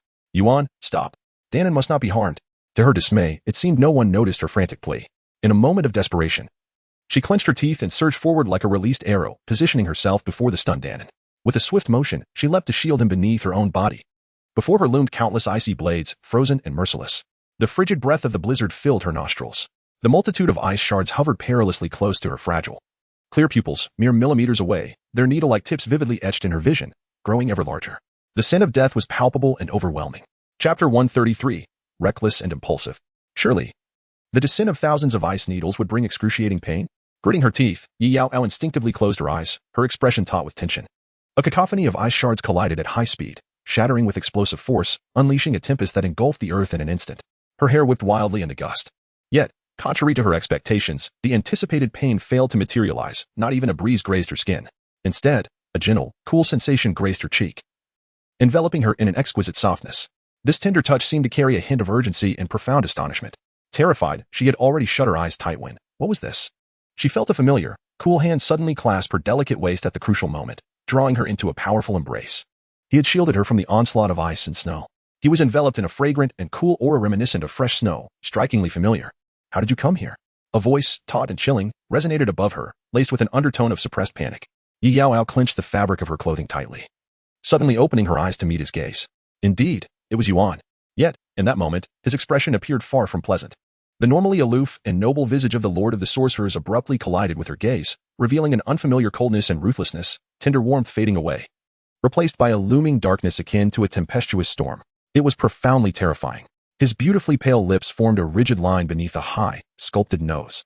While the tension in his exquisite jawline was palpable, she wondered if she was imagining it, as a faint groan seemed to emanate from his chest, accompanied by the lingering scent of blood that danced at the edges of her nostrils. "My lord, the sorcerer," she murmured, burying her face in his chest, her delicate, soft hands encircling his elegant neck. A wave of concern unfurled within her heart. Tentatively, she reached down to explore, only to find her palm instantly drenched in a warm, sticky substance. The realization struck her that his back was already soaked with blood. "My lord, you shielded me from those icy shards," she exclaimed, her voice trembling with disbelief as she lifted her gaze, her fingertips quivering. Straining to peer around, she saw him adopting a protective stance, enveloping her in his embrace, resolute in his determination to shield her from any harm those lethal shards could inflict. He accomplished it, a feat deemed perfect, yet he emerged battered and bruised. "Pray tell, how did you suddenly arrive here?" His expression remained unchanged, and with a nonchalant demeanor, he inquired, "You wish for me not to harm this merman? What is your relationship with him?" The grievous wounds, raw and gaping, seemed trivial in his eyes. To her, they could inflict mortal agony, yet he appeared utterly oblivious. He released her slightly, raising his fingertips to her delicate chin, compelling her to lift her gaze and endure his fiery interrogation. In that fleeting moment, a wave of overwhelming panic surged within his heart. He was terrified that she might collapse before him. It would mean he had unwittingly taken her life. She was so reckless, perhaps entirely oblivious to the heart-stopping peril she faced, daring to step forward and shield him from the impending attack. Those shards of blizzard ice, infused with his royal beastly power, could render such a fragile being into an eternal slumber with but a single, delicate shard. The formidable strike could not be retracted. He had no choice but to risk himself as a shield. In the realm of the king beast's defense, everything shattered in an instant. Chapter 134, The Desire to Destroy It. "Yaoyao, how did you come here?" The exquisite and tender little mermaid raised her head, her glistening eyes blinking as she softly murmured in a melodious voice, shielding Dan and with her presence.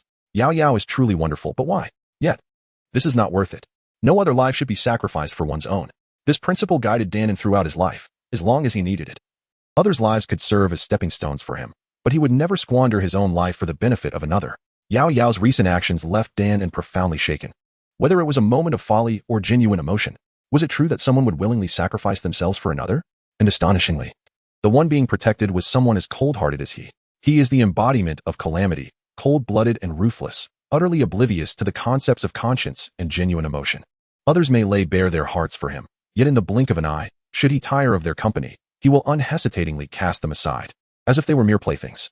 Yanan has always harbored a distorted and pathological worldview, which has recently cracked, yet she is diligently piecing it back together. In this very moment, the previously taut atmosphere of conflict appears to dissipate entirely, as the tempest calms significantly. The focal points of a serpent and a fish have shifted entirely to her. Two pairs of exquisitely beautiful eyes are fixated on her, as if the mere sound of her voice could compel them to disregard one another instantly. Yaoyao leapt from the embrace of the abyss, yet his cool, delicate fingers remained firmly intertwined with hers, an unyielding grip designed to prevent her from unwittingly plunging back into the life-threatening predicament from which she had just escaped. He was haunted by lingering fears, a sense of urgency enveloping him. Yinan's gaze fell upon the intertwined fingertips of the two, and his eyes darkened momentarily. How strikingly intimate it was. How could anyone possess a bond stronger than that between him and Yaoyao? The mere thought ignited a fervor within him, urging him to shatter their connection entirely. Just contemplating it set his blood ablaze. The merman's fingers tightened with intensity. Suddenly, a faint smile graced Yinan's lips. A gentle and obedient curve. Was Yaoyao here to see him? Although she had always shown kindness to Yinan, the night was deep, and should she inadvertently come to harm, it would surely grieve him. He wished she would refrain from such reckless behavior in the future. Despite his current disheveled state, the merman's striking beauty remained resilient.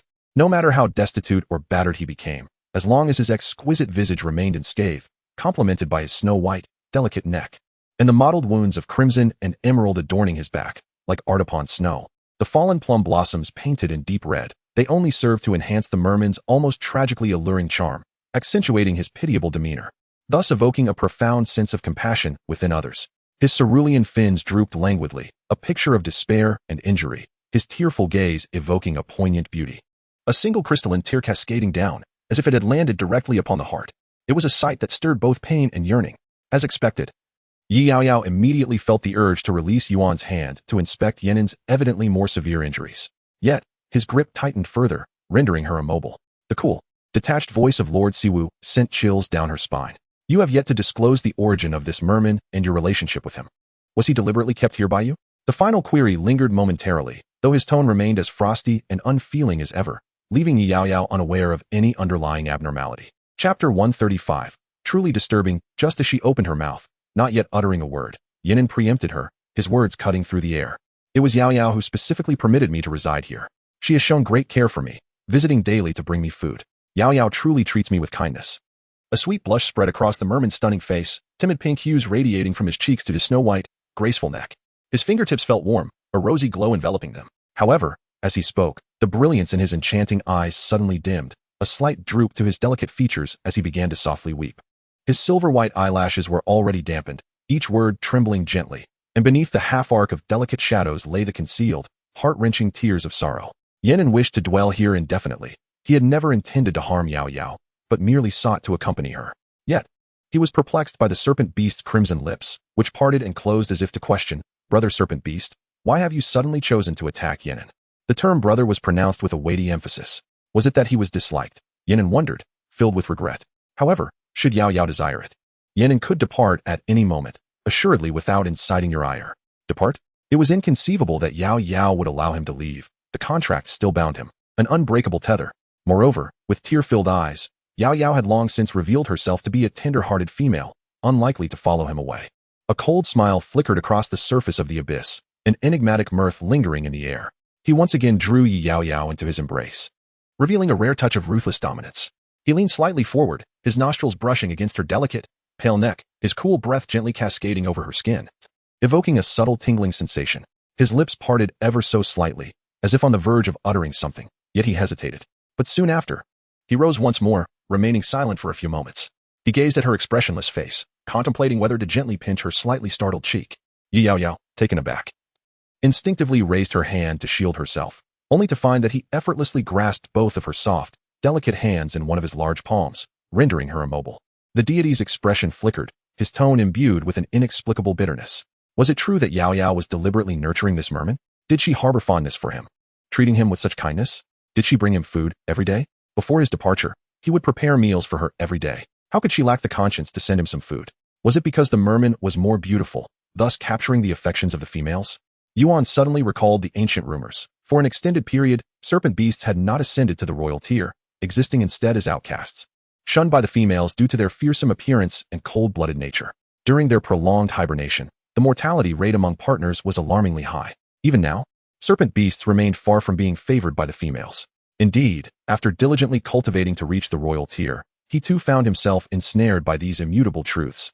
His heart grew heavier, enshrouded in a chilling gloom. Especially after listening to the merman's lament, an overt irritation surged from the depths of his being, as if he were deliberately tormenting the weak. The way she called him brother filled him with revulsion and annoyance.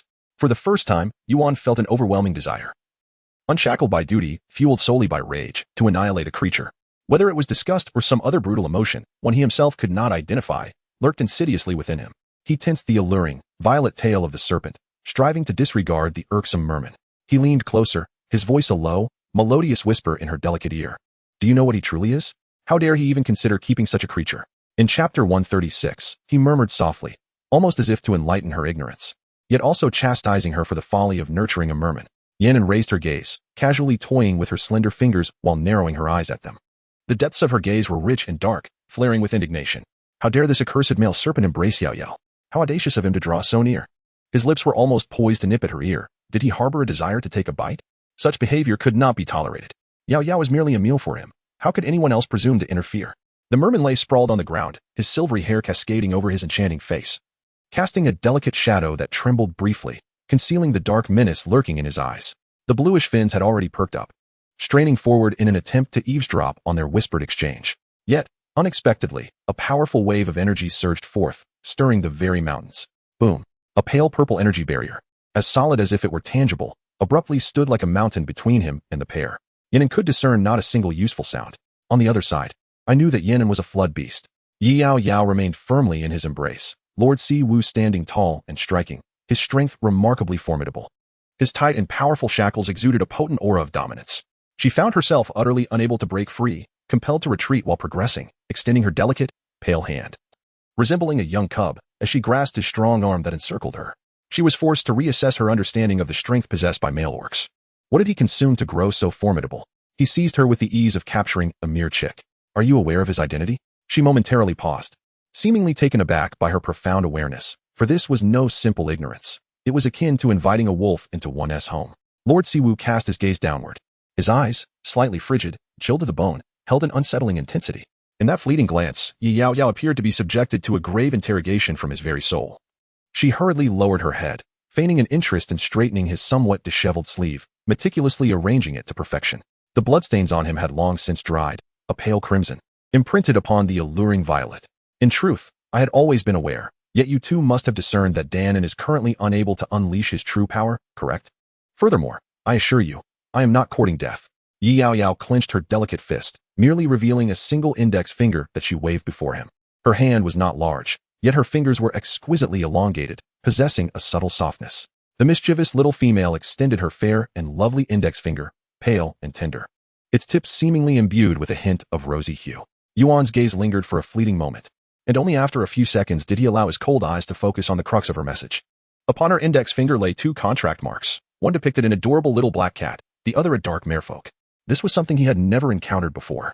The secrets she harbored were more numerous than he had imagined. Each detail eluded his understanding, yet he found himself willingly ensnared by her enigma. Eager to unearth a trace of insight, Yaoyao was equally conflicted. She did not perceive the tumultuous waves surging beneath his icy demeanor. She simply fidgeted her small hands, torn between revealing her secrets entirely to Yuan or not. For the sake of Danan's future, she could only reveal a portion of the truth, blending both halves together. She glossed over the origins of the contract, and Yuan showed no inclination to inquire further. After the contract was established, the water flood beast could remain by your side. But at a sufficiently close distance, he would be unable to wield his powers, correct? Yaoyao nodded. Can anyone forge a contract at will? For instance, me? Chapter 137. Pain. He is indeed of the royal beast rank. Should he be forcibly contracted, such power would transcend mere mystique and venture into the realm of terror. The formidable force that defies the principles of heaven and earth is comparable to that of a monstrous creature. However, each time she contracts another beast man, her mental prowess surges, allowing her to acquire the unique abilities of the contracted beast men. Thus, she would undoubtedly grow stronger. If only his strength could be shared with her. Lord Siwu? Yaoyao tilted her head, her voice breaking through his reverie. Yuan raised his gaze, his eyes as cold and clear as an autumn pond under the moonlight, and nodded slightly. With that said, you must remember that your power is exceedingly mysterious, filled with uncertainties. It is imperative that outsiders remain unaware. Do you understand? The motherly admonition was persistent and unwavering. Yuan seemed to harbor no curiosity about the various enigmatic mysteries surrounding her, accepting them with an ease that left Yaoyao quite astonished. Perhaps it was precisely this quality that allowed her to divulge her secrets without hesitation. Though Yuan possessed a rather aloof demeanor, he consistently exuded a reassuring presence. He reached out, and as Yaoyao's eyes widened in surprise, she instinctively wanted to retreat. However, she soon realized he was merely tucking away two slightly disheveled strands of hair from her face, gently sweeping them behind her ear, leaving everything perfectly neat and meticulously arranged. His fingers are elongated and beautiful, with distinctly defined joints. They are exceptionally fair and exquisite, resembling meticulously crafted cold jade. Under the refracted light, they appear to be enveloped in a delicate pearlescent sheen. He gathered her inky tresses, a few rebellious strands ensnaring his alabaster fingers, intertwining stubbornly. A stark contrast reminiscent of inkwash art. Yuan withdrew his hand, his expression devoid of warmth. Yaoyao, caught off guard, felt a flutter of unexpected emotion. Although she understood that Yuan's intentions were not malicious, perhaps merely a manifestation of his obsessive cleanliness, she couldn't help but suppress her own feelings. She leapt from his embrace. This time he made no effort to restrain her, effortlessly releasing her. As she circled to his back, her gaze fell upon the dried blood marring his skin, causing her heart to skip a beat. The injury was more severe than she had imagined, a grievous wound penetrating his entire spine. The sight was distressing. Despite such a grievous state, he had managed to remain composed and engage with her for an extended period, a testament to his remarkable fortitude. Lord Siwu, we should return and tend to your wounds, she urged, her brow furrowing in concern. Otherwise, I fear your injury may become inflamed and infected, posing significant danger. Yuan's eyes flickered. Was she truly worried for him? The words about his formidable self-healing abilities hovered on the tip of his tongue, but he swallowed them down. When he finally spoke, it was simply, "All right, I shall heed your advice." A faint smile of indulgence flitted across his face. In truth, these alarming wounds were trivial in his eyes. Throughout his perilous journey to become a formidable beast, he had endured far more painful injuries without so much as a frown. All suffering was ultimately swallowed within, for to display weakness would only embolden his adversaries. Yet, inexplicably, witnessing her anxious demeanor brought an unexpected pang of discomfort at his minor wounds. "Yaoyao?" he called softly. Yaoyao looked up at him, his cold, resonant voice whispering in her ear like the gentle strumming of a zither in a tranquil forest. "It hurts." Yaoyao's heart raced. My goodness. Having known Lord Siwu for so long, his frozen, noble demeanor rarely allowed for expressions of vulnerability. She had never expected to hear him utter such words. Today, it seemed he was genuinely in pain. Moreover, it was to protect her that he had suffered such grievous injuries, his defensive realm shattered, leaving him significantly weakened and in need of prolonged recuperation. The more she contemplated, the more tormented she became, her body rigid with distress, her delicate fingers anxiously twisting. A tumult of emotions, heartache, guilt, and other sudden complexities overwhelmed her, leaving her deeply unsettled. "Lord Siwu, once we return to the stone dwelling, allow me to tend to your wounds." Yuan narrowed his violet eyes, his gaze lingering on her in contemplative silence for a few moments before a slight smile graced his lips. A hint of indulgence reflected in his expression. "All right, I will heed your advice." As the soft purple barrier faded, the sky returned to a crystalline blue. Yaoyao took a few steps forward and effortlessly scooped up the hapless Danon, who lay collapsed on the ground. Yaoyao? Danon, still dazed, felt himself suddenly weightless, caught in the embrace of the petite yet commanding girl. "What?" The little merman was taken aback, panic still etched on his features. His hands instinctively pressing against her, the unfamiliar sensation of being suspended in the air overwhelming him. With a swift motion, Yaoyao, the mighty girl, easily tossed Danon back into the water, creating ripples that spread across the surface. The splashes of water echoed as Danon's lips and skin, already parched and cracked, threatened to dry out completely under the sun's relentless rays.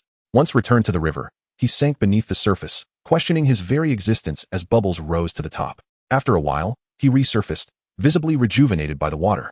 He gazed intently at Yaoyao, his eyes ablaze, unblinking. The fish, still glistening with a residual stiffness, evoked a delightful memory of being cradled in the princess's embrace. As he reminisced, a sense of being cherished and adored surged within him, stirring tumultuous emotions in his heart. He yearned for another such experience. Danon flicked his delicate tail fin, joyfully darting through the water, the thrill of surprise lingering, entwined in his heart. A prolonged state of exhilaration. He flitted about, capturing fleeting moments, and then spiraled around Yaoyao in a frenzy. The dappled sunlight refracted into a myriad of colors.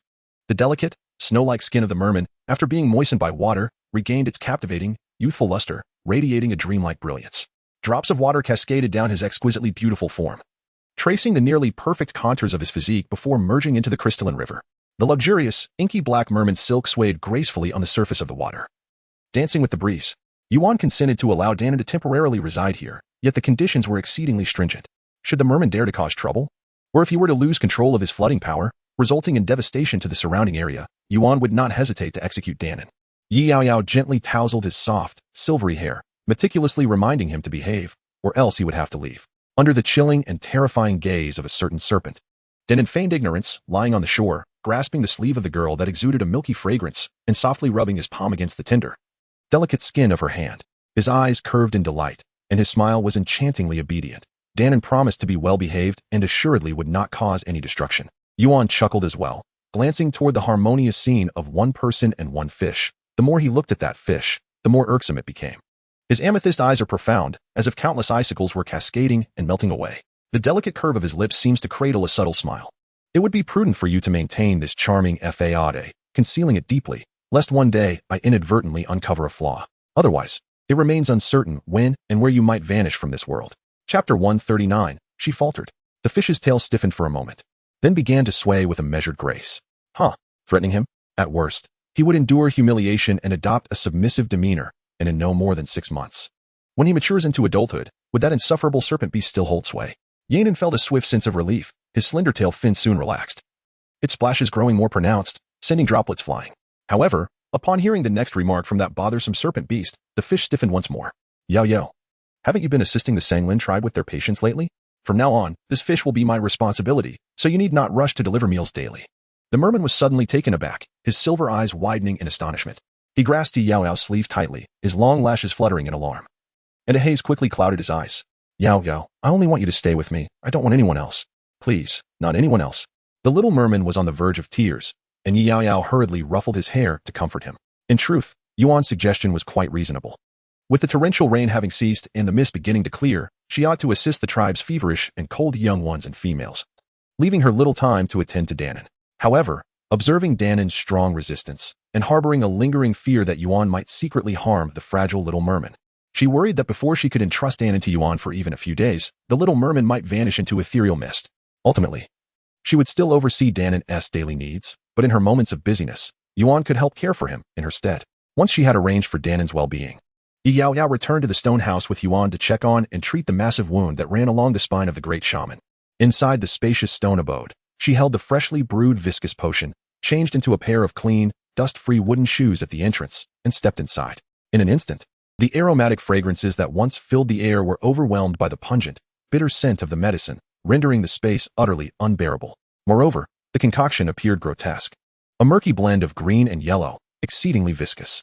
Yaoyao felt repulsed at the sight, and she could only imagine how Yuan, with his pursuit of perfection, would react. He might very well toss it aside in disgust. Suddenly, Yaoyao inhaled sharply, freezing in her tracks, hesitant to proceed further into the room. Yo-yo? A soft call emanated from within, ethereal and cool, pulling her wandering thoughts back to reality. Steadying the bowl of medicine, she swiftly entered the room. There, the great shaman reclined on an intricately carved wooden bed, half turned towards her. His cascading black hair, as smooth as silk, fell gracefully over his snow-white, delicate neck, with a few strands lightly curling and resting against his skin. His figure is nothing short of perfection, standing tall like a pine tree, exuding an ethereal elegance reminiscent of a celestial being. His delicate, cool demeanor is hardly concealed by the moon-white inner robe that accentuates his striking beauty. The robe hangs loosely, slightly askew, revealing glimpses of his pale, flawless skin and exquisitely sculpted collarbones. That touch of pale white is dazzling in its brilliance. Surrounding the esteemed Lord of Sorcery is an intoxicating aura of restrained desire, intermingled with an almost imperceptible hint of alluring mischief. Yaoyao's heart fluttered once more. She hesitated. Lord of Sorcery, the medicine has arrived. Should I apply it now? Could she confess her regret for participating so directly? Wasn't it meant to be applied to bare skin? A trace of youthful shyness lingered within her, unexpectedly surfacing at this moment. However, retreating now seemed rather unethical, suppressing the tumultuous thoughts that threatened to overwhelm her. She steeled herself to proceed. Noticing her prolonged silence, Yuan cast a sidelong glance her way and, displaying remarkable understanding, took the initiative to remove his robe. His long, elegant fingers lifted delicately, revealing his sculpted collarbones and hinting at the tautness of his slender waist. Chapter 140. I will take care of you. Yaoyao's hand trembled, nearly causing the medicine bowl to topple. She silently chanted a mantra for compassion, again and again, striving to stabilize her mind. In truth, Yuan was relatively conservative. At least in this wild world teeming with bare-skinned men, his icy, pristine demeanor felt strikingly out of place. It was merely a routine application of medicine. Why was she allowing her thoughts to wander so? Yaoyao lowered her gaze, her expression taut and impassive as she sat behind him, retrieving a specially prepared clean cloth from the small wooden box on the table. Her hands had been meticulously washed beforehand. With her fair fingertips, she pinched the front half of the cloth, dampening it with the medicine while wringing out the excess moisture. Then, she began to carefully apply it to the gruesome wound that traversed the entirety of the Lord of Sorcery's back, piece by piece. His back was marred by numerous large wounds that refused to scab over. The caustic ointment applied to his injuries should have provoked excruciating pain. Yet, Yuan remained impassive, uttering not a word. The cotton cloth had been changed several times, each instant stained crimson, and the concocted medicine was nearly depleted, yet his wounds remained untreated. My goodness. Yaoyao felt a pang of pain just by looking at him, while Yuan appeared utterly unfazed, not even letting out a slight groan. Master Siwu, do you not feel any pain? If you do, you may express it. There is no need to endure in silence. Yuan fixed her with a gaze for a moment, confirming that she was genuinely concerned for him, visibly anxious. He hesitated for a brief moment, and then, under the gaze of her expectant eyes, he emitted a soft, almost imperceptible hum. His voice, a melodious yet hoarse timbre, seemed to betray a hint of concealed pain. It was at this moment that Yaoyao finally exhaled in relief. The presence of pain, even if only slight, was reassuring. It indicated that his muscle nerves had not suffered severe injury. If it were merely superficial wounds, it would be manageable. Yaoyao then set about procuring a fresh batch of clean cotton cloth and prepared a bowl of viscous medicinal solution. During her brief absence, Yuan withdrew his cold gaze, casting a distant glance out the window. Simultaneously, a soft lavender healing energy coursed across his back, swiftly enveloping the grievous wounds, which were visibly mending at an astonishing pace. The ordinary medicine was utterly inadequate to heal the frostbite inflicted upon himself. Only his innate ability to heal could suffice. In truth, these minor injuries could have been fully healed within mere minutes for him. Yet, he found himself unable to articulate the peculiar sentiment that led him to retain these wounds until now. Perhaps it was her tender concern that had fostered a sense of greedy attachment within him. After years of being powerful and devoid of desire, he found himself nostalgically yearning for the sensation of being cared for, a feeling he had nearly forgotten, or perhaps never truly experienced. What was the truth of this sentiment? He himself could not say. At a certain moment in his life, an immense void appeared in his memory, an emptiness that remained unfilled for many years. A sudden sound echoed, a door creaking open. Yaoyao, having changed her shoes, entered with a fresh batch of medicine. In that instant, Yuan withdrew his power. He had only healed a fraction of his wounds. A complete recovery would seem rather peculiar, and he wished for her to care for him a little longer. Yaoyao noticed no significant drawbacks. The wounds were simply too horrific. Even though Yuan had secretly healed a bit, they still appeared glaringly painful in her eyes. Yuan's back was a canvas of cold, fair skin, his muscular contours flowing elegantly, strong yet unexaggerated, a testament to perfection and aesthetic appeal. However, the multitude of gruesome scars marred the beauty of his porcelain-like skin, a stark reminder of her indirect contribution to his suffering. For a fleeting moment, a pang of guilt tugged at Yaoyao's heart, her fingers tightening as she resolved silently, "Lord Siwu, I shall care for you until you are fully healed." Chapter 141. Do you not like it? Yuan's fingertips paused momentarily, stirring a multitude of thoughts within him. To care for him indefinitely? He suddenly felt. His injury seemed rather severe. After tending to the wound, as he donned a moon-white inner garment, he suddenly uttered in a cool, detached manner, "What about the amethyst necklace I gave you? Do you wear it every day?" His cold, indifferent gaze abruptly shifted towards her. With elongated brows and eyes that concealed a sharp brilliance, the young female paused momentarily, taken aback. The crisp, fragrant aura of winter's chill suddenly intensified, lingering persistently at the tip of her nose. He donned a moon-white robe, a leisurely and relaxed home style, cinched at the waist, accentuating his broad shoulders and narrow waist. A perfect silhouette. The neckline of the garment hung loosely at a slight angle, subtly revealing his exquisite porcelain-white collarbone. It was an extraordinary sight, a feast for the eyes. In that moment of distraction, Master Siwu had already approached her gracefully and elegantly, his movements slow and deliberate, with his gaze fixed and his neck slightly bowed. He remained impassive, meticulously examining her from head to toe, leaving no detail overlooked, confirming that she indeed was not adorned with the necklace he had given her. Lord Siwu exhibited palpable displeasure, his voice tinged with an icy chill, his slender fingers lingering on the pristine fabric of his sleeve for an extended moment. "Why have you not worn it consistently? Is it that you do not favor it?" Yaoyao stood by, momentarily taken aback, her clear black eyes blinking in surprise. As she regained her composure, it dawned on her that he was referring to the magical artifact intended to guard against Yin An's mental allure, though the necessity of wearing it had since dissipated. Moreover, that artifact was undeniably eye-catching. For an ordinary young female, the flaunted dazzling amethyst necklace was akin to a foolish heir parading a Swiss diamond watch, inviting unwanted attention. Yaoyao set down the medicinal bowl, instinctively protesting, "I do not dislike it. That necklace is truly beautiful. Then why have you not worn it consistently?" He seldom raised his voice to interrupt, breaking his otherwise impeccable composure. Under the intense and displeased gaze of another, she reluctantly turned away, awkwardly rummaging through a drawer for a brief moment. "I truly appreciate it, but dear Master Sorcerer, I find this magical artifact unnecessary at present, and given its considerable value, I believe it is best returned to you." With both hands, she offered it back, an embodiment of utmost respect. The sorcerer remained silent, his enchanting violet eyes slightly veiled, a subtle shadow concealing the tumultuous emotions within. His fingertips rested at his side, making no move to accept the offering. After a moment, the master sorcerer finally raised his hand, taking the amethyst necklace and skillfully threading the lustrous white bone stones between his bony fingers with a rhythmic grace, turning each stone in succession. Once he completed the circle, his delicate, porcelain-like fingertips began to idly play with the exquisite amethyst, gently pressing at its edges and caressing it slightly. The atmosphere was eerily tranquil, as Lord Siwu deliberately conjured a chill in the air. Meanwhile, Yaoyao found herself at a loss for words, unable to salvage the situation. Should she simply flee to escape the tension? Resolving to make her exit, she turned, only to be caught off guard as he suddenly leaned closer. In the depths of her astonished gaze, she beheld Yuan lowering himself, his left hand encircling her slender waist, his fingers tightening ever so slightly, unwittingly revealing the inherent desires of a serpentine beast. He raised his right hand, his cool, elongated fingertips gliding around her neck in a gentle motion, bringing forth an immediate sensation of icy jade against her skin. He unexpectedly adorned her once more. The delicate contours of her ear were graced by a gentle, cool breath that drew near, accompanied by a voice that was both cold and beguiling. "Since you cherish it, you must wear it obediently, otherwise I shall be displeased.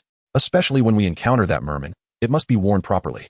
In Chapter 142, The Art of Raising, The tender neck of the petite female glimmered with a soft lavender hue, a sight to behold. Yuan's demeanor was unmistakably firm. Any further refusal on her part would seem overly affected. As evening descended, golden rays cascaded softly, shrouding the world in twilight. Yuan prepared a dish of sauced beef brisket, paired with a refreshing drink made from red berries to cut through the richness, along with a serving of fluffy, pearly rice. Do not inquire how Yuan came to possess such luxuries in this primal world. After so many delightful surprises, Yaoyao had long since grown accustomed to them. Her senses dulled to the novelty. The meal was a delightful experience, and after a satisfying burp, Yuan showed no inclination to partake. Opting instead to languidly support his exquisite chin with one hand, his gaze casual as strands of inky hair cascaded across the table. His eyes were cool and distant, as if he were detached from the mundane world. Yet he observed Yaoyao with unwavering attention as she joyfully consumed her meal, her lips curving into a gentle smile. The master shaman reveled in an inexplicable delight reserved for those who feed. Recently, Yaoyao's appetite had grown insatiable. She devoured everything before her with an insatiable hunger, leaving not a trace upon the once full plates. Staring at the empty dishes, devoid of even a drop of sauce, Yaoyao was taken aback. With a clatter, her chopsticks fell to the table. Am I destined to transform into a glutton? She lamented, nearly in tears. Yuan, feigning ignorance, completely overlooked her pitiful expression. For she was indeed quite slender, particularly in a world that prized fullness. Her frail figure elicited the protective instincts of the males, who were eager to plump her up. And Yuan was no exception. Thus, the master shaman continued his elaborate scheme of nourishment, preparing an entire plate of salted shrimp, meticulously peeled and deveined, ready to be fed to her. A gentle smile graced Yuan's lips, warm as the thawing snow. Yaoyao, will you eat more? Yaoyao let out another burp, though a chill ran down her spine. No, no more. If I eat again, I shall surely grow fat. In truth, she was already gaining weight. Under Yuan's meticulous feeding strategy, her once delicate chin had begun to take on a more rounded form. Yaoyao's recent increase in appetite was entirely Yuan's doing. He often prepared medicinal soups for her, which indeed contained some additional ingredients. After dinner, during their casual conversation, Yaoyao, filled with concern, tightly clutched her sleeves and inquired, Lord Siwu, have I gained a considerable amount of weight recently? No, he replied, you are quite slender. But I've been eating a lot lately. Am I unwell? With a composed demeanor, he maintained a serious tone. Not at all. You are merely experiencing a growth spurt. He then enticed her, asserting confidently, have you not noticed that you have grown taller and matured recently? Really? Yaoyao dashed to the door, where she had previously etched her height. Standing close to the door, she marked her new height. A careful comparison revealed that, indeed, it seemed she had grown a few centimeters.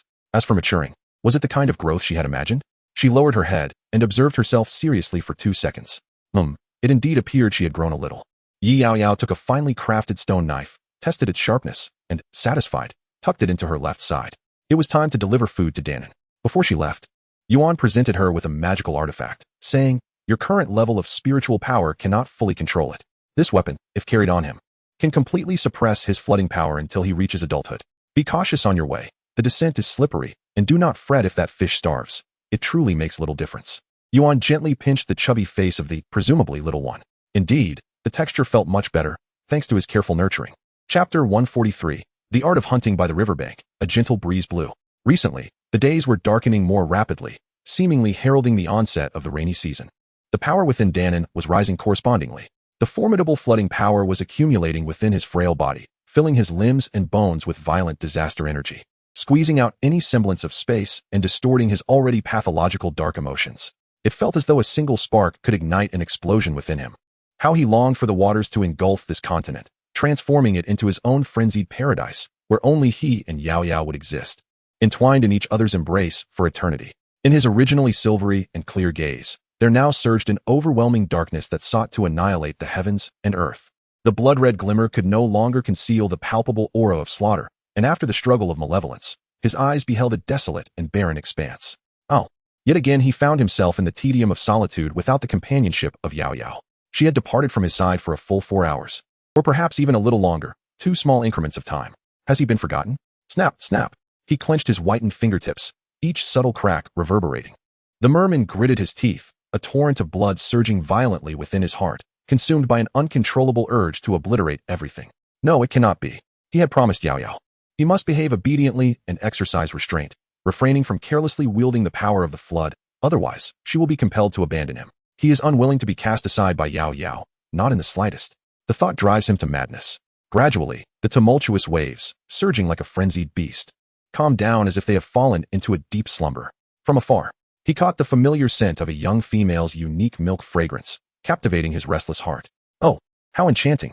He abruptly opened his silver eyes, and the darkness instantly dissipated, replaced by an irreplaceable brilliance of joy.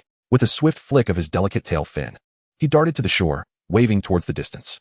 A poignant cry echoed, steeped in longing and the agony of unrequited love, embodying the sorrow of a forsaken wife in a manner that was almost exaggerated. Yaoyao found it somewhat amusing, yet felt compelled to offer comfort. She had caught a magnificent ram, which she laid upon the bank. Then she squatted by the water's edge, washing her hands meticulously, ensuring the dried blood between her fingers was thoroughly cleansed.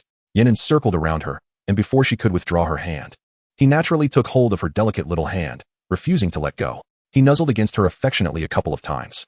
The voice of the little merman, tinged with a hint of grievance, trembled as his silver-white lashes glistened with moisture.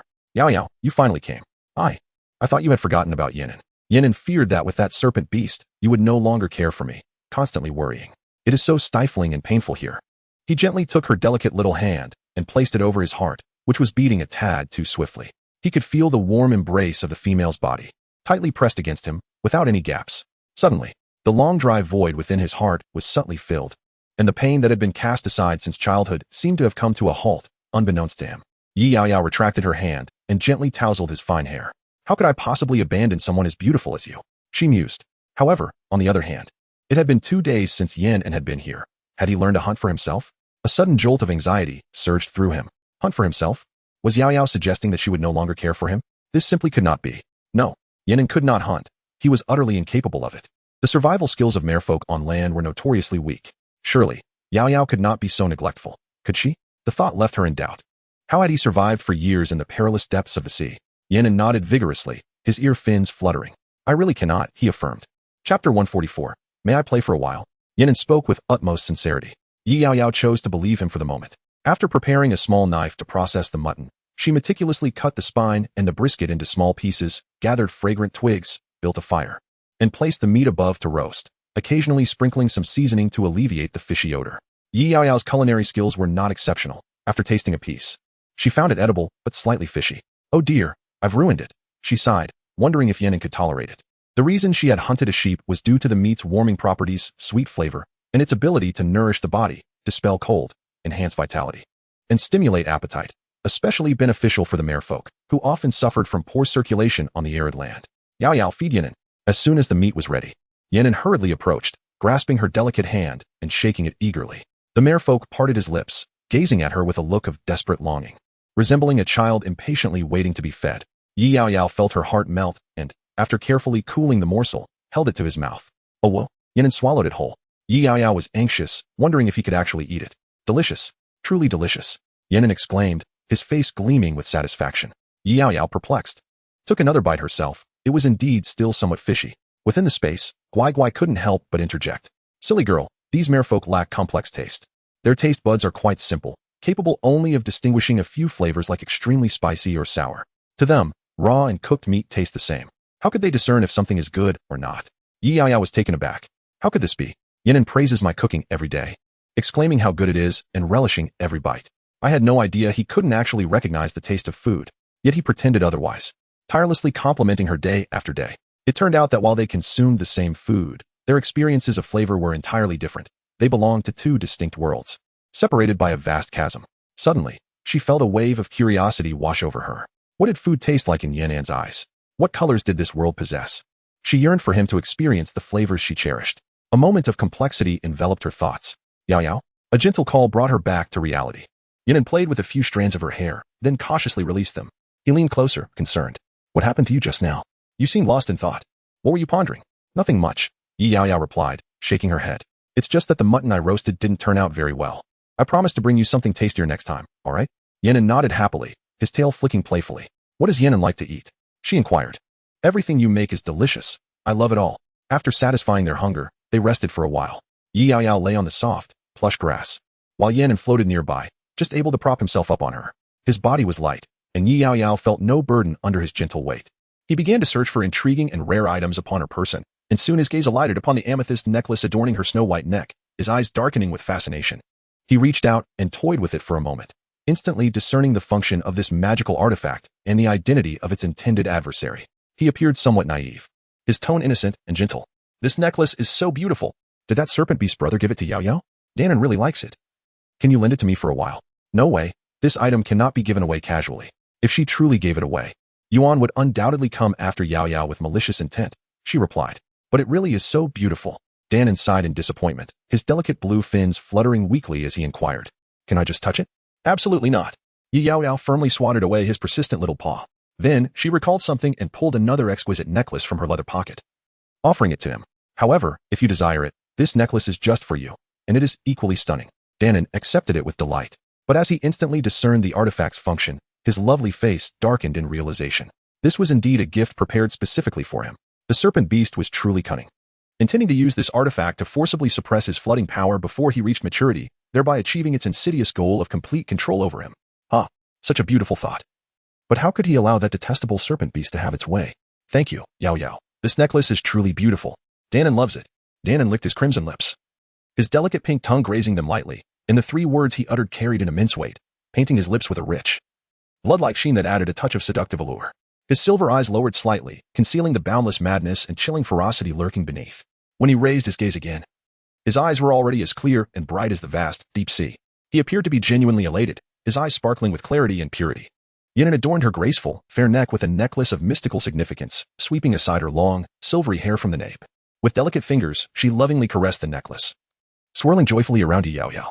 Her fishtail fluttered restlessly, disturbing the myriad of reflected shadows cast by the trees. Do I look beautiful, Yaoyao? The merman, a revered and enigmatic race of the deep sea, may be cold-hearted and ruthless, yet their pursuit of beauty transcends gender. This understanding has been woven into the very essence of their lineage for centuries. Through nature's relentless selection, only the most exquisite have survived through countless generations. Presently, most merfolk possess breathtaking beauty inherited through their bloodline, which proves to be immensely advantageous during their seductive haunts. When seeking a mate, merfolk invariably choose the most alluring opposite sex they have encountered.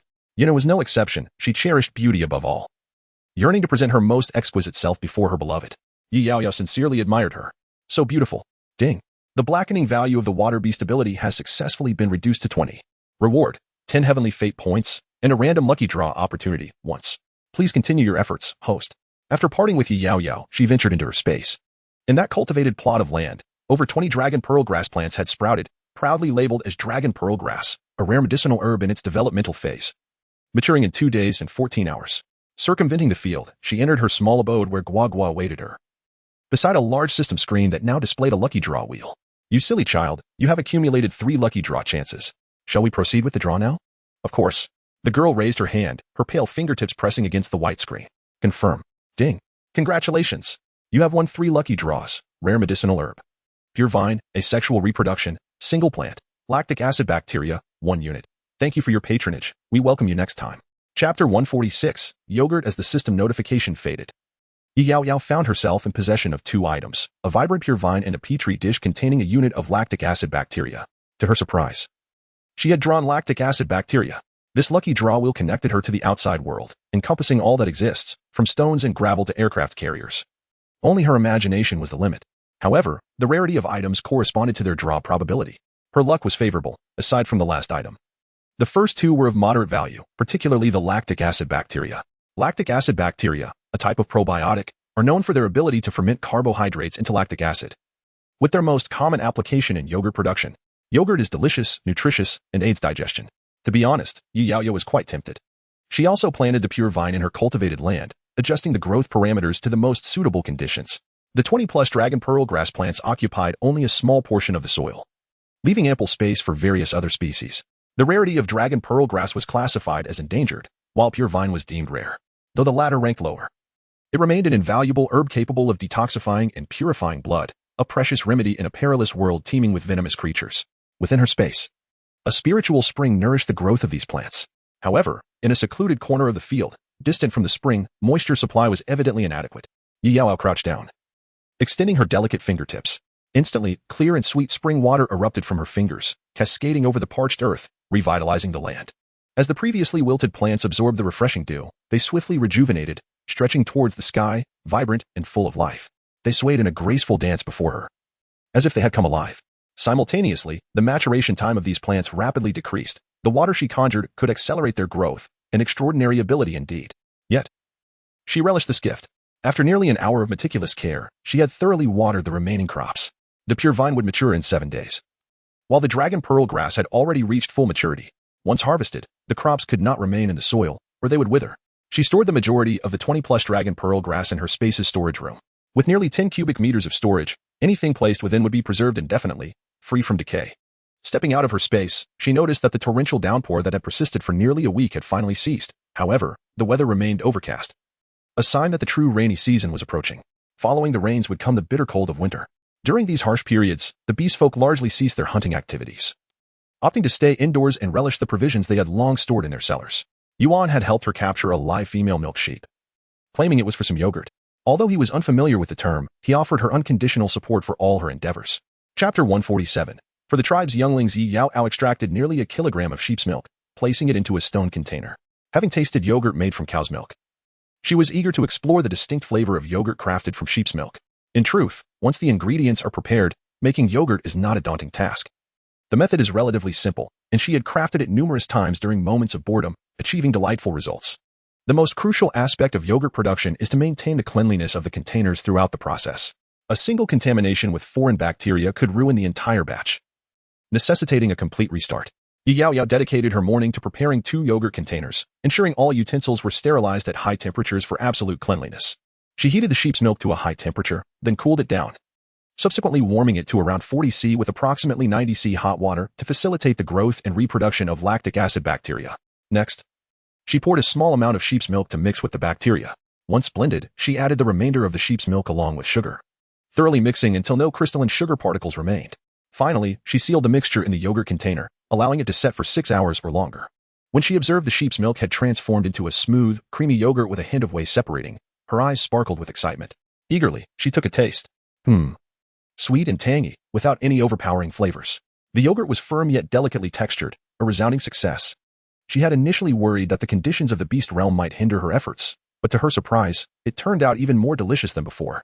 The high-quality strains provided by the system truly did not disappoint. Yaoyao scooped another generous spoonful of yogurt from the stone vessel and placed it into a stone bowl. Subsequently, she hurried over, setting the bowl before Yuan. Master Siwu, this is for you. You'll let me know how it tastes? Yaoyao, having finally succeeded in crafting this delectable dish, could not restrain her desire to share her joy. Yuan took a small taste, nodded slightly with a faint smile, and remarked that it was indeed delightful. He does not hesitate to express his admiration. She likes him, and so be it. Although he finds the taste somewhat peculiar. Most serpentine creatures are oviparous, born without the benefit of maternal nourishment, and they never develop a habit of consuming milk as they grow, instinctively repelling dairy products. After finishing his portion, Yuan showed no inclination to eat further. He conjured a large block of ice, which he crushed, then attentively used the cold ice to preserve the remaining yogurt for her, preventing it from spoiling in the sweltering heat. Yaoyao could sense Yuan's disinterest.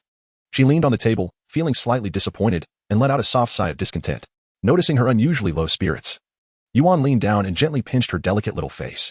It is truly delicious. I enjoy it immensely. The cubs of the tribe would surely relish it as well. You could bring it to them. He comforted her with a rare, gentle coaxing tone. At last, Yaoyao, who had been listless, perked up, revitalized. She prepared several bowls of nourishment during the afternoon to bring to the ailing little ones. As the time for feeding Danon approached, Yaoyao ladled a bowl of yogurt to offer him. Danon eagerly devoured each bite, his delight evident as he flicked his azure fish tail joyfully. Although everything he was fed tasted the same, he found Yaoyao's creations, no matter how chaotic, simply delectable. As a merman, he too was oviparous, and this dairy product held a certain novelty for him. He has always harbored immense enthusiasm for rare curiosities. Chapter 148. The Female of the High Sorcerer. In the afternoon, thick clouds loomed overhead, casting a persistent gloom upon the sky.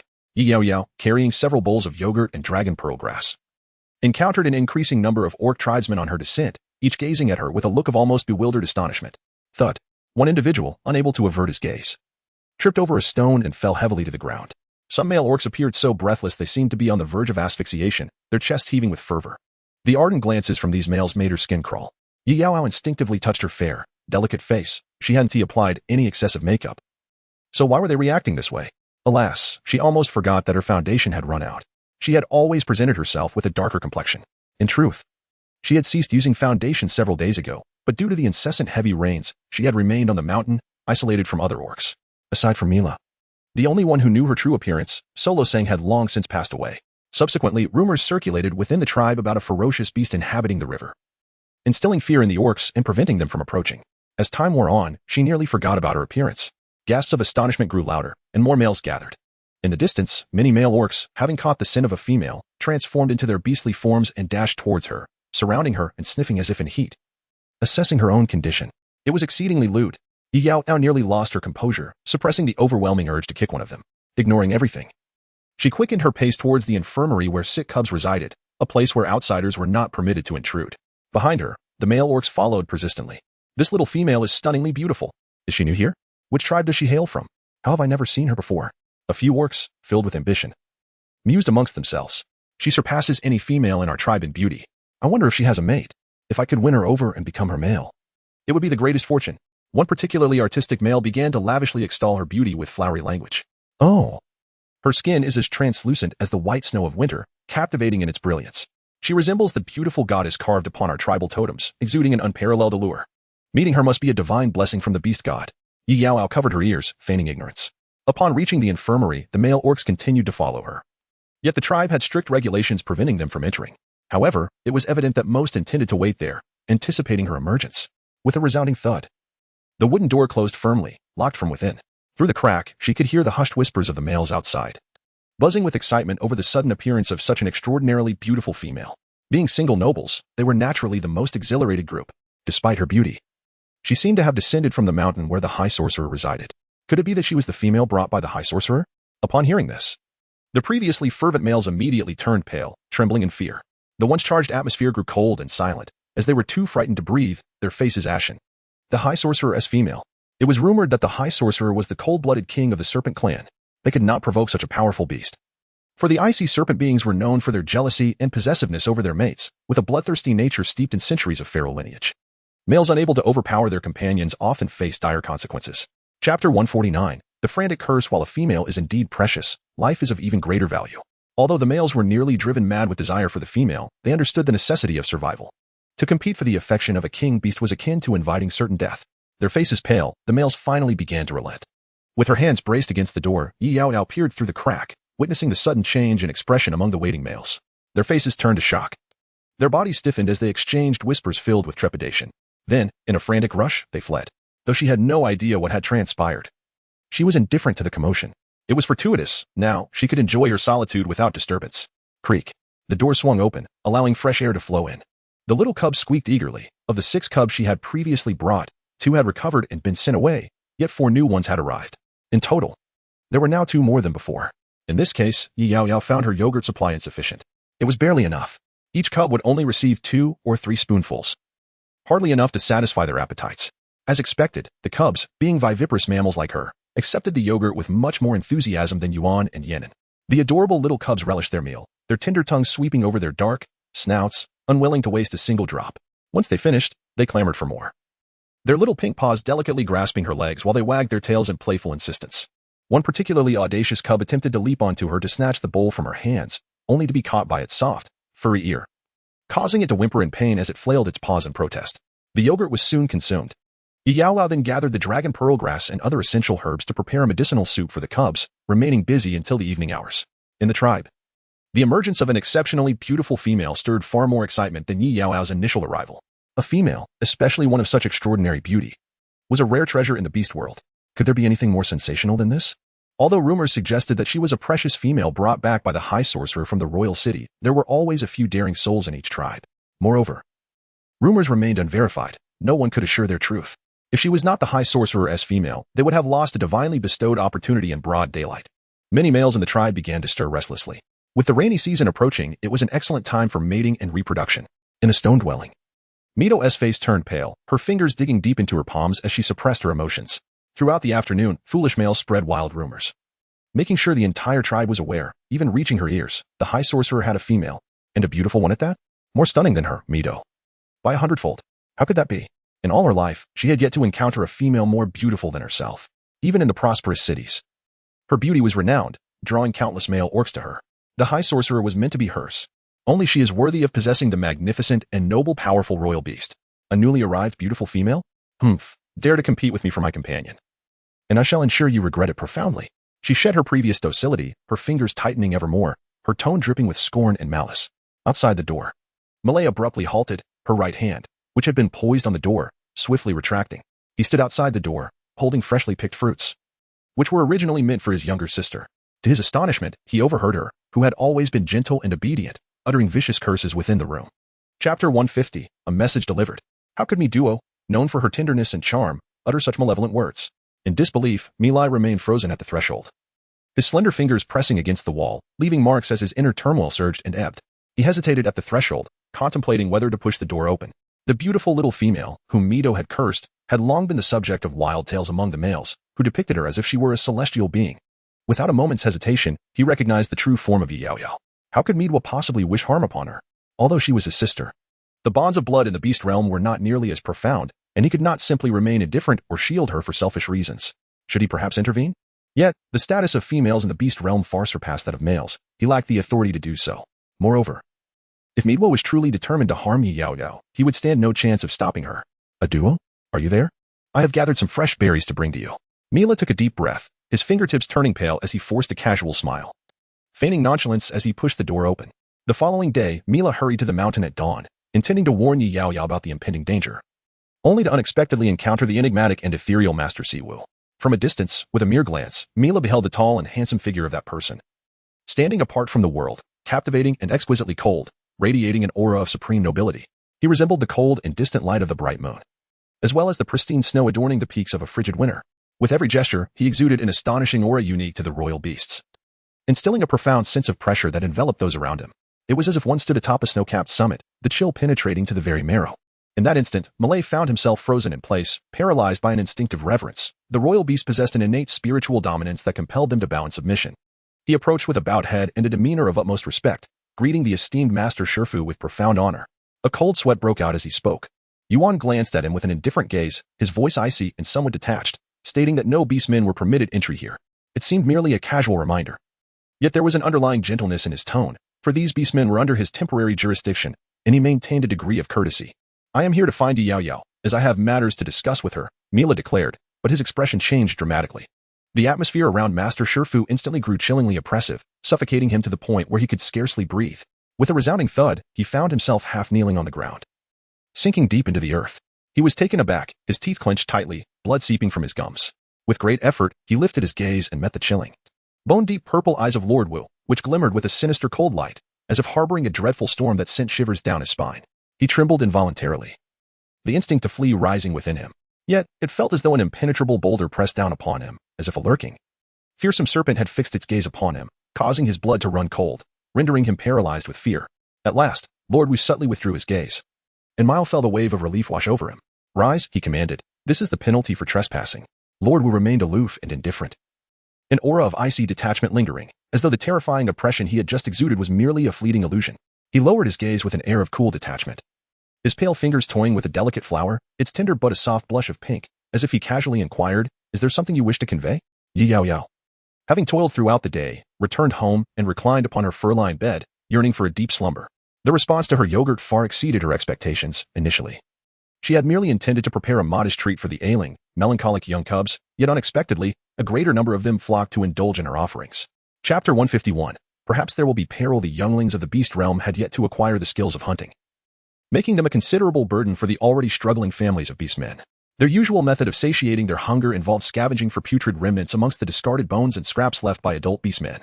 It was not uncommon to witness several cubs engaging in fierce scuffles, bloodied and battered, all for a meager morsel of rancid flesh. These young creatures were exceedingly frail, their resilience greatly diminished, likely due to the scarcity of food. Yaoyao often concocted nourishing broths, initially aimed solely at restoring the health of the sick cubs. However, as the enticing aroma wafted through the air, more and more little gluttons appeared, prompting her to prepare an ample pot and serve each cub a bowl of broth. The yogurt was also in high demand. Nonetheless, the supply was insufficient to meet the needs. Overwhelmed, Yaoyao established some regulations. Yogurt and broth would only be dispensed once daily per cub. Should they desire more, they would need to assist her in caring for the sick cubs and foraging for herbs. Even the younglings were required to labor for their sustenance.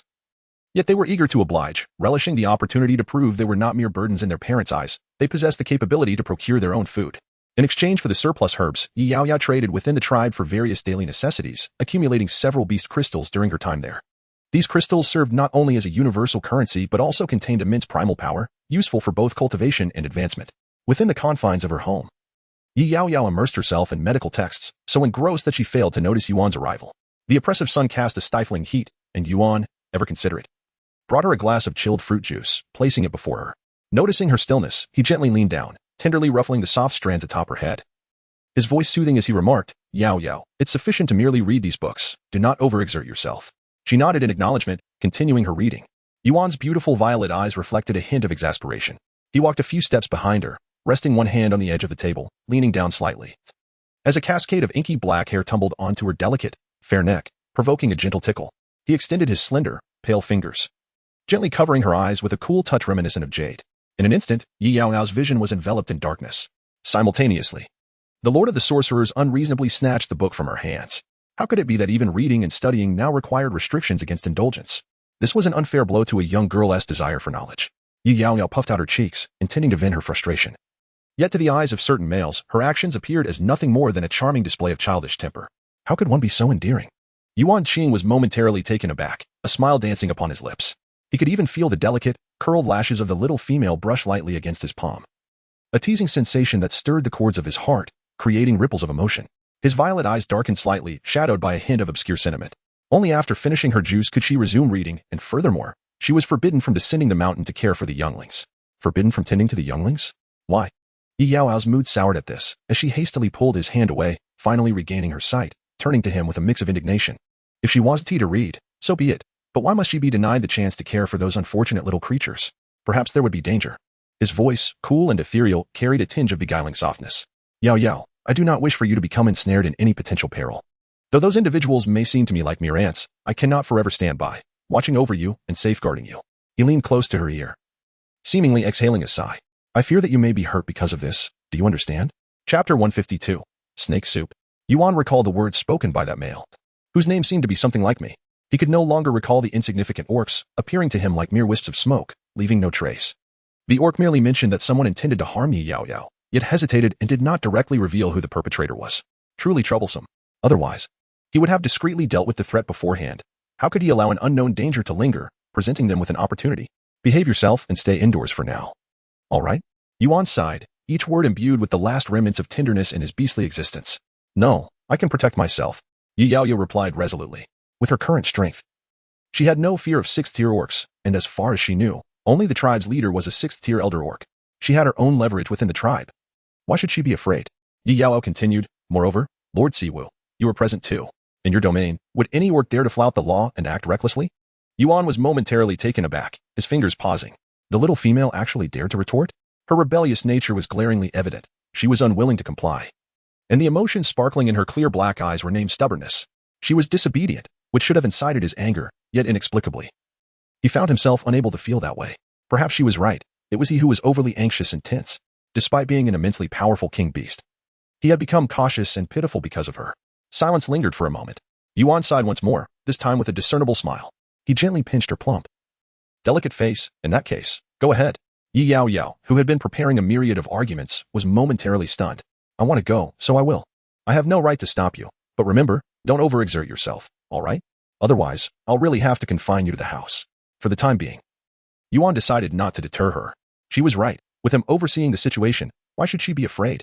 As long as he was present, he would not allow anyone to harm her in the slightest. If there were truly someone with ill intentions, he would simply eliminate them. His mesmerizing purple eyes concealed the surging hostility beneath, replaced instead by a gentle smile. Yuan then moved to another compartment.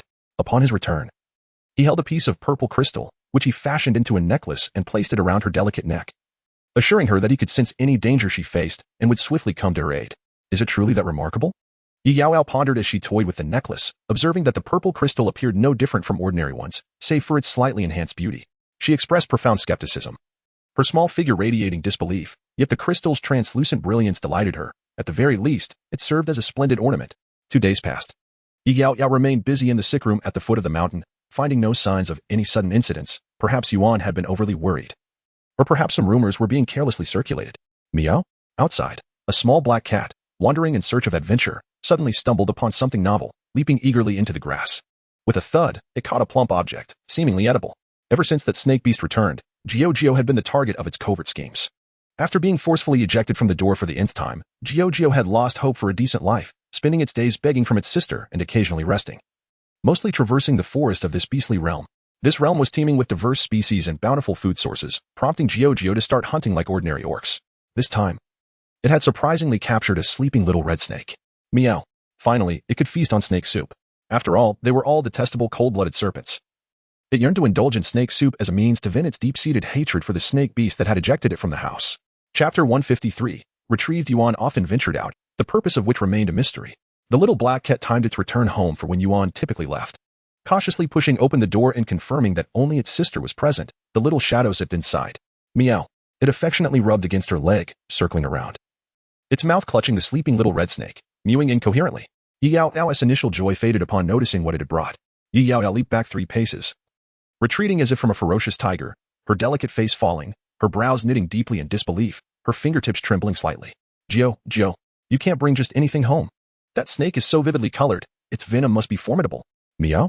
The little creature tilted its head, bewildered, but it's already dead. Yaoyao facepalmed. Her lips curling into a sorrowful arc. Look closely.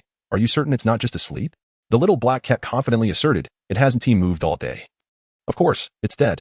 In that moment, just as the word dead left its mouth, the little red snake suddenly twitched, wriggling slightly in the cat's grasp. Thud. The small red snake was unceremoniously dropped to the ground. The little black cat, stunned, hadn't even managed to close its jaw before it took flight. Tearful eyes darting to Yaoyao, curling into a pitch-black ball atop her head, trembling in fear. Meow. It's alive.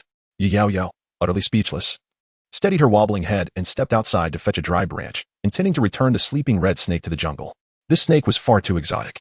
Its venom likely potent enough that one would need to be alive to consume it. Cautiously, she approached, poking it with the branch. Nothing. She poked again.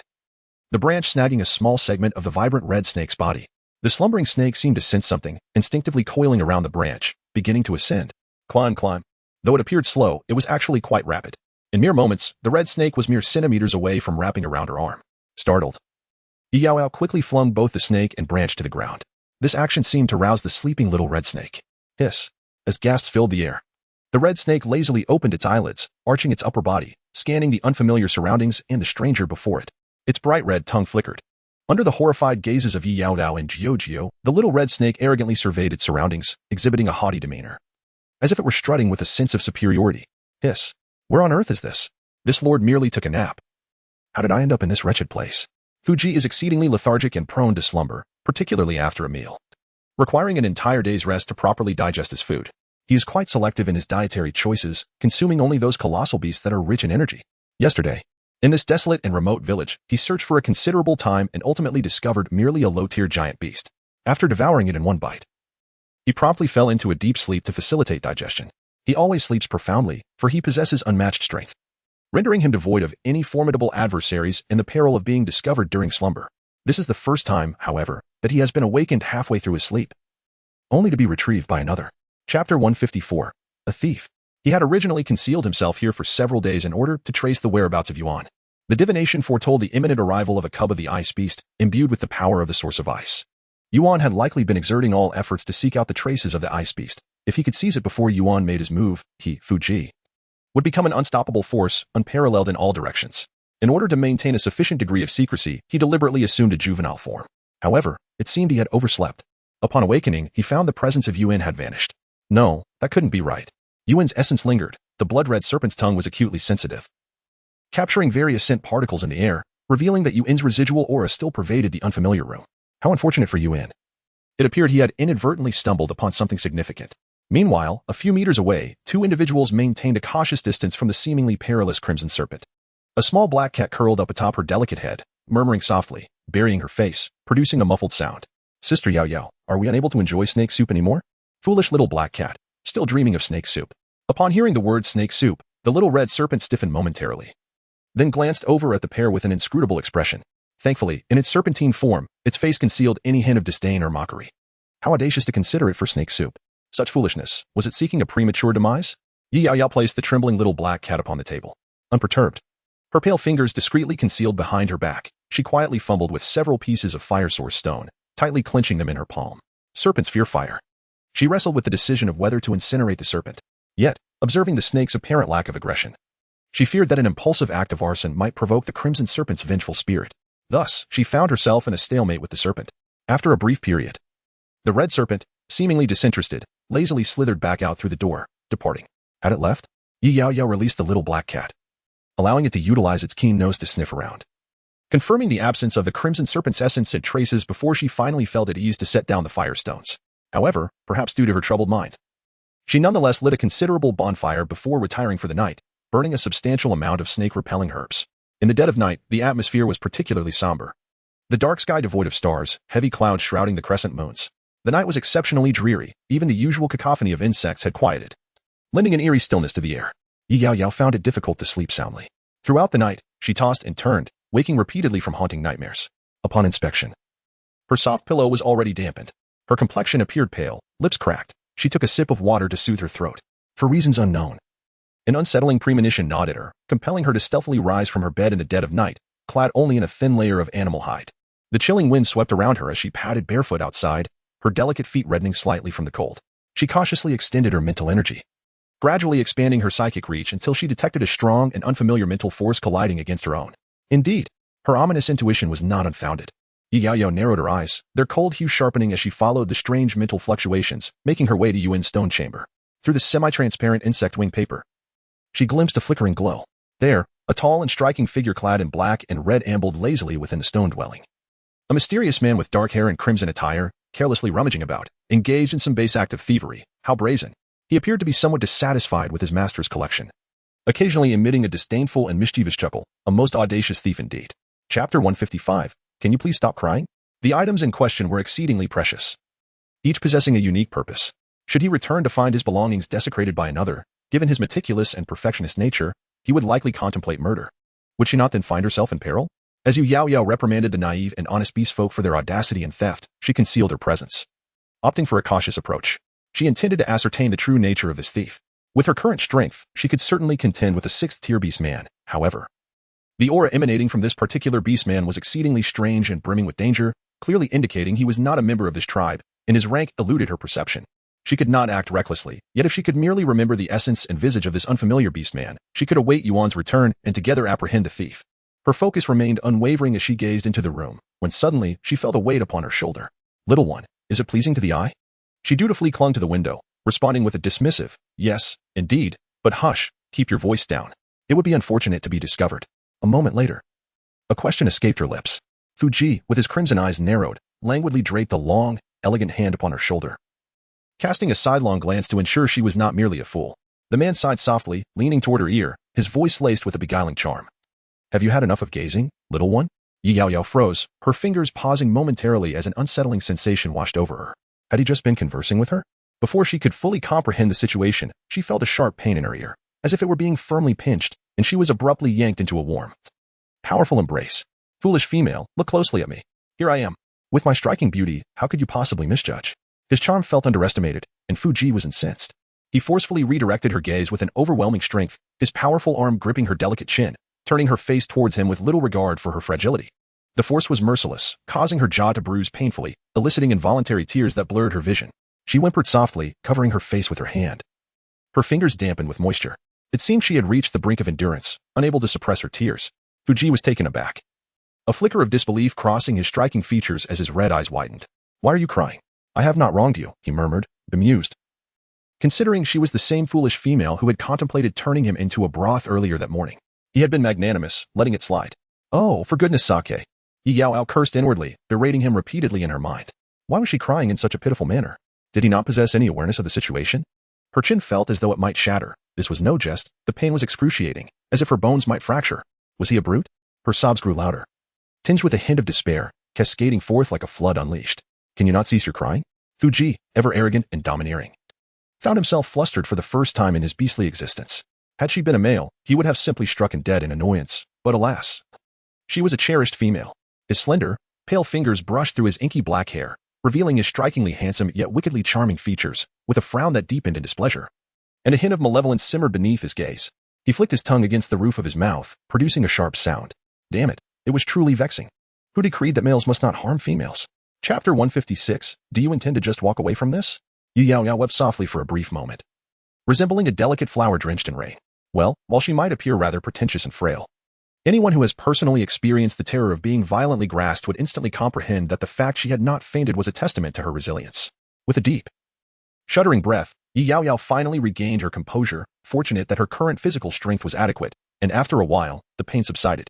She wiped away the moisture from her tearful eyes, the corners still tinged with red and glistening with tears. An overwhelming sense of grievance and indignation radiated from her entire being. She raised her gaze defiantly, fixing it upon the male beastman clad in dark hair and red attire before her. The little female's eyes remained glistening, shrouded in a misty haze, her fluttering lashes appearing even more pronounced when wet. The inescapable beauty of her sorrow was tinged with an undercurrent of fury, directed squarely at this brutish thief.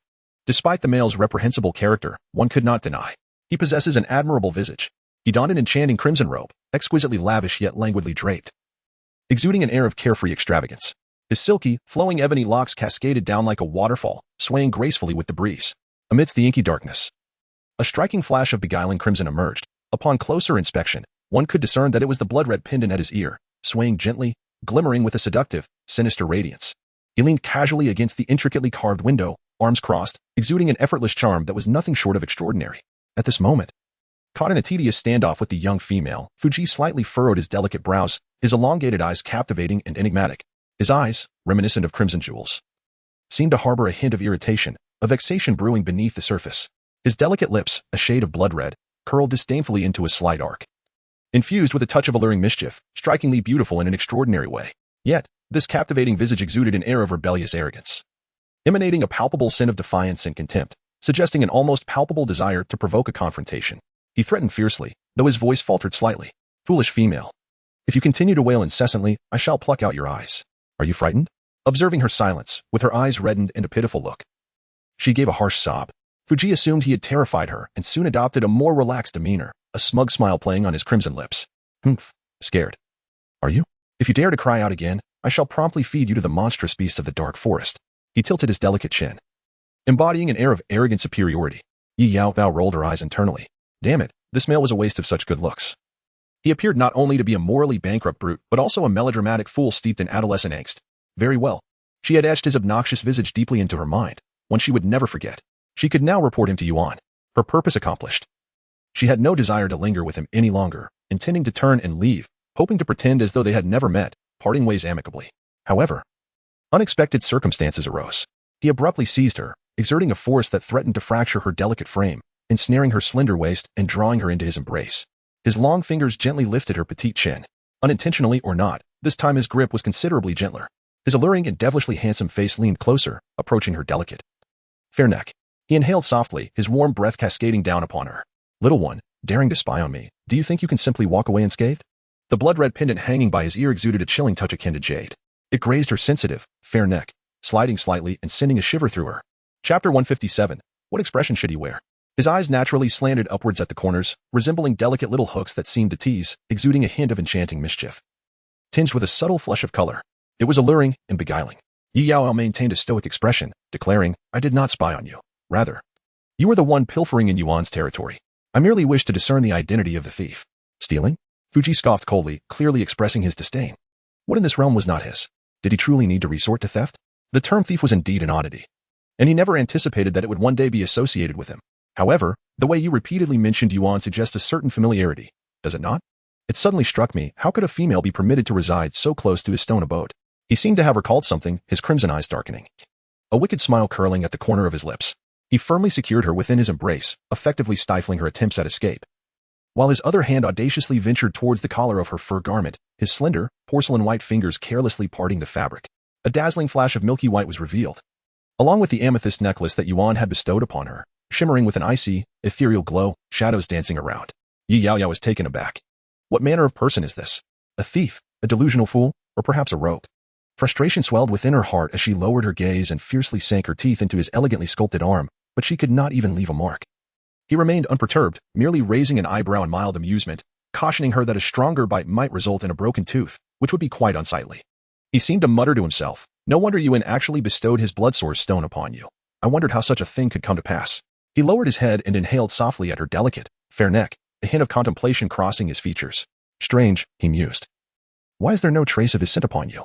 Have you yet to reach maturity, to engage in the act of mating? Moments later, as if he had come to grasp certain truths, a flicker of amusement and relief danced in his eyes. Indeed, she had not yet come of age. No wonder he had not made a move on you. He seemed oblivious to Yaoyao's overwhelming sense of despair, tightly gripping her arms. drawing closer with a warm breath that tinged with a subtle thrill, infused with a hint of intimacy that was more pronounced than before. He surveyed her with keen interest, as if embarking on a journey of rediscovery. This little creature possesses quite a remarkable allure. Upon closer inspection, she is not without her charms. It is truly a pity that she has crossed paths with me, for I delight in the art of taking what belongs to others, especially when it pertains to the females I desire, which has piqued my interest immensely. His intentions were ambiguous, accompanied by a soft, malevolent chuckle. Yaoyao gazed at this pervert with a mixture of confusion and intrigue. After speaking, he leaned down, deliberately drawing closer to her delicate, pale earlobe, and swiftly took a bite. His sharp fangs effortlessly pierced her tender skin, causing her to involuntarily shudder. Yaoyao yearned to curse and struggle, yet in that fleeting moment, a sudden wave of weakness engulfed her entire being. Though her mind remained alert, her body surrendered to an uncontrollable languor, collapsing into his embrace. Her arms encircled his long, graceful neck, and his dark hair entwined around her limbs. What is happening? This is so strange. I feel utterly devoid of strength. Yaoyao attempted to prop herself up, but in the next instant, she found herself falling back into his hold. Surrender to the futility of your struggle, little one. It is of no consequence. Though my venom has only touched you lightly, you remain utterly powerless. He languidly licked the blood-stained tips of his fangs, exuding a touch of lazy provocation. I pondered, what expression would he wear if I were to snatch away the female he coveted right before his eyes? Surely, that would be quite an exquisite sensation. Chapter 158, The Agony of Lost Love? Having spoken, he sank his teeth into her delicate, pale neck, leaving two vivid, shallow puncture marks, strikingly apparent, as if intentionally inscribed. Yaoyao's body trembled slightly, a twinge of pain coursing through her.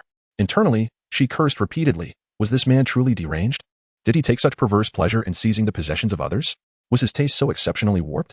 Frustrated, she shut her eyes, her chest rising and falling erratically with pent-up emotions. Exhausted and weary, she found herself at a loss for words. All she could do was lament her unfortunate fate. How could she encounter such a uniquely bizarre and twisted individual in this seemingly simple and honest beastly world? Ah! Though she truly yearned to witness his eternally unchanged icy demeanor, how delightfully amusing it would be.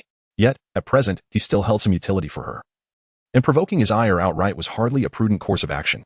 He shifted the topic, his gaze playful as it fell upon her, only to discover that she was feigning sleep. How audacious of her to pretend to slumber in his presence. Truly, she was most disobedient. He gently lowered his neck, unable to resist playfully biting her, as if it were a trivial reprimand, yet it jolted her awake with unexpected pain. Yaoyao felt tears welling up in her eyes, listening as they circled her lashes repeatedly. Was this person doing it on purpose? Is he truly oblivious to the weight of his own bite? With such a fierce grip, she felt her neck go numb. Fuji remained indifferent to her breakdown, as if it were of no consequence to him. He gently raised a smile, his slender fingers brushing against her inky hair, wrapping it around his fingertips in a playful manner, twirling it twice before releasing it, only to entwine it again. Like a mischievous cub, he found endless delight in this game. My dear, shall we strike a bargain? As long as you assist me in this endeavor, I shall grant you your freedom and relieve you of your venom. His tone was light and melodic, enticing yet veiled with an undeniable undercurrent of peril. In 5 days, should the poison remain unbroken, you will have no choice but to descend to meet the beast god. Such a beautiful face, untouched and pure. I must admit, I find it rather difficult to part with. What kind of bargain? What do you desire? Yaoyao's voice was frail, barely managing to utter these words. She sought to delay him, to glean the true purpose of his presence here, hoping to gain a sliver of leverage for negotiation. Her pale fingers, clinging to the last vestiges of strength, brushed against the amethyst necklace, caressing it gently. A wisp of violet light flickered softly. 100 miles away, on the frigid glacier, this natural expanse, sculpted by ice and snow, towered several hundred meters high, undulating endlessly across the horizon. Here, there was no soil, no flora, and even the winter hibernating insects were nowhere to be found. Only the pervasive blanket of ice and snow remained. The ancient ice, frozen for centuries, would never thaw. Save for some crystalline formations that stood tall, transparent, and immaculate, shimmering with a pearlescent glow. This place, which ought to be devoid of any signs of life, was home to generations of ice beasts, astonishing all beastmen. The cold glacier should have been a sanctuary of purity, yet, at this very moment, as he traversed this ethereal realm, he beheld the pristine whiteness of the snow, tainted by layers of filth. Countless beastmen's footprints marred the landscape, their presence carrying foreign dirt that defiled the once untouched beauty. Further afield lay the shattered corpses of ice beasts, forming mounds of white bones. Pale pink blood trickled from these hills, slowly seeping across the glacier. Had the ice beasts been exterminated? Yet, one had evaded destruction. The power of ice source had not vanished. Although faint, it lingered nearby. This was the closest Yuan had been to it, and with this power of ice source, his strength could ascend further. Even for one usually aloof, this was an immense temptation. It was a primal instinct for male beastmen to pursue formidable power. Just then, a sharp pain pierced his heart, and he clutched his chest, unable to alleviate the agonizing sensation akin to losing something dearly cherished. Yaoyao? She is in danger. Chapter 159, The ice beast cub Snow swirled around him, dancing upon his godlike, ethereal visage as he pressed a hand to his heart, his eyes clouded with anguish. He stood alone in the icy ravine, his movement stiff. The striking outline of his figure betrayed a hint of desolation. The powerful force he had long sought was now tantalizingly close. He had waited 2 years for this moment. The allure was irresistible, seducing him step by step into its embrace. A tempest of fervor swelling within him. If only he had a little more time, he could seize the opportunity to reach the pinnacle of the Beast King. But time was slipping away. His heart was gnawed by pain, a torment so profound that it felt as if he were teetering on the precipice of death. The sensation of being torn apart brought forth a haunting fear, for the one he cherished dearly seemed to be slipping away. Yaoyao was in peril. Her life hanging by a thread, he had to protect her at all costs. Damn it, he would ensure that the beast who harmed her was utterly annihilated. Regardless of who it was, he closed his eyes, exhaling a breath laden with fatigue and rage, his long, delicate eyelashes dusted with a hint of white. Trembling as they fell, the slender bones of his fingers, hidden beneath his sleeves, clenched tightly. Crack, crack. Suddenly, he opened his eyes, their depths as dark as an abyss. Swiftly overshadowed by a chilling fury he could not suppress, a wave of panic washed over him. Yaoyao, do not be afraid. I will return soon. He spoke in a gentle tone that belied a hint of fear, his voice trembling despite his efforts to conceal it. Wait for me obediently. Do not leave. All right? Upon the cold, hard surface of ice, a fleeting purple shadow vanished. In the end, he chose to relinquish the ice source power. A force potent enough to drive any mighty beast to madness. Perhaps this missed opportunity would be eternal. In this lifetime, he may forever forfeit his chance to ascend. In an instant, the ultimate power of the beast erupted, shattering mountains and ravines. Waves of purple energy obliterated the tainted glacier, which had long ceased to be a sanctum. Devoid of purpose, he would neither acquire the ice source power nor yield it to others. The Serpentine tribe and the Beast Kings were, after all, cold-blooded and selfish, indifferent to the existence of other beings. Boom. An avalanche roared, the glacier turned on itself, and countless ice blocks cascaded down, engulfing the sky in a massive white cloud of dust. The frigid air surged in waves, emanating from the gradually collapsing glacier.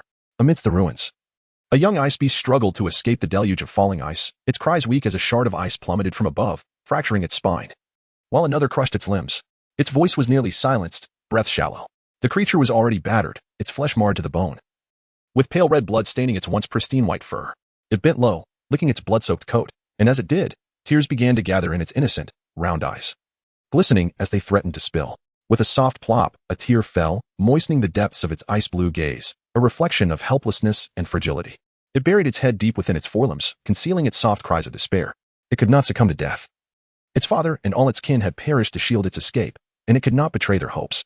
Once more, it summoned the last remnants of its strength, moving its stiff limbs to continue its arduous crawl through the snow, yearning for a place to survive. Gradually, time slipped away unnoticed. From above, the traces of its pale red blood formed an elongated red line, snaking through the vast expanse of snow, encircling the remnants of the broken glacier. Its blood flowed ever more freely, seeping into the icy ground below. The cries of the young beast grew fainter, until at last, they faded into silence. The last surviving ice beast finally ceased to breathe, and in that moment, a faint blue glow blossomed within its being. Chapter 160. The flawless Beast King. With a flurry of black and crimson wings, a tempest of sand and dust arose, and in the blink of an eye, the monstrous creature vanished from sight. A beast man with wings, could it belong to the feathered clan? Yet, the arrogant and fierce aura it exuded suggested otherwise. Yaoyao leaned against the wall, her body curling into a tight ball. She had been afflicted by a trace of serpent venom, rendering her utterly powerless. And as time passed, she succumbed to a deep slumber in the corner. Dawn had broken, a pale light crested the horizon, casting a cool glow. The biting chill of ice and snow enveloped the air. Yaoyao, Yuan hastened a few steps, gently cradling the slumbering female in his arms. His movements tender, yet his fingertips trembled uncontrollably. He was consumed with worry for her, his thoughts swirling tumultuously within him. Never before had his emotions oscillated so dramatically. Just a moment ago, he yearned to unleash his fury upon the world, yet upon witnessing her serene slumber, a profound calm enveloped him, as if all existence had fallen into tranquility. In this newfound stillness, he took a moment to survey her entire form. There she lay, the delicate female in deep repose, her countenance tranquil. However, her flimsy nightgown was in disarray, appearing as though it had been violently torn, leaving her fair, tender skin marred by angry red marks. A surge of rage erupted within him, the long-dormant urge to kill reawakening. How dare anyone inflict harm upon her? They were indeed courting death. He will make the orc who harmed her pay with a painful life. With eyes as cold as tempered ice, Yuan slightly closed his eyes, then opened them again, as that violent emotion quietly buried itself deep within his serene gaze. He held her firmly with one hand, as if fearing she might vanish like a fragile butterfly. Lord Siwoo's exquisite chin rested gently atop her soft tresses, affectionately rubbing against her hair. With his free hand, he could not help but tenderly smooth the furrowed brow of the petite female, soothing her unease. Subsequently, his cool fingertips delicately brushed against her garments, After enduring considerable inner turmoil, he summoned a modicum of courage to gently tug at the collar she had clutched tightly even in slumber. Before him lay the sight of a deep, blood-tinged bite mark adorning her fair, delicate neck. His fingertips clenched suddenly. A sharp pang of pain pierced his heart, nearly rendering him breathless. The bite mark was still suffused with a familiar masculine scent, evoking a profound sense of revulsion within him, yet he found it impossible to disregard. He pondered endlessly, wondering about the origins of this audacious beast man who dared to harm Yaoyao. Yet, he truly did not anticipate that it would be him. The sole heir of the Tung snake royal lineage, Fuji, had unexpectedly followed him here, exhibiting an unyielding tenacity. He underestimated Fuji, underestimating his insatiable pursuit of power. A soft murmur escaped from the petite female in his arms. Yaoyao showed signs of awakening. Moments later, she slowly opened her eyes and was pleasantly surprised to find that Yuan had indeed returned. Before he departed, he mentioned that he might be away for as long as half a month. Little did he expect to return merely 2 days later. My dear Lord Siwu, could it be that your belongings have been pilfered? Yuan Qing gently pinched her numb cheek, his slender fingertips raised before her lips, and with a subtle shake of his head. A delicate smile graced his lips. I am aware, Yaoyao. Yet, those possessions hold no significance. After all, they are merely a collection of inanimate objects. What truly matters is you, Yaoyao. Do you understand? He gazed at her tenderly, his eyes shimmering like a tranquil pool of spring water. In her eyes, he was an immensely powerful king beast, devoid of setbacks and weaknesses. He did not wish to reveal his sorrow in her presence. His proud yet pitiable self-esteem would not permit it. He gently pinched her delicate little face, his voice barely above a whisper. Yaoyao, you have been poisoned by a snake, and I have no antidote for you. Snake poison? Yaoyao gasped in surprise, realizing that the perverse creature was a serpent beast. But why did it have wings? After a brief pause, she instinctively inquired, what kind of herbs are needed? In the beast realm, many beastmen possessed inherent toxins. Their venoms could only be neutralized by specific herbs or by their own kind, or those of the same toxic lineage. For instance, many venomous snake clan beastmen inherited their toxins through their bloodlines. In such cases, the venom of an entire clan would be similar, allowing for a broad array of antidotes, making the poison relatively easy to counteract. However, there existed another peculiar scenario, one that was quite troublesome, such as with Fuji and Yuan. One was a soaring serpent, the other a coiling snake. Both belonged to unique species, each a remarkable rarity. Their snake venom is not only far more toxic than that of others, but also uniquely potent, unless they themselves wish to neutralize it. Only a rare and specific herb can serve as an antidote. There exists but one herb capable of counteracting myriad snake venoms. However, this herb is exceedingly scarce and easily concealed among a multitude of weeds, making it difficult to detect. Although Yuan occasionally gathers various herbs during his leisure, he has never developed a penchant for collecting the antidote for snake venom. Pure vine is capable of neutralizing snake venom, yet it is remarkably rare. I have never collected it. Yaoyao's eyes brightened. Her previously despondent mood suddenly lifted with a surge of excitement. Yuan may not possess it, but that does not imply she lacks it. After all, she had cultivated a thriving specimen in her space. Several days had passed, and it was likely that even small offshoots had begun to sprout. As Yaoyao made an effort to turn in his embrace, he gently restrained her, a playful smile gracing his lips. Yaoyao, after being poisoned by snake venom, it is best not to move, lest it accelerates the venom circulation within your blood. Be obedient. His admonition bore a hint of reprimand as he pinched her slightly stiffened cheek. The venom had already begun to spread to her face. Yaoyao's lips twitched uncontrollably, her expression rigid. Yuan held her tenderly, their positioning somewhat intimate. Her delicate white legs rested upon his arms, while her small hands instinctively encircled his elegantly long neck. He inclined his neck slightly, accommodating her comfort. Yaoyao's face pressed against his strong, well-defined chest, feeling a chill. Effortlessly, she sensed the irregular rhythm of his heartbeat. The air around her was filled with his crisp, snow-like scent, seemingly mingling with a hint of herbal fragrance, delightfully intoxicating. Her tender, pale face grew slightly warm. Instinctively, she pushed away a fraction, desiring to create some distance, yet he held her firmly in place, his demeanor unusually assertive. As if she were a fragile porcelain doll that might vanish from his sight with the slightest misstep. Yaoyao swallowed hard, contemplating her words before revealing the existence of pure vine to Yuan. Fearing his disbelief, she conjured a vibrant green vine in her hand, as if performing a magic trick. Producing a nearly extinct herb from thin air would undoubtedly astonish others, prompting a flurry of questions regarding its origin and the method of its sudden appearance. Yet Yuan was different. He had never inquired. He has unconditionally and silently absorbed many secrets that she harbors, always displaying an air of calm acceptance. He was momentarily taken aback, but swiftly regained his calm and gentle demeanor. Yaoyao is truly remarkable. He pinched her delicate, fair face for the nth time, as if he derived immense pleasure from this act, seemingly unable to tire of it. Fortunately, her face was partially numbed by snake venom. Otherwise, being pinched by such a remarkably strong male orc would surely elicit cries of pain from her. In Chapter 162, with a peculiar masculine scent lingering in the air, He prepared an antidote soup for her, spoonful by spoonful, until it was all consumed. Truly, the purifying vine she had cultivated proved to be exceptionally effective in detoxification, as her entire body gradually emerged from its state of numbness shortly after. However, the deep bite on her neck intensified in clarity and pain. Indeed, his strength was considerable. Though his face-pinching actions were undeniably gentle, she couldn't help but feel her cheeks swelling and aching. From now on, she resolutely forbade anyone from pinching her face, especially him. Yet, such trivial grievances could only reside within her heart, for when his intent to draw near her surfaced, she found it impossible to refuse. Lord Shaman, a stranger orc clad in red approached under the cover of night, seeking to pilfer her belongings. I happened to rise for a moment and inadvertently caught sight of him, which led to my poisoning. Yaoyao tugged at his sleeve, appearing more anxious than he. Lord Shaman, could you check if anything is missing? I noticed that thief rummaging around as if searching for something. Might it be of great importance? Despite her mounting anxiety, the serpent beside her remained disconcertingly calm, offering no words. Curious, she turned her gaze and found that Yuan was indeed watching her. Their eyes locked, and she found herself captivated by his exquisite, shimmering violet irises, which seemed to ripple with a faint, luminous glow. Yuan tightened his embrace, leaning closer to her delicate nose, his long fingers brushing against it gently, as if exhaling a sigh. Yaoyao, encountering a stranger orc with ill intentions and unfathomable strength, how can you still find the mind to gaze at him? He momentarily narrowed his violet eyes, exuding an innate authority without a trace of anger. Who taught you this? Leaf Yaoyao, unexpectedly verbose, had rambled on at length. Yet Yuan's concern was only for this trivial matter. The child exhibited a complete lack of awareness regarding safety, much to the displeasure of her guardian. Infuriatingly so. Regardless of the value of the stolen items, they remained mere objects devoid of any significance in his heart. It was infuriating to think that Leaf Yaoyao had nearly risked her life over such trifles. Yuan could not deny the immense frustration he felt regarding those worthless possessions. Above all, she must learn to cherish herself above all else. She must not permit herself to be harmed.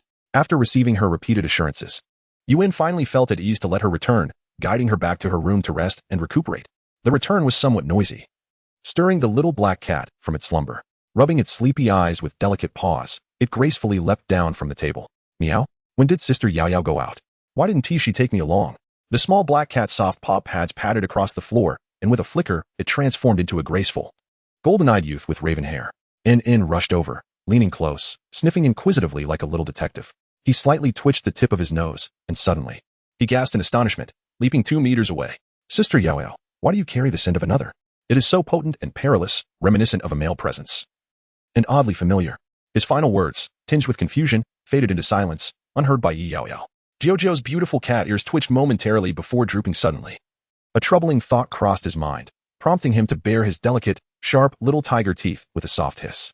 Not only did Jojo detect a peculiar male scent emanating from her, but even Yinan, the merman with a less acute sense of smell, easily caught the whiff.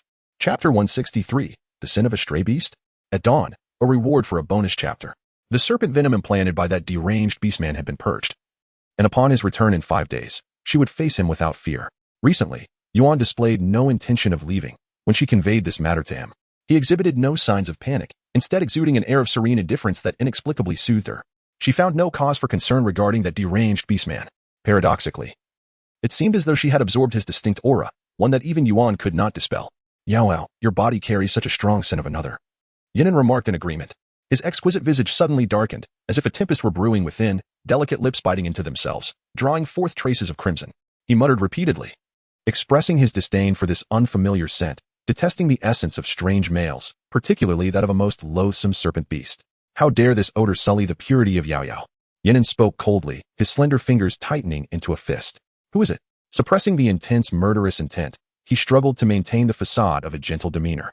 Though it was becoming increasingly difficult, the urge to kill was overwhelming. Yaoyao shook her head, uncertain herself. She reached up to touch the bite mark on her pale neck. 2 days had passed, and the wound still oozed blood intermittently, showing no signs of scabbing, a peculiar occurrence. Would it remain this way forever? Her spirits sank further. In truth, she could not detect this scent herself. It seemed no different from before. However, the beastmen possessed an inexplicable sensitivity to such odors. When she descended to the infirmary, even the young cubs sensed something amiss. She had encountered Malay on 2 occasions, who appeared shocked and speechless, struggling to comprehend how she bore the scent of another male serpent beast. Moreover, this serpent was not Lord Siwu. The aroma was potent and aggressively invasive, unlike that of ordinary beast men, reminiscent instead of the rogue serpent beast he had previously encountered during hunts. Malay, visibly anxious, inquired, Yaoyao, have you ventured outside the tribe recently? Have you encountered any strange beastmen beyond our territory? Yaoyao shook her head. I have remained within the tribe, caring for the ailing cubs, and have not ventured out. Malay's alarm grew. A sense of disarray clouded his thoughts. Could rogue beasts have infiltrated the tribe unnoticed? If that were true, then the hidden strength of such a beast was indeed terrifying. Do not worry. I shall report this to Chief Afu, Malay declared, patting his chest in resolute assurance. We will certainly capture this rogue beast. A rogue beast? So that perverse individual is a rogue beast? No wonder he is so detestable. In recent days, Yaoyao encountered Mido once more, accompanied by a strikingly familiar tall and alluring female. She seemed vaguely recognizable. Perhaps one of the tribe's renowned beauties who had long admired Sluo. What was her name? Shaman? These two females, both considered among the tribe's most popular, had previously kept their distance but, for reasons unknown, had suddenly become inseparable and appeared to be enjoying each other's company. Mido and her companion both detected the strange scent emanating from Yaoyao, their expressions contorting in peculiar ways. Mido cast a glance at Yaoyao, a fleeting flicker of twisted malice crossing her eyes as she realized that Yaoyao was the fabled beauty of the tribe. How cunning. To feign unattractiveness in order to ensnare the affections of Lord Siwu, how utterly revolting. Mido smirked mockingly, then quickly resumed her sweet and gentle facade. Seemingly surprised as she exclaimed, Oh, Yaoyao, why do you carry the sin of a rogue serpent beast? It is quite potent, isn't it? Mido was consumed by jealousy towards Yaoyao's beauty, envious of her widespread admiration and the ease with which she possessed that which Mido longed for. Thus, Mido harbored a deep-seated desire to tarnish Yaoyao's reputation, striving to reveal to the blind admirers of Yaoyao that this seemingly flawless individual was not as exceptional as they believed, perhaps even inferior to Mido herself. Mido chuckled lightly, her words trailing off abruptly to leave room for speculation. Shaman, clad in minimal animal skins that barely concealed her form, exuded an air of boldness, openly expressing her disdain for Yaoyao. Her animosity rivaled that of Mido's, fueled by a long-standing grudge since the day Sluo introduced this unknown female into the tribe. Had it not been for Yaoyao, she might have already conceived offspring with Sluo. The offspring of a mutated beast were a rare blessing, tragically disrupted by Yaoyao's presence. Shaman, with her chin held high, strutted over to Yaoyao. Taller and more voluptuous than Yaoyao, Shaman's demeanor softened slightly, flanked by two imposing male lions, her companions, who were ever ready to protect her. Nonetheless, upon encountering Yaoyao, one lion revealed a flicker of infatuation. Enraged, Shaman raised her hand and struck the lion multiple times, delivering kicks as well. The lion, realizing his misstep, submitted to her wrath, enduring the punishment in silence, leaving him bruised and battered. Shaman pointed an accusatory finger at Yaoyao, berating her without restraint. You dare entice my males. You are a menace. Mido fanned the flames of conflict, stifling giggles behind her hand. Yaoyao regarded the two with a cold gaze and replied softly, Me? Enticing your males? How amusing. Your lack of charm and inability to manage your males is not my concern. Since they offered no respect, she would return the sentiment. Shaman's expression faltered. My males do not love me. How could that be? They are mine. If not me, who else would they love? You dare brazenly seduce my males. You wretched creature. Shaman's tirade was reminiscent of a scorned harpy, irking those around her. This was why, despite her alignment with the beast world's aesthetic ideals, the title of the tribe's most beautiful female was consistently bestowed upon the gentle and lovely Mido. Shaman, cease your tirade. It is my fault. I do not dare look at other females. Let us return, her two males implored, attempting to pull her away, yet they too received slaps for their efforts. The crowd continued to swell, drawn in by Shaman's raucous outburst. Fortunately, the priest Sorrow eventually emerged from the throng, seizing Yaoyao and escorting her away. What is all this commotion? The tribe forbids such disturbances. This young female is with me. We have matters to discuss. Observing Yaoyao being taken away, Shaman fumed, stomping her feet in frustration, ultimately leading her two trembling males back to their dwelling. Mido cast a lingering glance into the distance, her expression darkening. After offering a gentle smile, she too parted ways with Shaman. Yaoyao was led to the vicinity of Sorrow's wooden hut. Although she had been caring for the sick cubs, she had little interaction with Sorrow aside from their first meeting when Sluo brought her to him. Sorrow, did you summon me for something? Yaoyao pondered that it must pertain to the matter of the ailing young ones, thus she willingly followed behind to report. Over half of the sickly offspring had already recovered, and the remaining few were expected to heal within 2 days. However, there was a shortage of 2 types of medicinal herbs. The shaman, Sorrow, smiled at her, exuding an inexplicable aura of profound mystery. Do not worry. I shall dispatch some male orcs to assist you in procuring those herbs. You need not trouble yourself with such trivialities. Sorrow, a man in his 30s, embodied the essence of a mature and charismatic male shaman. Yet, his obsession with the art of healing rendered him somewhat disheveled, his striking appearance overshadowed by an air of neglect. Nevertheless, his cheerful demeanor elicited a sense of warmth and fondness. She nodded in acknowledgement and followed Sorrow to a cultivation area behind the wooden dwelling. The space was modest, enclosed by a wooden fence to prevent the playful young ones from trampling upon it. It was filled with rare black soil, nurturing a plethora of precious herbs. Lush and verdant, seemingly just watered, with droplets clinging to the tender green leaves. They paused. Suddenly, Sorrow turned abruptly, startling her into silence. She hesitantly murmured, "Sorrow?"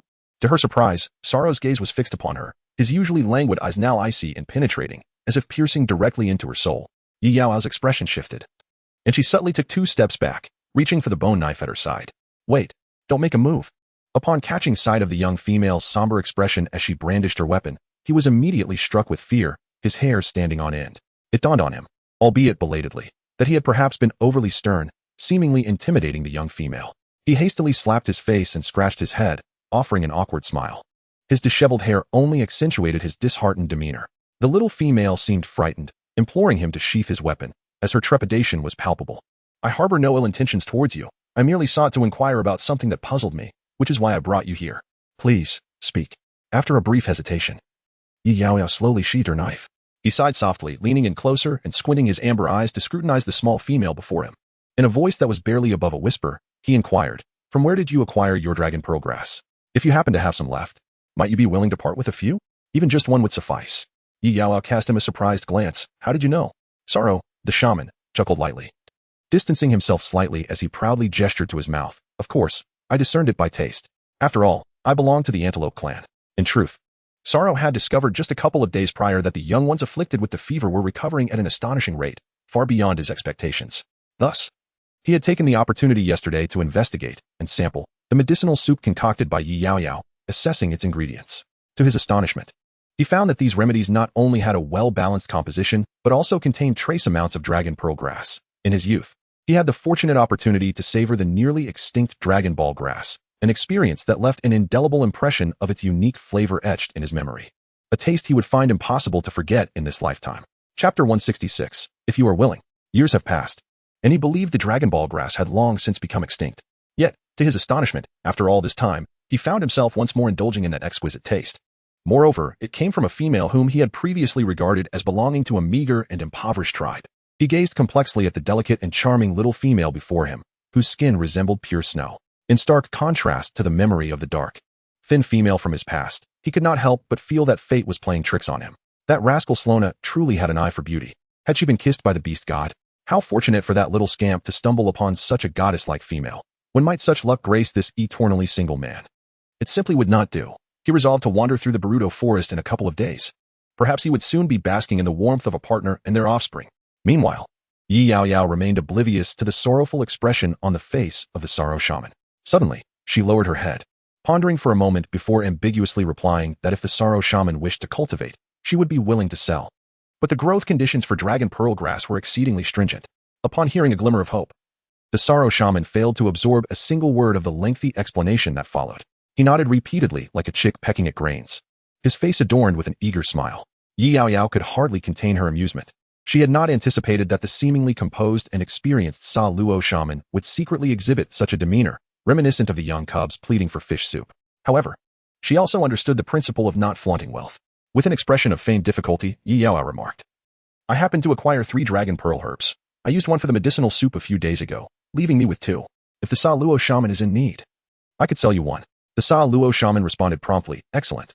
Little female, name your price. Whether it thrives or not is entirely on me." He may have been endowed with a natural talent, perhaps due to his heritage, as he exhibited remarkable aptitude for agriculture and medicine from a young age. Upon reaching adulthood, he devoted his entire life's work to these 2 noble pursuits, leaving little time to seek a companion. He has always had a penchant for cultivating rare medicinal herbs, particularly those precious varieties that are on the brink of extinction. He is willing to invest considerable sums to nurture them, considering this endeavor an invaluable treasure. Even if he were to fail, the experience gained would be documented and passed down to future generations. Yaoyao, I require 10 beast crystals. The sorceress Sorrow was taken aback, sensing that perhaps this request was excessive. As she contemplated awkwardly reducing the price, she was met with his intense gaze, his grip tightening around her hand. "Yaoyao, you are truly a female of both inner and outer beauty. Is it truly only 10 beast crystals? Very well, no backing out. I shall procure them for you at once." Yaoyao was left in disbelief. Did she inadvertently request less? In the beast realm, a single beast crystal is equivalent to nearly a month's expenses for an ordinary family, and 10 would constitute a substantial financial burden. She was astonished to discover that the sorceress Sorrow possessed such wealth. As Yaoyao mentioned the key points regarding the cultivation of dragon pearl grass, Sorrow took a large broadleaf and a piece of charcoal, diligently jotting down notes. Just as she was about to leave, The sorceress Sorrow suddenly spoke in a tone that was both serious and somber, as if imbued with the weight of experience. Yaoyao, you possess remarkable talent in both cultivation and medicine. If you are willing. He hesitated for a moment. At any time, you could come to me for guidance. After all, I have been studying for nearly 20 years, and I possess a wealth of knowledge to impart. Of course, as a female. If you prefer to avoid the burden, you are free to choose not to come. Chapter 167. Who died? The sorceress had fully prepared herself for the likelihood that Yaoyao would refuse. However, to her astonishment, she actually agreed. He was an aging beast, struggling to maintain his composure, brimming with excitement as he finally encountered a worthy successor to inherit nearly 2 decades of his dedication. Yaoyao had simple aspirations. Although she possessed extensive theoretical knowledge of advanced medical practices, she recognized the necessity of guidance from an experienced Sluo shaman for practical application. Her ambition was to become a shaman, tasked with a mission in this world of beastmen. She understood that the various exotic creatures were scattered across the land, making it impossible for her to remain indefinitely in this remote and ordinary tribe.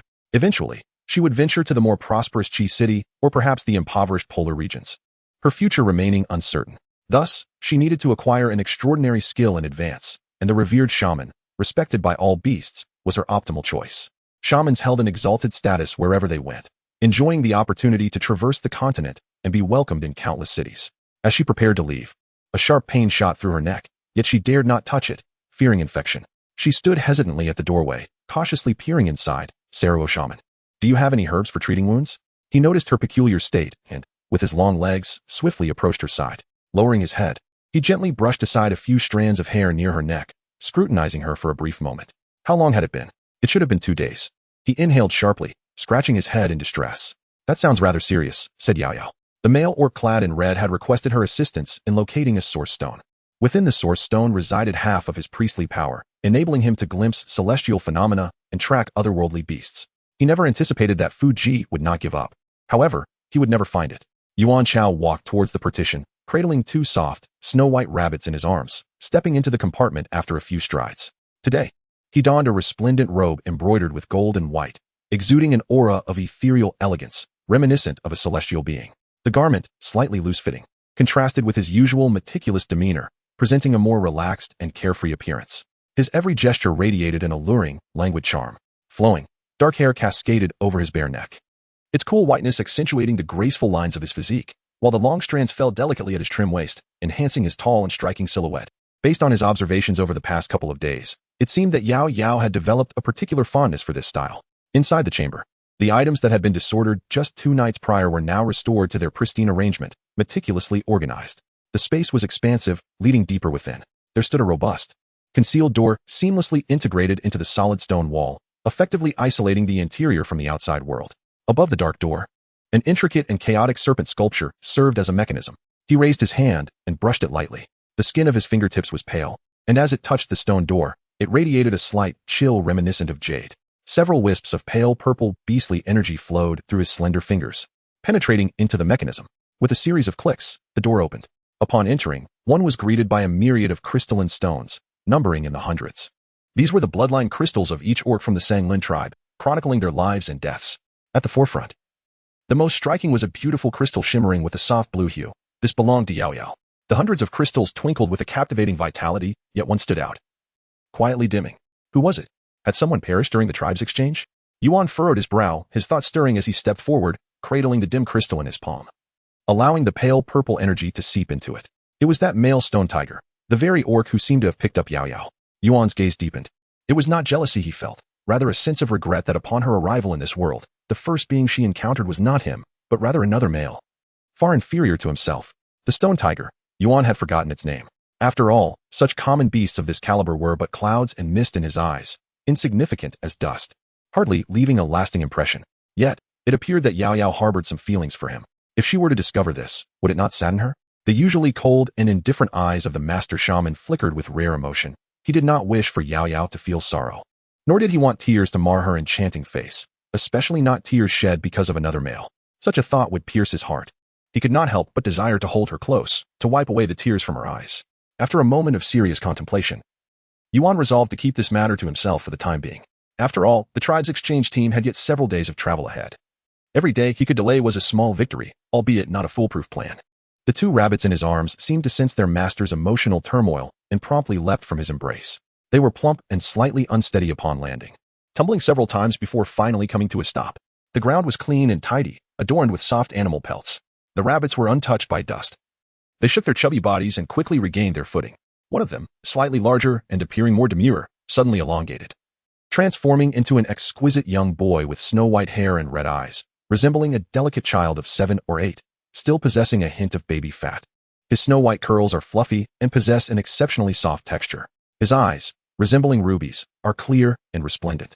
He knelt partially on the ground, filled with utmost reverence, while the priest, at ease, reassured him that the source stone resided within him, and that Yuan Luo would not be taken by others. Yuan nodded indifferently, seemingly devoid of emotional fluctuations, yet a fleeting glimmer of cold fatigue passed through his eyes, quickly vanishing without detection. Yaoyao appeared somewhat discontented, her small face reflecting a sense of despondency. As Yuan sensed her return, he stepped out to greet her, yearning to gently embrace her within his arms. However, his outstretched fingers momentarily stiffened before he inconspicuously withdrew them. He is, after all, not her companion. Certain intimate actions remained beyond their reach. Hiss. Why is Yaoyao yet to reach adulthood and experience her first heat? He has provided her with ample nourishment. What could be the matter? Has she encountered someone that has caused her such discontent? Yuan leaned down, his cool fingertips brushing against her delicate face, caressing gently, imbued with an unmistakable hint of amusement. There was a touch of profound tenderness, laced with gentle affection, akin to the soft caress of a spring breeze melting the icy glaciers.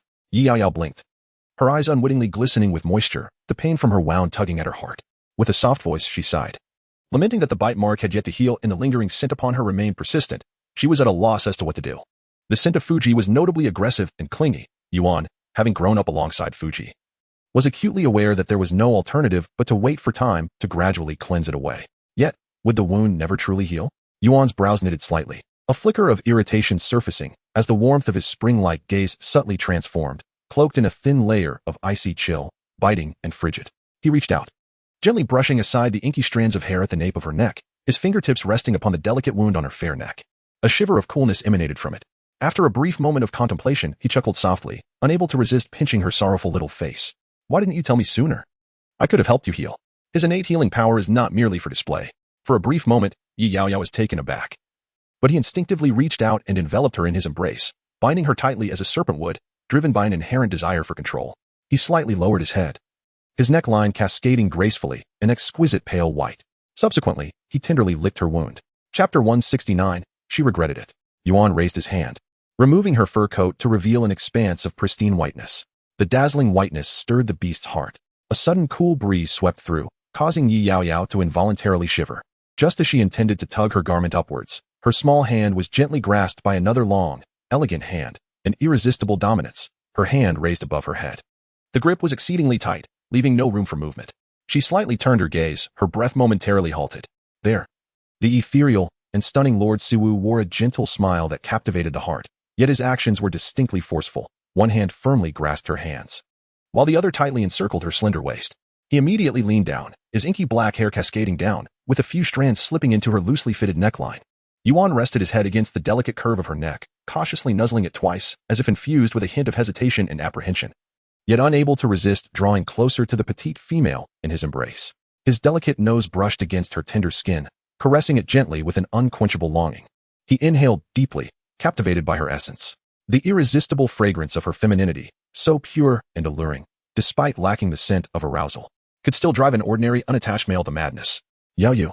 He softly called her name, his voice gentle yet unsteady, tinged with a hint of heaviness. His long fingers, encircling her waist, gradually tightened their grip, eliciting a slight ache. The coolness of his voice took on a deeper timbre, imbued with an alluring, irresistible charm that resonated in her ears, his heated breath enveloping her completely. Master Siwu, it is so hot, Yaoyao thought, her face ablaze, her heart pounding wildly. His body temperature had always been as cold as jade, yet at this moment, Yaoyao curled up against his strong and powerful chest, only to feel a wave of scorching heat enveloping all her senses. The gradually rising warmth from him blurred her consciousness little by little. Suddenly, Yaoyao trembled violently, jolted back to awareness, her entire being stiffened as the icy flicker of a serpent's tongue grazed her neck, moistening the wound. Unbeknownst to her, Yuan had transformed into a half-serpent form, his nearly 10-meter-long enchanting violet serpent tail swaying slowly on the ground, stirring up a cloud of dust. He buried his face in the nape of her neck, delicately licking her wounds. Yaoyao dared not move. She could feel his sharp fangs gently grazing her tender skin. With a single careless motion, she risked the possibility of her skin being torn anew. He called her name once more, the cold whisper lingering, its final note trembling. The slender and rich silhouette cast a shadow, obscuring the tumultuous undercurrents of desire that lurked dangerously in the depths of his gaze. The insatiable urge to possess and destroy, inherent to his serpentine nature, could no longer be concealed. Yuan grasped his shoulder, lowering his head to bite, his sharp fangs piercing her skin. Pain surged swiftly. How could this happen again? Yaoyao gasped in pain, her fingers curling slightly, suddenly regretting allowing Yuan to tend to her wounds. How could she have forgotten such a crucial detail? Yuan was also a serpent beast, instinctively drawn to blood, unable to resist the allure of fresh prey that lay before him. Moreover, she found herself utterly incapable of pushing him away.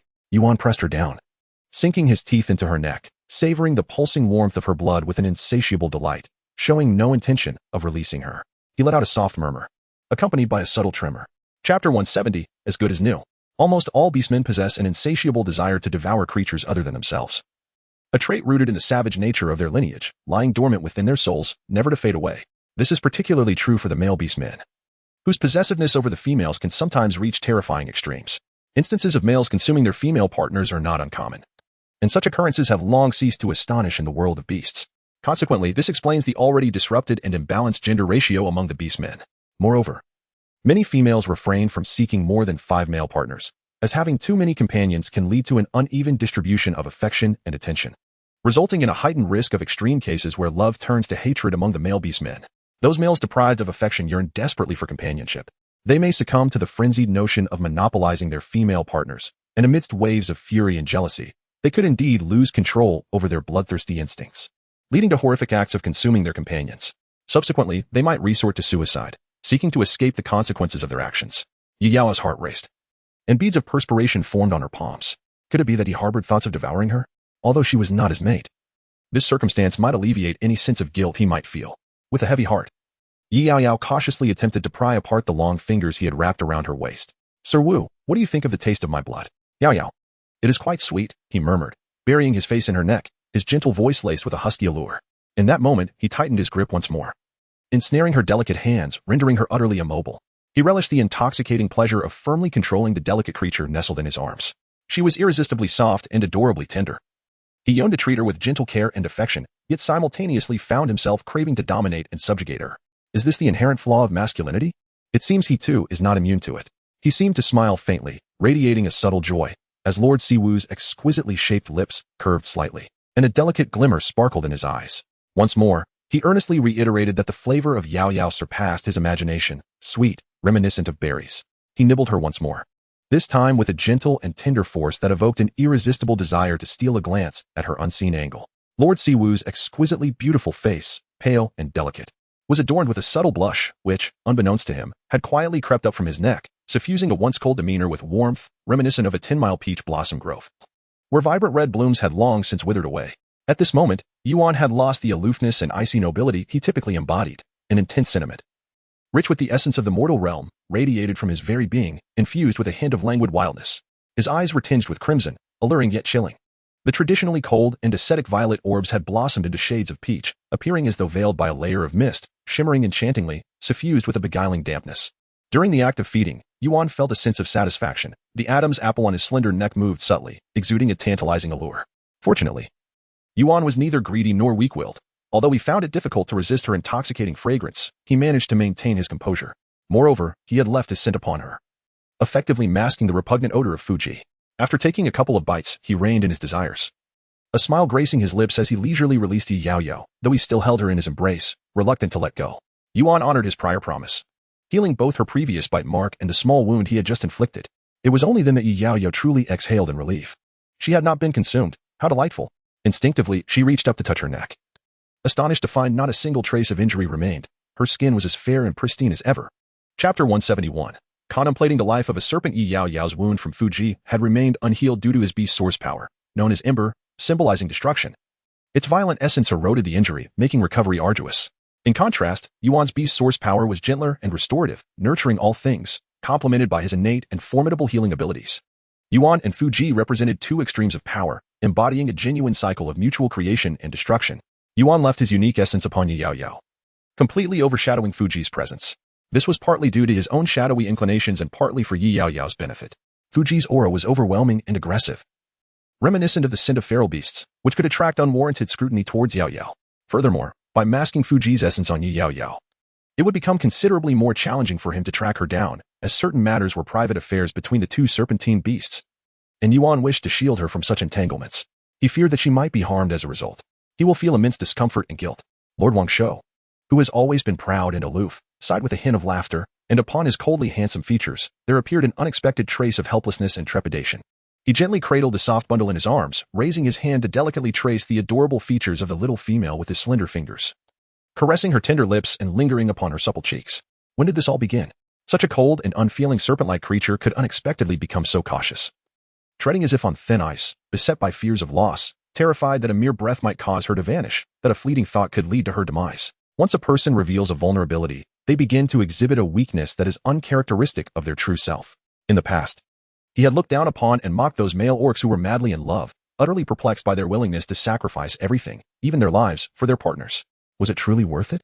To him, those male orcs appeared so ordinary and insignificant, akin to mere ants. Thus, throughout his life, he had believed that he and those male orcs existed in entirely different realms. However, upon encountering the beloved female orc, he came to realize that no matter how proud and aloof his demeanor, he was willing to temper his brilliance and chill in her presence. Even the most formidable glaciers could melt away, transforming into a gentle stream that meanders like the tender waters of spring. He is merely an ordinary male among the myriad of beings, akin to countless others. Like them, he yearns to protect his beloved female, desiring to present her with the finest and most cherished offerings, all to elicit a smile from her. As long as he can remain by her side for even a fleeting moment, it suffices. As long as he breathes, he will give everything he possesses. Cradling her gently in his hands, placing her upon his heart, and dedicating himself to her care, protection, and affection with utmost devotion. He would not allow her to suffer even the slightest harm. Yaoyao, is there anywhere else you feel uncomfortable? Yaoyao shook her head. Yuan Qin gently pinched her delicate little face, a soft smile gracing his lips. In the future, if you encounter any issues, you must tell me first, understood? Also, the gifts I have given you should always be kept close. Do not carelessly misplace them. Meanwhile, in a certain part of the Baruto forest, long vines hung down to the ground, entwined with a languid little red snake, seemingly bored, swaying back and forth among the branches. Has that little creature found the source stone? Hiss, she wouldn't he deceive him, would she? Gradually, the little red snake descended from the vines to the ground, the sound of rustling leaves accompanying its movement. It curled its slender black-red tail into a circle, inadvertently forming a large black-red pancake. Its small black-red wings were folded against its back. The snake's head lazily rested upon the pancake, remaining utterly still as it pondered the essence of its existence. Chapter 172. Yellow Beans. His actions were rather indiscriminate. That little creature wouldn't last long, would it? A wave of anxiety surged within Fuji, tightening his heart. Although he was accustomed to a carefree and reckless demeanor, he never truly intended to harm a female. This instinctive desire to protect was etched into the very essence of his male lineage. No, he must take a glance. The little red snake raised its head high, and in an instant, its black and red tail coiled suddenly, vanishing into the dimly lit underbrush within mere blinks, the rustling sounds gradually fading away. Meow? The little black cat traversed the forest on its soft pads, akin to a tiger surveying its territory, its tail held high in a display of leisure. It was honing its hunting skills in the thicket, having just set its sights on a plump, oblivious goat, stealthily sharpening its claws, readying itself to pounce. Yet, without warning, a familiar slender black and red figure flashed across its vision. It quickly hit the brakes. Startled, the little black cat's fur bristled, and with a leap, it ascended several meters up a tree, rustling two large leaves to cocoon itself in a dark, shadowy cover. Lying in the shade, it cautiously peeked out, its tiny paws gripping the branch tightly. A swift glance downward confirmed its suspicions. Indeed, it was the red snake from a few days prior. Observing its path, it seemed to be headed toward the tribe where its sister resided. The little red snake paused briefly, languidly flicking its tail, sensing the black kitten trailing closely behind. Hiss. The kitten was undeniably audacious. Fortunately, the snake had no interest in such meager prey and chose to disregard it. With a flick of its tongue, the vibrant red snake vibrated to capture the molecular information around it. It swayed its tail nonchalantly and continued onward. On the mountain, beside two stone houses, a medium-sized stone mill stood prominently in front. A young female carried a basket brimming with fresh beans, bustling about next to the mill. Yaoyao had stumbled upon some soybean plants while foraging in the woods the previous day, uprooting a few to bring back seeds, and had gathered a full basket of nearly withered soybeans, intending to grind them into a drinkable paste. After much persuasion, Yuan reluctantly spent half a day assisting her in crafting a large stone implement, permitting her to grind the beans herself. With a helpless chuckle, Yuan said, "Yaoyao, don't overexert yourself. If you need anything, just let me know, all right?" He gently wiped the thin sheen of sweat from her delicate face and fashioned a piece of ice for her to cool down. Subsequently, he went to the stone hut to prepare her lunch. Left alone in the clearing, Yaoyao soon found herself restless. With eager hands, she stepped forward, grasping the wooden stick of the stone mill, and began to grind the beans, the mill creaking rhythmically. After some time, a stream of milky bean water flowed down into a stone bowl she had prepared, filling it generously. After sprinkling sugar crystals and stirring until they melded, she waited for the bean sediment to settle at the bottom. With a small spoon, she scraped the surface, bringing the bean water to her lips for a taste. It was incredibly smooth. Just a small sip filled her mouth with the fresh flavor of beans, accompanied by the subtle sweetness of the sugar. A delightful and nourishing breakfast drink. Seated on the stone bench with her little feet dangling joyfully, she became engrossed in her drink, oblivious to the small red snake that had slithered up to her. Flicking its bright tongue, without hesitation, it wrapped its tail around her delicate foot and began to ascend her leg. Startled by the cold, slippery sensation, Yaoyao instinctively grasped the snake with her right hand and lifted it swiftly into the air. The little red snake remained bewildered for a moment, its slender black-red tail dangling almost to the ground, seemingly unable to comprehend its predicament. As the wind blew, its tail swayed slightly. The snake's blood-red eyes narrowed, revealing a depth of darkness beneath them. Those crimson eyes sparkled like exquisite glass, emanating a sense of inexplicable danger that sent a chill down her spine. Her hand trembled, and with a sharp motion, she flung the little red snake to the ground. It writhed slightly before lying still, its body forming an alluring S-shape as it lay on the earth. Yaoyao took 2 steps back, hesitating to approach. An inexplicable fear gripped her. The snake bore a striking resemblance to the venomous serpent she had encountered a few days prior, its shape and markings eerily similar. Was it possible that the same red snake had returned? She was not Su Xian, after all. What could it possibly want? Was it seeking to repay a debt of gratitude? As she spotted the ordinary little red snake, memories of the grotesque serpent beast flooded her mind, sending shivers down her spine. Picking up a forked twig from the ground, she intended to toss the snake away, but suddenly realized something crucial. Why should she be afraid? She possessed the ability of spiritual enchantment, though she had never truly tested it. Perhaps it would not work on beasts, but she could certainly experiment on this ordinary snake. With newfound determination, Yaoyao focused her energy, recalling the method Yuan had taught her to harness her spiritual power. She channeled her essence into a mental shockwave directed at the little snake. With a thunderous sound, it was as if a tempest had swept through the surroundings, shaking the trees and sending leaves spiraling. The little red snake paused, glancing around, slightly stiffening as it flicked its tongue. This female was not to be underestimated. While her spiritual power was not the strongest he had encountered, she was undoubtedly the youngest and most adept female he had seen in its application. In the beast world, females typically trained their spiritual power through 2 means. The first was consuming beast crystals over many years, yielding minimal results. The second involved forming bonds with male beast men. Sharing their spiritual strength, stronger partners granted greater power. Judging by her level of spiritual energy, she had likely spent decades cultivating it, with at least 5 or 6 high-ranking partners. Yet she was still underage and without any partners thus far. Was she a prodigy? Yet she appeared anything but. As Wuji pondered, his thoughts became increasingly tangled. Fortunately, his beast form remained hidden. In his moment of distraction, he heard the little female's serious voice. "Little snake, lie down." The little red snake stared at her in confusion. But under her eager gaze, it slowly conformed, pressing its slender black-red body against the ground. After all, no one else was watching. He had no shame, and he could consider it a compensation for having bitten her. Encouraged, Yaoyao raised herself. The little red snake took a deep breath and reluctantly lifted half of its body, its head held high in a proud response. "Little darling, would you like to rest on my hand? But I must warn you, no biting, or I shall turn you into snake soup." Her eyes narrowed playfully, shimmering with cold mischief. However, her demeanor was too soft and delicate. Her rosy lips formed an adorable pout, attempting to appear fierce. Yet anyone could see through her feigned ferocity. Under her playful threats and coaxing, the bewildered little red snake complied, flicking its tail in defiance before swiftly coiling around her outstretched hand, which was exceptionally lovely and delicate, almost luminous in its softness. It seemed to carry a hint of milk fragrance, alluring and delightful. Wuji stared for a moment, momentarily lost in thought. After a few seconds, he hastily averted his gaze, feeling a mixture of annoyance and embarrassment that he would never admit. The little red snake flicked its bright tongue, instinctively gathering the enticing scent that filled the air. Perhaps unaware of its own actions, it wound its long tail around Yaoyao's arm, climbing higher, tightening its grip just at the edge of discomfort before releasing it.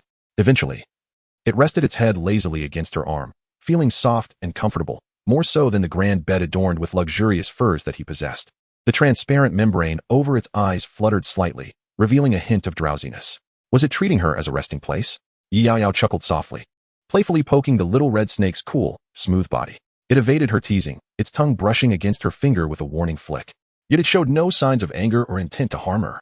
Goodness, you truly won't bite. My spiritual enchantment has succeeded. This golden finger is quite precious.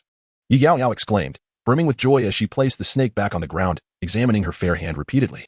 Suddenly, a sly idea crossed her mind, and her eyes sparkled with mischief. Little darling, if you have nowhere to go, why not let me take care of you and make you my pet? From a nearby tree, a certain little cat observed the scene, bewildered. She wished to utter a few more words of deception. After all, having raised an abundance of kittens and puppies, she yearned to rear a singular, extraordinary snake for amusement. Before she could even open her mouth, a pitch-black creature plummeted from the heavens, crashing into her embrace like a projectile. Yaoyao clutched the small mass tightly, retreating 2 steps to steady her stance. Jojo? When did it appear? Meow? Jojo scratched at her chest, rubbing its tear-streaked face in a display of grievance. Raising its delicate countenance, it locked eyes with her. Those large, youthful, and beautifully rounded feline eyes brimmed with unshed tears, seemingly laden with profound sorrow. Suddenly, it exclaimed, Sister. This red snake is the one I captured a few days ago. I have no idea why it returned. Is it seeking vengeance upon us? Please do not keep it. Its tiny accusatory paw trembled as it pointed fearfully at the small red snake on the ground. A sound, reminiscent of a snake's flickering tongue, reverberated through the air. The little black cat was startled, its fur standing on end, and it burrowed deeper into her embrace. This was insufficient. It frantically clawed its way under her armpit, rendering its fluffy little head invisible. Hiss?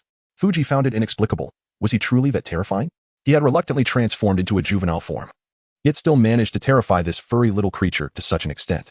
Ah, Fuji truly exemplifies the might of the Eastern Serpent King. His overwhelming presence impossible to conceal. It is quite vexing indeed. The little red snake, inexplicably in high spirits, flicked its tail with vigor. Suddenly, its slitted eyes narrowed, the crimson hue elongated and sharp as a needle. Alas, in its haste to approach, it had forgotten this crucial detail. The next moment, a delighted exclamation from the diminutive being was met with the sound of hurried footsteps. Lord Siwu. In the blink of an eye, it found itself ensnared in a hand, the icy fingertips wielding a force that seemed capable of shattering, exuding an unmistakable aura of menace. Chapter 175. Is he angry? It was Yuan, arriving with an air of ferocity and a palpable aura of hostility. Initially, Lord Siwu had been in the kitchen, diligently preparing a meal. Draped in a resplendent white shirt, he stood tall and graceful, his head bowed, a blade in hand, and his clear, cold gaze could not conceal the faint delight within. His delicate, pale fingers toiled in the kitchen, where the knife fell with precision, slicing the meat into neat portions, while an array of fresh vegetables, meticulously picked and washed, lay ready alongside mushrooms, black fungus, and jujubes. The culinary process flowed seamlessly, showcasing his remarkable skill. Ever since he had lured Yaoyao to stay with him, his culinary prowess had flourished. The noble and handsome Lord Siwu wore a gentle smile, his spirits bright as he prepared exquisite and delectable dishes for his beloved Yaoyao, finding immense satisfaction and joy in nurturing her, as long as she relished it. He was willing to don the apron and craft culinary delights for her until her taste waned. He delights in watching her partake of her meal, a sight that never ceases to captivate him. It is a dish he has lovingly prepared for her, and she relishes every bite. He gazed at her as she savored her meal with utmost delight. An overwhelming sense of joy surged from within, stirring a profound exhilaration in his soul, as if the pleasure he derived surpassed even that of acquiring a rare and formidable beast crystal, causing his heartstrings to quiver gently. He paused midway. He suddenly sensed a powerful surge of energy emanating from outside. It was from Yaoyao. What had transpired? His gaze darkened, the previous joy vanishing in an instant, replaced by an overwhelming sense of heart-wrenching concern. In a flurry, he rushed outside, yet upon witnessing the scene before him, an ominous chill enveloped him, his demeanor turning frightfully oppressive. How dare she return? This saved him the trouble of searching for her. Fuji had indeed grown bolder and wilder than in their childhood. Before Yaoyao, the gentle smile that usually graced his lips vanished, leaving only a cold detachment. His deep purple eyes, reminiscent of glacial ice, gleamed with a chilling intensity.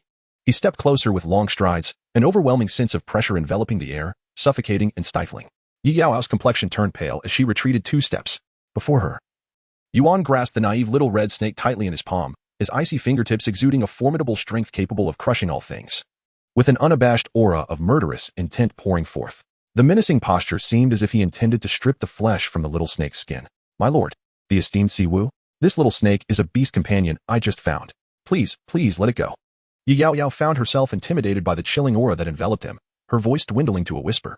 She had always known the esteemed Siwu as a gentle spring breeze, warm and comforting. This was her first encounter with such an icy demeanor. It was genuinely frightening, and she trembled uncontrollably. Found, you say? A little beast companion? Yuan suddenly smiled, his melodious laughter resonating like a harp, his exquisitely gentle appearance strikingly beautiful. Yet, Each word he uttered seemed to emanate an icy chill that pierced through the soul, laced with a fierce intensity. He whispered gently, Yaoyao? Do you know what kind of snake this is? Yaoyao appeared bewildered, wondering, isn't it just a small red snake? If she nurtured it for a few more days, perhaps it would transform into a large red serpent? Yuan fixed his gaze upon her unwaveringly, his eyes glimmering slightly. His voice deep and restrained, deliberately softened as he asked, Yaoyao, do you truly wish to keep it? Initially inclined to care for it, she suddenly found herself disinclined. Her desire to survive took precedence. Yaoyao could sense that the warmth and gentleness Yuan typically exuded had, at this moment, morphed into a profound coldness. Shrouded in ominous shadows, he seemed to embody the frigid snow of the polar regions, enveloped in the lethal chill emanating from the mountain peaks, casting a threatening aura over the entire forest. With a mere flick of his sleeve, he could freeze the expanse for 1,000 miles. Was he angry? Chapter 176, She is different. But why would he be upset? Is it because the little red snake belongs to the serpent clan as well? Yet, how could there be any significant connection between an orc and a mere beast? It is perplexing, causing a headache. The thoughts of males are so difficult to decipher. One moment it is calm, and the next, a storm brews, ominous clouds gathering overhead. Yaoyao's small face appeared listless, her lips pressed together. Unable to conceal the dimness in her expression, she tugged at his sleeve, then released it, speaking softly and timidly. Lord Siwu, I shall no longer keep this snake. Please, do not be angry, all right? Her cautious tone concealed a fragility and uncertainty that evoked a sense of tenderness in him. He seemed to have frightened her, causing his heart to momentarily freeze. The chilling and terrifying aura he had unconsciously emitted dissipated in an instant as he noticed the pallor and fragility etched upon her face. It was only when the wind swept past, causing her to sway like a delicate flower, that he realized the kingly beast's oppressive force he had inadvertently unleashed had indeed harmed her. He was engulfed by an unbearable heartache, instantly losing interest in the vexatious red serpent, which he carelessly cast aside. The serpent transformed into a fleeting crimson shadow, vanishing in an instant. Left amidst the wild grass 100 meters away, the discarded serpent seethed with fury, its sharp fangs bared, as it silently cursed Yuan countless times. Meanwhile, Yuan wrapped his arms around Yaoyao, cradling her tenderly. His cool fingertips caressed her seaweed-like, silken hair, burying the delicate crown of her head deeply within his embrace, exuding an unparalleled gentleness, as if she were an exquisite, fragile porcelain. I am sorry, Yaoyao, he murmured. I truly did not comprehend what happened just now, and I inadvertently caused you harm. He was filled with deep remorse, his voice low and muffled. He feared her anger. And for a moment, the usually indifferent Lord Wangsho found himself at a loss for words, gazing at her with an expression of dazed vulnerability, his shimmering violet eyes reflecting a faint plea for forgiveness. Yaoyao was momentarily taken aback. Was it merely an illusion? She discerned a hint of pitiable innocence in his demeanor, reminiscent of a timid cub. The aloof persona of the esteemed Master Siwu seemed to waver. Yaoyao pretended to cough casually, her delicate, flower-like face drooping, eyes brimming with tears, a sorrowful sight that seemed to pierce the very heart. It utterly extinguished his wrath, leaving him with a heart that felt both tender and pained. I am fine, Master Siwu. It is I who have been willful. I should not have taken in these wild beasts, as they bring danger and trouble upon myself. As long as you are not angry, that is all that matters.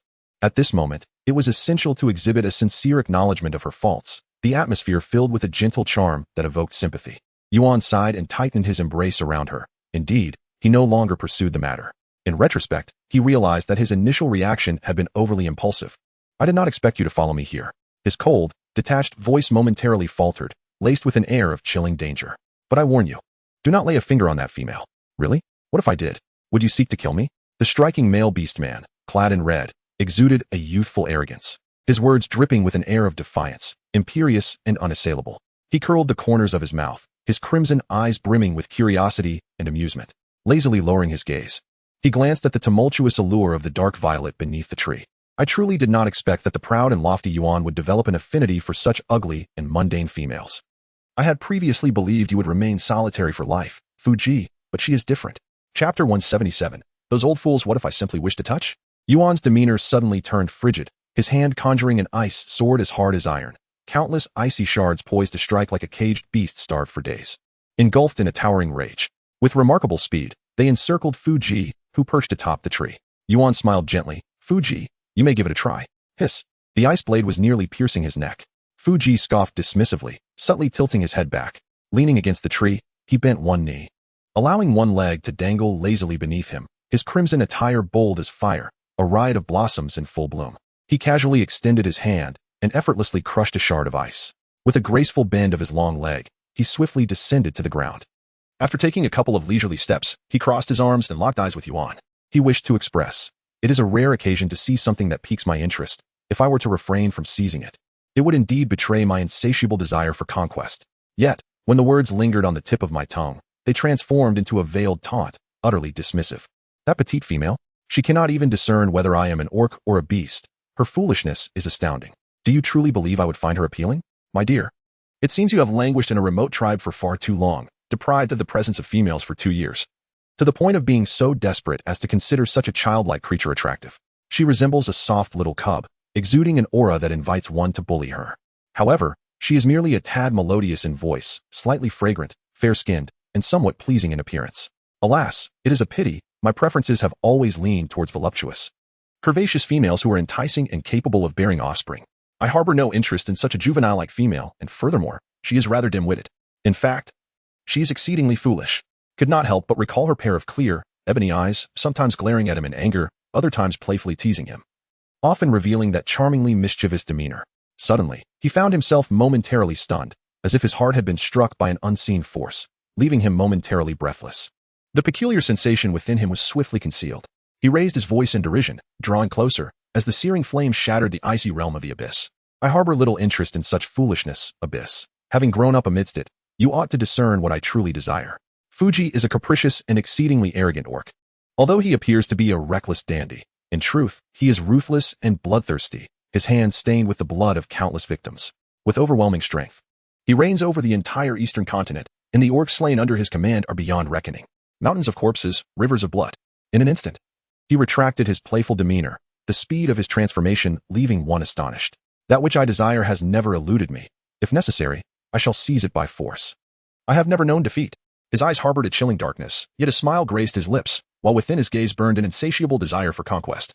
Suit yourself, I shall always be at your service. Yuan remained undeterred, her thin lips parting slightly, as if she had long grown accustomed to his malevolent nature. This is a matter between us. Play as you wish, but you shall not touch my female. Humph, you are not yet worthy to dictate terms to me. Fuji pressed against his jaw, a sharp sound escaping him, his mind swirling with inexplicable agitation. What does he mean by his female? As long as Fuji desires that foolish little creature, given his power and status, she would surely come running to him without hesitation. Whose female she is still uncertain. Just as Fuji's thoughts spiraled, contemplating how much favor he could garner from that naive girl raised in a meager tribe. A sudden warmth surged in his palm, the crystalline ring on his elongated finger radiating a fierce crimson glow. Trouble loomed. Those old fools. Chapter 178. The city of the northern witch kings in the eastern continent, the city of the Serpent King. At the heart of this prosperous city stands a magnificent stone fortress, grand and imposing, crafted from massive stones, sprawling across vast grounds, soaring nearly 100 meters high. Its beastly fangs-like spires piercing the heavens, instilling a sense of dread.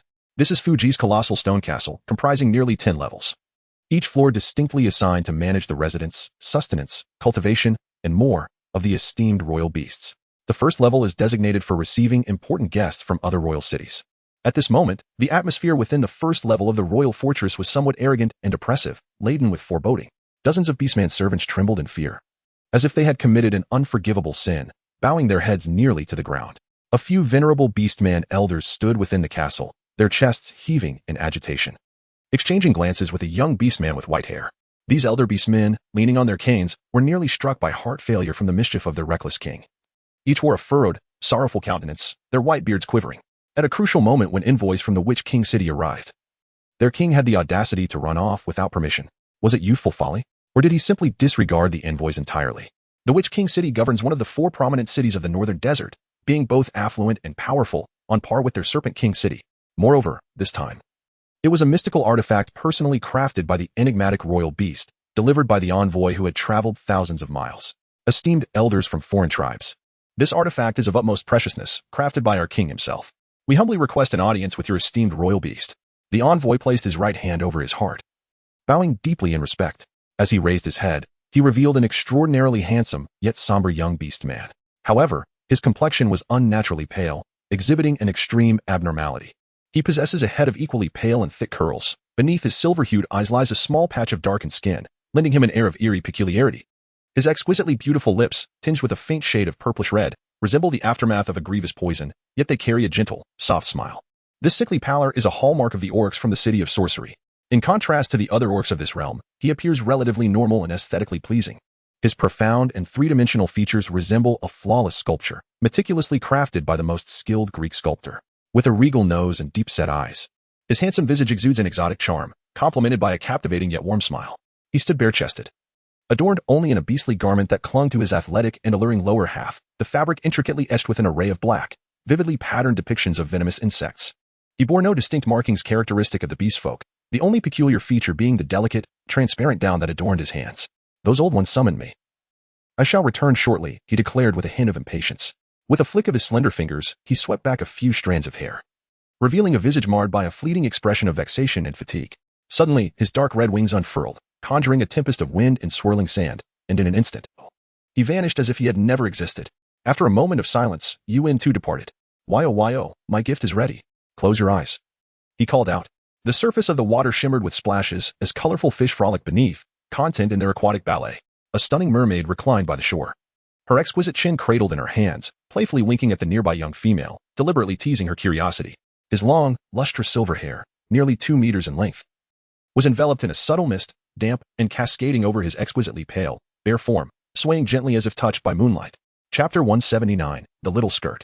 The young female obediently closed her eyes, only to feel a chill on her forehead as the little merman reached out, his long, cool fingers like jade brushing against her delicate face, sealing it tightly without leaving a single ray of light to escape. The sound of splashing water echoed, sending ripples across the river's surface, shattering the shimmering scales below. After a moment, Yaoyao regained her vision, her eyes lighting up with joy. The gift from Yanin was a beautifully crafted pure white long dress, with delicate floral embroidery adorning the hem. To her surprise, Yan's taste was quite avant-garde. In this wild beast world where mere animal hides sufficed for clothing, he had ingeniously designed these stunning garments with a distinctly modern aesthetic. Despite lacking any prior exposure to such influences, had he been in the contemporary world, with his exceptional craftsmanship and progressive artistic sensibility, Yanin could very well have emerged as an outstanding fashion designer. Try it on and see if it fits. If not, I can alter it, he suggested. Yaoyao hesitated, tightening her grip on the hem of the dress. No? But there's no need to feel shy, Yaoyao. We're alone here. Well, you're still here, aren't you? Yanin chuckled, his eyes narrowing with a smile, instantly perceiving her hesitation. We're both females, so there's truly no reason for you to be bashful. His words were delivered with utmost sincerity, devoid of any flaw, and combined with his pure and innocent visage, they became strikingly deceptive. Yaoyao pondered for a moment. Returning to change would consume considerable time and effort, and since she was already wearing underclothes, which were regarded as ordinary garments in the eyes of the beast men, alongside the fact that Yanin was practically half female, she found little cause for embarrassment. Accepting the long dress, she swiftly donned it. Yanin was momentarily taken aback, his breath catching as his gaze became fervent and intense, his flushed eyes fixated on the young female, tracking her every movement. It was evident that she possessed an alluring figure. Her curves were enticing yet not exaggerated, revealing a hint of creamy softness that exuded a captivating blend of innocence and allure, igniting a consuming fire within him. With each heartbeat, a soft pink hue crept onto the merman's flawless, pale face, his complexion nearly translucent, making the blush all the more striking, radiating a heat that threatened to engulf him entirely. It's so hot, he thought, feeling an unbearable yearning yet unable to blink, his gaze drawn lower. Her waist was slender and supple, adorned with just the right amount of toned muscle, her thighs elegantly long and fair. The air cast a gentle glow upon her pristine skin, reflecting a faint cold light. Truly, it was blindingly beautiful.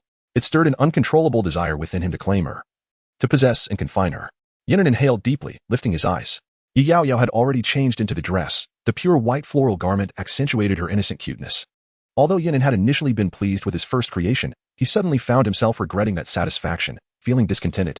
He suddenly thought that Yaoyao looked more enchanting without her clothes. Without them, she appeared even more beautiful. Chapter 180. So fragrant. With a splash, Denon plunged into the river, his azure fishtail swaying gracefully as he swam ceaselessly for quite some time before resurfacing with his silvery head. The pervasive blush that had enveloped him had entirely dissipated. The icy water washed away his restless agitation. Yaoyao, this outfit fits you splendidly. You look exquisite in it. As she lay on the shore, Denon flicked his tail and instantly adhered to her like a stubborn plaster. He exerted all his effort to grasp her delicate arm, encircling her slender waist, and nestled against her soft, tender form in an attempt to steal the fragrance and treasures. His praises flowed endlessly. Although he hardly glanced at her attire, his gaze fixated on her charming, fair face. Yaoyao, with a swift shove, pushed his face away in disdain, sending him a fair distance. Denon's eyes brimmed with a sense of grievance and disappointment, glistening with tears. Reluctantly, he clung to her once more, gripping her arm tightly, refusing to let go. This fish was undeniably clingy, remarkably more so than the little dog she had once cared for. Yaoyao, feeling indifferent, allowed him to hold her. After finally satiating him, she donned her old beast hide garment and prepared to leave, only to be called back by him. Yaoyao, could you possibly give me that old outfit? You see, you have a new one from Danon. His voice was fervent and expectant as he lowered his gaze, cautiously poking with his slender fingers. His mesmerizing silver eyes shimmered with a hint of misty allure, flashing a touch of pitiful pleading that was utterly irresistible. He softly repeated, his voice tender and melodious, resonating in the air like a multitude of blossoms blooming. Is it all right, Yaoyao? The plump fins of the fish drooped slightly, gently fluttering twice. Yaoyao halted her steps. She turned to look at him, contemplating earnestly. This old beast's skin coat has been worn for quite some time and is somewhat tattered. If you truly like it, I shall gift you a new one on another day. I don't want that. I want this one. He insisted stubbornly, reminiscent of a young cub. Yaoyao, unsure of his intentions and unable to fathom his thoughts, decided to indulge his wishes. After handing him the old beast's skin coat, she departed as she usually did. Yaoyao watched her leave, as he did routinely. Their encounters were limited to just once or twice a day. Time always seemed to pass so swiftly, while the hours spent apart from her felt interminably long and empty. In his world, he found himself utterly alone, aimlessly drifting in the frigid waters. The profound sense of solitude weighed heavily upon him, a feeling he deeply despised. One might even say he loathed it with great intensity. Throughout the interminable night, amidst the faint glimmers of light, he had never experienced a moment of peaceful slumber. Whenever enveloped by the overwhelming darkness and silence, fear would seize him, causing him to curl up tightly, a ball of apprehension, at every fleeting instant. He often recalls the years he spent imprisoned in the sea, a solitary existence, only him. Only him. No one to converse with, no one to listen to his sorrow. In the initial encounters within the dream of Yaoyao, he found himself unable to articulate his thoughts, stammering in embarrassment. That was true darkness, an unending confinement devoid of daylight. Lightless and colorless, it was a bone-chilling cold. He clutched the bundle of clothing tightly, the rich fragrance of the young female lingering upon it. He buried his entire face within, inhaling deeply. How delightful it was. Holding it close, it felt as though Yaoyao were still present. This night, he slept soundly. Chapter 181. Has Sluo perished? Finally, after many days, the tribe's exchange caravan returned amidst the eager anticipation of all the beasts. They were covered in dust, their bodies marred with scars. Yet each orc's face bore the ecstatic joy of having survived great peril, along with the profound weariness that life as hardships had etched upon them. They did not perish. They successfully returned with the tribe's precious resources for the coming year. They were the most valiant warriors of the tribe, and the females took pride in them, yearning to bond with them. The mere thought of Sluo, the endearing tiger, returning sent Yaoyao into a frenzy of excitement, causing her to toss and turn throughout the night, clutching her cotton pillow. She couldn't help but reminisce about the tiger's daily displays of affection, his wagging tail, sharp little teeth, and a smile that radiated warmth and healing. At dawn, she hastily swallowed a few bites of food, declaring to Master Siwu that she had urgent matters to attend to before rushing down the mountain. Yuan watched her retreating figure, his eyes shrouded in a murky gloom. After a considerable pause, he withdrew his gaze, casting a cold glance at the untouched dishes on the table, meals he had meticulously prepared all morning to cater to her discerning palate. Yet, she had only taken a meager bite. Had she truly satisfied her hunger? How could she grow strong without proper nourishment? With a sigh, Master Siwu felt an inexplicable sorrow, reminiscing about the joy that had once illuminated her face, albeit for another male, that very tiger he had never deemed worthy. Yet that tiger was indeed Yuan's brow furrowed, a flicker of sharpness passing through his elongated eyes. He quelled his restless heart and swiftly tidied up the remnants of the meal before vanishing from sight. Yaoyao plunged into the bustling crowd, straining to navigate through the throng, stretching her neck in hopes of spotting that radiant orange hue. Sluo, with his impulsive nature, was undoubtedly at the forefront, vying for the spotlight, but despite her efforts, she could not find him. A sudden heaviness enveloped her heart. All she could see were broad, powerful backs, dark heads bobbing in front of her, occasionally witnessing couples passionately embracing or warriors proposing to their beloved females upon their return.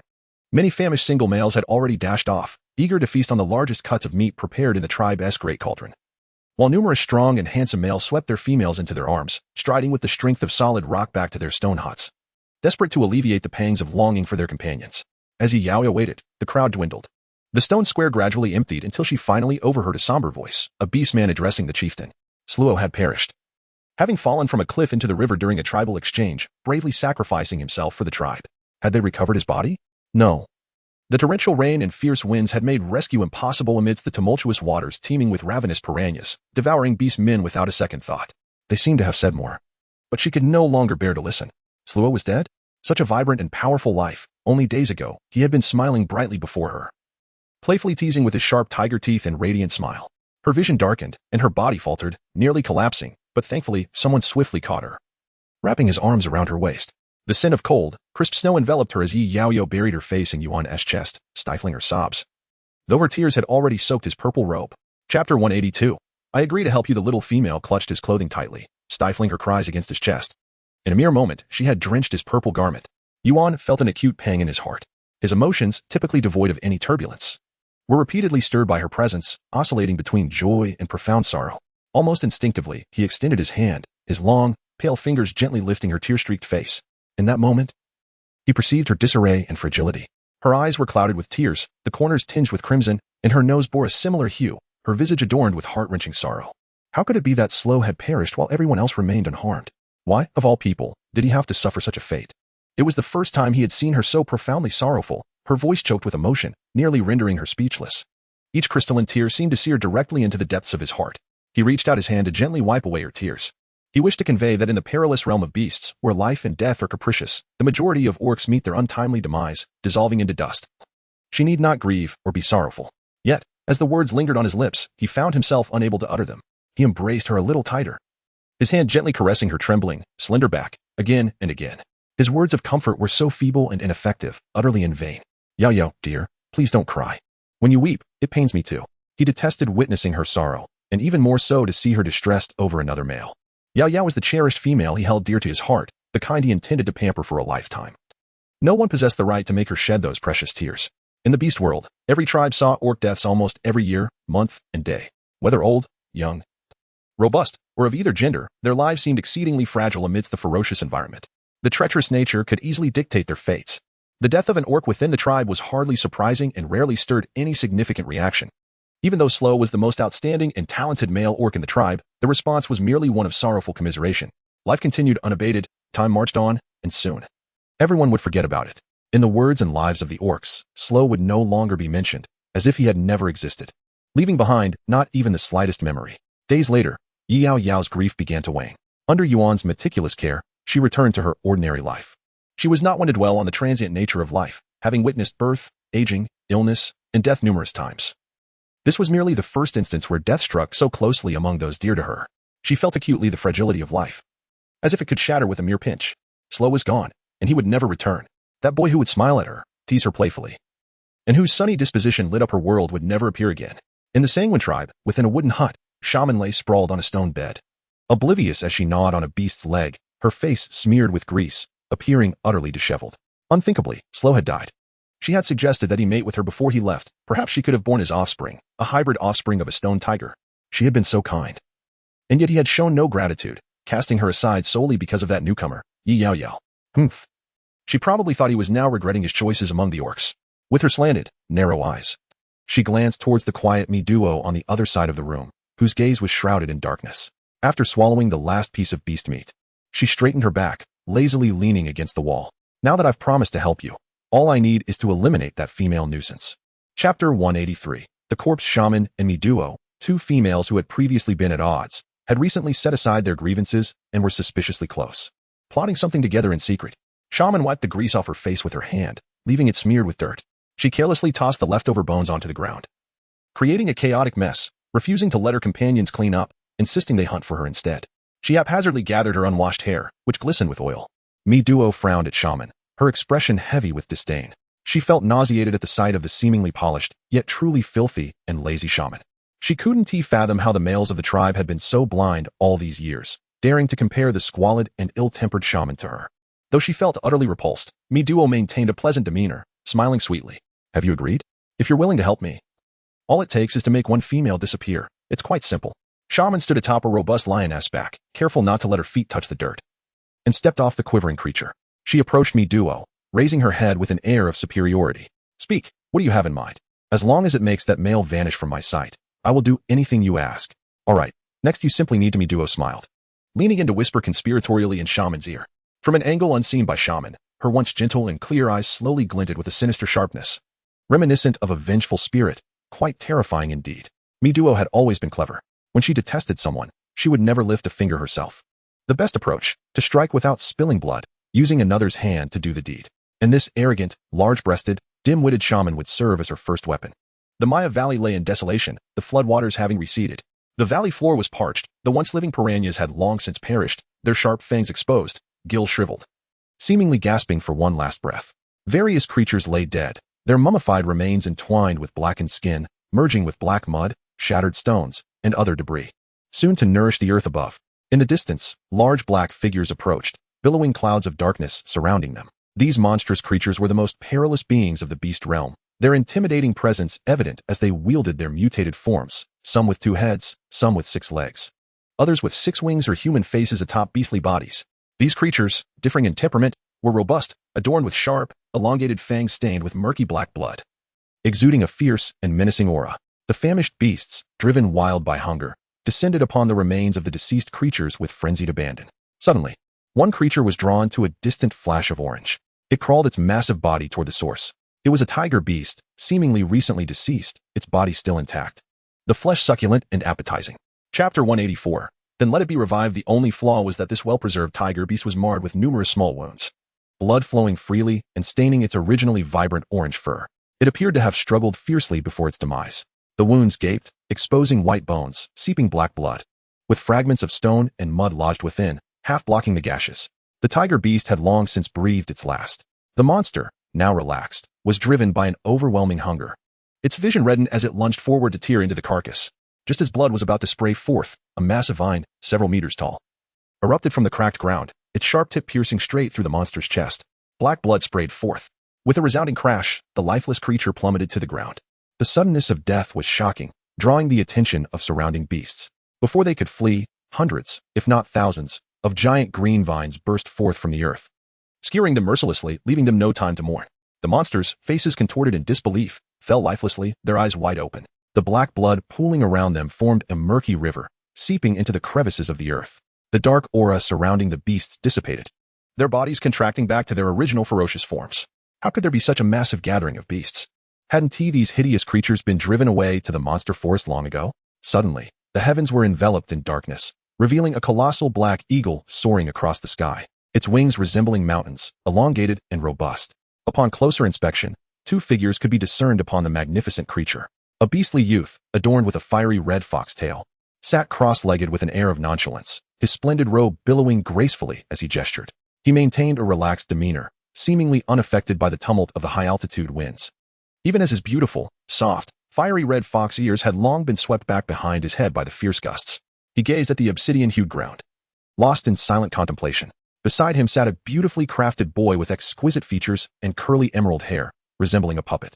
His eyes were devoid of emotion, vacant and unfeeling, merely following the gaze of the Fox Clan beastmen as they stared at the vast expanse of land 1,000 meters below. After a long pause, he finally spoke. A beastman has perished. His voice, which should have been soft and melodious, instead resembled the mechanical whir of a machine, stiff and clumsy. The black eagle swooped down gracefully, landing steadily on the ground, followed by the 2 individuals disembarking. The ferocious beasts of this place had been eradicated, rendering it safe. The stout, towering green vines, upon spotting the youthful figure, seemed to gain sentience, swaying their massive forms in submission, retreating into the earth while allowing only a tender green tip to peek above the surface, gently swaying in the breeze, as if to ingratiate themselves. Master, we have heeded your command and eliminated all these beasts. This orc's corpse has also been rescued. They communicated through the resonant waves of plant life, exchanging pleasantries with evident pride. The boy with dark green, curled hair maintained a stoic expression, gesturing slightly with his small hand, prompting the vines to burrow back into the soil. He turned his gaze toward the Fox Clan youth, awaiting his command. Chili, how shall we handle this orc's body? The massive corpse of the tiger beast, measuring 7 to 8 meters in length, lay before them. The Fox Clan youth, known as Chili, examined it with keen interest, his eyes suddenly brightening. What a surprise! It's a mutated stone tiger, a rare anomaly. Let us revive it. Chapter 185. Resurrection. Time is of the essence. Very well. Without a moment's hesitation, the boy with the dark green curls swiftly formed his fingers into a blade, expressionless as he sliced through his own wrist artery. His movements were so practiced it seemed as if he had performed this ritual countless times before. Vivid green blood surged forth from his veins. Taking 2 steps closer, he coldly pried open the tiger beast's massive jaws, extending his slender arm to feed his fresh blood into the lifeless creature's mouth. As he did so, his arm visibly withered, the once plump and supple flesh rapidly dehydrating, transforming into a ghastly, desiccated appendage. This portion of his arm was beyond saving. Unfazed by the pain, the boy nonchalantly twisted off the dead segment and discarded it into the earth, not sparing it a glance. His sleeve hung empty, a portion of his arm missing. What a pity, that newly grown arm will have to be nurtured anew, Chili mused softly, refraining from further comment on the boy's actions. His languid, passionate golden fox-like eyes seemed to linger with an air of anticipation upon the corpse of the tiger beast, unblinking. As expected, within a brief moment, the once withered and desolate body, which appeared to be merely a layer of skin stretched over muscle, began to swell dramatically. The sound of muscles expanding resonated, crisp and powerful, as the lifeless sinews of the tiger beast rejuvenated with vitality. Gradually, the immense form of the tiger beast inflated, returning to its original majestic stature, adorned with elegant and flowing muscle lines, robust and solid as rock, exuding an overwhelming sense of strength and primal ferocity. The orange-hued tiger beast seemed to twitch slightly. The newly formed tissue was not yet accustomed to this body, the nerves still struggling to reconnect. Its muscular frame convulsed involuntarily. Yet signs of awakening were unmistakable. The colossal black eagle folded its vast wings, obediently awaiting beside the two, emitting a sharp call as if to remind them. Suddenly, Chili rose to his feet, his posture regal. Perhaps it was fate that he saved him. Henceforth, he would be one of us in the city of beasts. A beast man. The mutated stone tiger possessed formidable combat prowess, with a significant probability of siring offspring endowed with strong bloodlines. Should a rare second mutation occur, it might even evolve into a kingly beast lineage. He murmured softly, leisurely propping his delicate chin, tilting his head slightly as his fiery red fox ears danced in the breeze. With lowered eyes, he appeared contemplative. The black eagle, displaying a remarkable understanding, gracefully bent down, its ebony beak effortlessly hooking the tiger beast and hoisting it onto its immense back. A charming young boy with dark green curls stood quietly behind Chili, silent as if he were merely a part of the air. He cast a fleeting glance at his empty half-sleeve, his eyes flickering momentarily before he swiftly turned to face the strikingly handsome beast man of the fox tribe before him. Do we still need to search for the water-flooding beast? His delicate face bore an expression of restraint, tinged with a hint of pallor. I do not wish to go. The young boy with dark green curls suddenly gazed at him, his typically vacant eyes now infused with a semblance of emotion, reflecting a profound agony as he questioned, why? I am in so much pain. He clenched his teeth, his pale lips punctured. From the half-empty sleeve, a faint green blood continued to drip. Chili lazily surveyed the array of corpses and dismembered limbs, then casually glanced at the dimming twilight, his gaze deepening. In a hushed tone, he remarked, Zemu. The beasts have returned. We are out of time. Chapter 186. Disappointment. The blood continued to flow, drip by drip. As the expression of the small boy with dark green curls grew increasingly pained, his delicate face became ever paler, his breaths shifting from heavy to shallow and weak. He tightened his small fist, his knuckles turning white. Behind him, the immense green vines surged forth suddenly, as if possessed by a frenzy, erupting from the earth with countless thick tendrils, seemingly intent on piercing his delicate form. With a resounding crack and a thunderous explosion, the chaotic vines shattered, sending fragments flying. The young boy, his expression devoid of emotion, retracted the dark green energy from his hands, exhaling softly, his gaze icy. Are you attempting to rebel? Yes. We beg your pardon, master. We could not restrain ourselves. You are simply too delectable, the vines lamented. Master, we shall obey your commands. Please do not annihilate us. The robust, dark green tendrils, contorting in fearsome shapes, flailed wildly in the air until they were met with the boy's cold glance, at which point they recoiled hastily back into the ground, terrified of obliteration. Chili, observing from the side, smirked lightly, utterly carefree. Zemu, you have frightened these little ones. Be a touch gentler. It is of no concern to you, the young boy replied, his eyes darkening once more into silence. Zemu was an exotic beast known as Boneflower, endowed with the formidable ability to control flora, and his very essence could create bones, transcending life and death, allowing the deceased to be resurrected. Once targeted by a malevolent royal beast, his predicament was indeed dire. His rate of growth was astonishing, compelling him to resort to self-mutilation periodically to forcibly diminish his own level of power, thereby concealing his presence. This had resulted in him appearing as a child despite having lived for centuries. Each act of self-harm was excruciating, and the only balm for his suffering, as well as the means to shroud his aura, was the blood of the water flood beasts. He is bound to obtain it. Chili approached and gently ruffled his soft, delicate head. All right, cease your frowning. We truly have no time now. The recent disturbances caused by the magical beast are quite unusual, necessitating our return to the royal city. Moreover, that peculiar creature seems to have concealed its aura. I can no longer sense it. After a while, I shall accompany you to search for it. The young boy with deep green, curly hair clutched a tattered wooden puppet, remaining motionless, his vacant gaze fixed on the air. His features were exquisitely beautiful, exuding an ethereal and dreamlike quality. Upon hearing this, he smiled, his crystalline, pure eyes momentarily reflecting a glimmer of shadow, revealing a profound disappointment that had been long suppressed. Chili, I no longer need it. He grasped the tattered puppet in his hand, exerting pressure inch by inch. You have always deceived me, and so has Mother. Yaoyao's emotions remained unstable over the past few days. Although her sorrow was not apparent on the surface, Yuan could sense the profound desolation within his beloved female companion. A shroud of gloom enveloped her, causing her appetite to diminish significantly. At times, While she was eating, her chopsticks would come to an abrupt halt, as if memories of the tiger beast resurfaced. Her eyes would redden momentarily, yet she would quickly mask it with a stubborn determination, resuming her meal with a fervent effort. A pang of sorrow welled up within him. That evening, after feeding her to satisfaction, Yuan lulled her to sleep as he routinely did. During dinner, he added a touch of the tranquil soulflower, which could enhance her sleep quality and alleviate the sorrow within her heart. Upon awakening, she would be revitalized and full of life. The young female was a restless sleeper, often kicking off the fur blanket. Yuan had spent an entire night without sleep, his eyes shadowed with fatigue. After the fourth attempt to cover the young female with the blanket, only for her to kick it off once more, the usually composed Master Siwu finally cracked. With a swift flick of his long serpentine tail, he ensnared her delicate calf, drawing her into his embrace. Chapter 187. A taste of desire. The tip of his tail coiled around her slender ankle, the sensation remarkably soft and smooth, evoking an irresistible urge to touch. Yuan narrowed his eyes, their color deepening. His cool gaze gradually traced the sleeping visage of the young female. Her nightgown hung loosely, revealing a hint of creamy skin and a delicately refined collarbone that shimmered with a subtle luster. Unable to restrain himself, his heart stirred.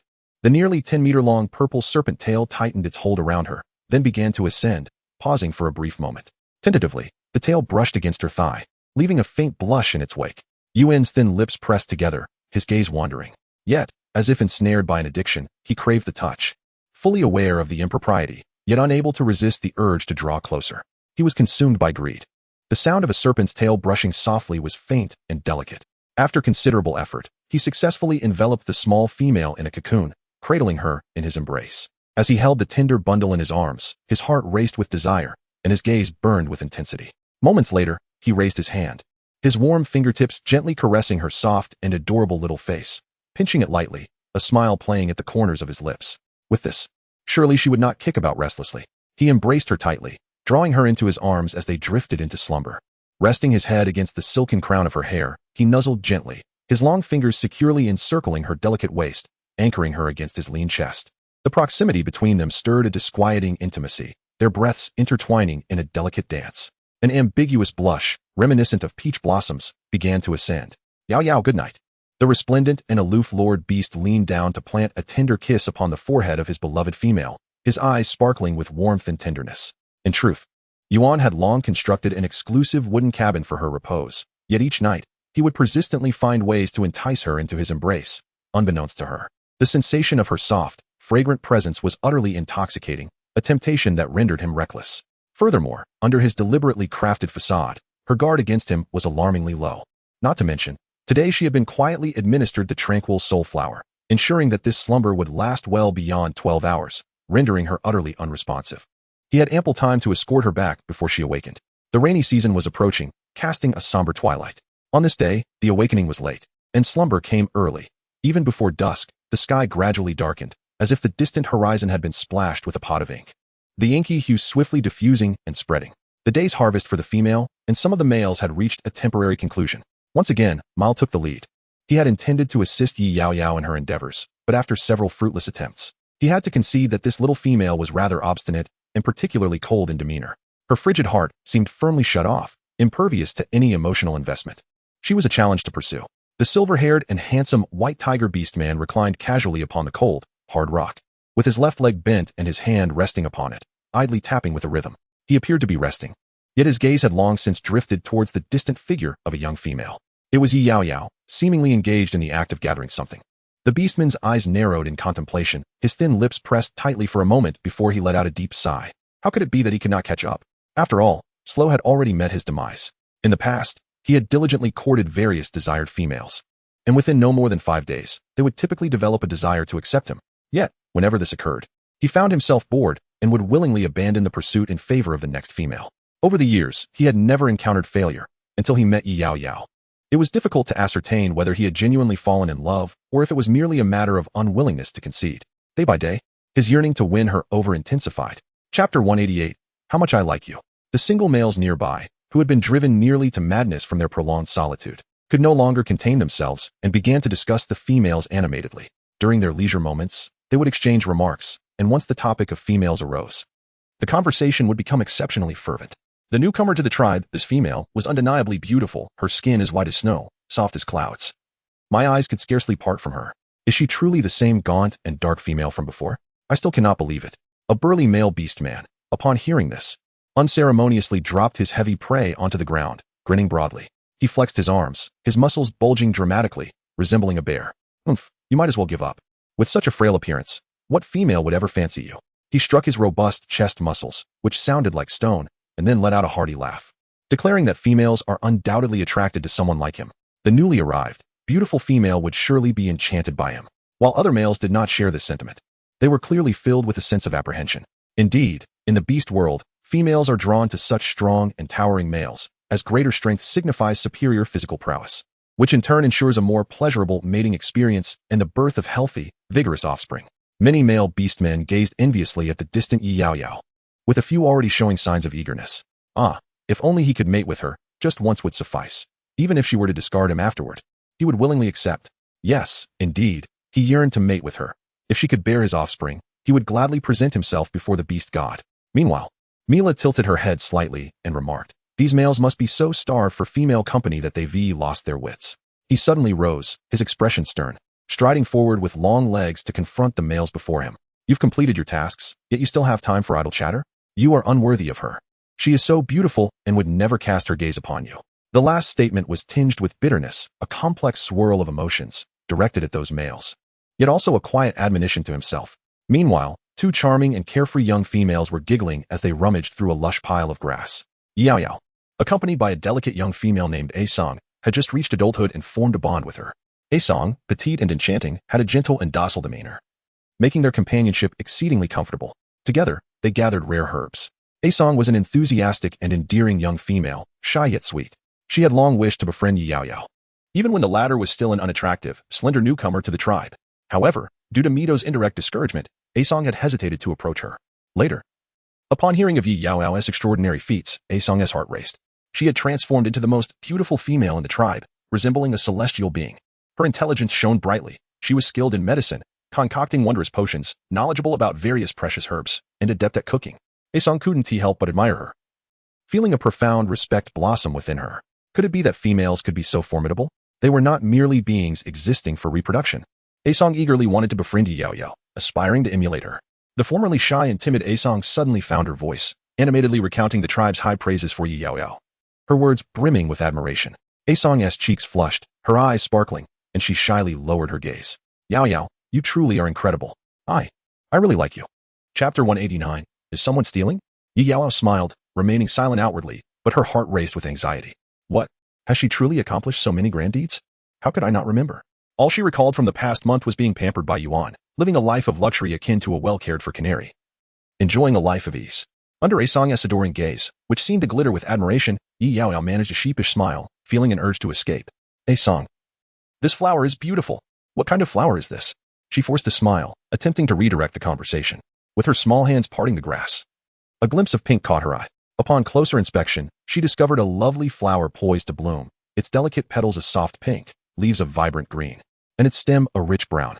The most striking feature was its tender, delicate petals, intricately layered like finely carved jade, exuding an allure that invited one to pluck it. Just as Yaoyao reached out to grasp it, A-Song's next words made her retract her hand as if struck by lightning. "This is the union flower." The name alone suggested its dubious nature. Indeed, A-Song's eyes sparkled with excitement as she explained, "The union flower can hasten the mating process between males and females, increasing the likelihood of conception. Many males present it to females they pursue. My partner gifted me an entire basket."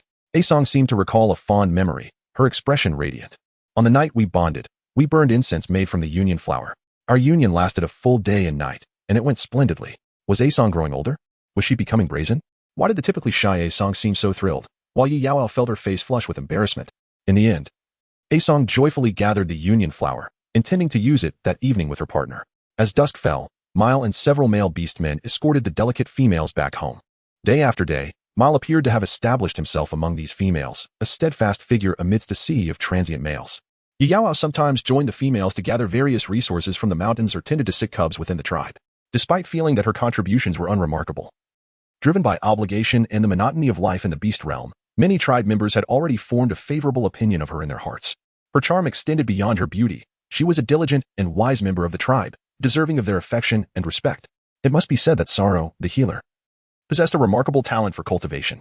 Under his meticulous care day after day, he had successfully nurtured the notoriously finicky dragon pearlgrass, lacking space, systems, or magical assistance. He had truly relied on his own hands and experience to save this endangered species. Dragon pearlgrass reproduces asexually. Once a single plant is cultivated, it can be propagated further. One day, after a torrential downpour, Yaoyao successfully unearthed 2 bamboo shoots. Suddenly, shadows flitted past her, and the bamboo shoots she had painstakingly dug up were snatched away. Unable to discern the faces of the assailants, she could only surmise that they were 3 robust males. How dare they steal from her? She had yet to encounter an opponent in this tribe. With icy determination in her beautiful eyes, Yaoyao rolled up her sleeves, poised to chase after them. Chapter 190. Did she send you? In the early hours, with astonishing speed, she pursued them effortlessly. In mere moments, she caught up to the 3 male beast men, standing with poise before them. Their faces were marked by panic and pallor, yet unexpectedly tinged with a hint of eagerness. A myriad of complex emotions intertwined, leaving Yaoyao momentarily unable to discern their intentions. These 3 male beastmen possessed commendable strength, 2 at the 5th tier and 1 at the 4th, yet their unfamiliar, sullen expressions betrayed them as not being from her tribe. Were they intruders from a foreign clan, or perhaps wandering beasts without a home? Just as her thoughts raced, they waved their hands, unleashing a sudden, enchanting fragrance that swiftly invaded her senses. Caught off guard, Yaoyao inhaled a significant amount, leading her to cough and stumble. This scent was oddly familiar. Was it the harmony flower from a couple of days prior? Her gaze sharpened, colliding with the triumphant grins of the 3 males. They had come with intent, having ground the harmony flower into a fragrant powder. This powder, derived from the flower's pollen, contained the most potent aphrodisiacs. What were their true motives? It was all too clear. Their intentions were nefarious. The aphrodisiac effect of the powder was exceedingly potent, especially for defenseless females. A mere whiff could ignite a burning desire to mate with males, or else leave her in an unbearable state of yearning. The 3 males discarded the bamboo shoots and advanced towards the young female, underestimating her cunningness. How unexpected that such a simple trap had ensnared her. This alluring little creature was not as naive as shaman had suggested. They laughed unabashedly, eagerly preparing for action, their spirits soaring with anticipation. Intense gazes fixated upon the exquisite and enchanting female figure, lecherous and brazen, scrutinizing her with a lasciviousness that evoked a sense of revulsion. They silently marveled at the existence of such exquisite femininity in this world. Her delicate face flushed, glistening with perspiration, and her watery eyes seemed to be veiled in a soft mist. With just a single glance, they felt parched and their blood surged with fervor, igniting a primal desire within them. Initially, they were merely wandering beasts summoned by shaman, tasked with trampling a female and whisking her away, vanishing forever from this tribe, thereby granting her the chance to become their mate. Before encountering this enchanting female, their intentions were purely transactional, aimed at fulfilling their duty. However, upon laying eyes on her, everything transformed. They were utterly captivated by her beauty, yearning to entwine their very beings with hers, to mate and create offspring together. The young female, with her tear-filled beautiful eyes, had her tempting crimson lips bitten, exclaiming, "No, no, don't come closer, you will regret it." Her soft, sorrowful voice resembled the melodious call of the most exquisite kingfisher, her gentle sobs like feathers landing delicately upon their hearts, igniting an overwhelming heat within them. Beneath them, the intensity only heightened. The alluring contours of her divine form radiated a sacred glow, rendering them nearly breathless, their hearts racing uncontrollably. The more she wept, the more pitiable she appeared. The more excited they became, the more their frenzied minds abandoned all reason, leaving only an overwhelming desire for this female in their hearts and eyes. "Don't cry, we'll take good care of you soon. All 3 of us will mate with you, you'll feel so good in no time." Yaoyao, what the hell? A threesome? That intense? Woo-woo.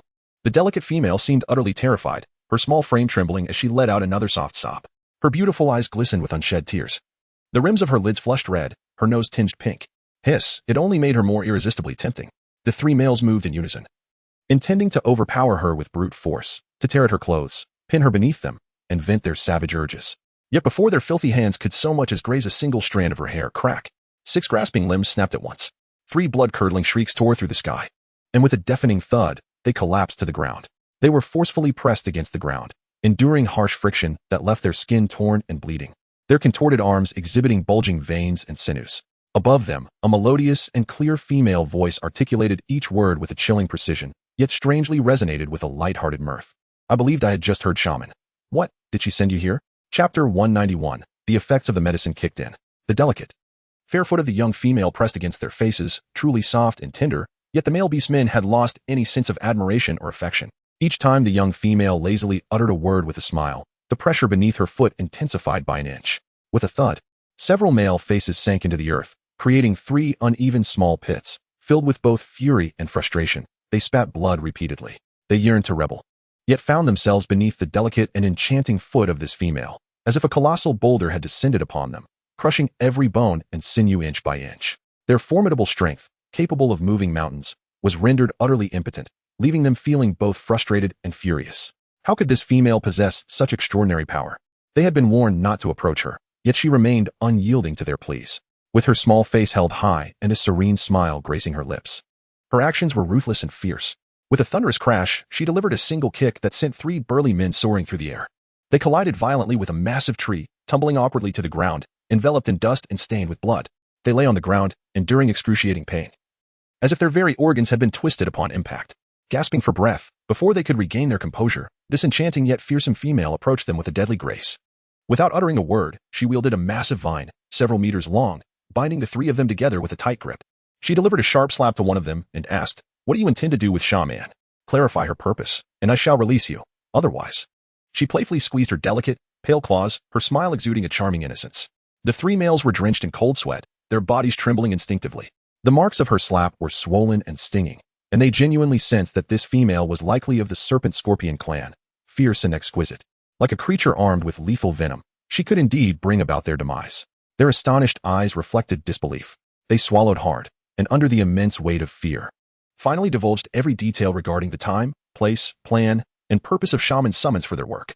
Yaoyao's previously gentle smile faded gradually, her expression growing as cold as ice, her beautiful eyes veiled in a shroud of twilight. Why do some individuals always indulge in sordid deeds behind the curtain? Why not face her openly in a fair duel? Could that individual truly let us go? We are merely stray beasts from outside, acting on behalf of others and harboring no ill intentions. Beautiful little female, if you release us, we would gladly serve as your beast slaves. We would devote ourselves to being your guardians, willing to remain by your side for eternity without seeking companions. Yaoyao. 3 despicable males, their fantasies are rather amusing. As strays, how dare you trespass into the Sanglin tribe? According to the tribe's regulations, I must turn you over to the authorities.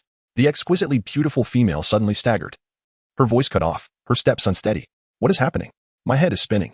The male figures before her wavered. 1, 2, 3. How did 3 become 9? The humid winds of the rainy season swept in, oppressive and stifling. A sudden wave of uncontrollable heat surged through her face flushed, her body burning. Her delicate lips parted slightly, exhaling like orchids, exuding an irresistible allure. The 3 stray beasts, upon witnessing this, instantly realized, their eyes gleaming with ecstasy. The effect of the union flower had taken hold, thrusting the female into a state of heat, her body weak and yearning for the male. Chapter 192. Let us return. As the effects of the union flower intensified, the beast's blood surged. Yaoyao was not feigning. She genuinely felt a searing heat enveloping her, as if trapped in a colossal steamer, on the verge of being thoroughly cooked. The delicate female, already soft and fragile, blushed deeply. A misty haze surrounding her as she curled beneath the tree, burying her head in her knees, unable to suppress a soft whimper. The suppressed desire was overwhelming, igniting a yearning to be ravished. At that moment, upon hearing the soft, desperate sound from the female, the 3 cowardly males experienced a thunderous explosion in their minds. They could no longer restrain themselves. The dizziness faded, the pain vanished, and with a swift motion, they tore through the thick vines and rushed towards her in a fervent sprint. They were fervently animated, as if invigorated by an unseen force, their faces flushed with excitement. The once vibrant female of the harmonious flower succumbed, melting into a puddle of weakness, utterly at their mercy. Just as a hand was extended, an alarming cry pierced the air. Who was it? 3 figures, their voices tinged with despair, echoed in the sudden chill that enveloped them. A wave of pale purple energy surged forth, as frigid as the depths of a wintry abyss. And the overpowering presence of the king beast descended upon them like a colossal stone, crushing them into the depths of the earth. Cough, cough. They braced their arms. A stream of crimson forced from their throat, which they violently expelled, splattering their face. Their bones felt as though they were fracturing, their countenance a mask of sheer agony. Before they had the chance to unleash their wrath, her fragile throat seemed to be ensnared by an overwhelming force, gradually tightening with a resounding crack. Her eyes rolled back, and her limbs ceased their struggles, collapsing to the ground in a supine position. The vast expanse of ice and snow descended, sweeping away all traces of turmoil. The 3 lifeless male bodies, brushed by this icy tempest, instantaneously transformed into colossal ice sculptures, shattering into countless fragments in the blink of an eye, vanishing entirely without leaving a trace of blood or flesh upon the grass. Her head spun, and everything before her became a blur. Suddenly feeling weightless, Yaoyao sensed someone cradling her gently. Her body radiated warmth, while his was refreshingly cool, prompting her to yearn to lean closer, to alleviate her discomfort. In her hazy state, emboldened by a surge of courage, she did just that. With her glistening eyes, moist and brimming with emotion, she reached out for an embrace. But he seemed frozen, like a statue, utterly unresponsive. Yuan Wei, taken aback, felt the heat emanating from her skin as his fingertips momentarily recoiled. Undeterred, she persisted. Her voice soft as spring water, imbued with a sweet, bewildered hum, inching closer to him, her delicate lips grazing his chest, whispering her need for warmth and comfort. Yuan's gaze darkened slightly. Those serpentine creatures possess a less acute sense of smell. He had just detected the presence of the pollen from the amorous blossom, a most unwelcome entity. Realizing the implications, he swiftly tore a piece of his robe, revealing an expanse of cool, delicate skin. With a gentle curve of his fingers, he enveloped her in his bare embrace, sharing his chill with her. In a low voice, his sensual atoms apple sliding slightly, he murmured, "Be good, Yaoyao. Now is not the time." "But I want," she protested, her restlessness palpable as she fidgeted against him. "Be patient. Let us return first, shall we?" His breath was slightly unsteady as he firmly grasped her mischievous little hand. In the very moment before her anger erupted into tears, he silenced her with a kiss, awkwardly prying open her tender lips and effectively stifling her provocation. Chapter 193. A life-threatening situation. It seemed that the male was instinctively adept at certain matters, becoming increasingly proficient with each passing moment. He held the delicate female close, one hand cradling her while the other gently secured her head, leaning down until their noses touched. The flames of desire igniting as he pried open her soft lips. Their lips entwined, a passionate and lingering entanglement that claimed every inch of her, overwhelming her defenses, until she was left utterly defenseless. The little female's face flushed a deep crimson, her tear-filled eyes shimmering as the kiss nearly rendered her breathless. She struggled to push him away, but instead, it only intensified his fervent desire. "Yaoyao," he murmured softly, his breath, hot and fervent, cascading against her neck. Yaoyao's delicate face contorted in discomfort, as she felt the air within her mouth being increasingly siphoned away, rendering her breaths labored and on the brink of suffocation. Yuan Shun inhaled deeply, his breaths growing heavier and harder to control, the pressure of his grip intensifying inch by inch. At last, just as she was on the verge of breaking down in tears, Yuan finally restrained his fervor and released her, his crimson gaze dimming as he cast his eyes downward, observing the small, curled figure in his embrace. His lips pressed together faintly, the hue of water enchanting, imbued with warmth. He leaned closer, his enchanting eyes half closed, holding a hint of bewilderment. Unable to resist, he gently nibbled on her delicate earlobe, his tongue lingering for a moment before he carefully released it. "Yaoyao, do you wish to continue holding on?" His voice was low and husky, his typically cool demeanor now transformed into an irresistible depth of affection. "No, I don't want it anymore." The little female shook her head softly, her body feeling a bit languid. One small hand rested gently against his chest, while her head lazily nestled into the exquisite curve of his neck. She appeared to be wearied from the torment, her breath shallow and soft, resembling a tender little cub. Yuan let out a soft sigh, his gaze shimmering with emotion. He reached out once more to embrace her delicate waist, lifting it slightly, which allowed her fair, slender hand to encircle his elongated neck, rendering her position more comfortable. The young female, with her soft and bewildered little head, unconsciously began to nuzzle and tease, igniting a spark of desire. He was about to embrace her and depart when, unexpectedly, she exerted a slight force, suddenly wrapping her leg around his waist. Her delicate, slender thigh ensnared his lean, perfectly sculpted waist, while her small hand clung tightly to him. Unconsciously, her soft lips murmured, "So comfortable, I want to be held." Yet, she was still underage and had not yet come into heat. He must exert restraint. Within his heart, waves of turmoil surged forth, and the uncontrollable beastly form manifests a nearly 10-meter-long, enchanting purple serpent tail. It slithers over the withered leaves and grass, producing a rustling sound as it oscillates. The arc of its lash grows ever larger, exuding an overwhelming sense of chaos ready to unleash its fury upon everything in its path.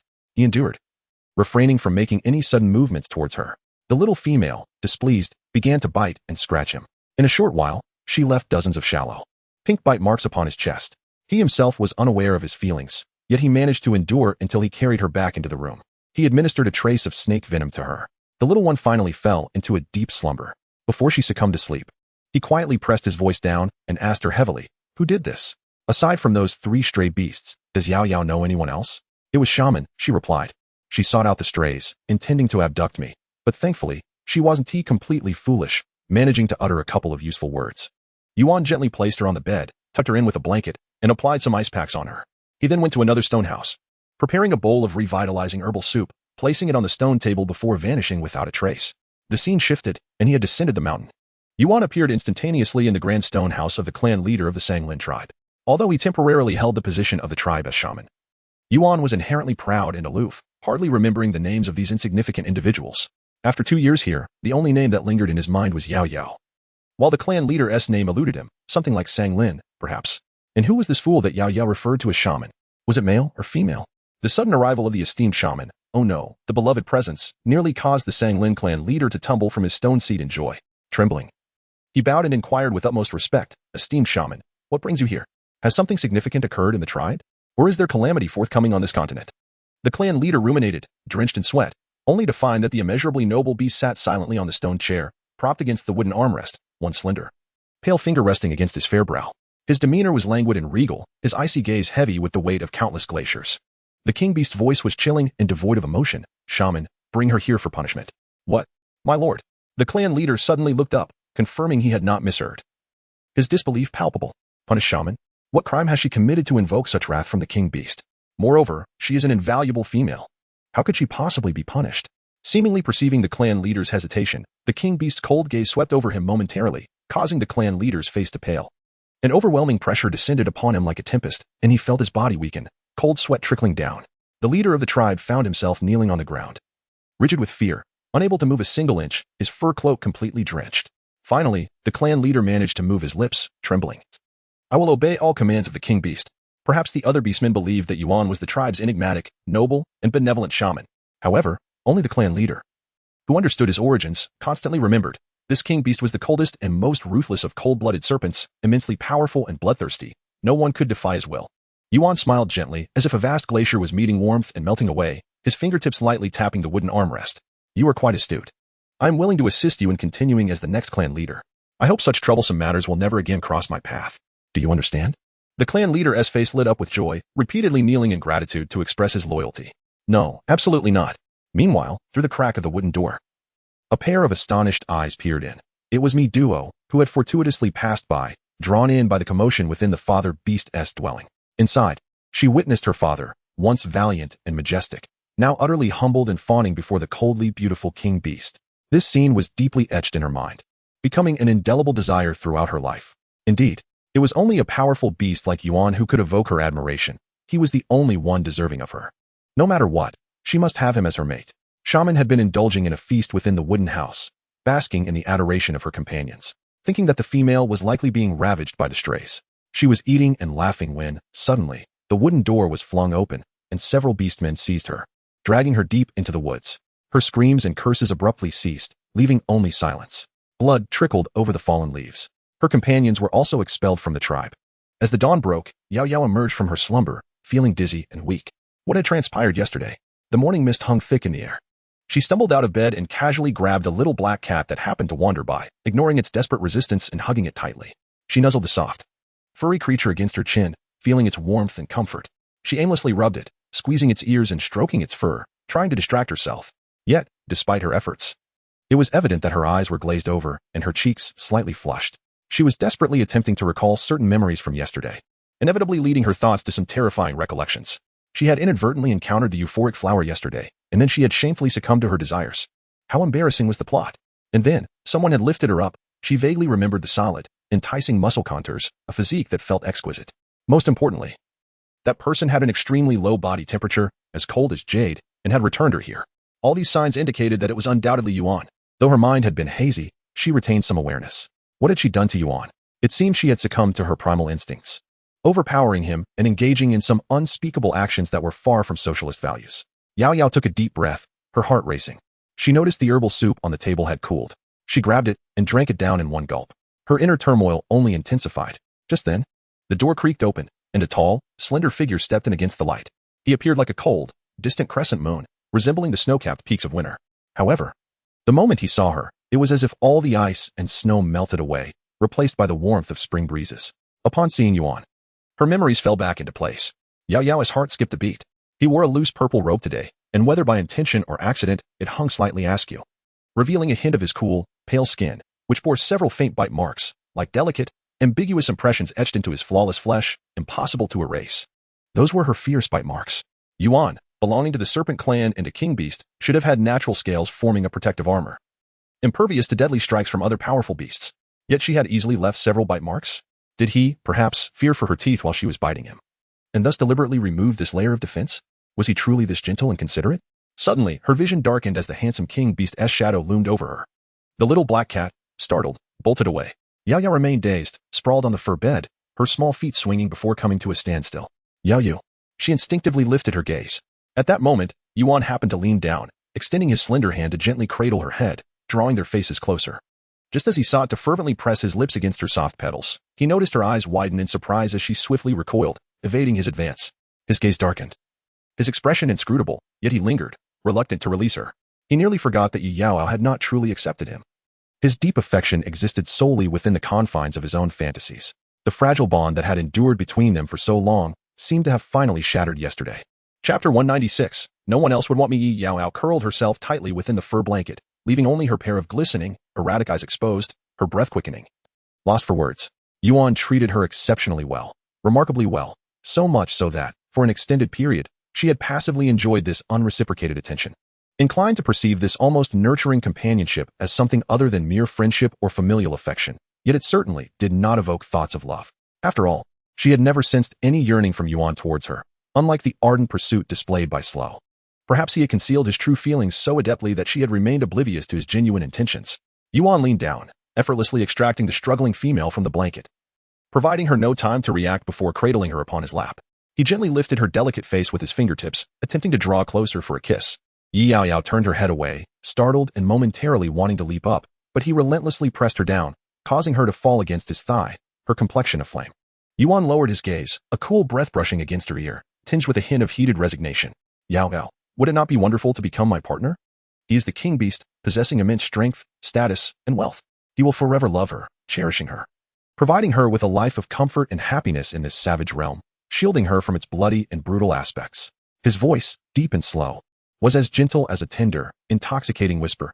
Beneath his calm exterior lay an undeniable turmoil. Observing her hesitation, her resistance, and her silence caused him profound anguish. He had concealed his feelings for so long. His emotions, already fervent and sincere, were laid bare before her, cautiously awaiting her response. Each of her words sent tumultuous waves through his heart. His fingers tightened, inadvertently causing her pain, and she softly recoiled, breaking his reverie. I'm sorry, Yuan. I cannot be your mate. She had to acknowledge her fondness for him, yet as a temporal tasker, she would depart this realm upon completing her mission. A male orc could bond with only one mate in his lifetime. If they truly became partners, what would happen to Yuan, the king beast, with his long life? After her departure from this world, it would be a daunting prospect for such a vibrant, youthful being to face a lifetime without companionship. Without her. Given his status and identity, he could undoubtedly find other exceptional females to bear him strong offspring. But, Yaoyao, you have already taken my beast crystal. What?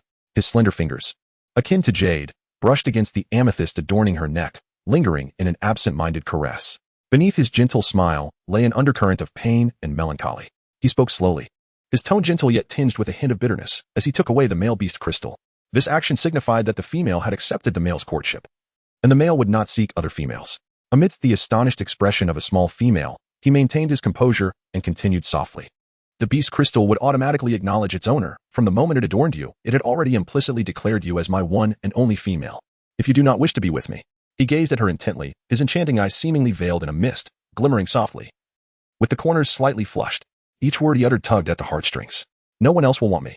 Chapter 197. I might leave Yaoyao was utterly bewildered. Could this truly be played out in such a manner? Even the king beast lacked a female counterpart. How could this be possible?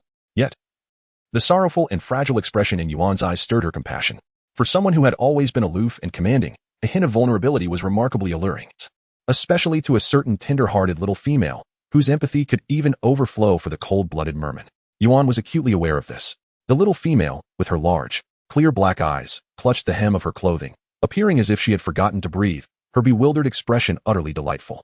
Yaoyao nearly instinctively agreed to him, but quickly recalled the matter of the beast crystal. Wait, you've been thinking about me this early.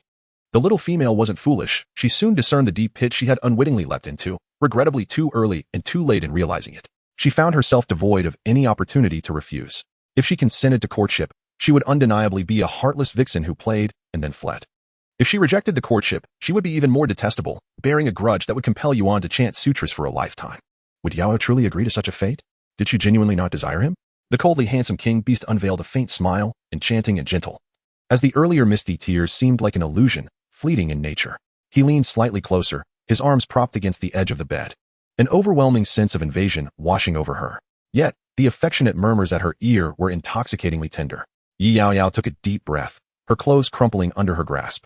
Let me think it over? She retreated slightly, pressing her back against the wall. Yuan stared deeply at her, his mesmerizing purple eyes flickering with a trace of delight. Yet his insistence remained unyielding. Yaoyao, I want an answer now. The silence stretched, heavy and palpable. Yaoyao earnestly contemplated her predicament.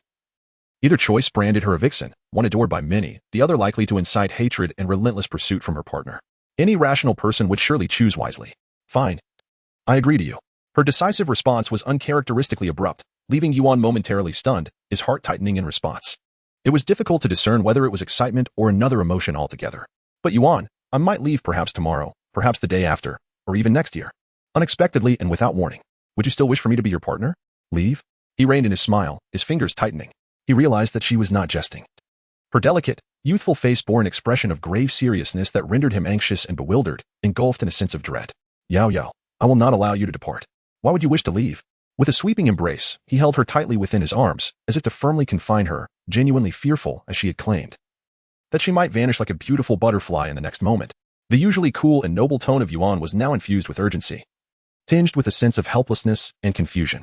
Yaoyao, I will share my vitality with you. I can also procure the crystalline cores that extend life for you. We could exist together for a long time. Why would you leave? What could possibly be the reason? How many secrets does she harbor within? The young female remained silent, her brow shadowed by a hint of weariness. Yuan was uncertain whether it was possessiveness that stirred within him or a profound, unprecedented fear that compelled him to urgently seek confirmation of her feelings. He unceremoniously embraced her delicate waist, leaning down to fervently kiss her tender lips. His skilled tongue pried open her quivering mouth, sliding downward in a passionate entanglement. Chapter 198, I will leave with you. Just as she felt on the verge of breathlessness from his fervent kisses, he reluctantly released her. Their heated breaths were heavy and unsteady, leaving the young woman with teary, misty eyes, her small mouth a rosy hue, and her soft, swollen lips glistening with a dewy allure. She gazed at him with a mixture of longing and reproach, pushing against his chest with all her might. Sir Wu, you are being unruly, she chided. Yaoyao, call me Yuan. He gently pinched her pert little nose, holding down her restless, tender hand and bestowing 2 soft kisses upon it. Yaoyao appeared utterly astonished, as if struck by lightning, her fingertips curling in disbelief. Could this truly be the aloof and enigmatic Yuan? The little female sat there, dazed and foolishly captivated. Yuan embraced her, resting her on his thigh, their noses brushing together, their breaths intertwining. With his neck slightly bent, after kissing her delicate lips, he affectionately pecked her exquisite, charming eyes. Now that Yaoyao had already consented to become his mate, he felt no need to restrain himself or conceal his desires from her. He had longed to express these feelings. Male beast men are known for their profound attachment to their females. He is no exception. Instinctively, he yearns to demand more from her. Yet the moment is not ripe. Yaoyao has yet to reach her mature estrus. He can take this opportunity to nurture their bond. His captivating eyes, deep and profound, were filled with an irresistible allure, gently caressing her delicate face with tender intimacy. With a light-hearted chuckle, he spoke earnestly and affectionately. Yaoyao, I shall not allow you to depart. Should there ever come a day when you truly wish to leave, he paused momentarily, adopting a casual demeanor. I will leave alongside you. Yaoyao was momentarily taken aback, forgetting even to push him away. She blinked, scrutinizing him closely, ensuring that he was not jesting. Does his departure align with her understanding of leaving? No. I refuse to let you go. Even if one day I truly must leave, you must continue to live well. You are the noble beast of fortune, Yuan. Please, do not act foolishly. Yaoyao felt a twinge of fear. That fleeting glance earlier had sent a shiver through her. She distinctly perceived within his eyes the ink-like depths of despair, an overwhelming sense of nihilism, though it was but a momentary flicker. The darkness and desolation therein were so profound and chilling that it left her trembling with apprehension. Perhaps, indeed, her feelings for Yuan had begun to shift. She did not wish for Yuan, a promising young man in the prime of his life, to act recklessly for the sake of a female. He was far too precious for that. At last, Yaoyao took a deep breath, gently wrapping her arms around his long, graceful neck, leaning against his chest, and embracing his lean, powerful waist as a gesture of the tenderness she could muster. Rest assured, I will not leave. She was enveloped tightly in his embrace, as if they had melded into one another. Yuan's brows knitted together, his long, curled lashes fluttering slightly, casting a shadow of indifference that beautifully concealed the flickering starlight that had reignited in his enchanting eyes. He let out a soft hum, his heart filled with a sense of satisfaction he had never experienced before in his serpentine existence. He silently contemplated when he might unite with Yaoyao, ideally before the warmth of the coming season, lest their union coincide with the mating period of the serpent clan. Yaoyao, fragile in her first encounter with such intimacy, would not withstand the strain. Chapter 199, Matters at Hand. Yaoyao was blissfully unaware of the thoughts occupying Yuan's mind. However, observing the depth of contemplation in his gaze, she was suddenly reminded of the instigator of her troubles, Shaman. Initially, she believed Shaman's disdain for her was merely a matter of personal dislike. Little did she know that Shaman could be so vile and conniving, colluding with rogue beasts in a nefarious scheme to ensnare her. The little female was suddenly engulfed in indignation, her temper flaring. With fierce determination, she intended to leap from his lap and seek revenge. Yet, before she could act, he deftly secured her in his embrace, his warm breath cascading over her delicate neck. Yuan chuckled softly. What troubles you? It is that rogue beast allied with shaman, who not only sought to harm me, but also violated the clan's regulations. I must report her transgressions to the chieftain.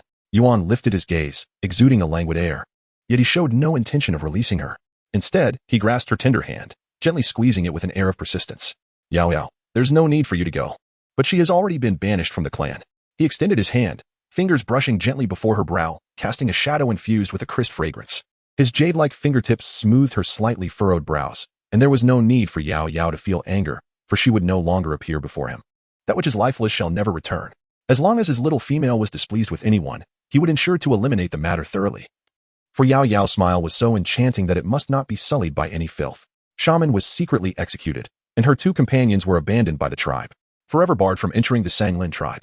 Thus, aside from the chief and the few orcs who had slain Shaman, the rest of the tribe would remain oblivious to the truth. After all, Shaman was an exceptionally precious female. Her death was a tremendous shock to the hearts of all orcs within the tribe, both male and female, potentially inciting collective panic among the females. The outside narrative claimed that Shaman had violated tribal rules and conspired with the wandering beasts, resulting in her companions being expelled along with her, never to return. This significant event inevitably reached Mi Duo's ears. It was she who had initially urged Shaman to seek out the wandering beasts to resolve the issue concerning Yaoyao. Yet she had never anticipated it would lead to such disastrous consequences. Yaoyao was unharmed, while Shaman had been cast out of the tribe. What had transpired in between? At which juncture had things gone awry? Mi Duo pondered deeply, yet found no resolution, remaining sulky within her wooden abode. Too irked even to partake in the tribe's gathering. Fortunately, this incident did not implicate her, despite being a primitive orc. Mi Duo astutely grasped the essence of preserving the Green Mountains, undeterred by the absence of firewood. It was all right. If one plan faltered, she could devise another, regardless. This more beautiful female must be eliminated. Otherwise, her years of indulgent pride would be rendered utterly worthless because of her. Adieu, I am your brother. May I enter? Came the voice of Mi Lai from outside, knocking twice upon the wooden door. Mi Duo squinted, suddenly recalling the rumors among the orcs that her brother seemed to harbor feelings for Yaoyao. Initially, she held some admiration for her most gifted brother. But now only disdain filled her heart. Truly, males were so superficial, unable to move past a pretty face. As she seethed internally, cursing the males, a sudden spark of inspiration ignited within her, and a smile unexpectedly brightened her pale, gloomy visage. Come in, brother, I have matters to discuss with you. Chapter 200. By the time she comes crying, regretting her actions, an additional 25,000 votes will grant further updates. At last, the true rainy season had arrived. The sky darkened, torrential rain poured down, and the swirling hurricane raged through the heavens, with stones flying about. The intensity of the early rainy season was not at all inferior to the flood disaster experienced by Danan, with the mid and late stages being unimaginable. Within the stone house, Yaoyao cradled a small black cat, using it as a cushion for her head while scratching its soft chin. Obediently watching the storm through the window, though she felt somewhat bored. On such a rainy day, there was nothing to do, and being cooped up inside was utterly tedious. She gazed out at the weather, trying to cultivate her spirit. The heavy raindrops pounded against the window with a resounding crash, and for a moment, she worried whether the insect-winged window might shatter. Cautiously, she prodded it, finding it rather sturdy.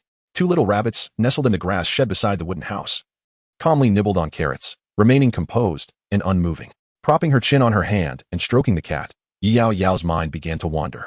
She wondered how Danan was faring amidst the tempest outside. He should be adept in water, so she need not worry overly much. Yet the little merman exuded such a delicate and pitiable aura that she often fretted for his well-being. Fortunately, he had reluctantly learned to hunt, easing her concerns regarding their food supply during such turbulent times. When Yuan was absent, she secretly ventured into the space once. Guai. I wish to proactively add to my dimensional task, she declared to the main system. The golden-haired, golden-eyed little boy suddenly bristled with indignation. What? Are you out of your mind? You foolish child, you actually wish to enhance the emotional strategy for this dimensional character, just to spend a bit more time with him? I had no idea you were so benevolent before. Guai, usually carefree and mischievous, appeared genuinely upset this time, his exquisite little face cloaked in frost. He took a deep breath, yet could not suppress the anger that surged within him, tumultuously confined in his chest, rising and falling restlessly. He pressed his lips together. His eyes slightly reddened, and suddenly softened his demeanor, reaching out to tug at her sleeve, shaking it gently and refusing to let go. Sister, shall we not take on more tasks? Wouldn't it be more delightful to leave this world sooner? You know, interdimensional tasks are inherently challenging. Failing one incurs punishment. And by willingly increasing your own difficulties, aren't you being foolish? Ouch, that hurts. He winced as his slender elven ear was sharply pinched, causing him to leap back. Tears brimming in his eyes as he glared at the heartless girl before him. With a soft hum filled with melancholy, he hid the sorrow lurking in his gaze. Thus, he had accompanied her through countless worlds, completing over 100 interdimensional tasks, yet he had never once assisted her with strategies for courting male characters. This had resulted in Yaoyao, despite being a seasoned task executor endowed with extraordinary abilities and system buffs, remaining utterly clueless about matters of the heart, a complete novice. Bearing the fate of being bullied and abandoned. Originally, this orc dimension tasked them with merely exterminating beasts. Unexpectedly, he found himself ensnared by her, frustrated and angry. He decided to cease the task at hand, resolving to simply watch the large screen, waiting for his foolish host to be cast aside, only to return to him in tears, lamenting her regrets. Chapter 201. Aloe vera. Wait, that's not acceptable. Suddenly, he became agitated, dashing into the room in a frenzy. Rummaging through the system interface with a serious expression, his hands moving furiously as he flipped through dozens of pages in the system shop. You are far too naive. You will be deceived. Allow me to find you a golden opportunity to successfully woo these male orcs. This Oracle of Sudaji is quite excellent, significantly enhancing the user's charm, allowing them to captivate the opposite sex. Yaoyao lifted her eyelids, mercilessly cutting off his enthusiasm with a sharp retort. Could you not provide me with a bit of confidence? Whimper, you bully me. A wicked woman like you will never get married. Yaoyao pondered. Did she love Yuan? The answer, she did not know. She had never loved anyone and was clueless about how to love. However, since she had resolved to be with Yuan, at the very least, she felt it her duty to provide him with the basic companionship that partners ought to share. She considered herself a good person, well-versed in the core values of socialism, striving to avoid being unfaithful. By increasing the task's difficulty, she would prolong her stay in this world, ideally until Yuan's lifespan was exhausted, thus absolving herself of being seen as a heartless woman. Yet, she had heard that the lifespan of the King of Beasts was quite long. She wondered just how many years Yuan could live. He let out a soft huff. His small hands clenched slightly, the knuckles turning pale. He gazed at her for a moment, seemingly attempting to penetrate her serene facade and discern her true thoughts. Yaoyao. The young boy with long, curled lashes fluttered them twice, the dimness of his golden eyes unable to conceal his unwavering hope. Clumsily, he resorted to coaxing and deception. Humph. I initially intended to take you to the interstellar realm for some amusement. It is far more advanced and intriguing than here. I never anticipated you would make such a choice, which now leaves us languishing in this orc dimension for an indeterminate number of years. If the mission remains unfulfilled, the supreme deity may impose penalties. Yaoyao was preoccupied with her collection of precious herbs, her legs crossed as she lounged lazily on a haystack, seemingly indifferent. How could that be? Brother Supreme Deity would never blame me. The little girl was earnest, filled with confidence. After all, he dotes on me so much. How could he bear to punish me? Humph, it is rare that you still remember your brother Supreme Deity. The young boy lifted his delicate chin, his beautiful features suddenly revealing a hint of delight. In that case, I shall reluctantly accompany you and linger in this realm for a few more years. His eyes were crescent-shaped, reminiscent of a cat with its fur smoothed down, suddenly in a whimsical mood, exuding an unusual aura of pink bubbles. The young boy, with an air of elegance, took 2 leisurely steps toward her, his reserved demeanor momentarily set aside. At the sound of her call, he instantly broke into a cheerful grin and scampered off to join the little girl in digging holes to plant grass. The first and second batches of dragon pearl grass had already matured, while the third batch had just been sown. The second batch of purifying vines was also nearing maturity. By the riverside, where water was drawn from the neighboring river, a hint of new green broke through the soil, shyly revealing small shoots. As Yaoyao approached and crouched down, she discovered it was a young aloe vera seedling. This space, connected to the outside world, randomly sprouted various life forms. She never anticipated that aloe vera would grow here. Aloe vera could be transformed into beauty products, and if produced in abundance, it could be sold to other beastmen in the prosperous city she would eventually reach, amassing a fortune. With a surge of joy, Yaoyao carefully dug around the young aloe vera, cradling it in her hands, and swiftly relocated the water-swollen seedling to another suitable patch of land. Chapter 202. Bamboo shoots. Yaoyao is notoriously picky about her palate, almost to an extreme. However, upon arriving in the beast world, her culinary demands had notably diminished. As long as it was edible, it sufficed. Unexpectedly, within a month, her finicky nature was successfully indulged by Yuan. In the underground cold storage, crystalline ice shimmered with a chilling aura, filling the room with an ethereal violet mist. These were all manifestations of Yuan's energy, imbued with an intensely penetrating coldness. Aside from its formidable combat potential, its practical use in freezing and preserving food was unparalleled. The room was packed with an abundance of fresh food, enticingly enhancing her appetite. Whether it was fowl from the skies, beasts from the earth, or fish from the waters, Yuan could procure anything she desired, regardless of the scorching drought or tempestuous storms. What would you like to eat today, Yaoyao? His cool yet affectionate voice gently brushed past her ear, sending shivers down her spine and flushing her cheeks with warmth. It was filled with an unshakable tenderness, intoxicating like fine wine. The little female blinked, thoughtfully counting on her fingers. She had grown weary of the roasted venison, beef, and pork she had consumed daily. It had become somewhat monotonous. It had been quite a while since she had savored the fresh, sweet taste of bamboo shoots. The last time she painstakingly dug them up, they had been lost, and now she yearned for bamboo shoots, just a small portion. A tinge of disappointment and melancholy clouded her thoughts. She gazed at him with hopeful eyes, her clear, black irises wide open, shimmering with an ethereal mist and filled with longing. I want to eat bamboo shoots, she reiterated softly, her voice delicate and tender. Yuan, unable to withstand the captivating gaze of her beautiful, glistening eyes, cleared his throat and averted his gaze slightly, knowing he could not look too long. Prolonged eye contact only intensified his yearning. Yet, beneath that exterior, he felt an undeniable joy and satisfaction. His enchanting eyes, narrow and elongated, exude a hint of languid allure, with their gently squinted arc appearing exceptionally tender and beautiful. All right, whatever you desire to eat, I shall prepare it.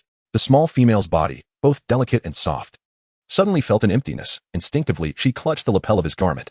Before she could fully comprehend the situation, she found herself securely cradled in the embrace of the ethereal and stunning beast lord. He leaned down and pressed a tender kiss upon her soft, delicate lips. Their breaths intertwined with fervor. Yaoyao instinctively recoiled, yet he deftly pulled her closer, enveloping her in his embrace, her eyes clouded with confusion. The little female's face flushed crimson, her body went limp, overwhelmed by a sensation both intoxicating and suffocating.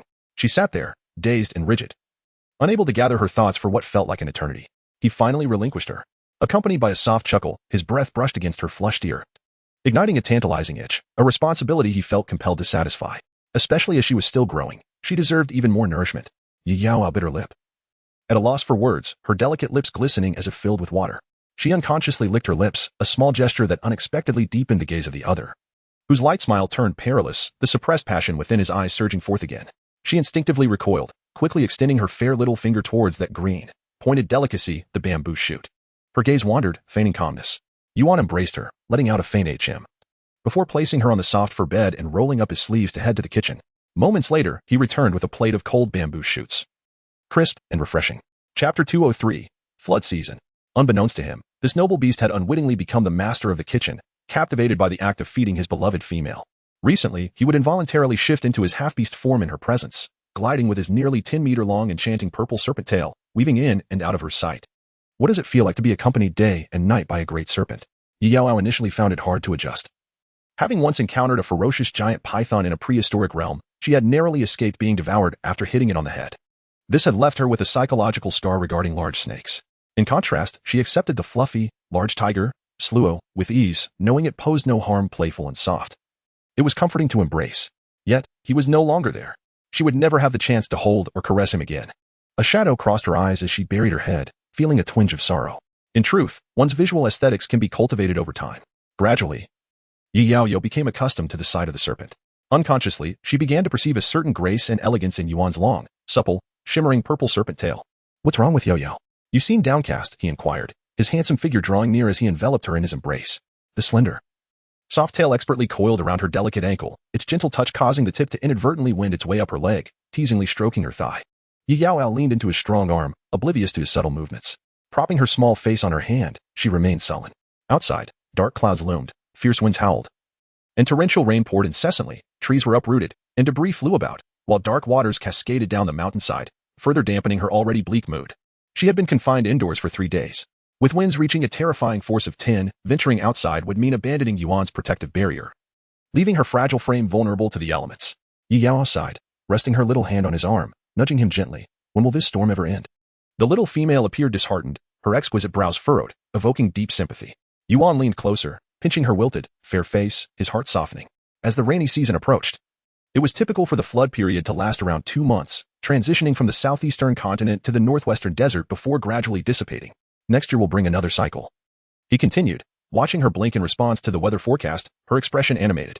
He elaborated, the Beiruto forest is located in the Middle East. Although the flood season is lengthy, there will be intervals of rainfall. It has been raining for 3 days now. The first round is likely to cease soon. However, before that, Yuan's gaze darkened slightly, his thoughts stirring as his long, graceful fingers reached towards her, their cool tips brushing against her collar, gently trailing downward. His hands were porcelain white and impeccably clean, with distinct joints that rendered them exquisitely beautiful. However, the movements beneath them appeared somewhat clumsy. In Chapter 204, titled Rainy Season, Yuan intended to craft a set of elegant and comfortable undergarments for her using the freshly shed snake skin from the previous year. It was rumored that in the Serpent clan, the males customarily fashioned garments for their partners from their own sheddings. Yet, since she already possessed an ample wardrobe and the snake skin was both precious and limited, he opted to create more form-fitting undergarments, offering better value. The notion of using snake skin for undergarments initially struck Yaoyao as quite absurd. However, upon witnessing the quality of Yuan's snake skin, she was utterly astonished. The exquisite and tightly woven skin was thin, soft, breathable, and remarkably flexible, providing a level of comfort that surpassed even the finest silk. The snake skins came in alluring shades of purple, white, and pale silver, each hue remarkably translucent and beautiful. The latter two colors of skin were likely shed from Yuan's abdominal region, feeling even softer to the touch.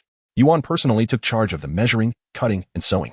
He wished to personally assist her in changing, but Yaoyao, summoning the last vestiges of her shyness, deftly seized the garment and dashed into the room to change. Upon completion, a sigh escaped her lips, and her bashfulness dissipated in an instant. It must be said, the shedding of the serpent's skin was truly a delightful experience.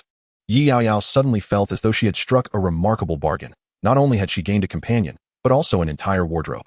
The serpent's skin conformed flawlessly to her form, offering no constriction, while its delicate, breathable texture was a revelation. She had heard that it could also nourish the skin, regardless. She was enamored, and henceforth, her undergarments would be crafted from serpent skin. Transitioning from frugality to luxury is a simple feat, yet the reverse is fraught with difficulty. At the very least, in the realm of undergarments, she found herself disinterested in any other fabric. After several days, the young female finally radiated joy once more. Her delicate and beautiful features blooming with a smile so bright and enchanting that it left Yuan utterly captivated, his heart softened beyond measure. He bent down, cradling her delicate face, and bestowed a gentle kiss upon her. The first significant rainfall was expected to conclude in 3 days afterward. I shall take you out to play for a few days to alleviate the burdensome feelings, shall I, Yaoyao? Yuan, as a priest, possessed the ability to divine the myriad of phenomena, and Yaoyao held no doubt regarding his predictions. She rolled over on the lavish bed adorned with precious soft furs, playfully wiggling her little toes, and readily acquiesced. In truth, her agitation had waned considerably, yet her curiosity was piqued. Her beautiful, round black eyes blinked playfully, exuding a lively charm. Are there any delightful places to explore? She inquired with a soft, languorous voice that caressed the heart like a feather. Strangely, it felt like a playful pout. Yuan's eyes softened, and he reached out to draw her from the bed, embracing the soft, enticing bundle in his arms, which brought him a sense of peace and a gentle smile. Following each substantial downpour, numerous rifts, hills, and deserts would unveil rare wonders. Sometimes, the glaciers would showcase ethereal and breathtaking auroras, alongside volcanic rock formations and karst landscapes. He spoke at length, captivating the young female listener. Yuan had traversed nearly the entirety of this continent, his extensive experiences igniting her profound curiosity and interest with every word he uttered. In the northern realm of the Witchcraft King City, amidst the desolate sandy plains, lay an extraordinarily grand azure lake. The Sluo Lake, crystal clear and enchanting, appeared from the heights of the sky like a magnificent sapphire, a sight that would undoubtedly delight Yaoyao. He grasped her delicate white hand, enveloping it within his long, elegant fingers, gently squeezing and twirling it, meticulously toying with it. His voice, low and enchanting, resonated like a celestial melody. Once the rain ceases, I shall take you out to play. Wherever you wish to go, I will lead you there. The rainy season should have been the most exhilarating period for the Yanan. As a creature of the water, particularly one classified as a water calamity beast, the heavier the rain fell, the more invigorated he became, almost overwhelmed with excitement, yearning for the deluge to engulf the land. Yet, the downpour persisted, and Yaoyao had not emerged to see him for several days. In stark contrast to a certain snake, reveling in its joy and brimming with happiness, another fish lay utterly unmoved upon the shore, lifeless and devoid of vitality, as if it could not sink any further into despondency. His first longing for the fish. When will this incessant rain cease?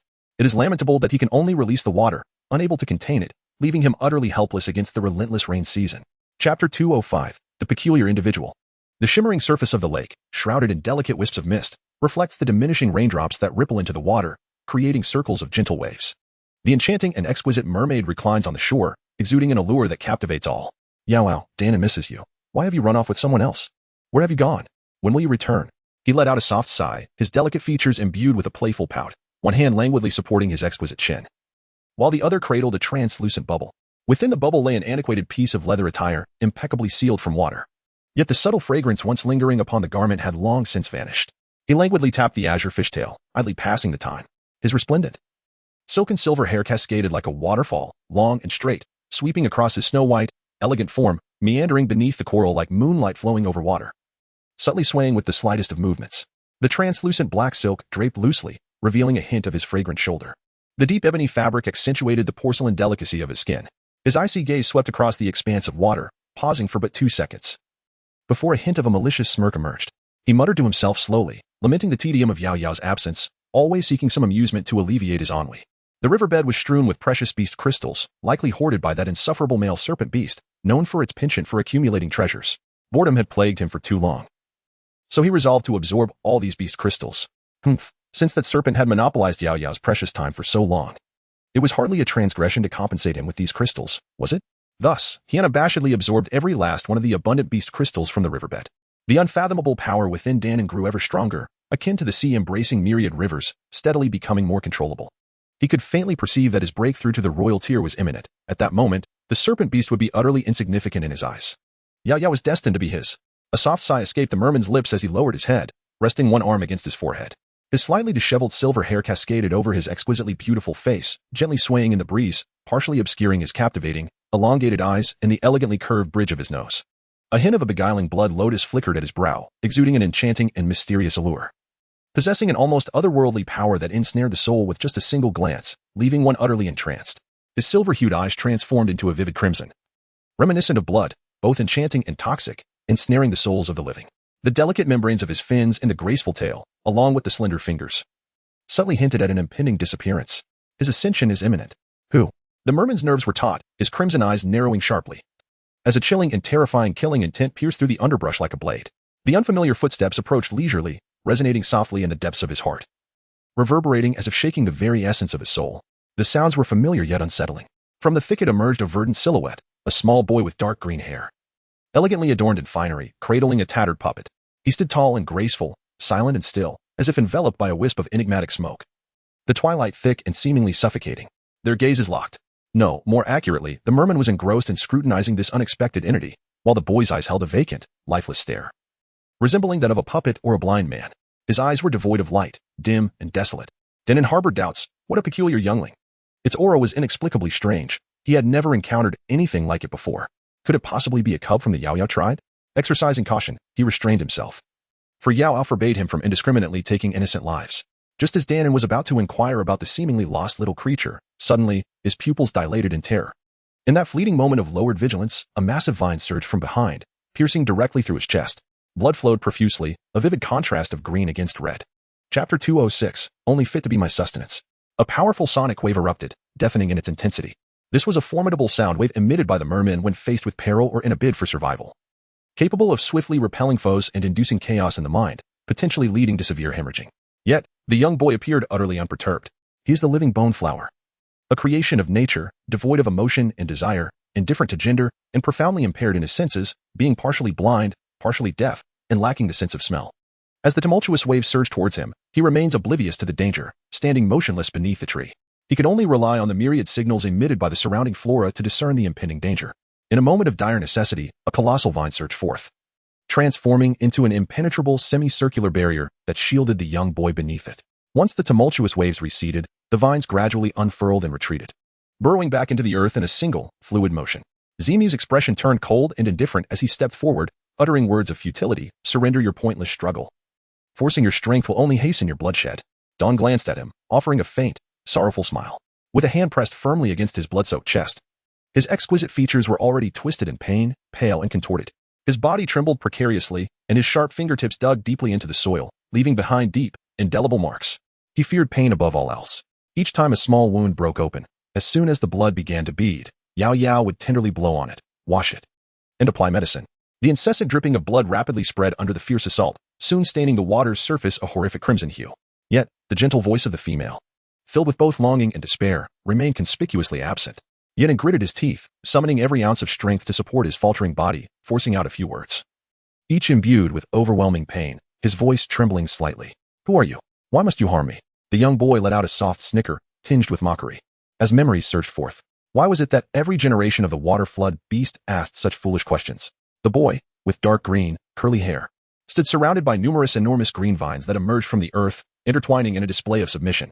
One particularly thick vine, drenched in fresh blood, excitedly twisted its tip, tainted by Yan's essence. The boy extended his hand, his fingertips gently landing upon it. A pale green aura radiated outward, enveloping the vine's tip.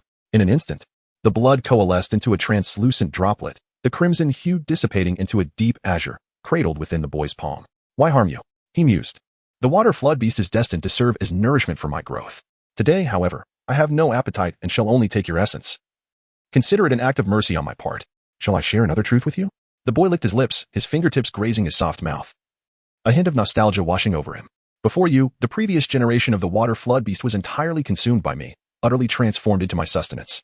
He extended his hand to caress the droplet of blood, lost in fervor, as the colorless depths of his gaze ignited with a flicker of flame, burning with unrestrained intensity.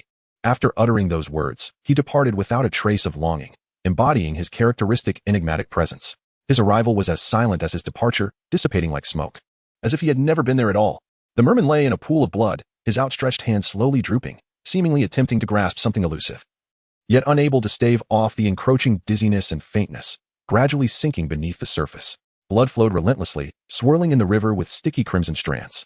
The youthful merman, breathtakingly delicate, possessed no semblance of self-healing ability. Once a grievous wound manifested, death was a likely consequence. This explains why the merman clan's spawning yields hundreds, even thousands of eggs, with a relatively high hatching rate, yet their total population remains lamentably scarce. Chapter 207. Do you like it? Yaoyao's eyes had long lost the strength to open, merely sensing the tumultuous, pressurized currents within her pectoral fins, dark waves undulating with a muffled roar. As time elapsed, the sound diminished, and her consciousness gradually faded into obscurity. His entire being seemed to be submerged in the abyss of the vast ocean, reminiscent of his childhood when, as a young fish, he was cast into the depths of the sea, enveloped in an everlasting darkness for 3 long years. Yaoyao, he ached profoundly, longing to nestle in her embrace and share his grievances, yet why was she not present? He still does not wish to perish. He had yet to seize Yaoyao, to taste her essence, and then deceive her into bearing him little fish fry. 2 days prior, the torrential rain had ceased. According to their agreement, Yuan took the eagerly awaited young female out for an excursion. He procured a sturdy mid-tier riding beast, tamed it, and, seizing the opportunity presented by the clearing storm, ventured out with her for 2 days. The journey spanned half a day of flight. The young female, somewhat delicate in constitution and experiencing her first high-altitude flight, soon turned pale and felt a wave of nausea. The turbulent air currents, fierce and overwhelming, howled past them, causing her garments to flutter wildly.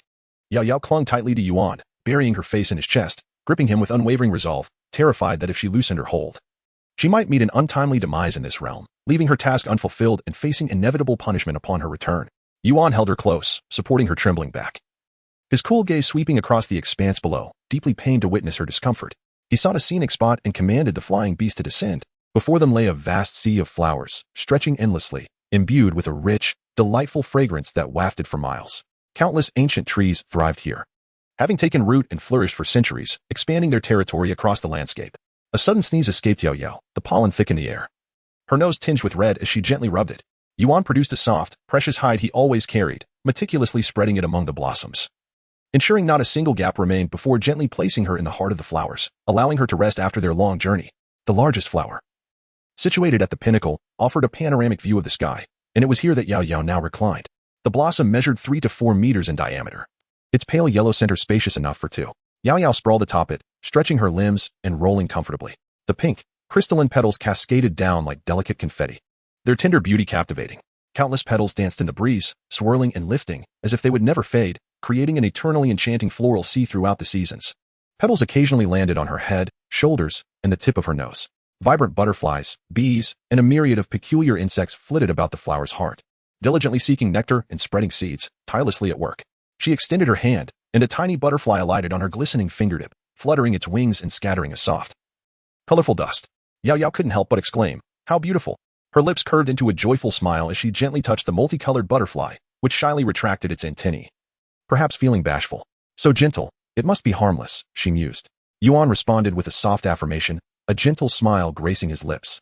He leaned down, skillfully wrapping his arms around her delicate waist, resting his finely sculpted chin against her soft shoulder. With a swift motion, he peeled back the fabric from her shoulder and leaned in to take a gentle bite of her exposed, fair skin. Did Yaoyao enjoy that? Chapter 208. Trouble arises. Yes, thank you, Yuan. After a brief moment of contemplation, Yaoyao attempted to act coy. "Yuan, you are wonderful." Cautiously, she returned a soft kiss. Quickly turning her head away, she lay back amidst the flowers, dangling her petite feet and feigning calmness. The regal beast lord, with an air of icy elegance, momentarily froze, his mind echoing with her soft, seductive voice. The slight lilt in her tone brushed against his heart like a gentle feather, making it nearly impossible for him to resist. Though the concept of acting cute was foreign to the beast man, Yuan truly felt the joy of being adored by his beloved little female. After a while, he reluctantly regained his composure. Chuckling softly as he tightened his embrace around her waist, he summoned a blossom dripping with nectar and brought it to her lips, encouraging her to drink it down in delightful gulps. Is it delicious? The little female nodded earnestly, propping herself up in his embrace, her half-closed eyes sparkling with joy. Her voice, laced with a hint of languor, inquired, I want more. Are there other tasty and fun things? It was a rare outing, having been cooped up for days, and she intended to savor the breathtaking scenery. Stretching languidly, her joints cracked softly. A gentle breeze fluttered by, causing a petal to drift down and land on her face, tickling her. Just as she reached to brush it away, he caught her hand to stop her. The delicate petal, paired with the alluring charm of the little female nestled in his arms, stirred his imagination. Yuan gazed at her with deep affection, his heart melting as he leaned in to plant a gentle kiss on her brow, capturing the petal from her face with his lips. Beneath the sunlit sea of flowers, it felt like a fairy tale. Under the enchanting glow of the aurora by night, one could easily fall into a trance. Yaoyao nestled against him, drifting into a deep slumber, too lazy to even eat dinner, lost in the intoxicating scent of blossoms. Though she had come to relax, the journey had been bumpy and left her utterly exhausted. Yuan secured her with his long serpentine tail, aware that she was prone to restlessness in her sleep. He had witnessed it before and feared she might inadvertently roll off, plunging into the abyss below, a perilous lake that could swallow even him whole. Having spent just over a day in playful leisure, Yaoyao suddenly felt a wave of anxiety wash over her breath becoming shallow as if she were suffocating. A burning pain in her hand signaled an urgent message. Looking down, she noticed the black mark of the merman on her finger was beginning to fade. What was happening? And shouldn't have the power to dissolve the contract voluntarily. Could it be that he was in trouble? Yuan, we must hurry back. I have a terrible feeling that something has gone awry. Yuan gazed deeply at her, somewhat puzzled, believing their time together could stretch on indefinitely. What has happened? I don't know, but it seems Inen is in trouble. My bond with him is fading. Yuan's cool fingertips brushed against her reddened eyes, wiping away what appeared to be tears. Yaoyao had realized she was crying, sensing a connection with Inen. It seemed clear, Inen was indeed in peril. We need to leave quickly. I'm scared. I fear it may be too late. A profound sense of unease consumed her, igniting a burning urgency within her chest. Chapter 209. Abandoning the night, they rushed back with utmost haste, but it seemed they had arrived too late. The mark of the merman on Yaoyao's finger had nearly vanished, and even the pain had diminished significantly. A wave of sorrow washed over her, her nose and eyes reddening with unrestrained fear and apprehension. Sloth had silently taken Inen from her. Would he also leave? She regretted her indulgence in play. Having ventured so far and momentarily forgotten Inen, she had taught him how to hunt, evade disaster, and survive, believing he could care for himself. Yet, she had underestimated the unpredictable nature of the world. The little female buried her head in Yuan's arm, gripping his sleeve tightly, and he could feel her taut, anxious demeanor. Her eyes glistened with unshed tears as she clung to him, seeking comfort in his presence. His arms were drenched. The fate of that fish, whether alive or dead, bore little significance to Yuan. If it lived, he could easily disregard it, and if it perished, it would merely add to the embellishment of the moment. Yuan's mood could not possibly be swayed by this merfolk, especially since he always felt that the fish sought to compete with him for the female. Yet, seeing Yaoyao weep so sorrowfully pierced his heart. As long as Yaoyao could find joy and smile, he would willingly assist her in rescuing that fish, regardless of its intentions on land. Upon returning, the bloodstains on the water's surface had long been washed away, leaving no trace of the previous flow. Yaoyao tightly covered her mouth, inhaling deeply as she endeavored to soothe the sorrow within her heart. Danon had sunk to the riverbed. He sensed a flicker of dwindling vitality within him, soon to fade. Yuan nodded, offering a comforting kiss, then transformed into his half-beast form and slipped into the unfathomable depths of the river. After a brief moment, a splash resonated through the water curtain. Yuan, partially drenched, retrieved Dan and placed him upon the shore. Checking for breath, he found it faint. Yaoyao hesitantly inquired if he could be saved. He is not entirely gone. It is worth a try, he replied. Meeting the little female's gaze, filled with guilt and sorrow, his heart softened, and he spoke gently. I have absorbed all the beast crystals I left at the riverbed, significantly enhancing my strength, though I cannot fully harness it yet. My physical resilience has transformed immensely. Pausing, he continued, I will seek some green beast crystals to replenish his life energy. Feeding them to him should facilitate his recovery. If the fish were mature, he would have confidence, but as it stood, the fish was still in its juvenile form, far too fragile, leaving Yuan uncertain of the outcome. During Yuan's brief absence, Yaoyao ventured into her space, spending several days acquiring a vial of healing elixir, designed to promote cellular regeneration and bolster physical strength. Uncertain of its efficacy, she pried open his lips and managed to administer it to him. A faint, agonized cough escaped his lips, as if he had choked. Yaoyao? Is that you? Danon stirred, awakening from his slumber, nestled in her embrace, though still somewhat dazed and disoriented. Each word he uttered seemed to be the last remnants of his strength, spilling forth from his blood-stained lips, trembling with each syllable. He appeared exceedingly fragile and sickly, delicate and pitiable, with a sorrowful countenance. Those exquisite, Mesmerizing eyes gazed fervently and deeply at the small female before him, as if veiled by a gossamer mist, resembling a pear blossom drenched in rain, yet nearly ecstatic. Suddenly, he shook his head in a daze, his emotions dimming. How could he dream when Yanan seemed to be dead? Tears fell drop by drop, plopping down like pearls. This was a genuine display of weeping, a profound sorrow that was devoid of any trace of feigned delicacy, filled instead with heartfelt sobs. Alas, when Yanan passed away, Yaoyao did not appear. She had fled with the serpent beast. Yaoyao no longer desired Yanan, and he felt an unbearable ache in his heart. How it hurt. How it pained him. Yaoyao no longer cherished him, wanting to abandon Yanan. Chapter 210. Failure. The little mermaid lay in her embrace, softly whimpering, her sobs incessant. Tears and snot streaming down her face, mingling with filthy blood, rendering her in a state of utter disarray. Her once stunning visage had long since vanished. He is now a pitiable soul, having lost and regained what he cherished, trembling violently all over. He clutches the hem of her garment tightly, refusing to let go. Terrified that if he releases his grasp, Yaoyao would vanish once more. The thought of such a blow is unbearable. It drives him to the brink of madness, unleashing chaos and darkness upon the world. Yaoyao gently wipes away his tears, her expression a mixture of guilt and distaste, yet her gaze remains tender. Her voice soft and soothing. Rest assured, I will never abandon you, not now, not ever. My love for you is eternal. He etched those words deeply into his memory. The tears unspoken.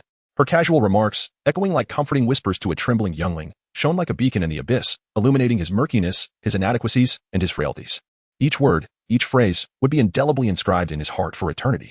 Yaoyao, you mustn't deceive. She patted his back, offering solace countless times until the trembling bundle in her arms regained its composure, no longer choking on sobs. Upon closer inspection, she realized the little merman had once again succumbed to unconsciousness. The remnants of tears on his cheeks hinted that his brief revival was merely a flicker of light, exhausting the last vestiges of his strength. With no energy left, he slipped back into darkness, his body convulsing instinctively in response to pain. A gentle breeze rustled the fallen leaves, yet it could not disperse the chill in the air. Suddenly, Yaoyao felt a shiver run down her spine. Rubbing her small hands together, sensing an inexplicable coldness. The footsteps behind her were like clouds treading upon mist, mingling with a refreshing, fragrant aroma. A cool, detached voice echoed in her ears, as if suffused with pressure. Yaoyao, I have procured the green crystal. I will channel the beast's essence to aid in his recovery. Step back a bit, lest you be harmed. From afar, he observed the irritating sight of the entwined merman and the young female, their presence intensifying his senses. His serpent-like pupils narrowed to slits, his once frosty violet eyes now gleamed with a cold yet inexplicable discontent. However, the moment his gaze met Yaoyao's, it transformed once more into warmth and tenderness, brimming with undeniable affection. His fingertips grazed her soft hair, gently massaging it, before he lifted her and placed her at a considerable distance, ensuring she could not witness the circumstances unfolding on their side. The little female departed. His expression transformed instantaneously, becoming icy and perilous, inscrutable as the abyss itself. His gaze, chilling and terrifying like the depths of darkness, coldly swept over the fallen merman. The curve of his lips widened ominously, and with a sudden exertion of force, several hard green crystals shattered with a sharp crack, instantly reduced to powder, cascading down like a fine dust. A light huff escaped his lips, betraying an unmistakable aura of lethal intent. Were it not for Yaoyao, I would not have saved you. Should we meet again, I shall personally reclaim this life. His tall, elegant figure stood resolutely by the riverbank, exuding an air of cold nobility. Having uttered his words, he no longer glanced at the merman on the ground, his gaze retreating once more into indifference and chill. With his hand as a quill, he began to carve the realm. His royal beast domain envelopes this land directly, with the enchanting purple soul energy coalescing into a formidable barrier, utterly powerful, isolating the interior from the exterior. He meticulously arranged the translucent green crystals around the dying merman's body. With a piercing gaze, he condensed his soul power in his palm. Dark light swirling with enchanting purple hues. The gilded royal seal on his forehead flickered amidst his inky black hair, exuding an ethereal elegance, resembling a fallen celestial being. Yuan's aura underwent a tremendous transformation as he resolutely shifted into his semi-beast form, manipulating his soul energy to extract the essence from the green crystals, delivering each thread of life force to the merman teetering on the brink of death. Time stretched for a full half-day, without respite. As dusk descended, the sky blazed crimson, the enormous setting sun burning fiercely, casting an ominous blood-red hue that sent shivers through the soul, evoking an unsettling foreboding. Was Yuan still unable to revive him? Had he failed? Chapter 211. Severing the tail, Yuan neither shook his head nor nodded. Typically decisive and cold, he now revealed a hint of hesitation. His voice was icy as he spoke. I have infused the power of revival into his body. He will not die just yet. However, his juvenile form is exceedingly fragile, and the severity of his wounds renders his survival uncertain. Yaoyao felt a pang of anguish, her heart tightening as she coldly clenched her fists. Is there no other way? There is. The small female shot him a glance, her dull, desolate eyes suddenly sparkling with anticipation. Yuan smiled faintly, his serpent tail swaying gently as he drew her into his embrace and tenderly kissed her cheek. In the brightness of her hopeful gaze, his brow furrowed, a flicker of compassion surfacing as he reluctantly determined to voice the harsh truth. Severing the merman's tail would force him into maturity, significantly enhancing his self-healing capabilities. Sever the tail? She exclaimed in shock, disbelief etched across her face, her hands trembling slightly. The term itself conveyed the brutality of the act, an exceedingly cruel method involving the forcible division of the immature merman's tail into two, flesh and bones severed in an instant, followed by the application of a specific potion to transform it into human legs, thus hastening his maturation. Though the explanation seemed straightforward, the excruciating pain of skin and bone being torn apart was akin to a living death, a torment so profound one might yearn for the release of oblivion. It was likely that, having not yet succumbed to death, he would perish from the agonizing pain of the severance. But this was the only solution. Yaoyao gazed at Danon, her brow furrowed tightly, biting her lip. The once bright confidence on her face was now overshadowed by anxiety and unease. The merman lay feebly upon the black mud, his silver hair sullied, his body marred beyond recognition, his once pale skin tainted with grime and blood, resembling a pearl lost to dust. His bloodied bones were starkly visible, and parts of his flesh hung perilously close to detachment. She extricated herself from Yuan's embrace and stepped closer, crouching beside the merman. She reached out her small hand to caress his blood-streaked visage, aware that Danon still retained a flicker of consciousness. When Yuan had uttered the words "sever the tail," his body had instinctively tensed in fear. Her gentle touch found his tail, taut and trembling. Softly, she inquired with 4 simple words, "Are you willing?" She hoped for his recovery, as did he. Yet she recognized it was not her place to decide. The true arbiter and bearer of this fate must be him alone. The tautness of his tail quivered incessantly. She caressed him repeatedly, softly, never uttering another word, offering whatever warmth she could to soothe him. At last, she sensed the tightness in his tail gradually easing, its once rigid form softening into her delicate hand. He was rendered speechless by pain, having exhausted his final reserves of strength. His delicate tail fin gently brushed against her palm, a damp warmth that sent a tingling sensation through her. Hesitation lingered, yet willingness remained. He wept as he spoke. He was willing to endure the pain, and Yaoyao promised to remain by his side, loving him unwaveringly. He could not succumb to death. He must cling to this wretched life that he had once despised so deeply. He still intends to use this life, waiting for Yaoyao to fulfill her promise. Chapter 212, continuing to sever tail and bone. These 4 characters incessantly danced in her mind, rendering her restless. Yaoyao, with a weathered demeanor, paced back and forth in the nearby grove, her anxiety mounting as she anxiously circled around a large boulder, echoing the frantic demeanor of a father awaiting the birth of his child. She had already regarded the little merman as her sister, and this sudden transformation caught her off guard, leaving her flustered. Without the preparation for the female transformation, it seemed a brother might emerge instead. The shattered dream of a tranquil feminine existence would surely leave the child heartbroken. Yaoyao was torn between worrying whether he could endure the pain and pondering how to comfort him upon discovering his transformation into a male. Suddenly, her gaze sharpened, and she pivoted with urgency, instinctively rushing into the woods. A piercing wail reverberated through the air, laden with immense suffering, resonating with a heart-wrenching cry that crashed against her fragile eardrums, leaving her dizzy and disoriented. The weeping seemed to suppress the agony fiercely. Yet even a fraction of that pain escaping was enough to send chills through her heart, tearing her apart. It felt as though it ground against her heart inch by inch, tightening every nerve in her body, eliciting profound sympathy. It was Danon. The severing had already commenced. As she dashed forward, she beheld the riverbank awash in a vast expanse of blood, blooming like the enchanting red spider lily, completely saturating the waterway. Old blood mingled with new, layering one upon the other, creating a true river of blood. The merman struggled desperately, his eyes ablaze with crimson, thrashing his tail in a futile attempt to destroy everything around him. The half-peeled remnants of his tail flailed madly on the parched bank, attempting to escape the blade in the hands of Yuan, heedless of the blood pouring from his severed tail, exposing the raw, glistening bones beneath. Yuan hesitated to strike. With each movement, Danon would truly be lost. Danon, be still. Do not move recklessly. Have you forgotten what you promised me? Yaoyao, with fluid grace, stepped forward and restrained Danon strangely. The merman's once rampant, damaged tail ceased its assault in that fleeting moment of proximity to the little female, succumbing to the agony and sinking into the mire, motionless, fearful of going mad and harming her. Even the uncontrollable fury of the merman was suddenly transformed, with tear-filled eyes. He collapsed into her embrace, sobbing uncontrollably. Yaoyao, it hurts so much. I don't want to cut off my tail anymore, sob. It truly hurts. He feared pain above all else. In a world devoid of anesthetics, the kind of injury he endured could swiftly prove fatal even for a robust and powerful male. How much more so for him, a frail and delicate juvenile merman. As the blade struck, he nearly succumbed to unconsciousness once more. Yaoyao held him tightly, caressing his sweat-drenched silvery hair, her tone as light as she could manage. Be good, Jeannin. Bear with it a little longer, will you? Once you recover, I shall prepare steamed eggs, freshwater shrimp, and fruit pastries for you. When you transform into your human form, you will be free to venture ashore. I will take you to many delightful places and explore this continent together, all right? She coaxed him repeatedly, gently patting his back, her voice soft and enchanting. In that fleeting moment when the merman let his guard down completely, Yaoyao exchanged a knowing glance with Yuan, signaling him to proceed. Chapter 213. Blood essence. Yuan's brows knitted together as he approached, raising his hand to swiftly strike down the weeping merman into unconsciousness. Zhanan had been barely holding on to the last vestiges of his strength, causing a commotion. Now, with this sudden blow, he would not awaken for some time. The source of the noise was successfully silenced. Yuan's gloomy and cold demeanor softened slightly as he discreetly scooped Yaoyao into his arms, placing her at a considerable distance from the unconscious merman. He held her securely, lowering his head slightly to skillfully part her lips for a kiss, interrupting her line of questioning. The little female blushed, her back against the rough tree roots, momentarily dazed. Yaoyao, with her kind and tender heart, had been excessively generous towards this merman. Moreover, should he survive, he would eventually become a fully fledged male, posing a risk of competition for Yuan. Yaoyao, please do not be overly kind to others, all right? He gazed at her intently, a gentle smile gracing his lips. Otherwise, I fear I might succumb to jealousy. He pinched her delicate, fair face with a force that was somewhat harsher than usual, leaving behind faint red imprints that would soon fade, akin to a subtle form of punishment. The cold and noble Lord Wang Bi smiled tenderly, his soft words seemingly laced with a hint of vexation. Yaoyao felt a chill run down her spine. She instinctively shrank her neck and cleared her throat, acknowledging that she often referred to Danon as her younger sister, even though he might soon be her younger brother.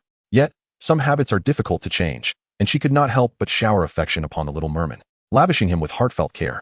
She lifted her small face, her dark, round eyes sparkling with innocence, and tugged at his sleeve, refusing to let go. Gently, she swayed, asking if he was upset. The little female nestled against him, wrapping her arms around his slender neck, and leaned in for a soft kiss, pleading with him not to be angry. After all, Danon merely regarded her as an elder sister, without any ulterior motives. He was simply very attached, much like her little black ball at home. Elder sister? Yuan's lips curved slightly as he repeated the phrase time and again, as if savoring it thoughtfully. However, under the gentle onslaught of the little female's affection, his heart softened completely, leaving him utterly oblivious to the concept of jealousy. Before releasing her, he bestowed a tender kiss upon her lovely brows, and then resumed his task of scraping his tail. Yanen's tail had been partially scraped when he suddenly awakened in pain, which resulted in the earlier scene. Furthermore, his tail had been flailing wildly, causing the fish bones to misalign. It took quite some time for Yuan to properly realign the fish bones and complete the scraping process. Why had he not yet transformed into legs? How much longer would it take? Yaoyao could no longer contain her curiosity and concern. She approached and squatted beside them, her delicate fingers gently resting on the bloodied, split tail of the merman. Her heart tightened at the sight. It was severed in two. Would it ever become a tail again? The transformation of the fish tail into human legs required additional time, the specifics of which depended on him. Yuan pinched her worried little face, admiring the beauty of his little female companion. His voice was melodious and warm. If he succeeded, it would be akin to a rebirth, officially entering the ranks of adulthood. Indistinguishable from other mermen, with the ability to freely transition between human legs and a fish tail. However, Yuan's voice turned slightly cold, as if recalling something. A chilling light suddenly cast its gaze into the distance, indicating that the only vital essence within the merman had seemingly been taken away, which boded ill for his body. The success rate of healing would diminish, and his strength would plummet significantly. Chapter 214. A Journey to the Fifth Watch. Rewards for additional chapters. Beastmen possess innate vital essence within them, comprising nearly half of their soul's origin. If forcibly stripped away, their bodies would suffer severe damage, mildly resulting in diminished realms, or in severe cases, death. As one's realm increases, the vital essence can be refined independently. Yuan possessed two essences. He had gifted one, transformed into a purple crystal necklace, to Yaoyao, while retaining another within himself to stabilize his realm. Yet, the merman had only one essence, and refining an essence required several decades. Who had attacked Yanen and plundered his precious essence? This was evidently a targeted raid. The intruder had malicious intent. Yaoyao pondered, her right fist striking her left hand, arriving at a reasonable conclusion. Such ruthless actions could not have been perpetrated by the beastmen of the tribe. Firstly, Yaoyao had forbidden Yanen from venturing out or exposing himself to the tribe's beastmen. Yanen had always listened to her, behaving obediently, and would not have incurred the enmity of the tribe. Secondly, although Yanen's cultivation was suppressed by her contract, they had been at a considerable distance at that time, rendering the suppression weak. Yanen's strength was nearly at the king level, and it was implausible that any beastman from the tribe could rival him and inflict such severe injuries. The roaming beasts nearby lacked such capability. Who could it be? Noticing a flicker of movement from the person beside her, Yaoyao immediately turned her head, taking a few steps forward. As Yuan's icy gaze locked onto a patch of withered grass nearby, this area bore the marks of footprints. Looking further, more footprints appeared, gradually receding into the distance. She and Yuan followed the trail, where the surrounding trees and wild grasses seemed to have suddenly lost their vitality, withering and crumbling into dust. The footprints were small, reminiscent of a beastman's cup. A crimson serpent's tongue flickered briefly before retracting. Yuan extended his long, jade-like fingers, brushing through her hair gently. Yaoyao, wait for me a moment. I will investigate further. All right, she replied obediently, stepping aside. As his words fell, an ethereal mist enveloped Yuan, swirling in soft lavender hues. The instant he released his soul power, it felt as if an explosion had occurred. A powerful and astonishing wave surged forth, shaking the mountains and toppling trees. Yaoyao crouched down, cradling her head, silently surveying the surrounding chaos. She thought to herself, fortunately, she was at a distance, shielded by Yuan's protective essence. Otherwise, being continuously near a king-level beastman who lacked restraint could cost her life eventually. Yuan transformed into a fleeting shadow, instantly appearing thousands of meters above the ground, his enchanting, cool violet eyes scanning everything meticulously for any suspicious trace. Finally, he detected a flaw. The city of all beasts, he had not anticipated that it would be people from there, which added an intriguing twist. Yuan swiftly returned to the ground beside Yaoyao, vanishing without a trace, an unsettling presence. It was indeed individuals from the city of all beasts who had taken the merman's vital essence. But what was their purpose? A rare glimmer of interest flickered across Yuan's usually serene features as he yearned to uncover the truth, yet for the first time, he felt a pang of reluctance due to the cherished thoughts of his beloved. With a sweeping motion of his long arm, he embraced her slender and delicate waist.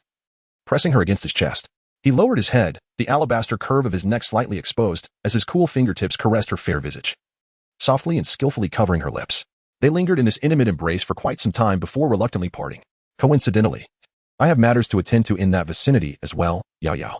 I shall be away for a couple of days to assist in retrieving the blood crystal for that merman brother of yours. While I am gone, please behave and do not wander about, all right? I would be quite distressed if anything were to happen. Chapter 215. Finding a place. Yuan, after much contemplation, reluctantly took his leave. His journey to the Beast King City, ostensibly to aid the merman in his quest for pure blood, served a deeper purpose, to secure a suitable dwelling for Yaoyao. This tribe, steeped in poverty and backwardness, faced an imminent winter marked by a high mortality rate among females, and lacked any effective measures against the cold. While Yuan himself was indifferent to such conditions, he could not bear the thought of his cherished female enduring hardships in such a destitute and primitive community. The ice beast was likely dead, rendering his continued presence in the Sanglin tribe unnecessary. In selecting a new place of residence, Yuan first dismissed the Tengsha King City. The warlike Fuji was solely devoted to expanding the territory of his kingdom, relentlessly pursuing power while disregarding the plight of the tribesmen and the chaos of their lives. Despite the formidable strength of Tengsha King City, the lives of its subordinate tribesmen were far from prosperous, marked by external strength yet internal desolation and unending turmoil. He could not bear to send Yaoyao to such a place, even though it was the royal city of his existence. The northern desert, the Witch King City, though prosperous and powerful, was situated in a harsh environment atop the desolate highlands, where the inhabitants were predominantly poisonous creatures, likely unappealing to Yaoyao. The city of divine feathers, abundant and stable, ruled by the Golden Feather Phoenix clan, was the most suitable choice for him. Yet it lay too far away and was fraught with numerous adversaries from the Serpent clan. After much contemplation and concern, he ultimately settled on the city of 10,000 beasts. However, this royal city had its peculiarities. Ever since the fall of its sole innate royal beast, the Unicorn King, hundreds of years ago, the city had not given birth to another innate royal beast, and while it remained relatively prosperous, its overall strength was in decline. Within the city of 10,000 beasts, the 5 great beast clans vied for power, creating an atmosphere of instability. Thus, his primary choice would be a prosperous city under the jurisdiction of the city of 10,000 beasts, where, as an outsider, he would need to secure residency rights. The Nile River cascades down from towering heights, winding steeply and consuming various streams, ultimately forming a mighty river that stretches for thousands of miles. Its surging waves traversing the plateau hills with an indomitable spirit, perfectly dividing the 2 royal cities. The bountiful southern plains belong to the city of 10,000 beasts. At the heart of the royal city stands a magnificent stone fortress, its grandeur unyielding, adorned with countless green vines that spread freely, extending the territory. To his surprise, "You ventured alone. I had thought you would lose your way and sneak back halfway." A youth of the beast men, with fiery red fox ears, lounged by the window. Arms crossed and long legs arched, clad in luxurious, exquisite red leather attire that proclaimed his distinguished identity. His strikingly beautiful fox-like eyes, devoid of focus, gazed aimlessly at the scenery outside, their depths shimmering like molten gold. He languidly rested his chin against the window, his luscious vermilion lips seeming to sigh. His slanted fox-like eyes narrowing in contemplation, lost in thought. "You are unable to bestow upon me sufficient trust." On the other side of the stone fortress, a small boy with dark green curls cast his gaze downward, his demeanor cold and detached. With some difficulty, he leaned over the towering stone table, his tiny hands deftly wielding a bone knife as he elegantly dissected the dripping, sanguine morsels, consuming them daintily, his responses somewhat vague. He took 2 bites before setting down the bone knife. With eyes as desolate as an abyss, he cast a sideways glance at Qi Li, clenching his fists. A wave of dissatisfaction and fury surging within him. The flesh of this orc was far too aged.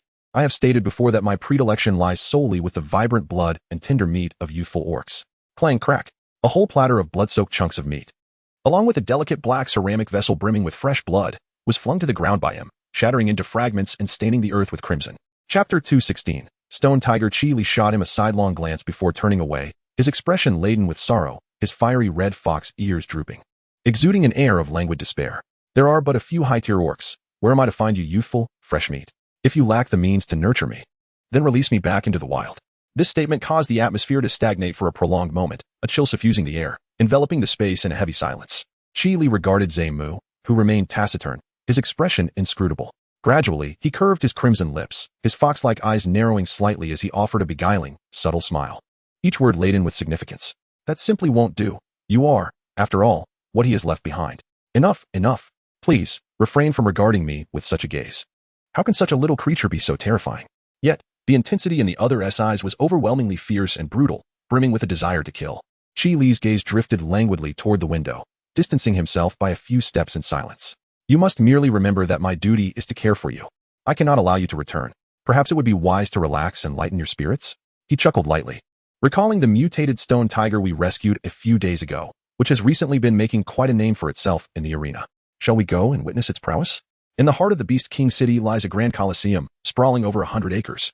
Its imposing structure is circular in appearance, yet elliptical when viewed from above. The towering walls are constructed from several meters high black-brown rocks, remarkably sturdy, capable of withstanding the full force of high-level beasts without succumbing to damage. This colossal edifice can accommodate nearly 10,000 orcs. The male orcs, bloodthirsty and battle-hungry, prefer the arena to hunting and skirmishing in the woods. The towering walls of the Colosseum enclose a vast central arena, providing ample space for the ferocious clashes between orcs and their monstrous adversaries. At this moment, the atmosphere within the arena is electric, as the final showdown has commenced. A thunderous crash reverberates through the air, the collision of heavy bodies shattering the tranquility of the landscape, sending both contenders crashing to the ground. A mighty roar escapes, echoing like a tempest, as the powerful stone tiger, with its muscular limbs, swiftly pivots and leaps forward. Its fierce fangs, imbued with formidable biting strength, sink into the head of the human-faced demon orb. The grotesque black head rolls across the ground, its 8 eyes still darting wildly, while torrents of black blood gush from the severed neck. In a sudden eruption, the toxic blood sprays towards the stone tiger with alarming speed. In that critical moment, the majestic stone tiger, adorned with an armor of hard crystalline scales, remains unscathed by the corrosive liquid that splatters upon it. This battle, without a doubt, culminates in the stone tiger's victory. Outside the arena, a cacophony of cheers erupts, the orcs captivated by this spectacular duel. Lord Chili, the stone tiger you brought back a few days ago is indeed formidable, possessing extraordinary talent. The beast servants, their faces flushed with excitement, lavish praise without reservation. When it first arrived, it was merely a 6th-tier beast, but within a mere few days, after being provided with some crystalline resources, it ascended to the rank of a 7th-tier high beast, dazzling in the arena with a flawless record across numerous battles. It faces high-level beasts with remarkable ease and unyielding ferocity, showcasing a wealth of combat experience. Lord Chili reclines on an exquisite platform, one hand resting on his delicately sculpted chin, his languid eyes now glinting with a rare spark of interest. He gestured with a wave of his hand, commanding, "Bring that orc to me. I have words to speak directly with him." Chapter 217. What have I forgotten? Sluo entered the stone fortress with an icy demeanor, striding with a commanding presence filled with impatience. "Hey, when will you release me? I no longer wish to remain in this wretched place." He did not even discern the identity of the person before him, but he let out a cold reprimand, his amber eyes smoldering with intensity. His clenched fist crackled ominously. A dilapidated place? How could the illustrious Beast King city ever be referred to as such? Within the stone chamber, the beast servants had long since retreated, leaving only the two of them, each harboring their own thoughts. Chili reclined regally upon the stone couch, his enchanting fox-like eyes sparkling with rare amusement. He sipped from a cup of fruit milk and remarked, "You were rescued by us. Your life now belongs to the King City. Do you truly believe you possess the right to choose your own freedom?" Sluo gritted his teeth, his tone growing even more resolute. "What is it that you desire? I will repay these debts of gratitude, but you have no authority to dictate my freedom. He must return, for Yaoyao awaits him in the tribe. I can allow you to go back, but do you have another place to go? Do you truly remember where you need to return?" The handsome beastman with warm orange hair paused for a moment, a mocking chuckle escaping his lips. How could he possibly forget? "I shall never forget in this lifetime. I must return to the tribe to seek out His carefree expression suddenly froze, as if he had become dazed, his eyes filled with a vacant stare. He could hardly recall whom he was searching for. What transpired? It seemed as if a crucial memory had abruptly vanished from his mind, eluding his grasp no matter how he tried. Those golden fox-like eyes gazing deeply at him appeared to shimmer with a captivating spectrum of colors, rippling with enchanting brilliance beneath their surface. Sluo merely stared for an instant, and in that fleeting moment, his mind went blank, rendering him unable to remember anything at all. He painfully clutched his head, collapsing onto the ground as the stone slab shattered beneath him. In an absolute posture of submission, he faced the fox beast. I am willing to remain in the royal city. After an eternity, a masculine voice gradually emerged from the silent stone chamber, yet it was ethereal, devoid of spirit, dazed, and lacking any hint of emotional nuance, as if reiterating a command. I shall pledge my allegiance to the royal city and become its beastman. He repeated it time and again, insisting, no, this is not how it should be. A voice persistently beckoned his reason within his mind, yet it remained elusive, distant, and unattainable. Ultimately, a taut nerve within his consciousness abruptly connected. He rose abruptly, exuding an overwhelming aura. I shall remain in the royal city. But I must seek out someone. I must stay here with her. His crimson eyes, filled with exhaustion and urgency, reflected the struggle against an unseen force that he had endured for what felt like an eternity. Clenching his powerful fists, he made a resolute declaration that brooked no dissent. Truly, he was tenacious. Chili had not anticipated that an orc of lesser rank could evade his illusions. However, this only underscored the orc's indomitable spirit, marking him as a rare and valuable talent worthy of cultivation. He appreciates talent. Very well. Chili agreed readily, as if such trivial matters were hardly worth mentioning in his eyes. However, every pie requires certain conditions. As long as you can reach the semi-king level, not only can you become a high-level 9th tier beastman, but even if you wish to bring your entire tribe over, I would not oppose it in the slightest. Moreover, I would even send people to assist you in your search and welcome. How does that sound? Very well. I hope you will not have any regrets at that time. Sluo spoke coldly, his gaze fixed on the other party, refusing to overlook a trace of emotion. Chapter 218. I did not die. The priest from the Serpent King city arrived, stirring a royal city. Although cloaked in a dark purple serpent-patterned robe that obscured his features, the overwhelming presence of the formidable king beast, coupled with his noble and handsome stature, had already captivated countless beastmen. Especially among the many beautiful and proud females, their heated, greedy eyes seemed glued to him as he passed. Some females even abandoned their pride, posing and swaying their slender waists before him, lowering their tops to reveal their charms. Yet he did not spare them a glance. Were they to be treated as mere air, unworthy of even a glance? The females, having grown up amid the adoration of the masses, could hardly endure such humiliation. Among them was a white fox female, with skin as fair as snow and beauty that set her apart from the other dark, thin, and plump females. In the midst of the crowd, she stood out like a crane among chickens, captivatingly white. She could not bear the sight of the king beast disregarding her. For one as noble as she could hardly tolerate such an affront. The king beast appeared as an enchanting lotus atop a snowy mountain, coolly elegant and utterly untouchable. Yet, she found herself inexplicably attracted to this very demeanor, distinctive and exceptionally alluring. She inwardly scoffed, regardless of how indifferent and aloof a male may seem. Once taken to her bed and engaged in mating, which male would not succumb to a state of utter infatuation and baseness? What difference did it make that he was a king beast? At his core, he remained merely a male, and all males harbor desires for females. And only a female as noble and beautiful as herself was worthy of him. In this land, there are but a few king beasts, powerful and commanding, ruling over their domains. Only king beasts can hunt the finest quality green crystals, which are used to prolong the lives of females, preserving their eternal youth. If she could secure a king beast as her mate, she would remain forever youthful and beautiful, leveraging her beauty and everlasting reproductive health to seek out even more powerful males. In due time, she would become the most noble and fortunate female in this beastly world. The beast servants hurriedly went to announce the arrival. A grand procession of beast servants, under the astonished gazes of the city's beastmen, respectfully escorted the esteemed king beast into the stone fortress. Chili specifically met with Yuan. This was their second encounter with this exceptionally handsome and extraordinarily gifted priest, who had lived for centuries, while Yuan was the most talented individual he had ever encountered, seemingly favored by the beast god, born to be the high priest of the beast realm. The first time he met Yuan, he was but a small serpent tribe boy, huddled in a corner of the city wall, his dark eyes filled with confusion and trepidation. Yet upon this meeting, those shimmering purple eyes had shed their youthful innocence. Now sharp and cool, harboring an icy indifference that seemed to disdain all. Before departing, Yuan entrusted her with a vial of green potion, instructing her to apply it daily to the cut on the tail of the mermaid. His wound would gradually heal, eventually transforming into a leg within a specified period. Yaoyao remained dutiful and steadfast. At last, the little merman lay unconscious for a full 2 days and nights, having finally endured the ordeal between life and death. He awoke slowly in Yaoyao's embrace. Yaoyao? Am I not dead? He nestled within her embrace, stifled and subdued. Yaoyao's soft fingertips caressed his flowing, silken silver hair repeatedly, tenderly grooming him as she whispered sweet nothings. What foolishness is this? Such a beautiful little merman, like you could bring calamity to nations. How could I ever bear to let you perish? Chapter 219. Sounding the alarm in recent days, Yaoyao devoted herself wholeheartedly to accompanying Danon in his recovery. She offered him the gentlest companionship, the finest care, even sacrificing the precious fish, shrimp, and milk meat she herself cherished. Along with an array of beast crystals she was reluctant to part with, all to nourish the gravely injured Danon. She sensed his unease.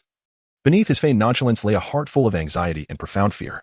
The naturally vain merman was taut with tension, acutely sensitive.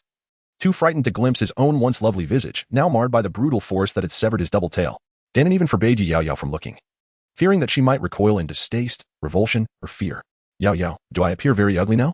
Danon, as frail as a fish devoid of bones, leaned languidly against her, clutching her waist tightly, burying his head deep within the soft curve of her alabaster shoulder, too timid to gaze at her.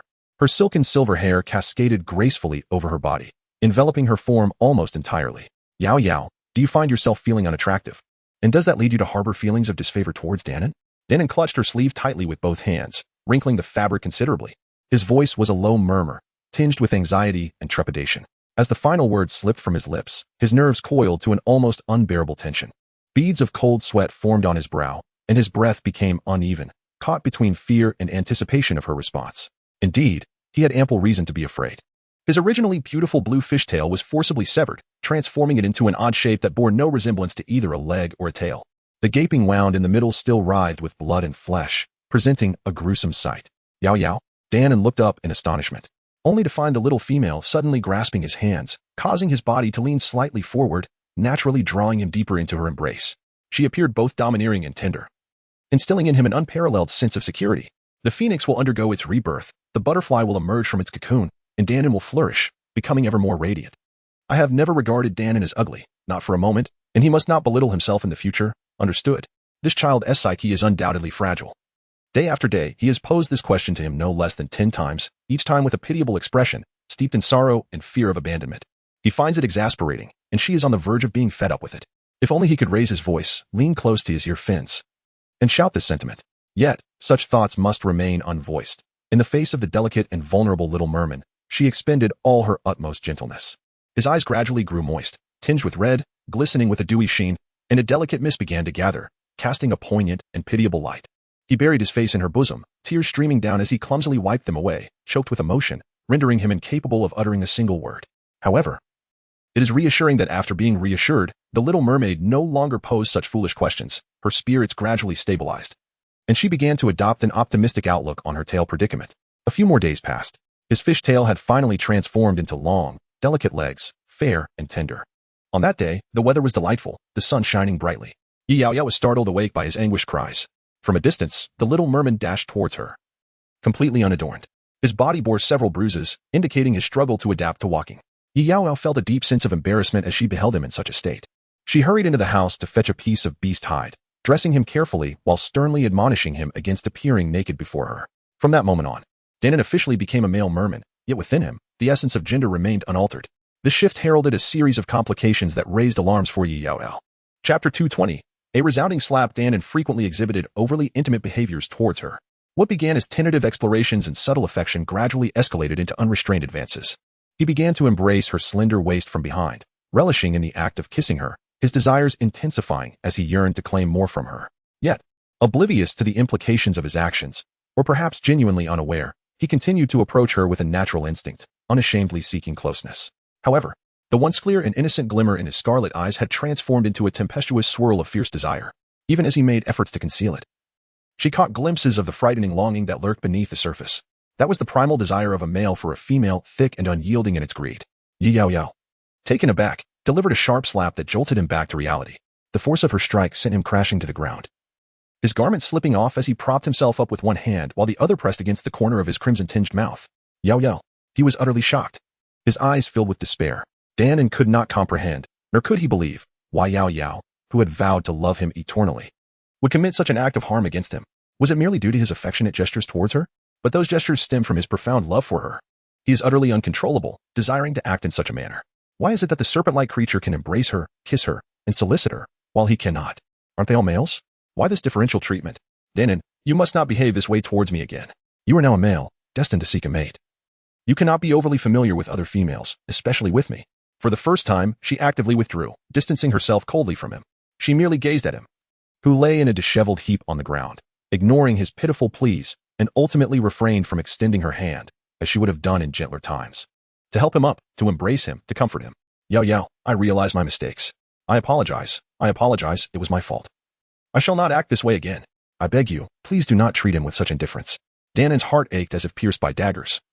Tormented to the brink of despair, he could not endure the slightest hint of her indifference. The oath she once professed had, in this moment, transformed into sharp daggers piercing his heart, tumultuously stirring, casting his hopes and affections into the despicable mire, where they were mercilessly trampled and crushed.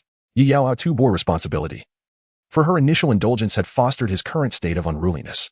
Not only did she seek to placate herself, but she also subconsciously regarded him as the little merman he once was. However, with the onset of his sexual maturation, certain truths must be laid bare.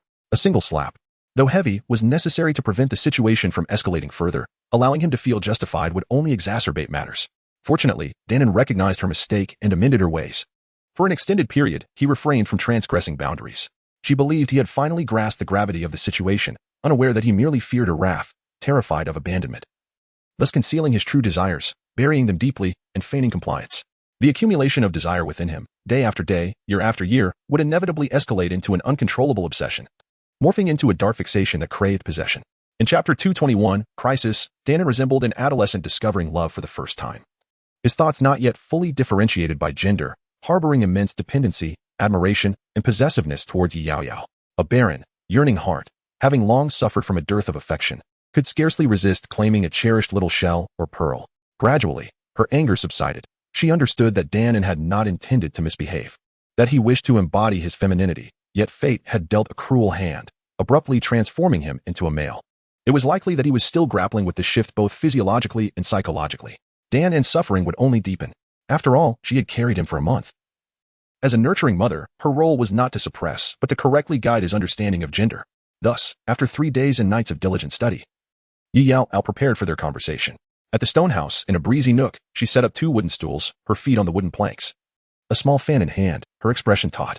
Taking a deep breath, she was about to engage in a conversation with a male on such matters for the first time. She adopted an authoritative and rigorous demeanor, calmly discussing the physical and psychological differences between genders, the norms of interaction, and other essential insights, striving to impart the behavioral standards expected of him now that he was male. After a while, parched and weary, Danan thoughtfully offered her a glass of water. Just as she was poised to continue her discourse, he interrupted her. Yaoyao, I understand. The implication was clear, it was time to cease. He yearned to extend his hand towards her, yet hesitated mid-air, wavering. Observing that she did not object, he flashed a gentle smile and delicately took hold of her soft, fair hand, exercising utmost care. This moment was merely a simple gesture of friendship, devoid of any inappropriate advances, as Yaoyao gazed into her clear, crimson eyes, unclouded by ulterior motives. Yaoyao did not resist. Surely, the few lessons she attended had borne fruit. Was she no longer upset?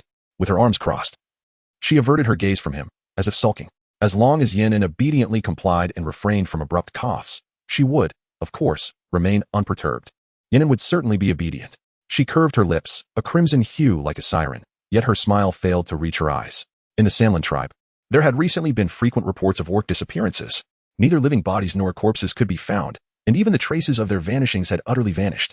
Initially, only 1 or 2 orcs would occasionally go missing, and the others simply assumed they had encountered danger while hunting, perhaps torn apart by other beasts, a common occurrence in the perilous beast world that attracted little attention. However, the number of missing orcs had surged alarmingly. At times, 1 or 2 would disappear in a single day. Such an event had never been witnessed before, rendering the situation increasingly bizarre and compelling the tribe to remain vigilant. The chieftain dispatched a hunting party to investigate whether a terrifying man-eating creature lurked within the depths of the forest. Yaoyao's activities had consistently been confined to the vicinity of the stone hut by the abyss, where there existed a shamanistic artifact set by Yuan to ward off wild beasts and ferocious creatures. As no extreme incidents had occurred thus far, she had not paid much heed to the rumors circulating below the mountain. Everything proceeded as usual. She ventured forth to gather some rare resources, unaware that her moment of laziness would sow the seeds of an immeasurable crisis.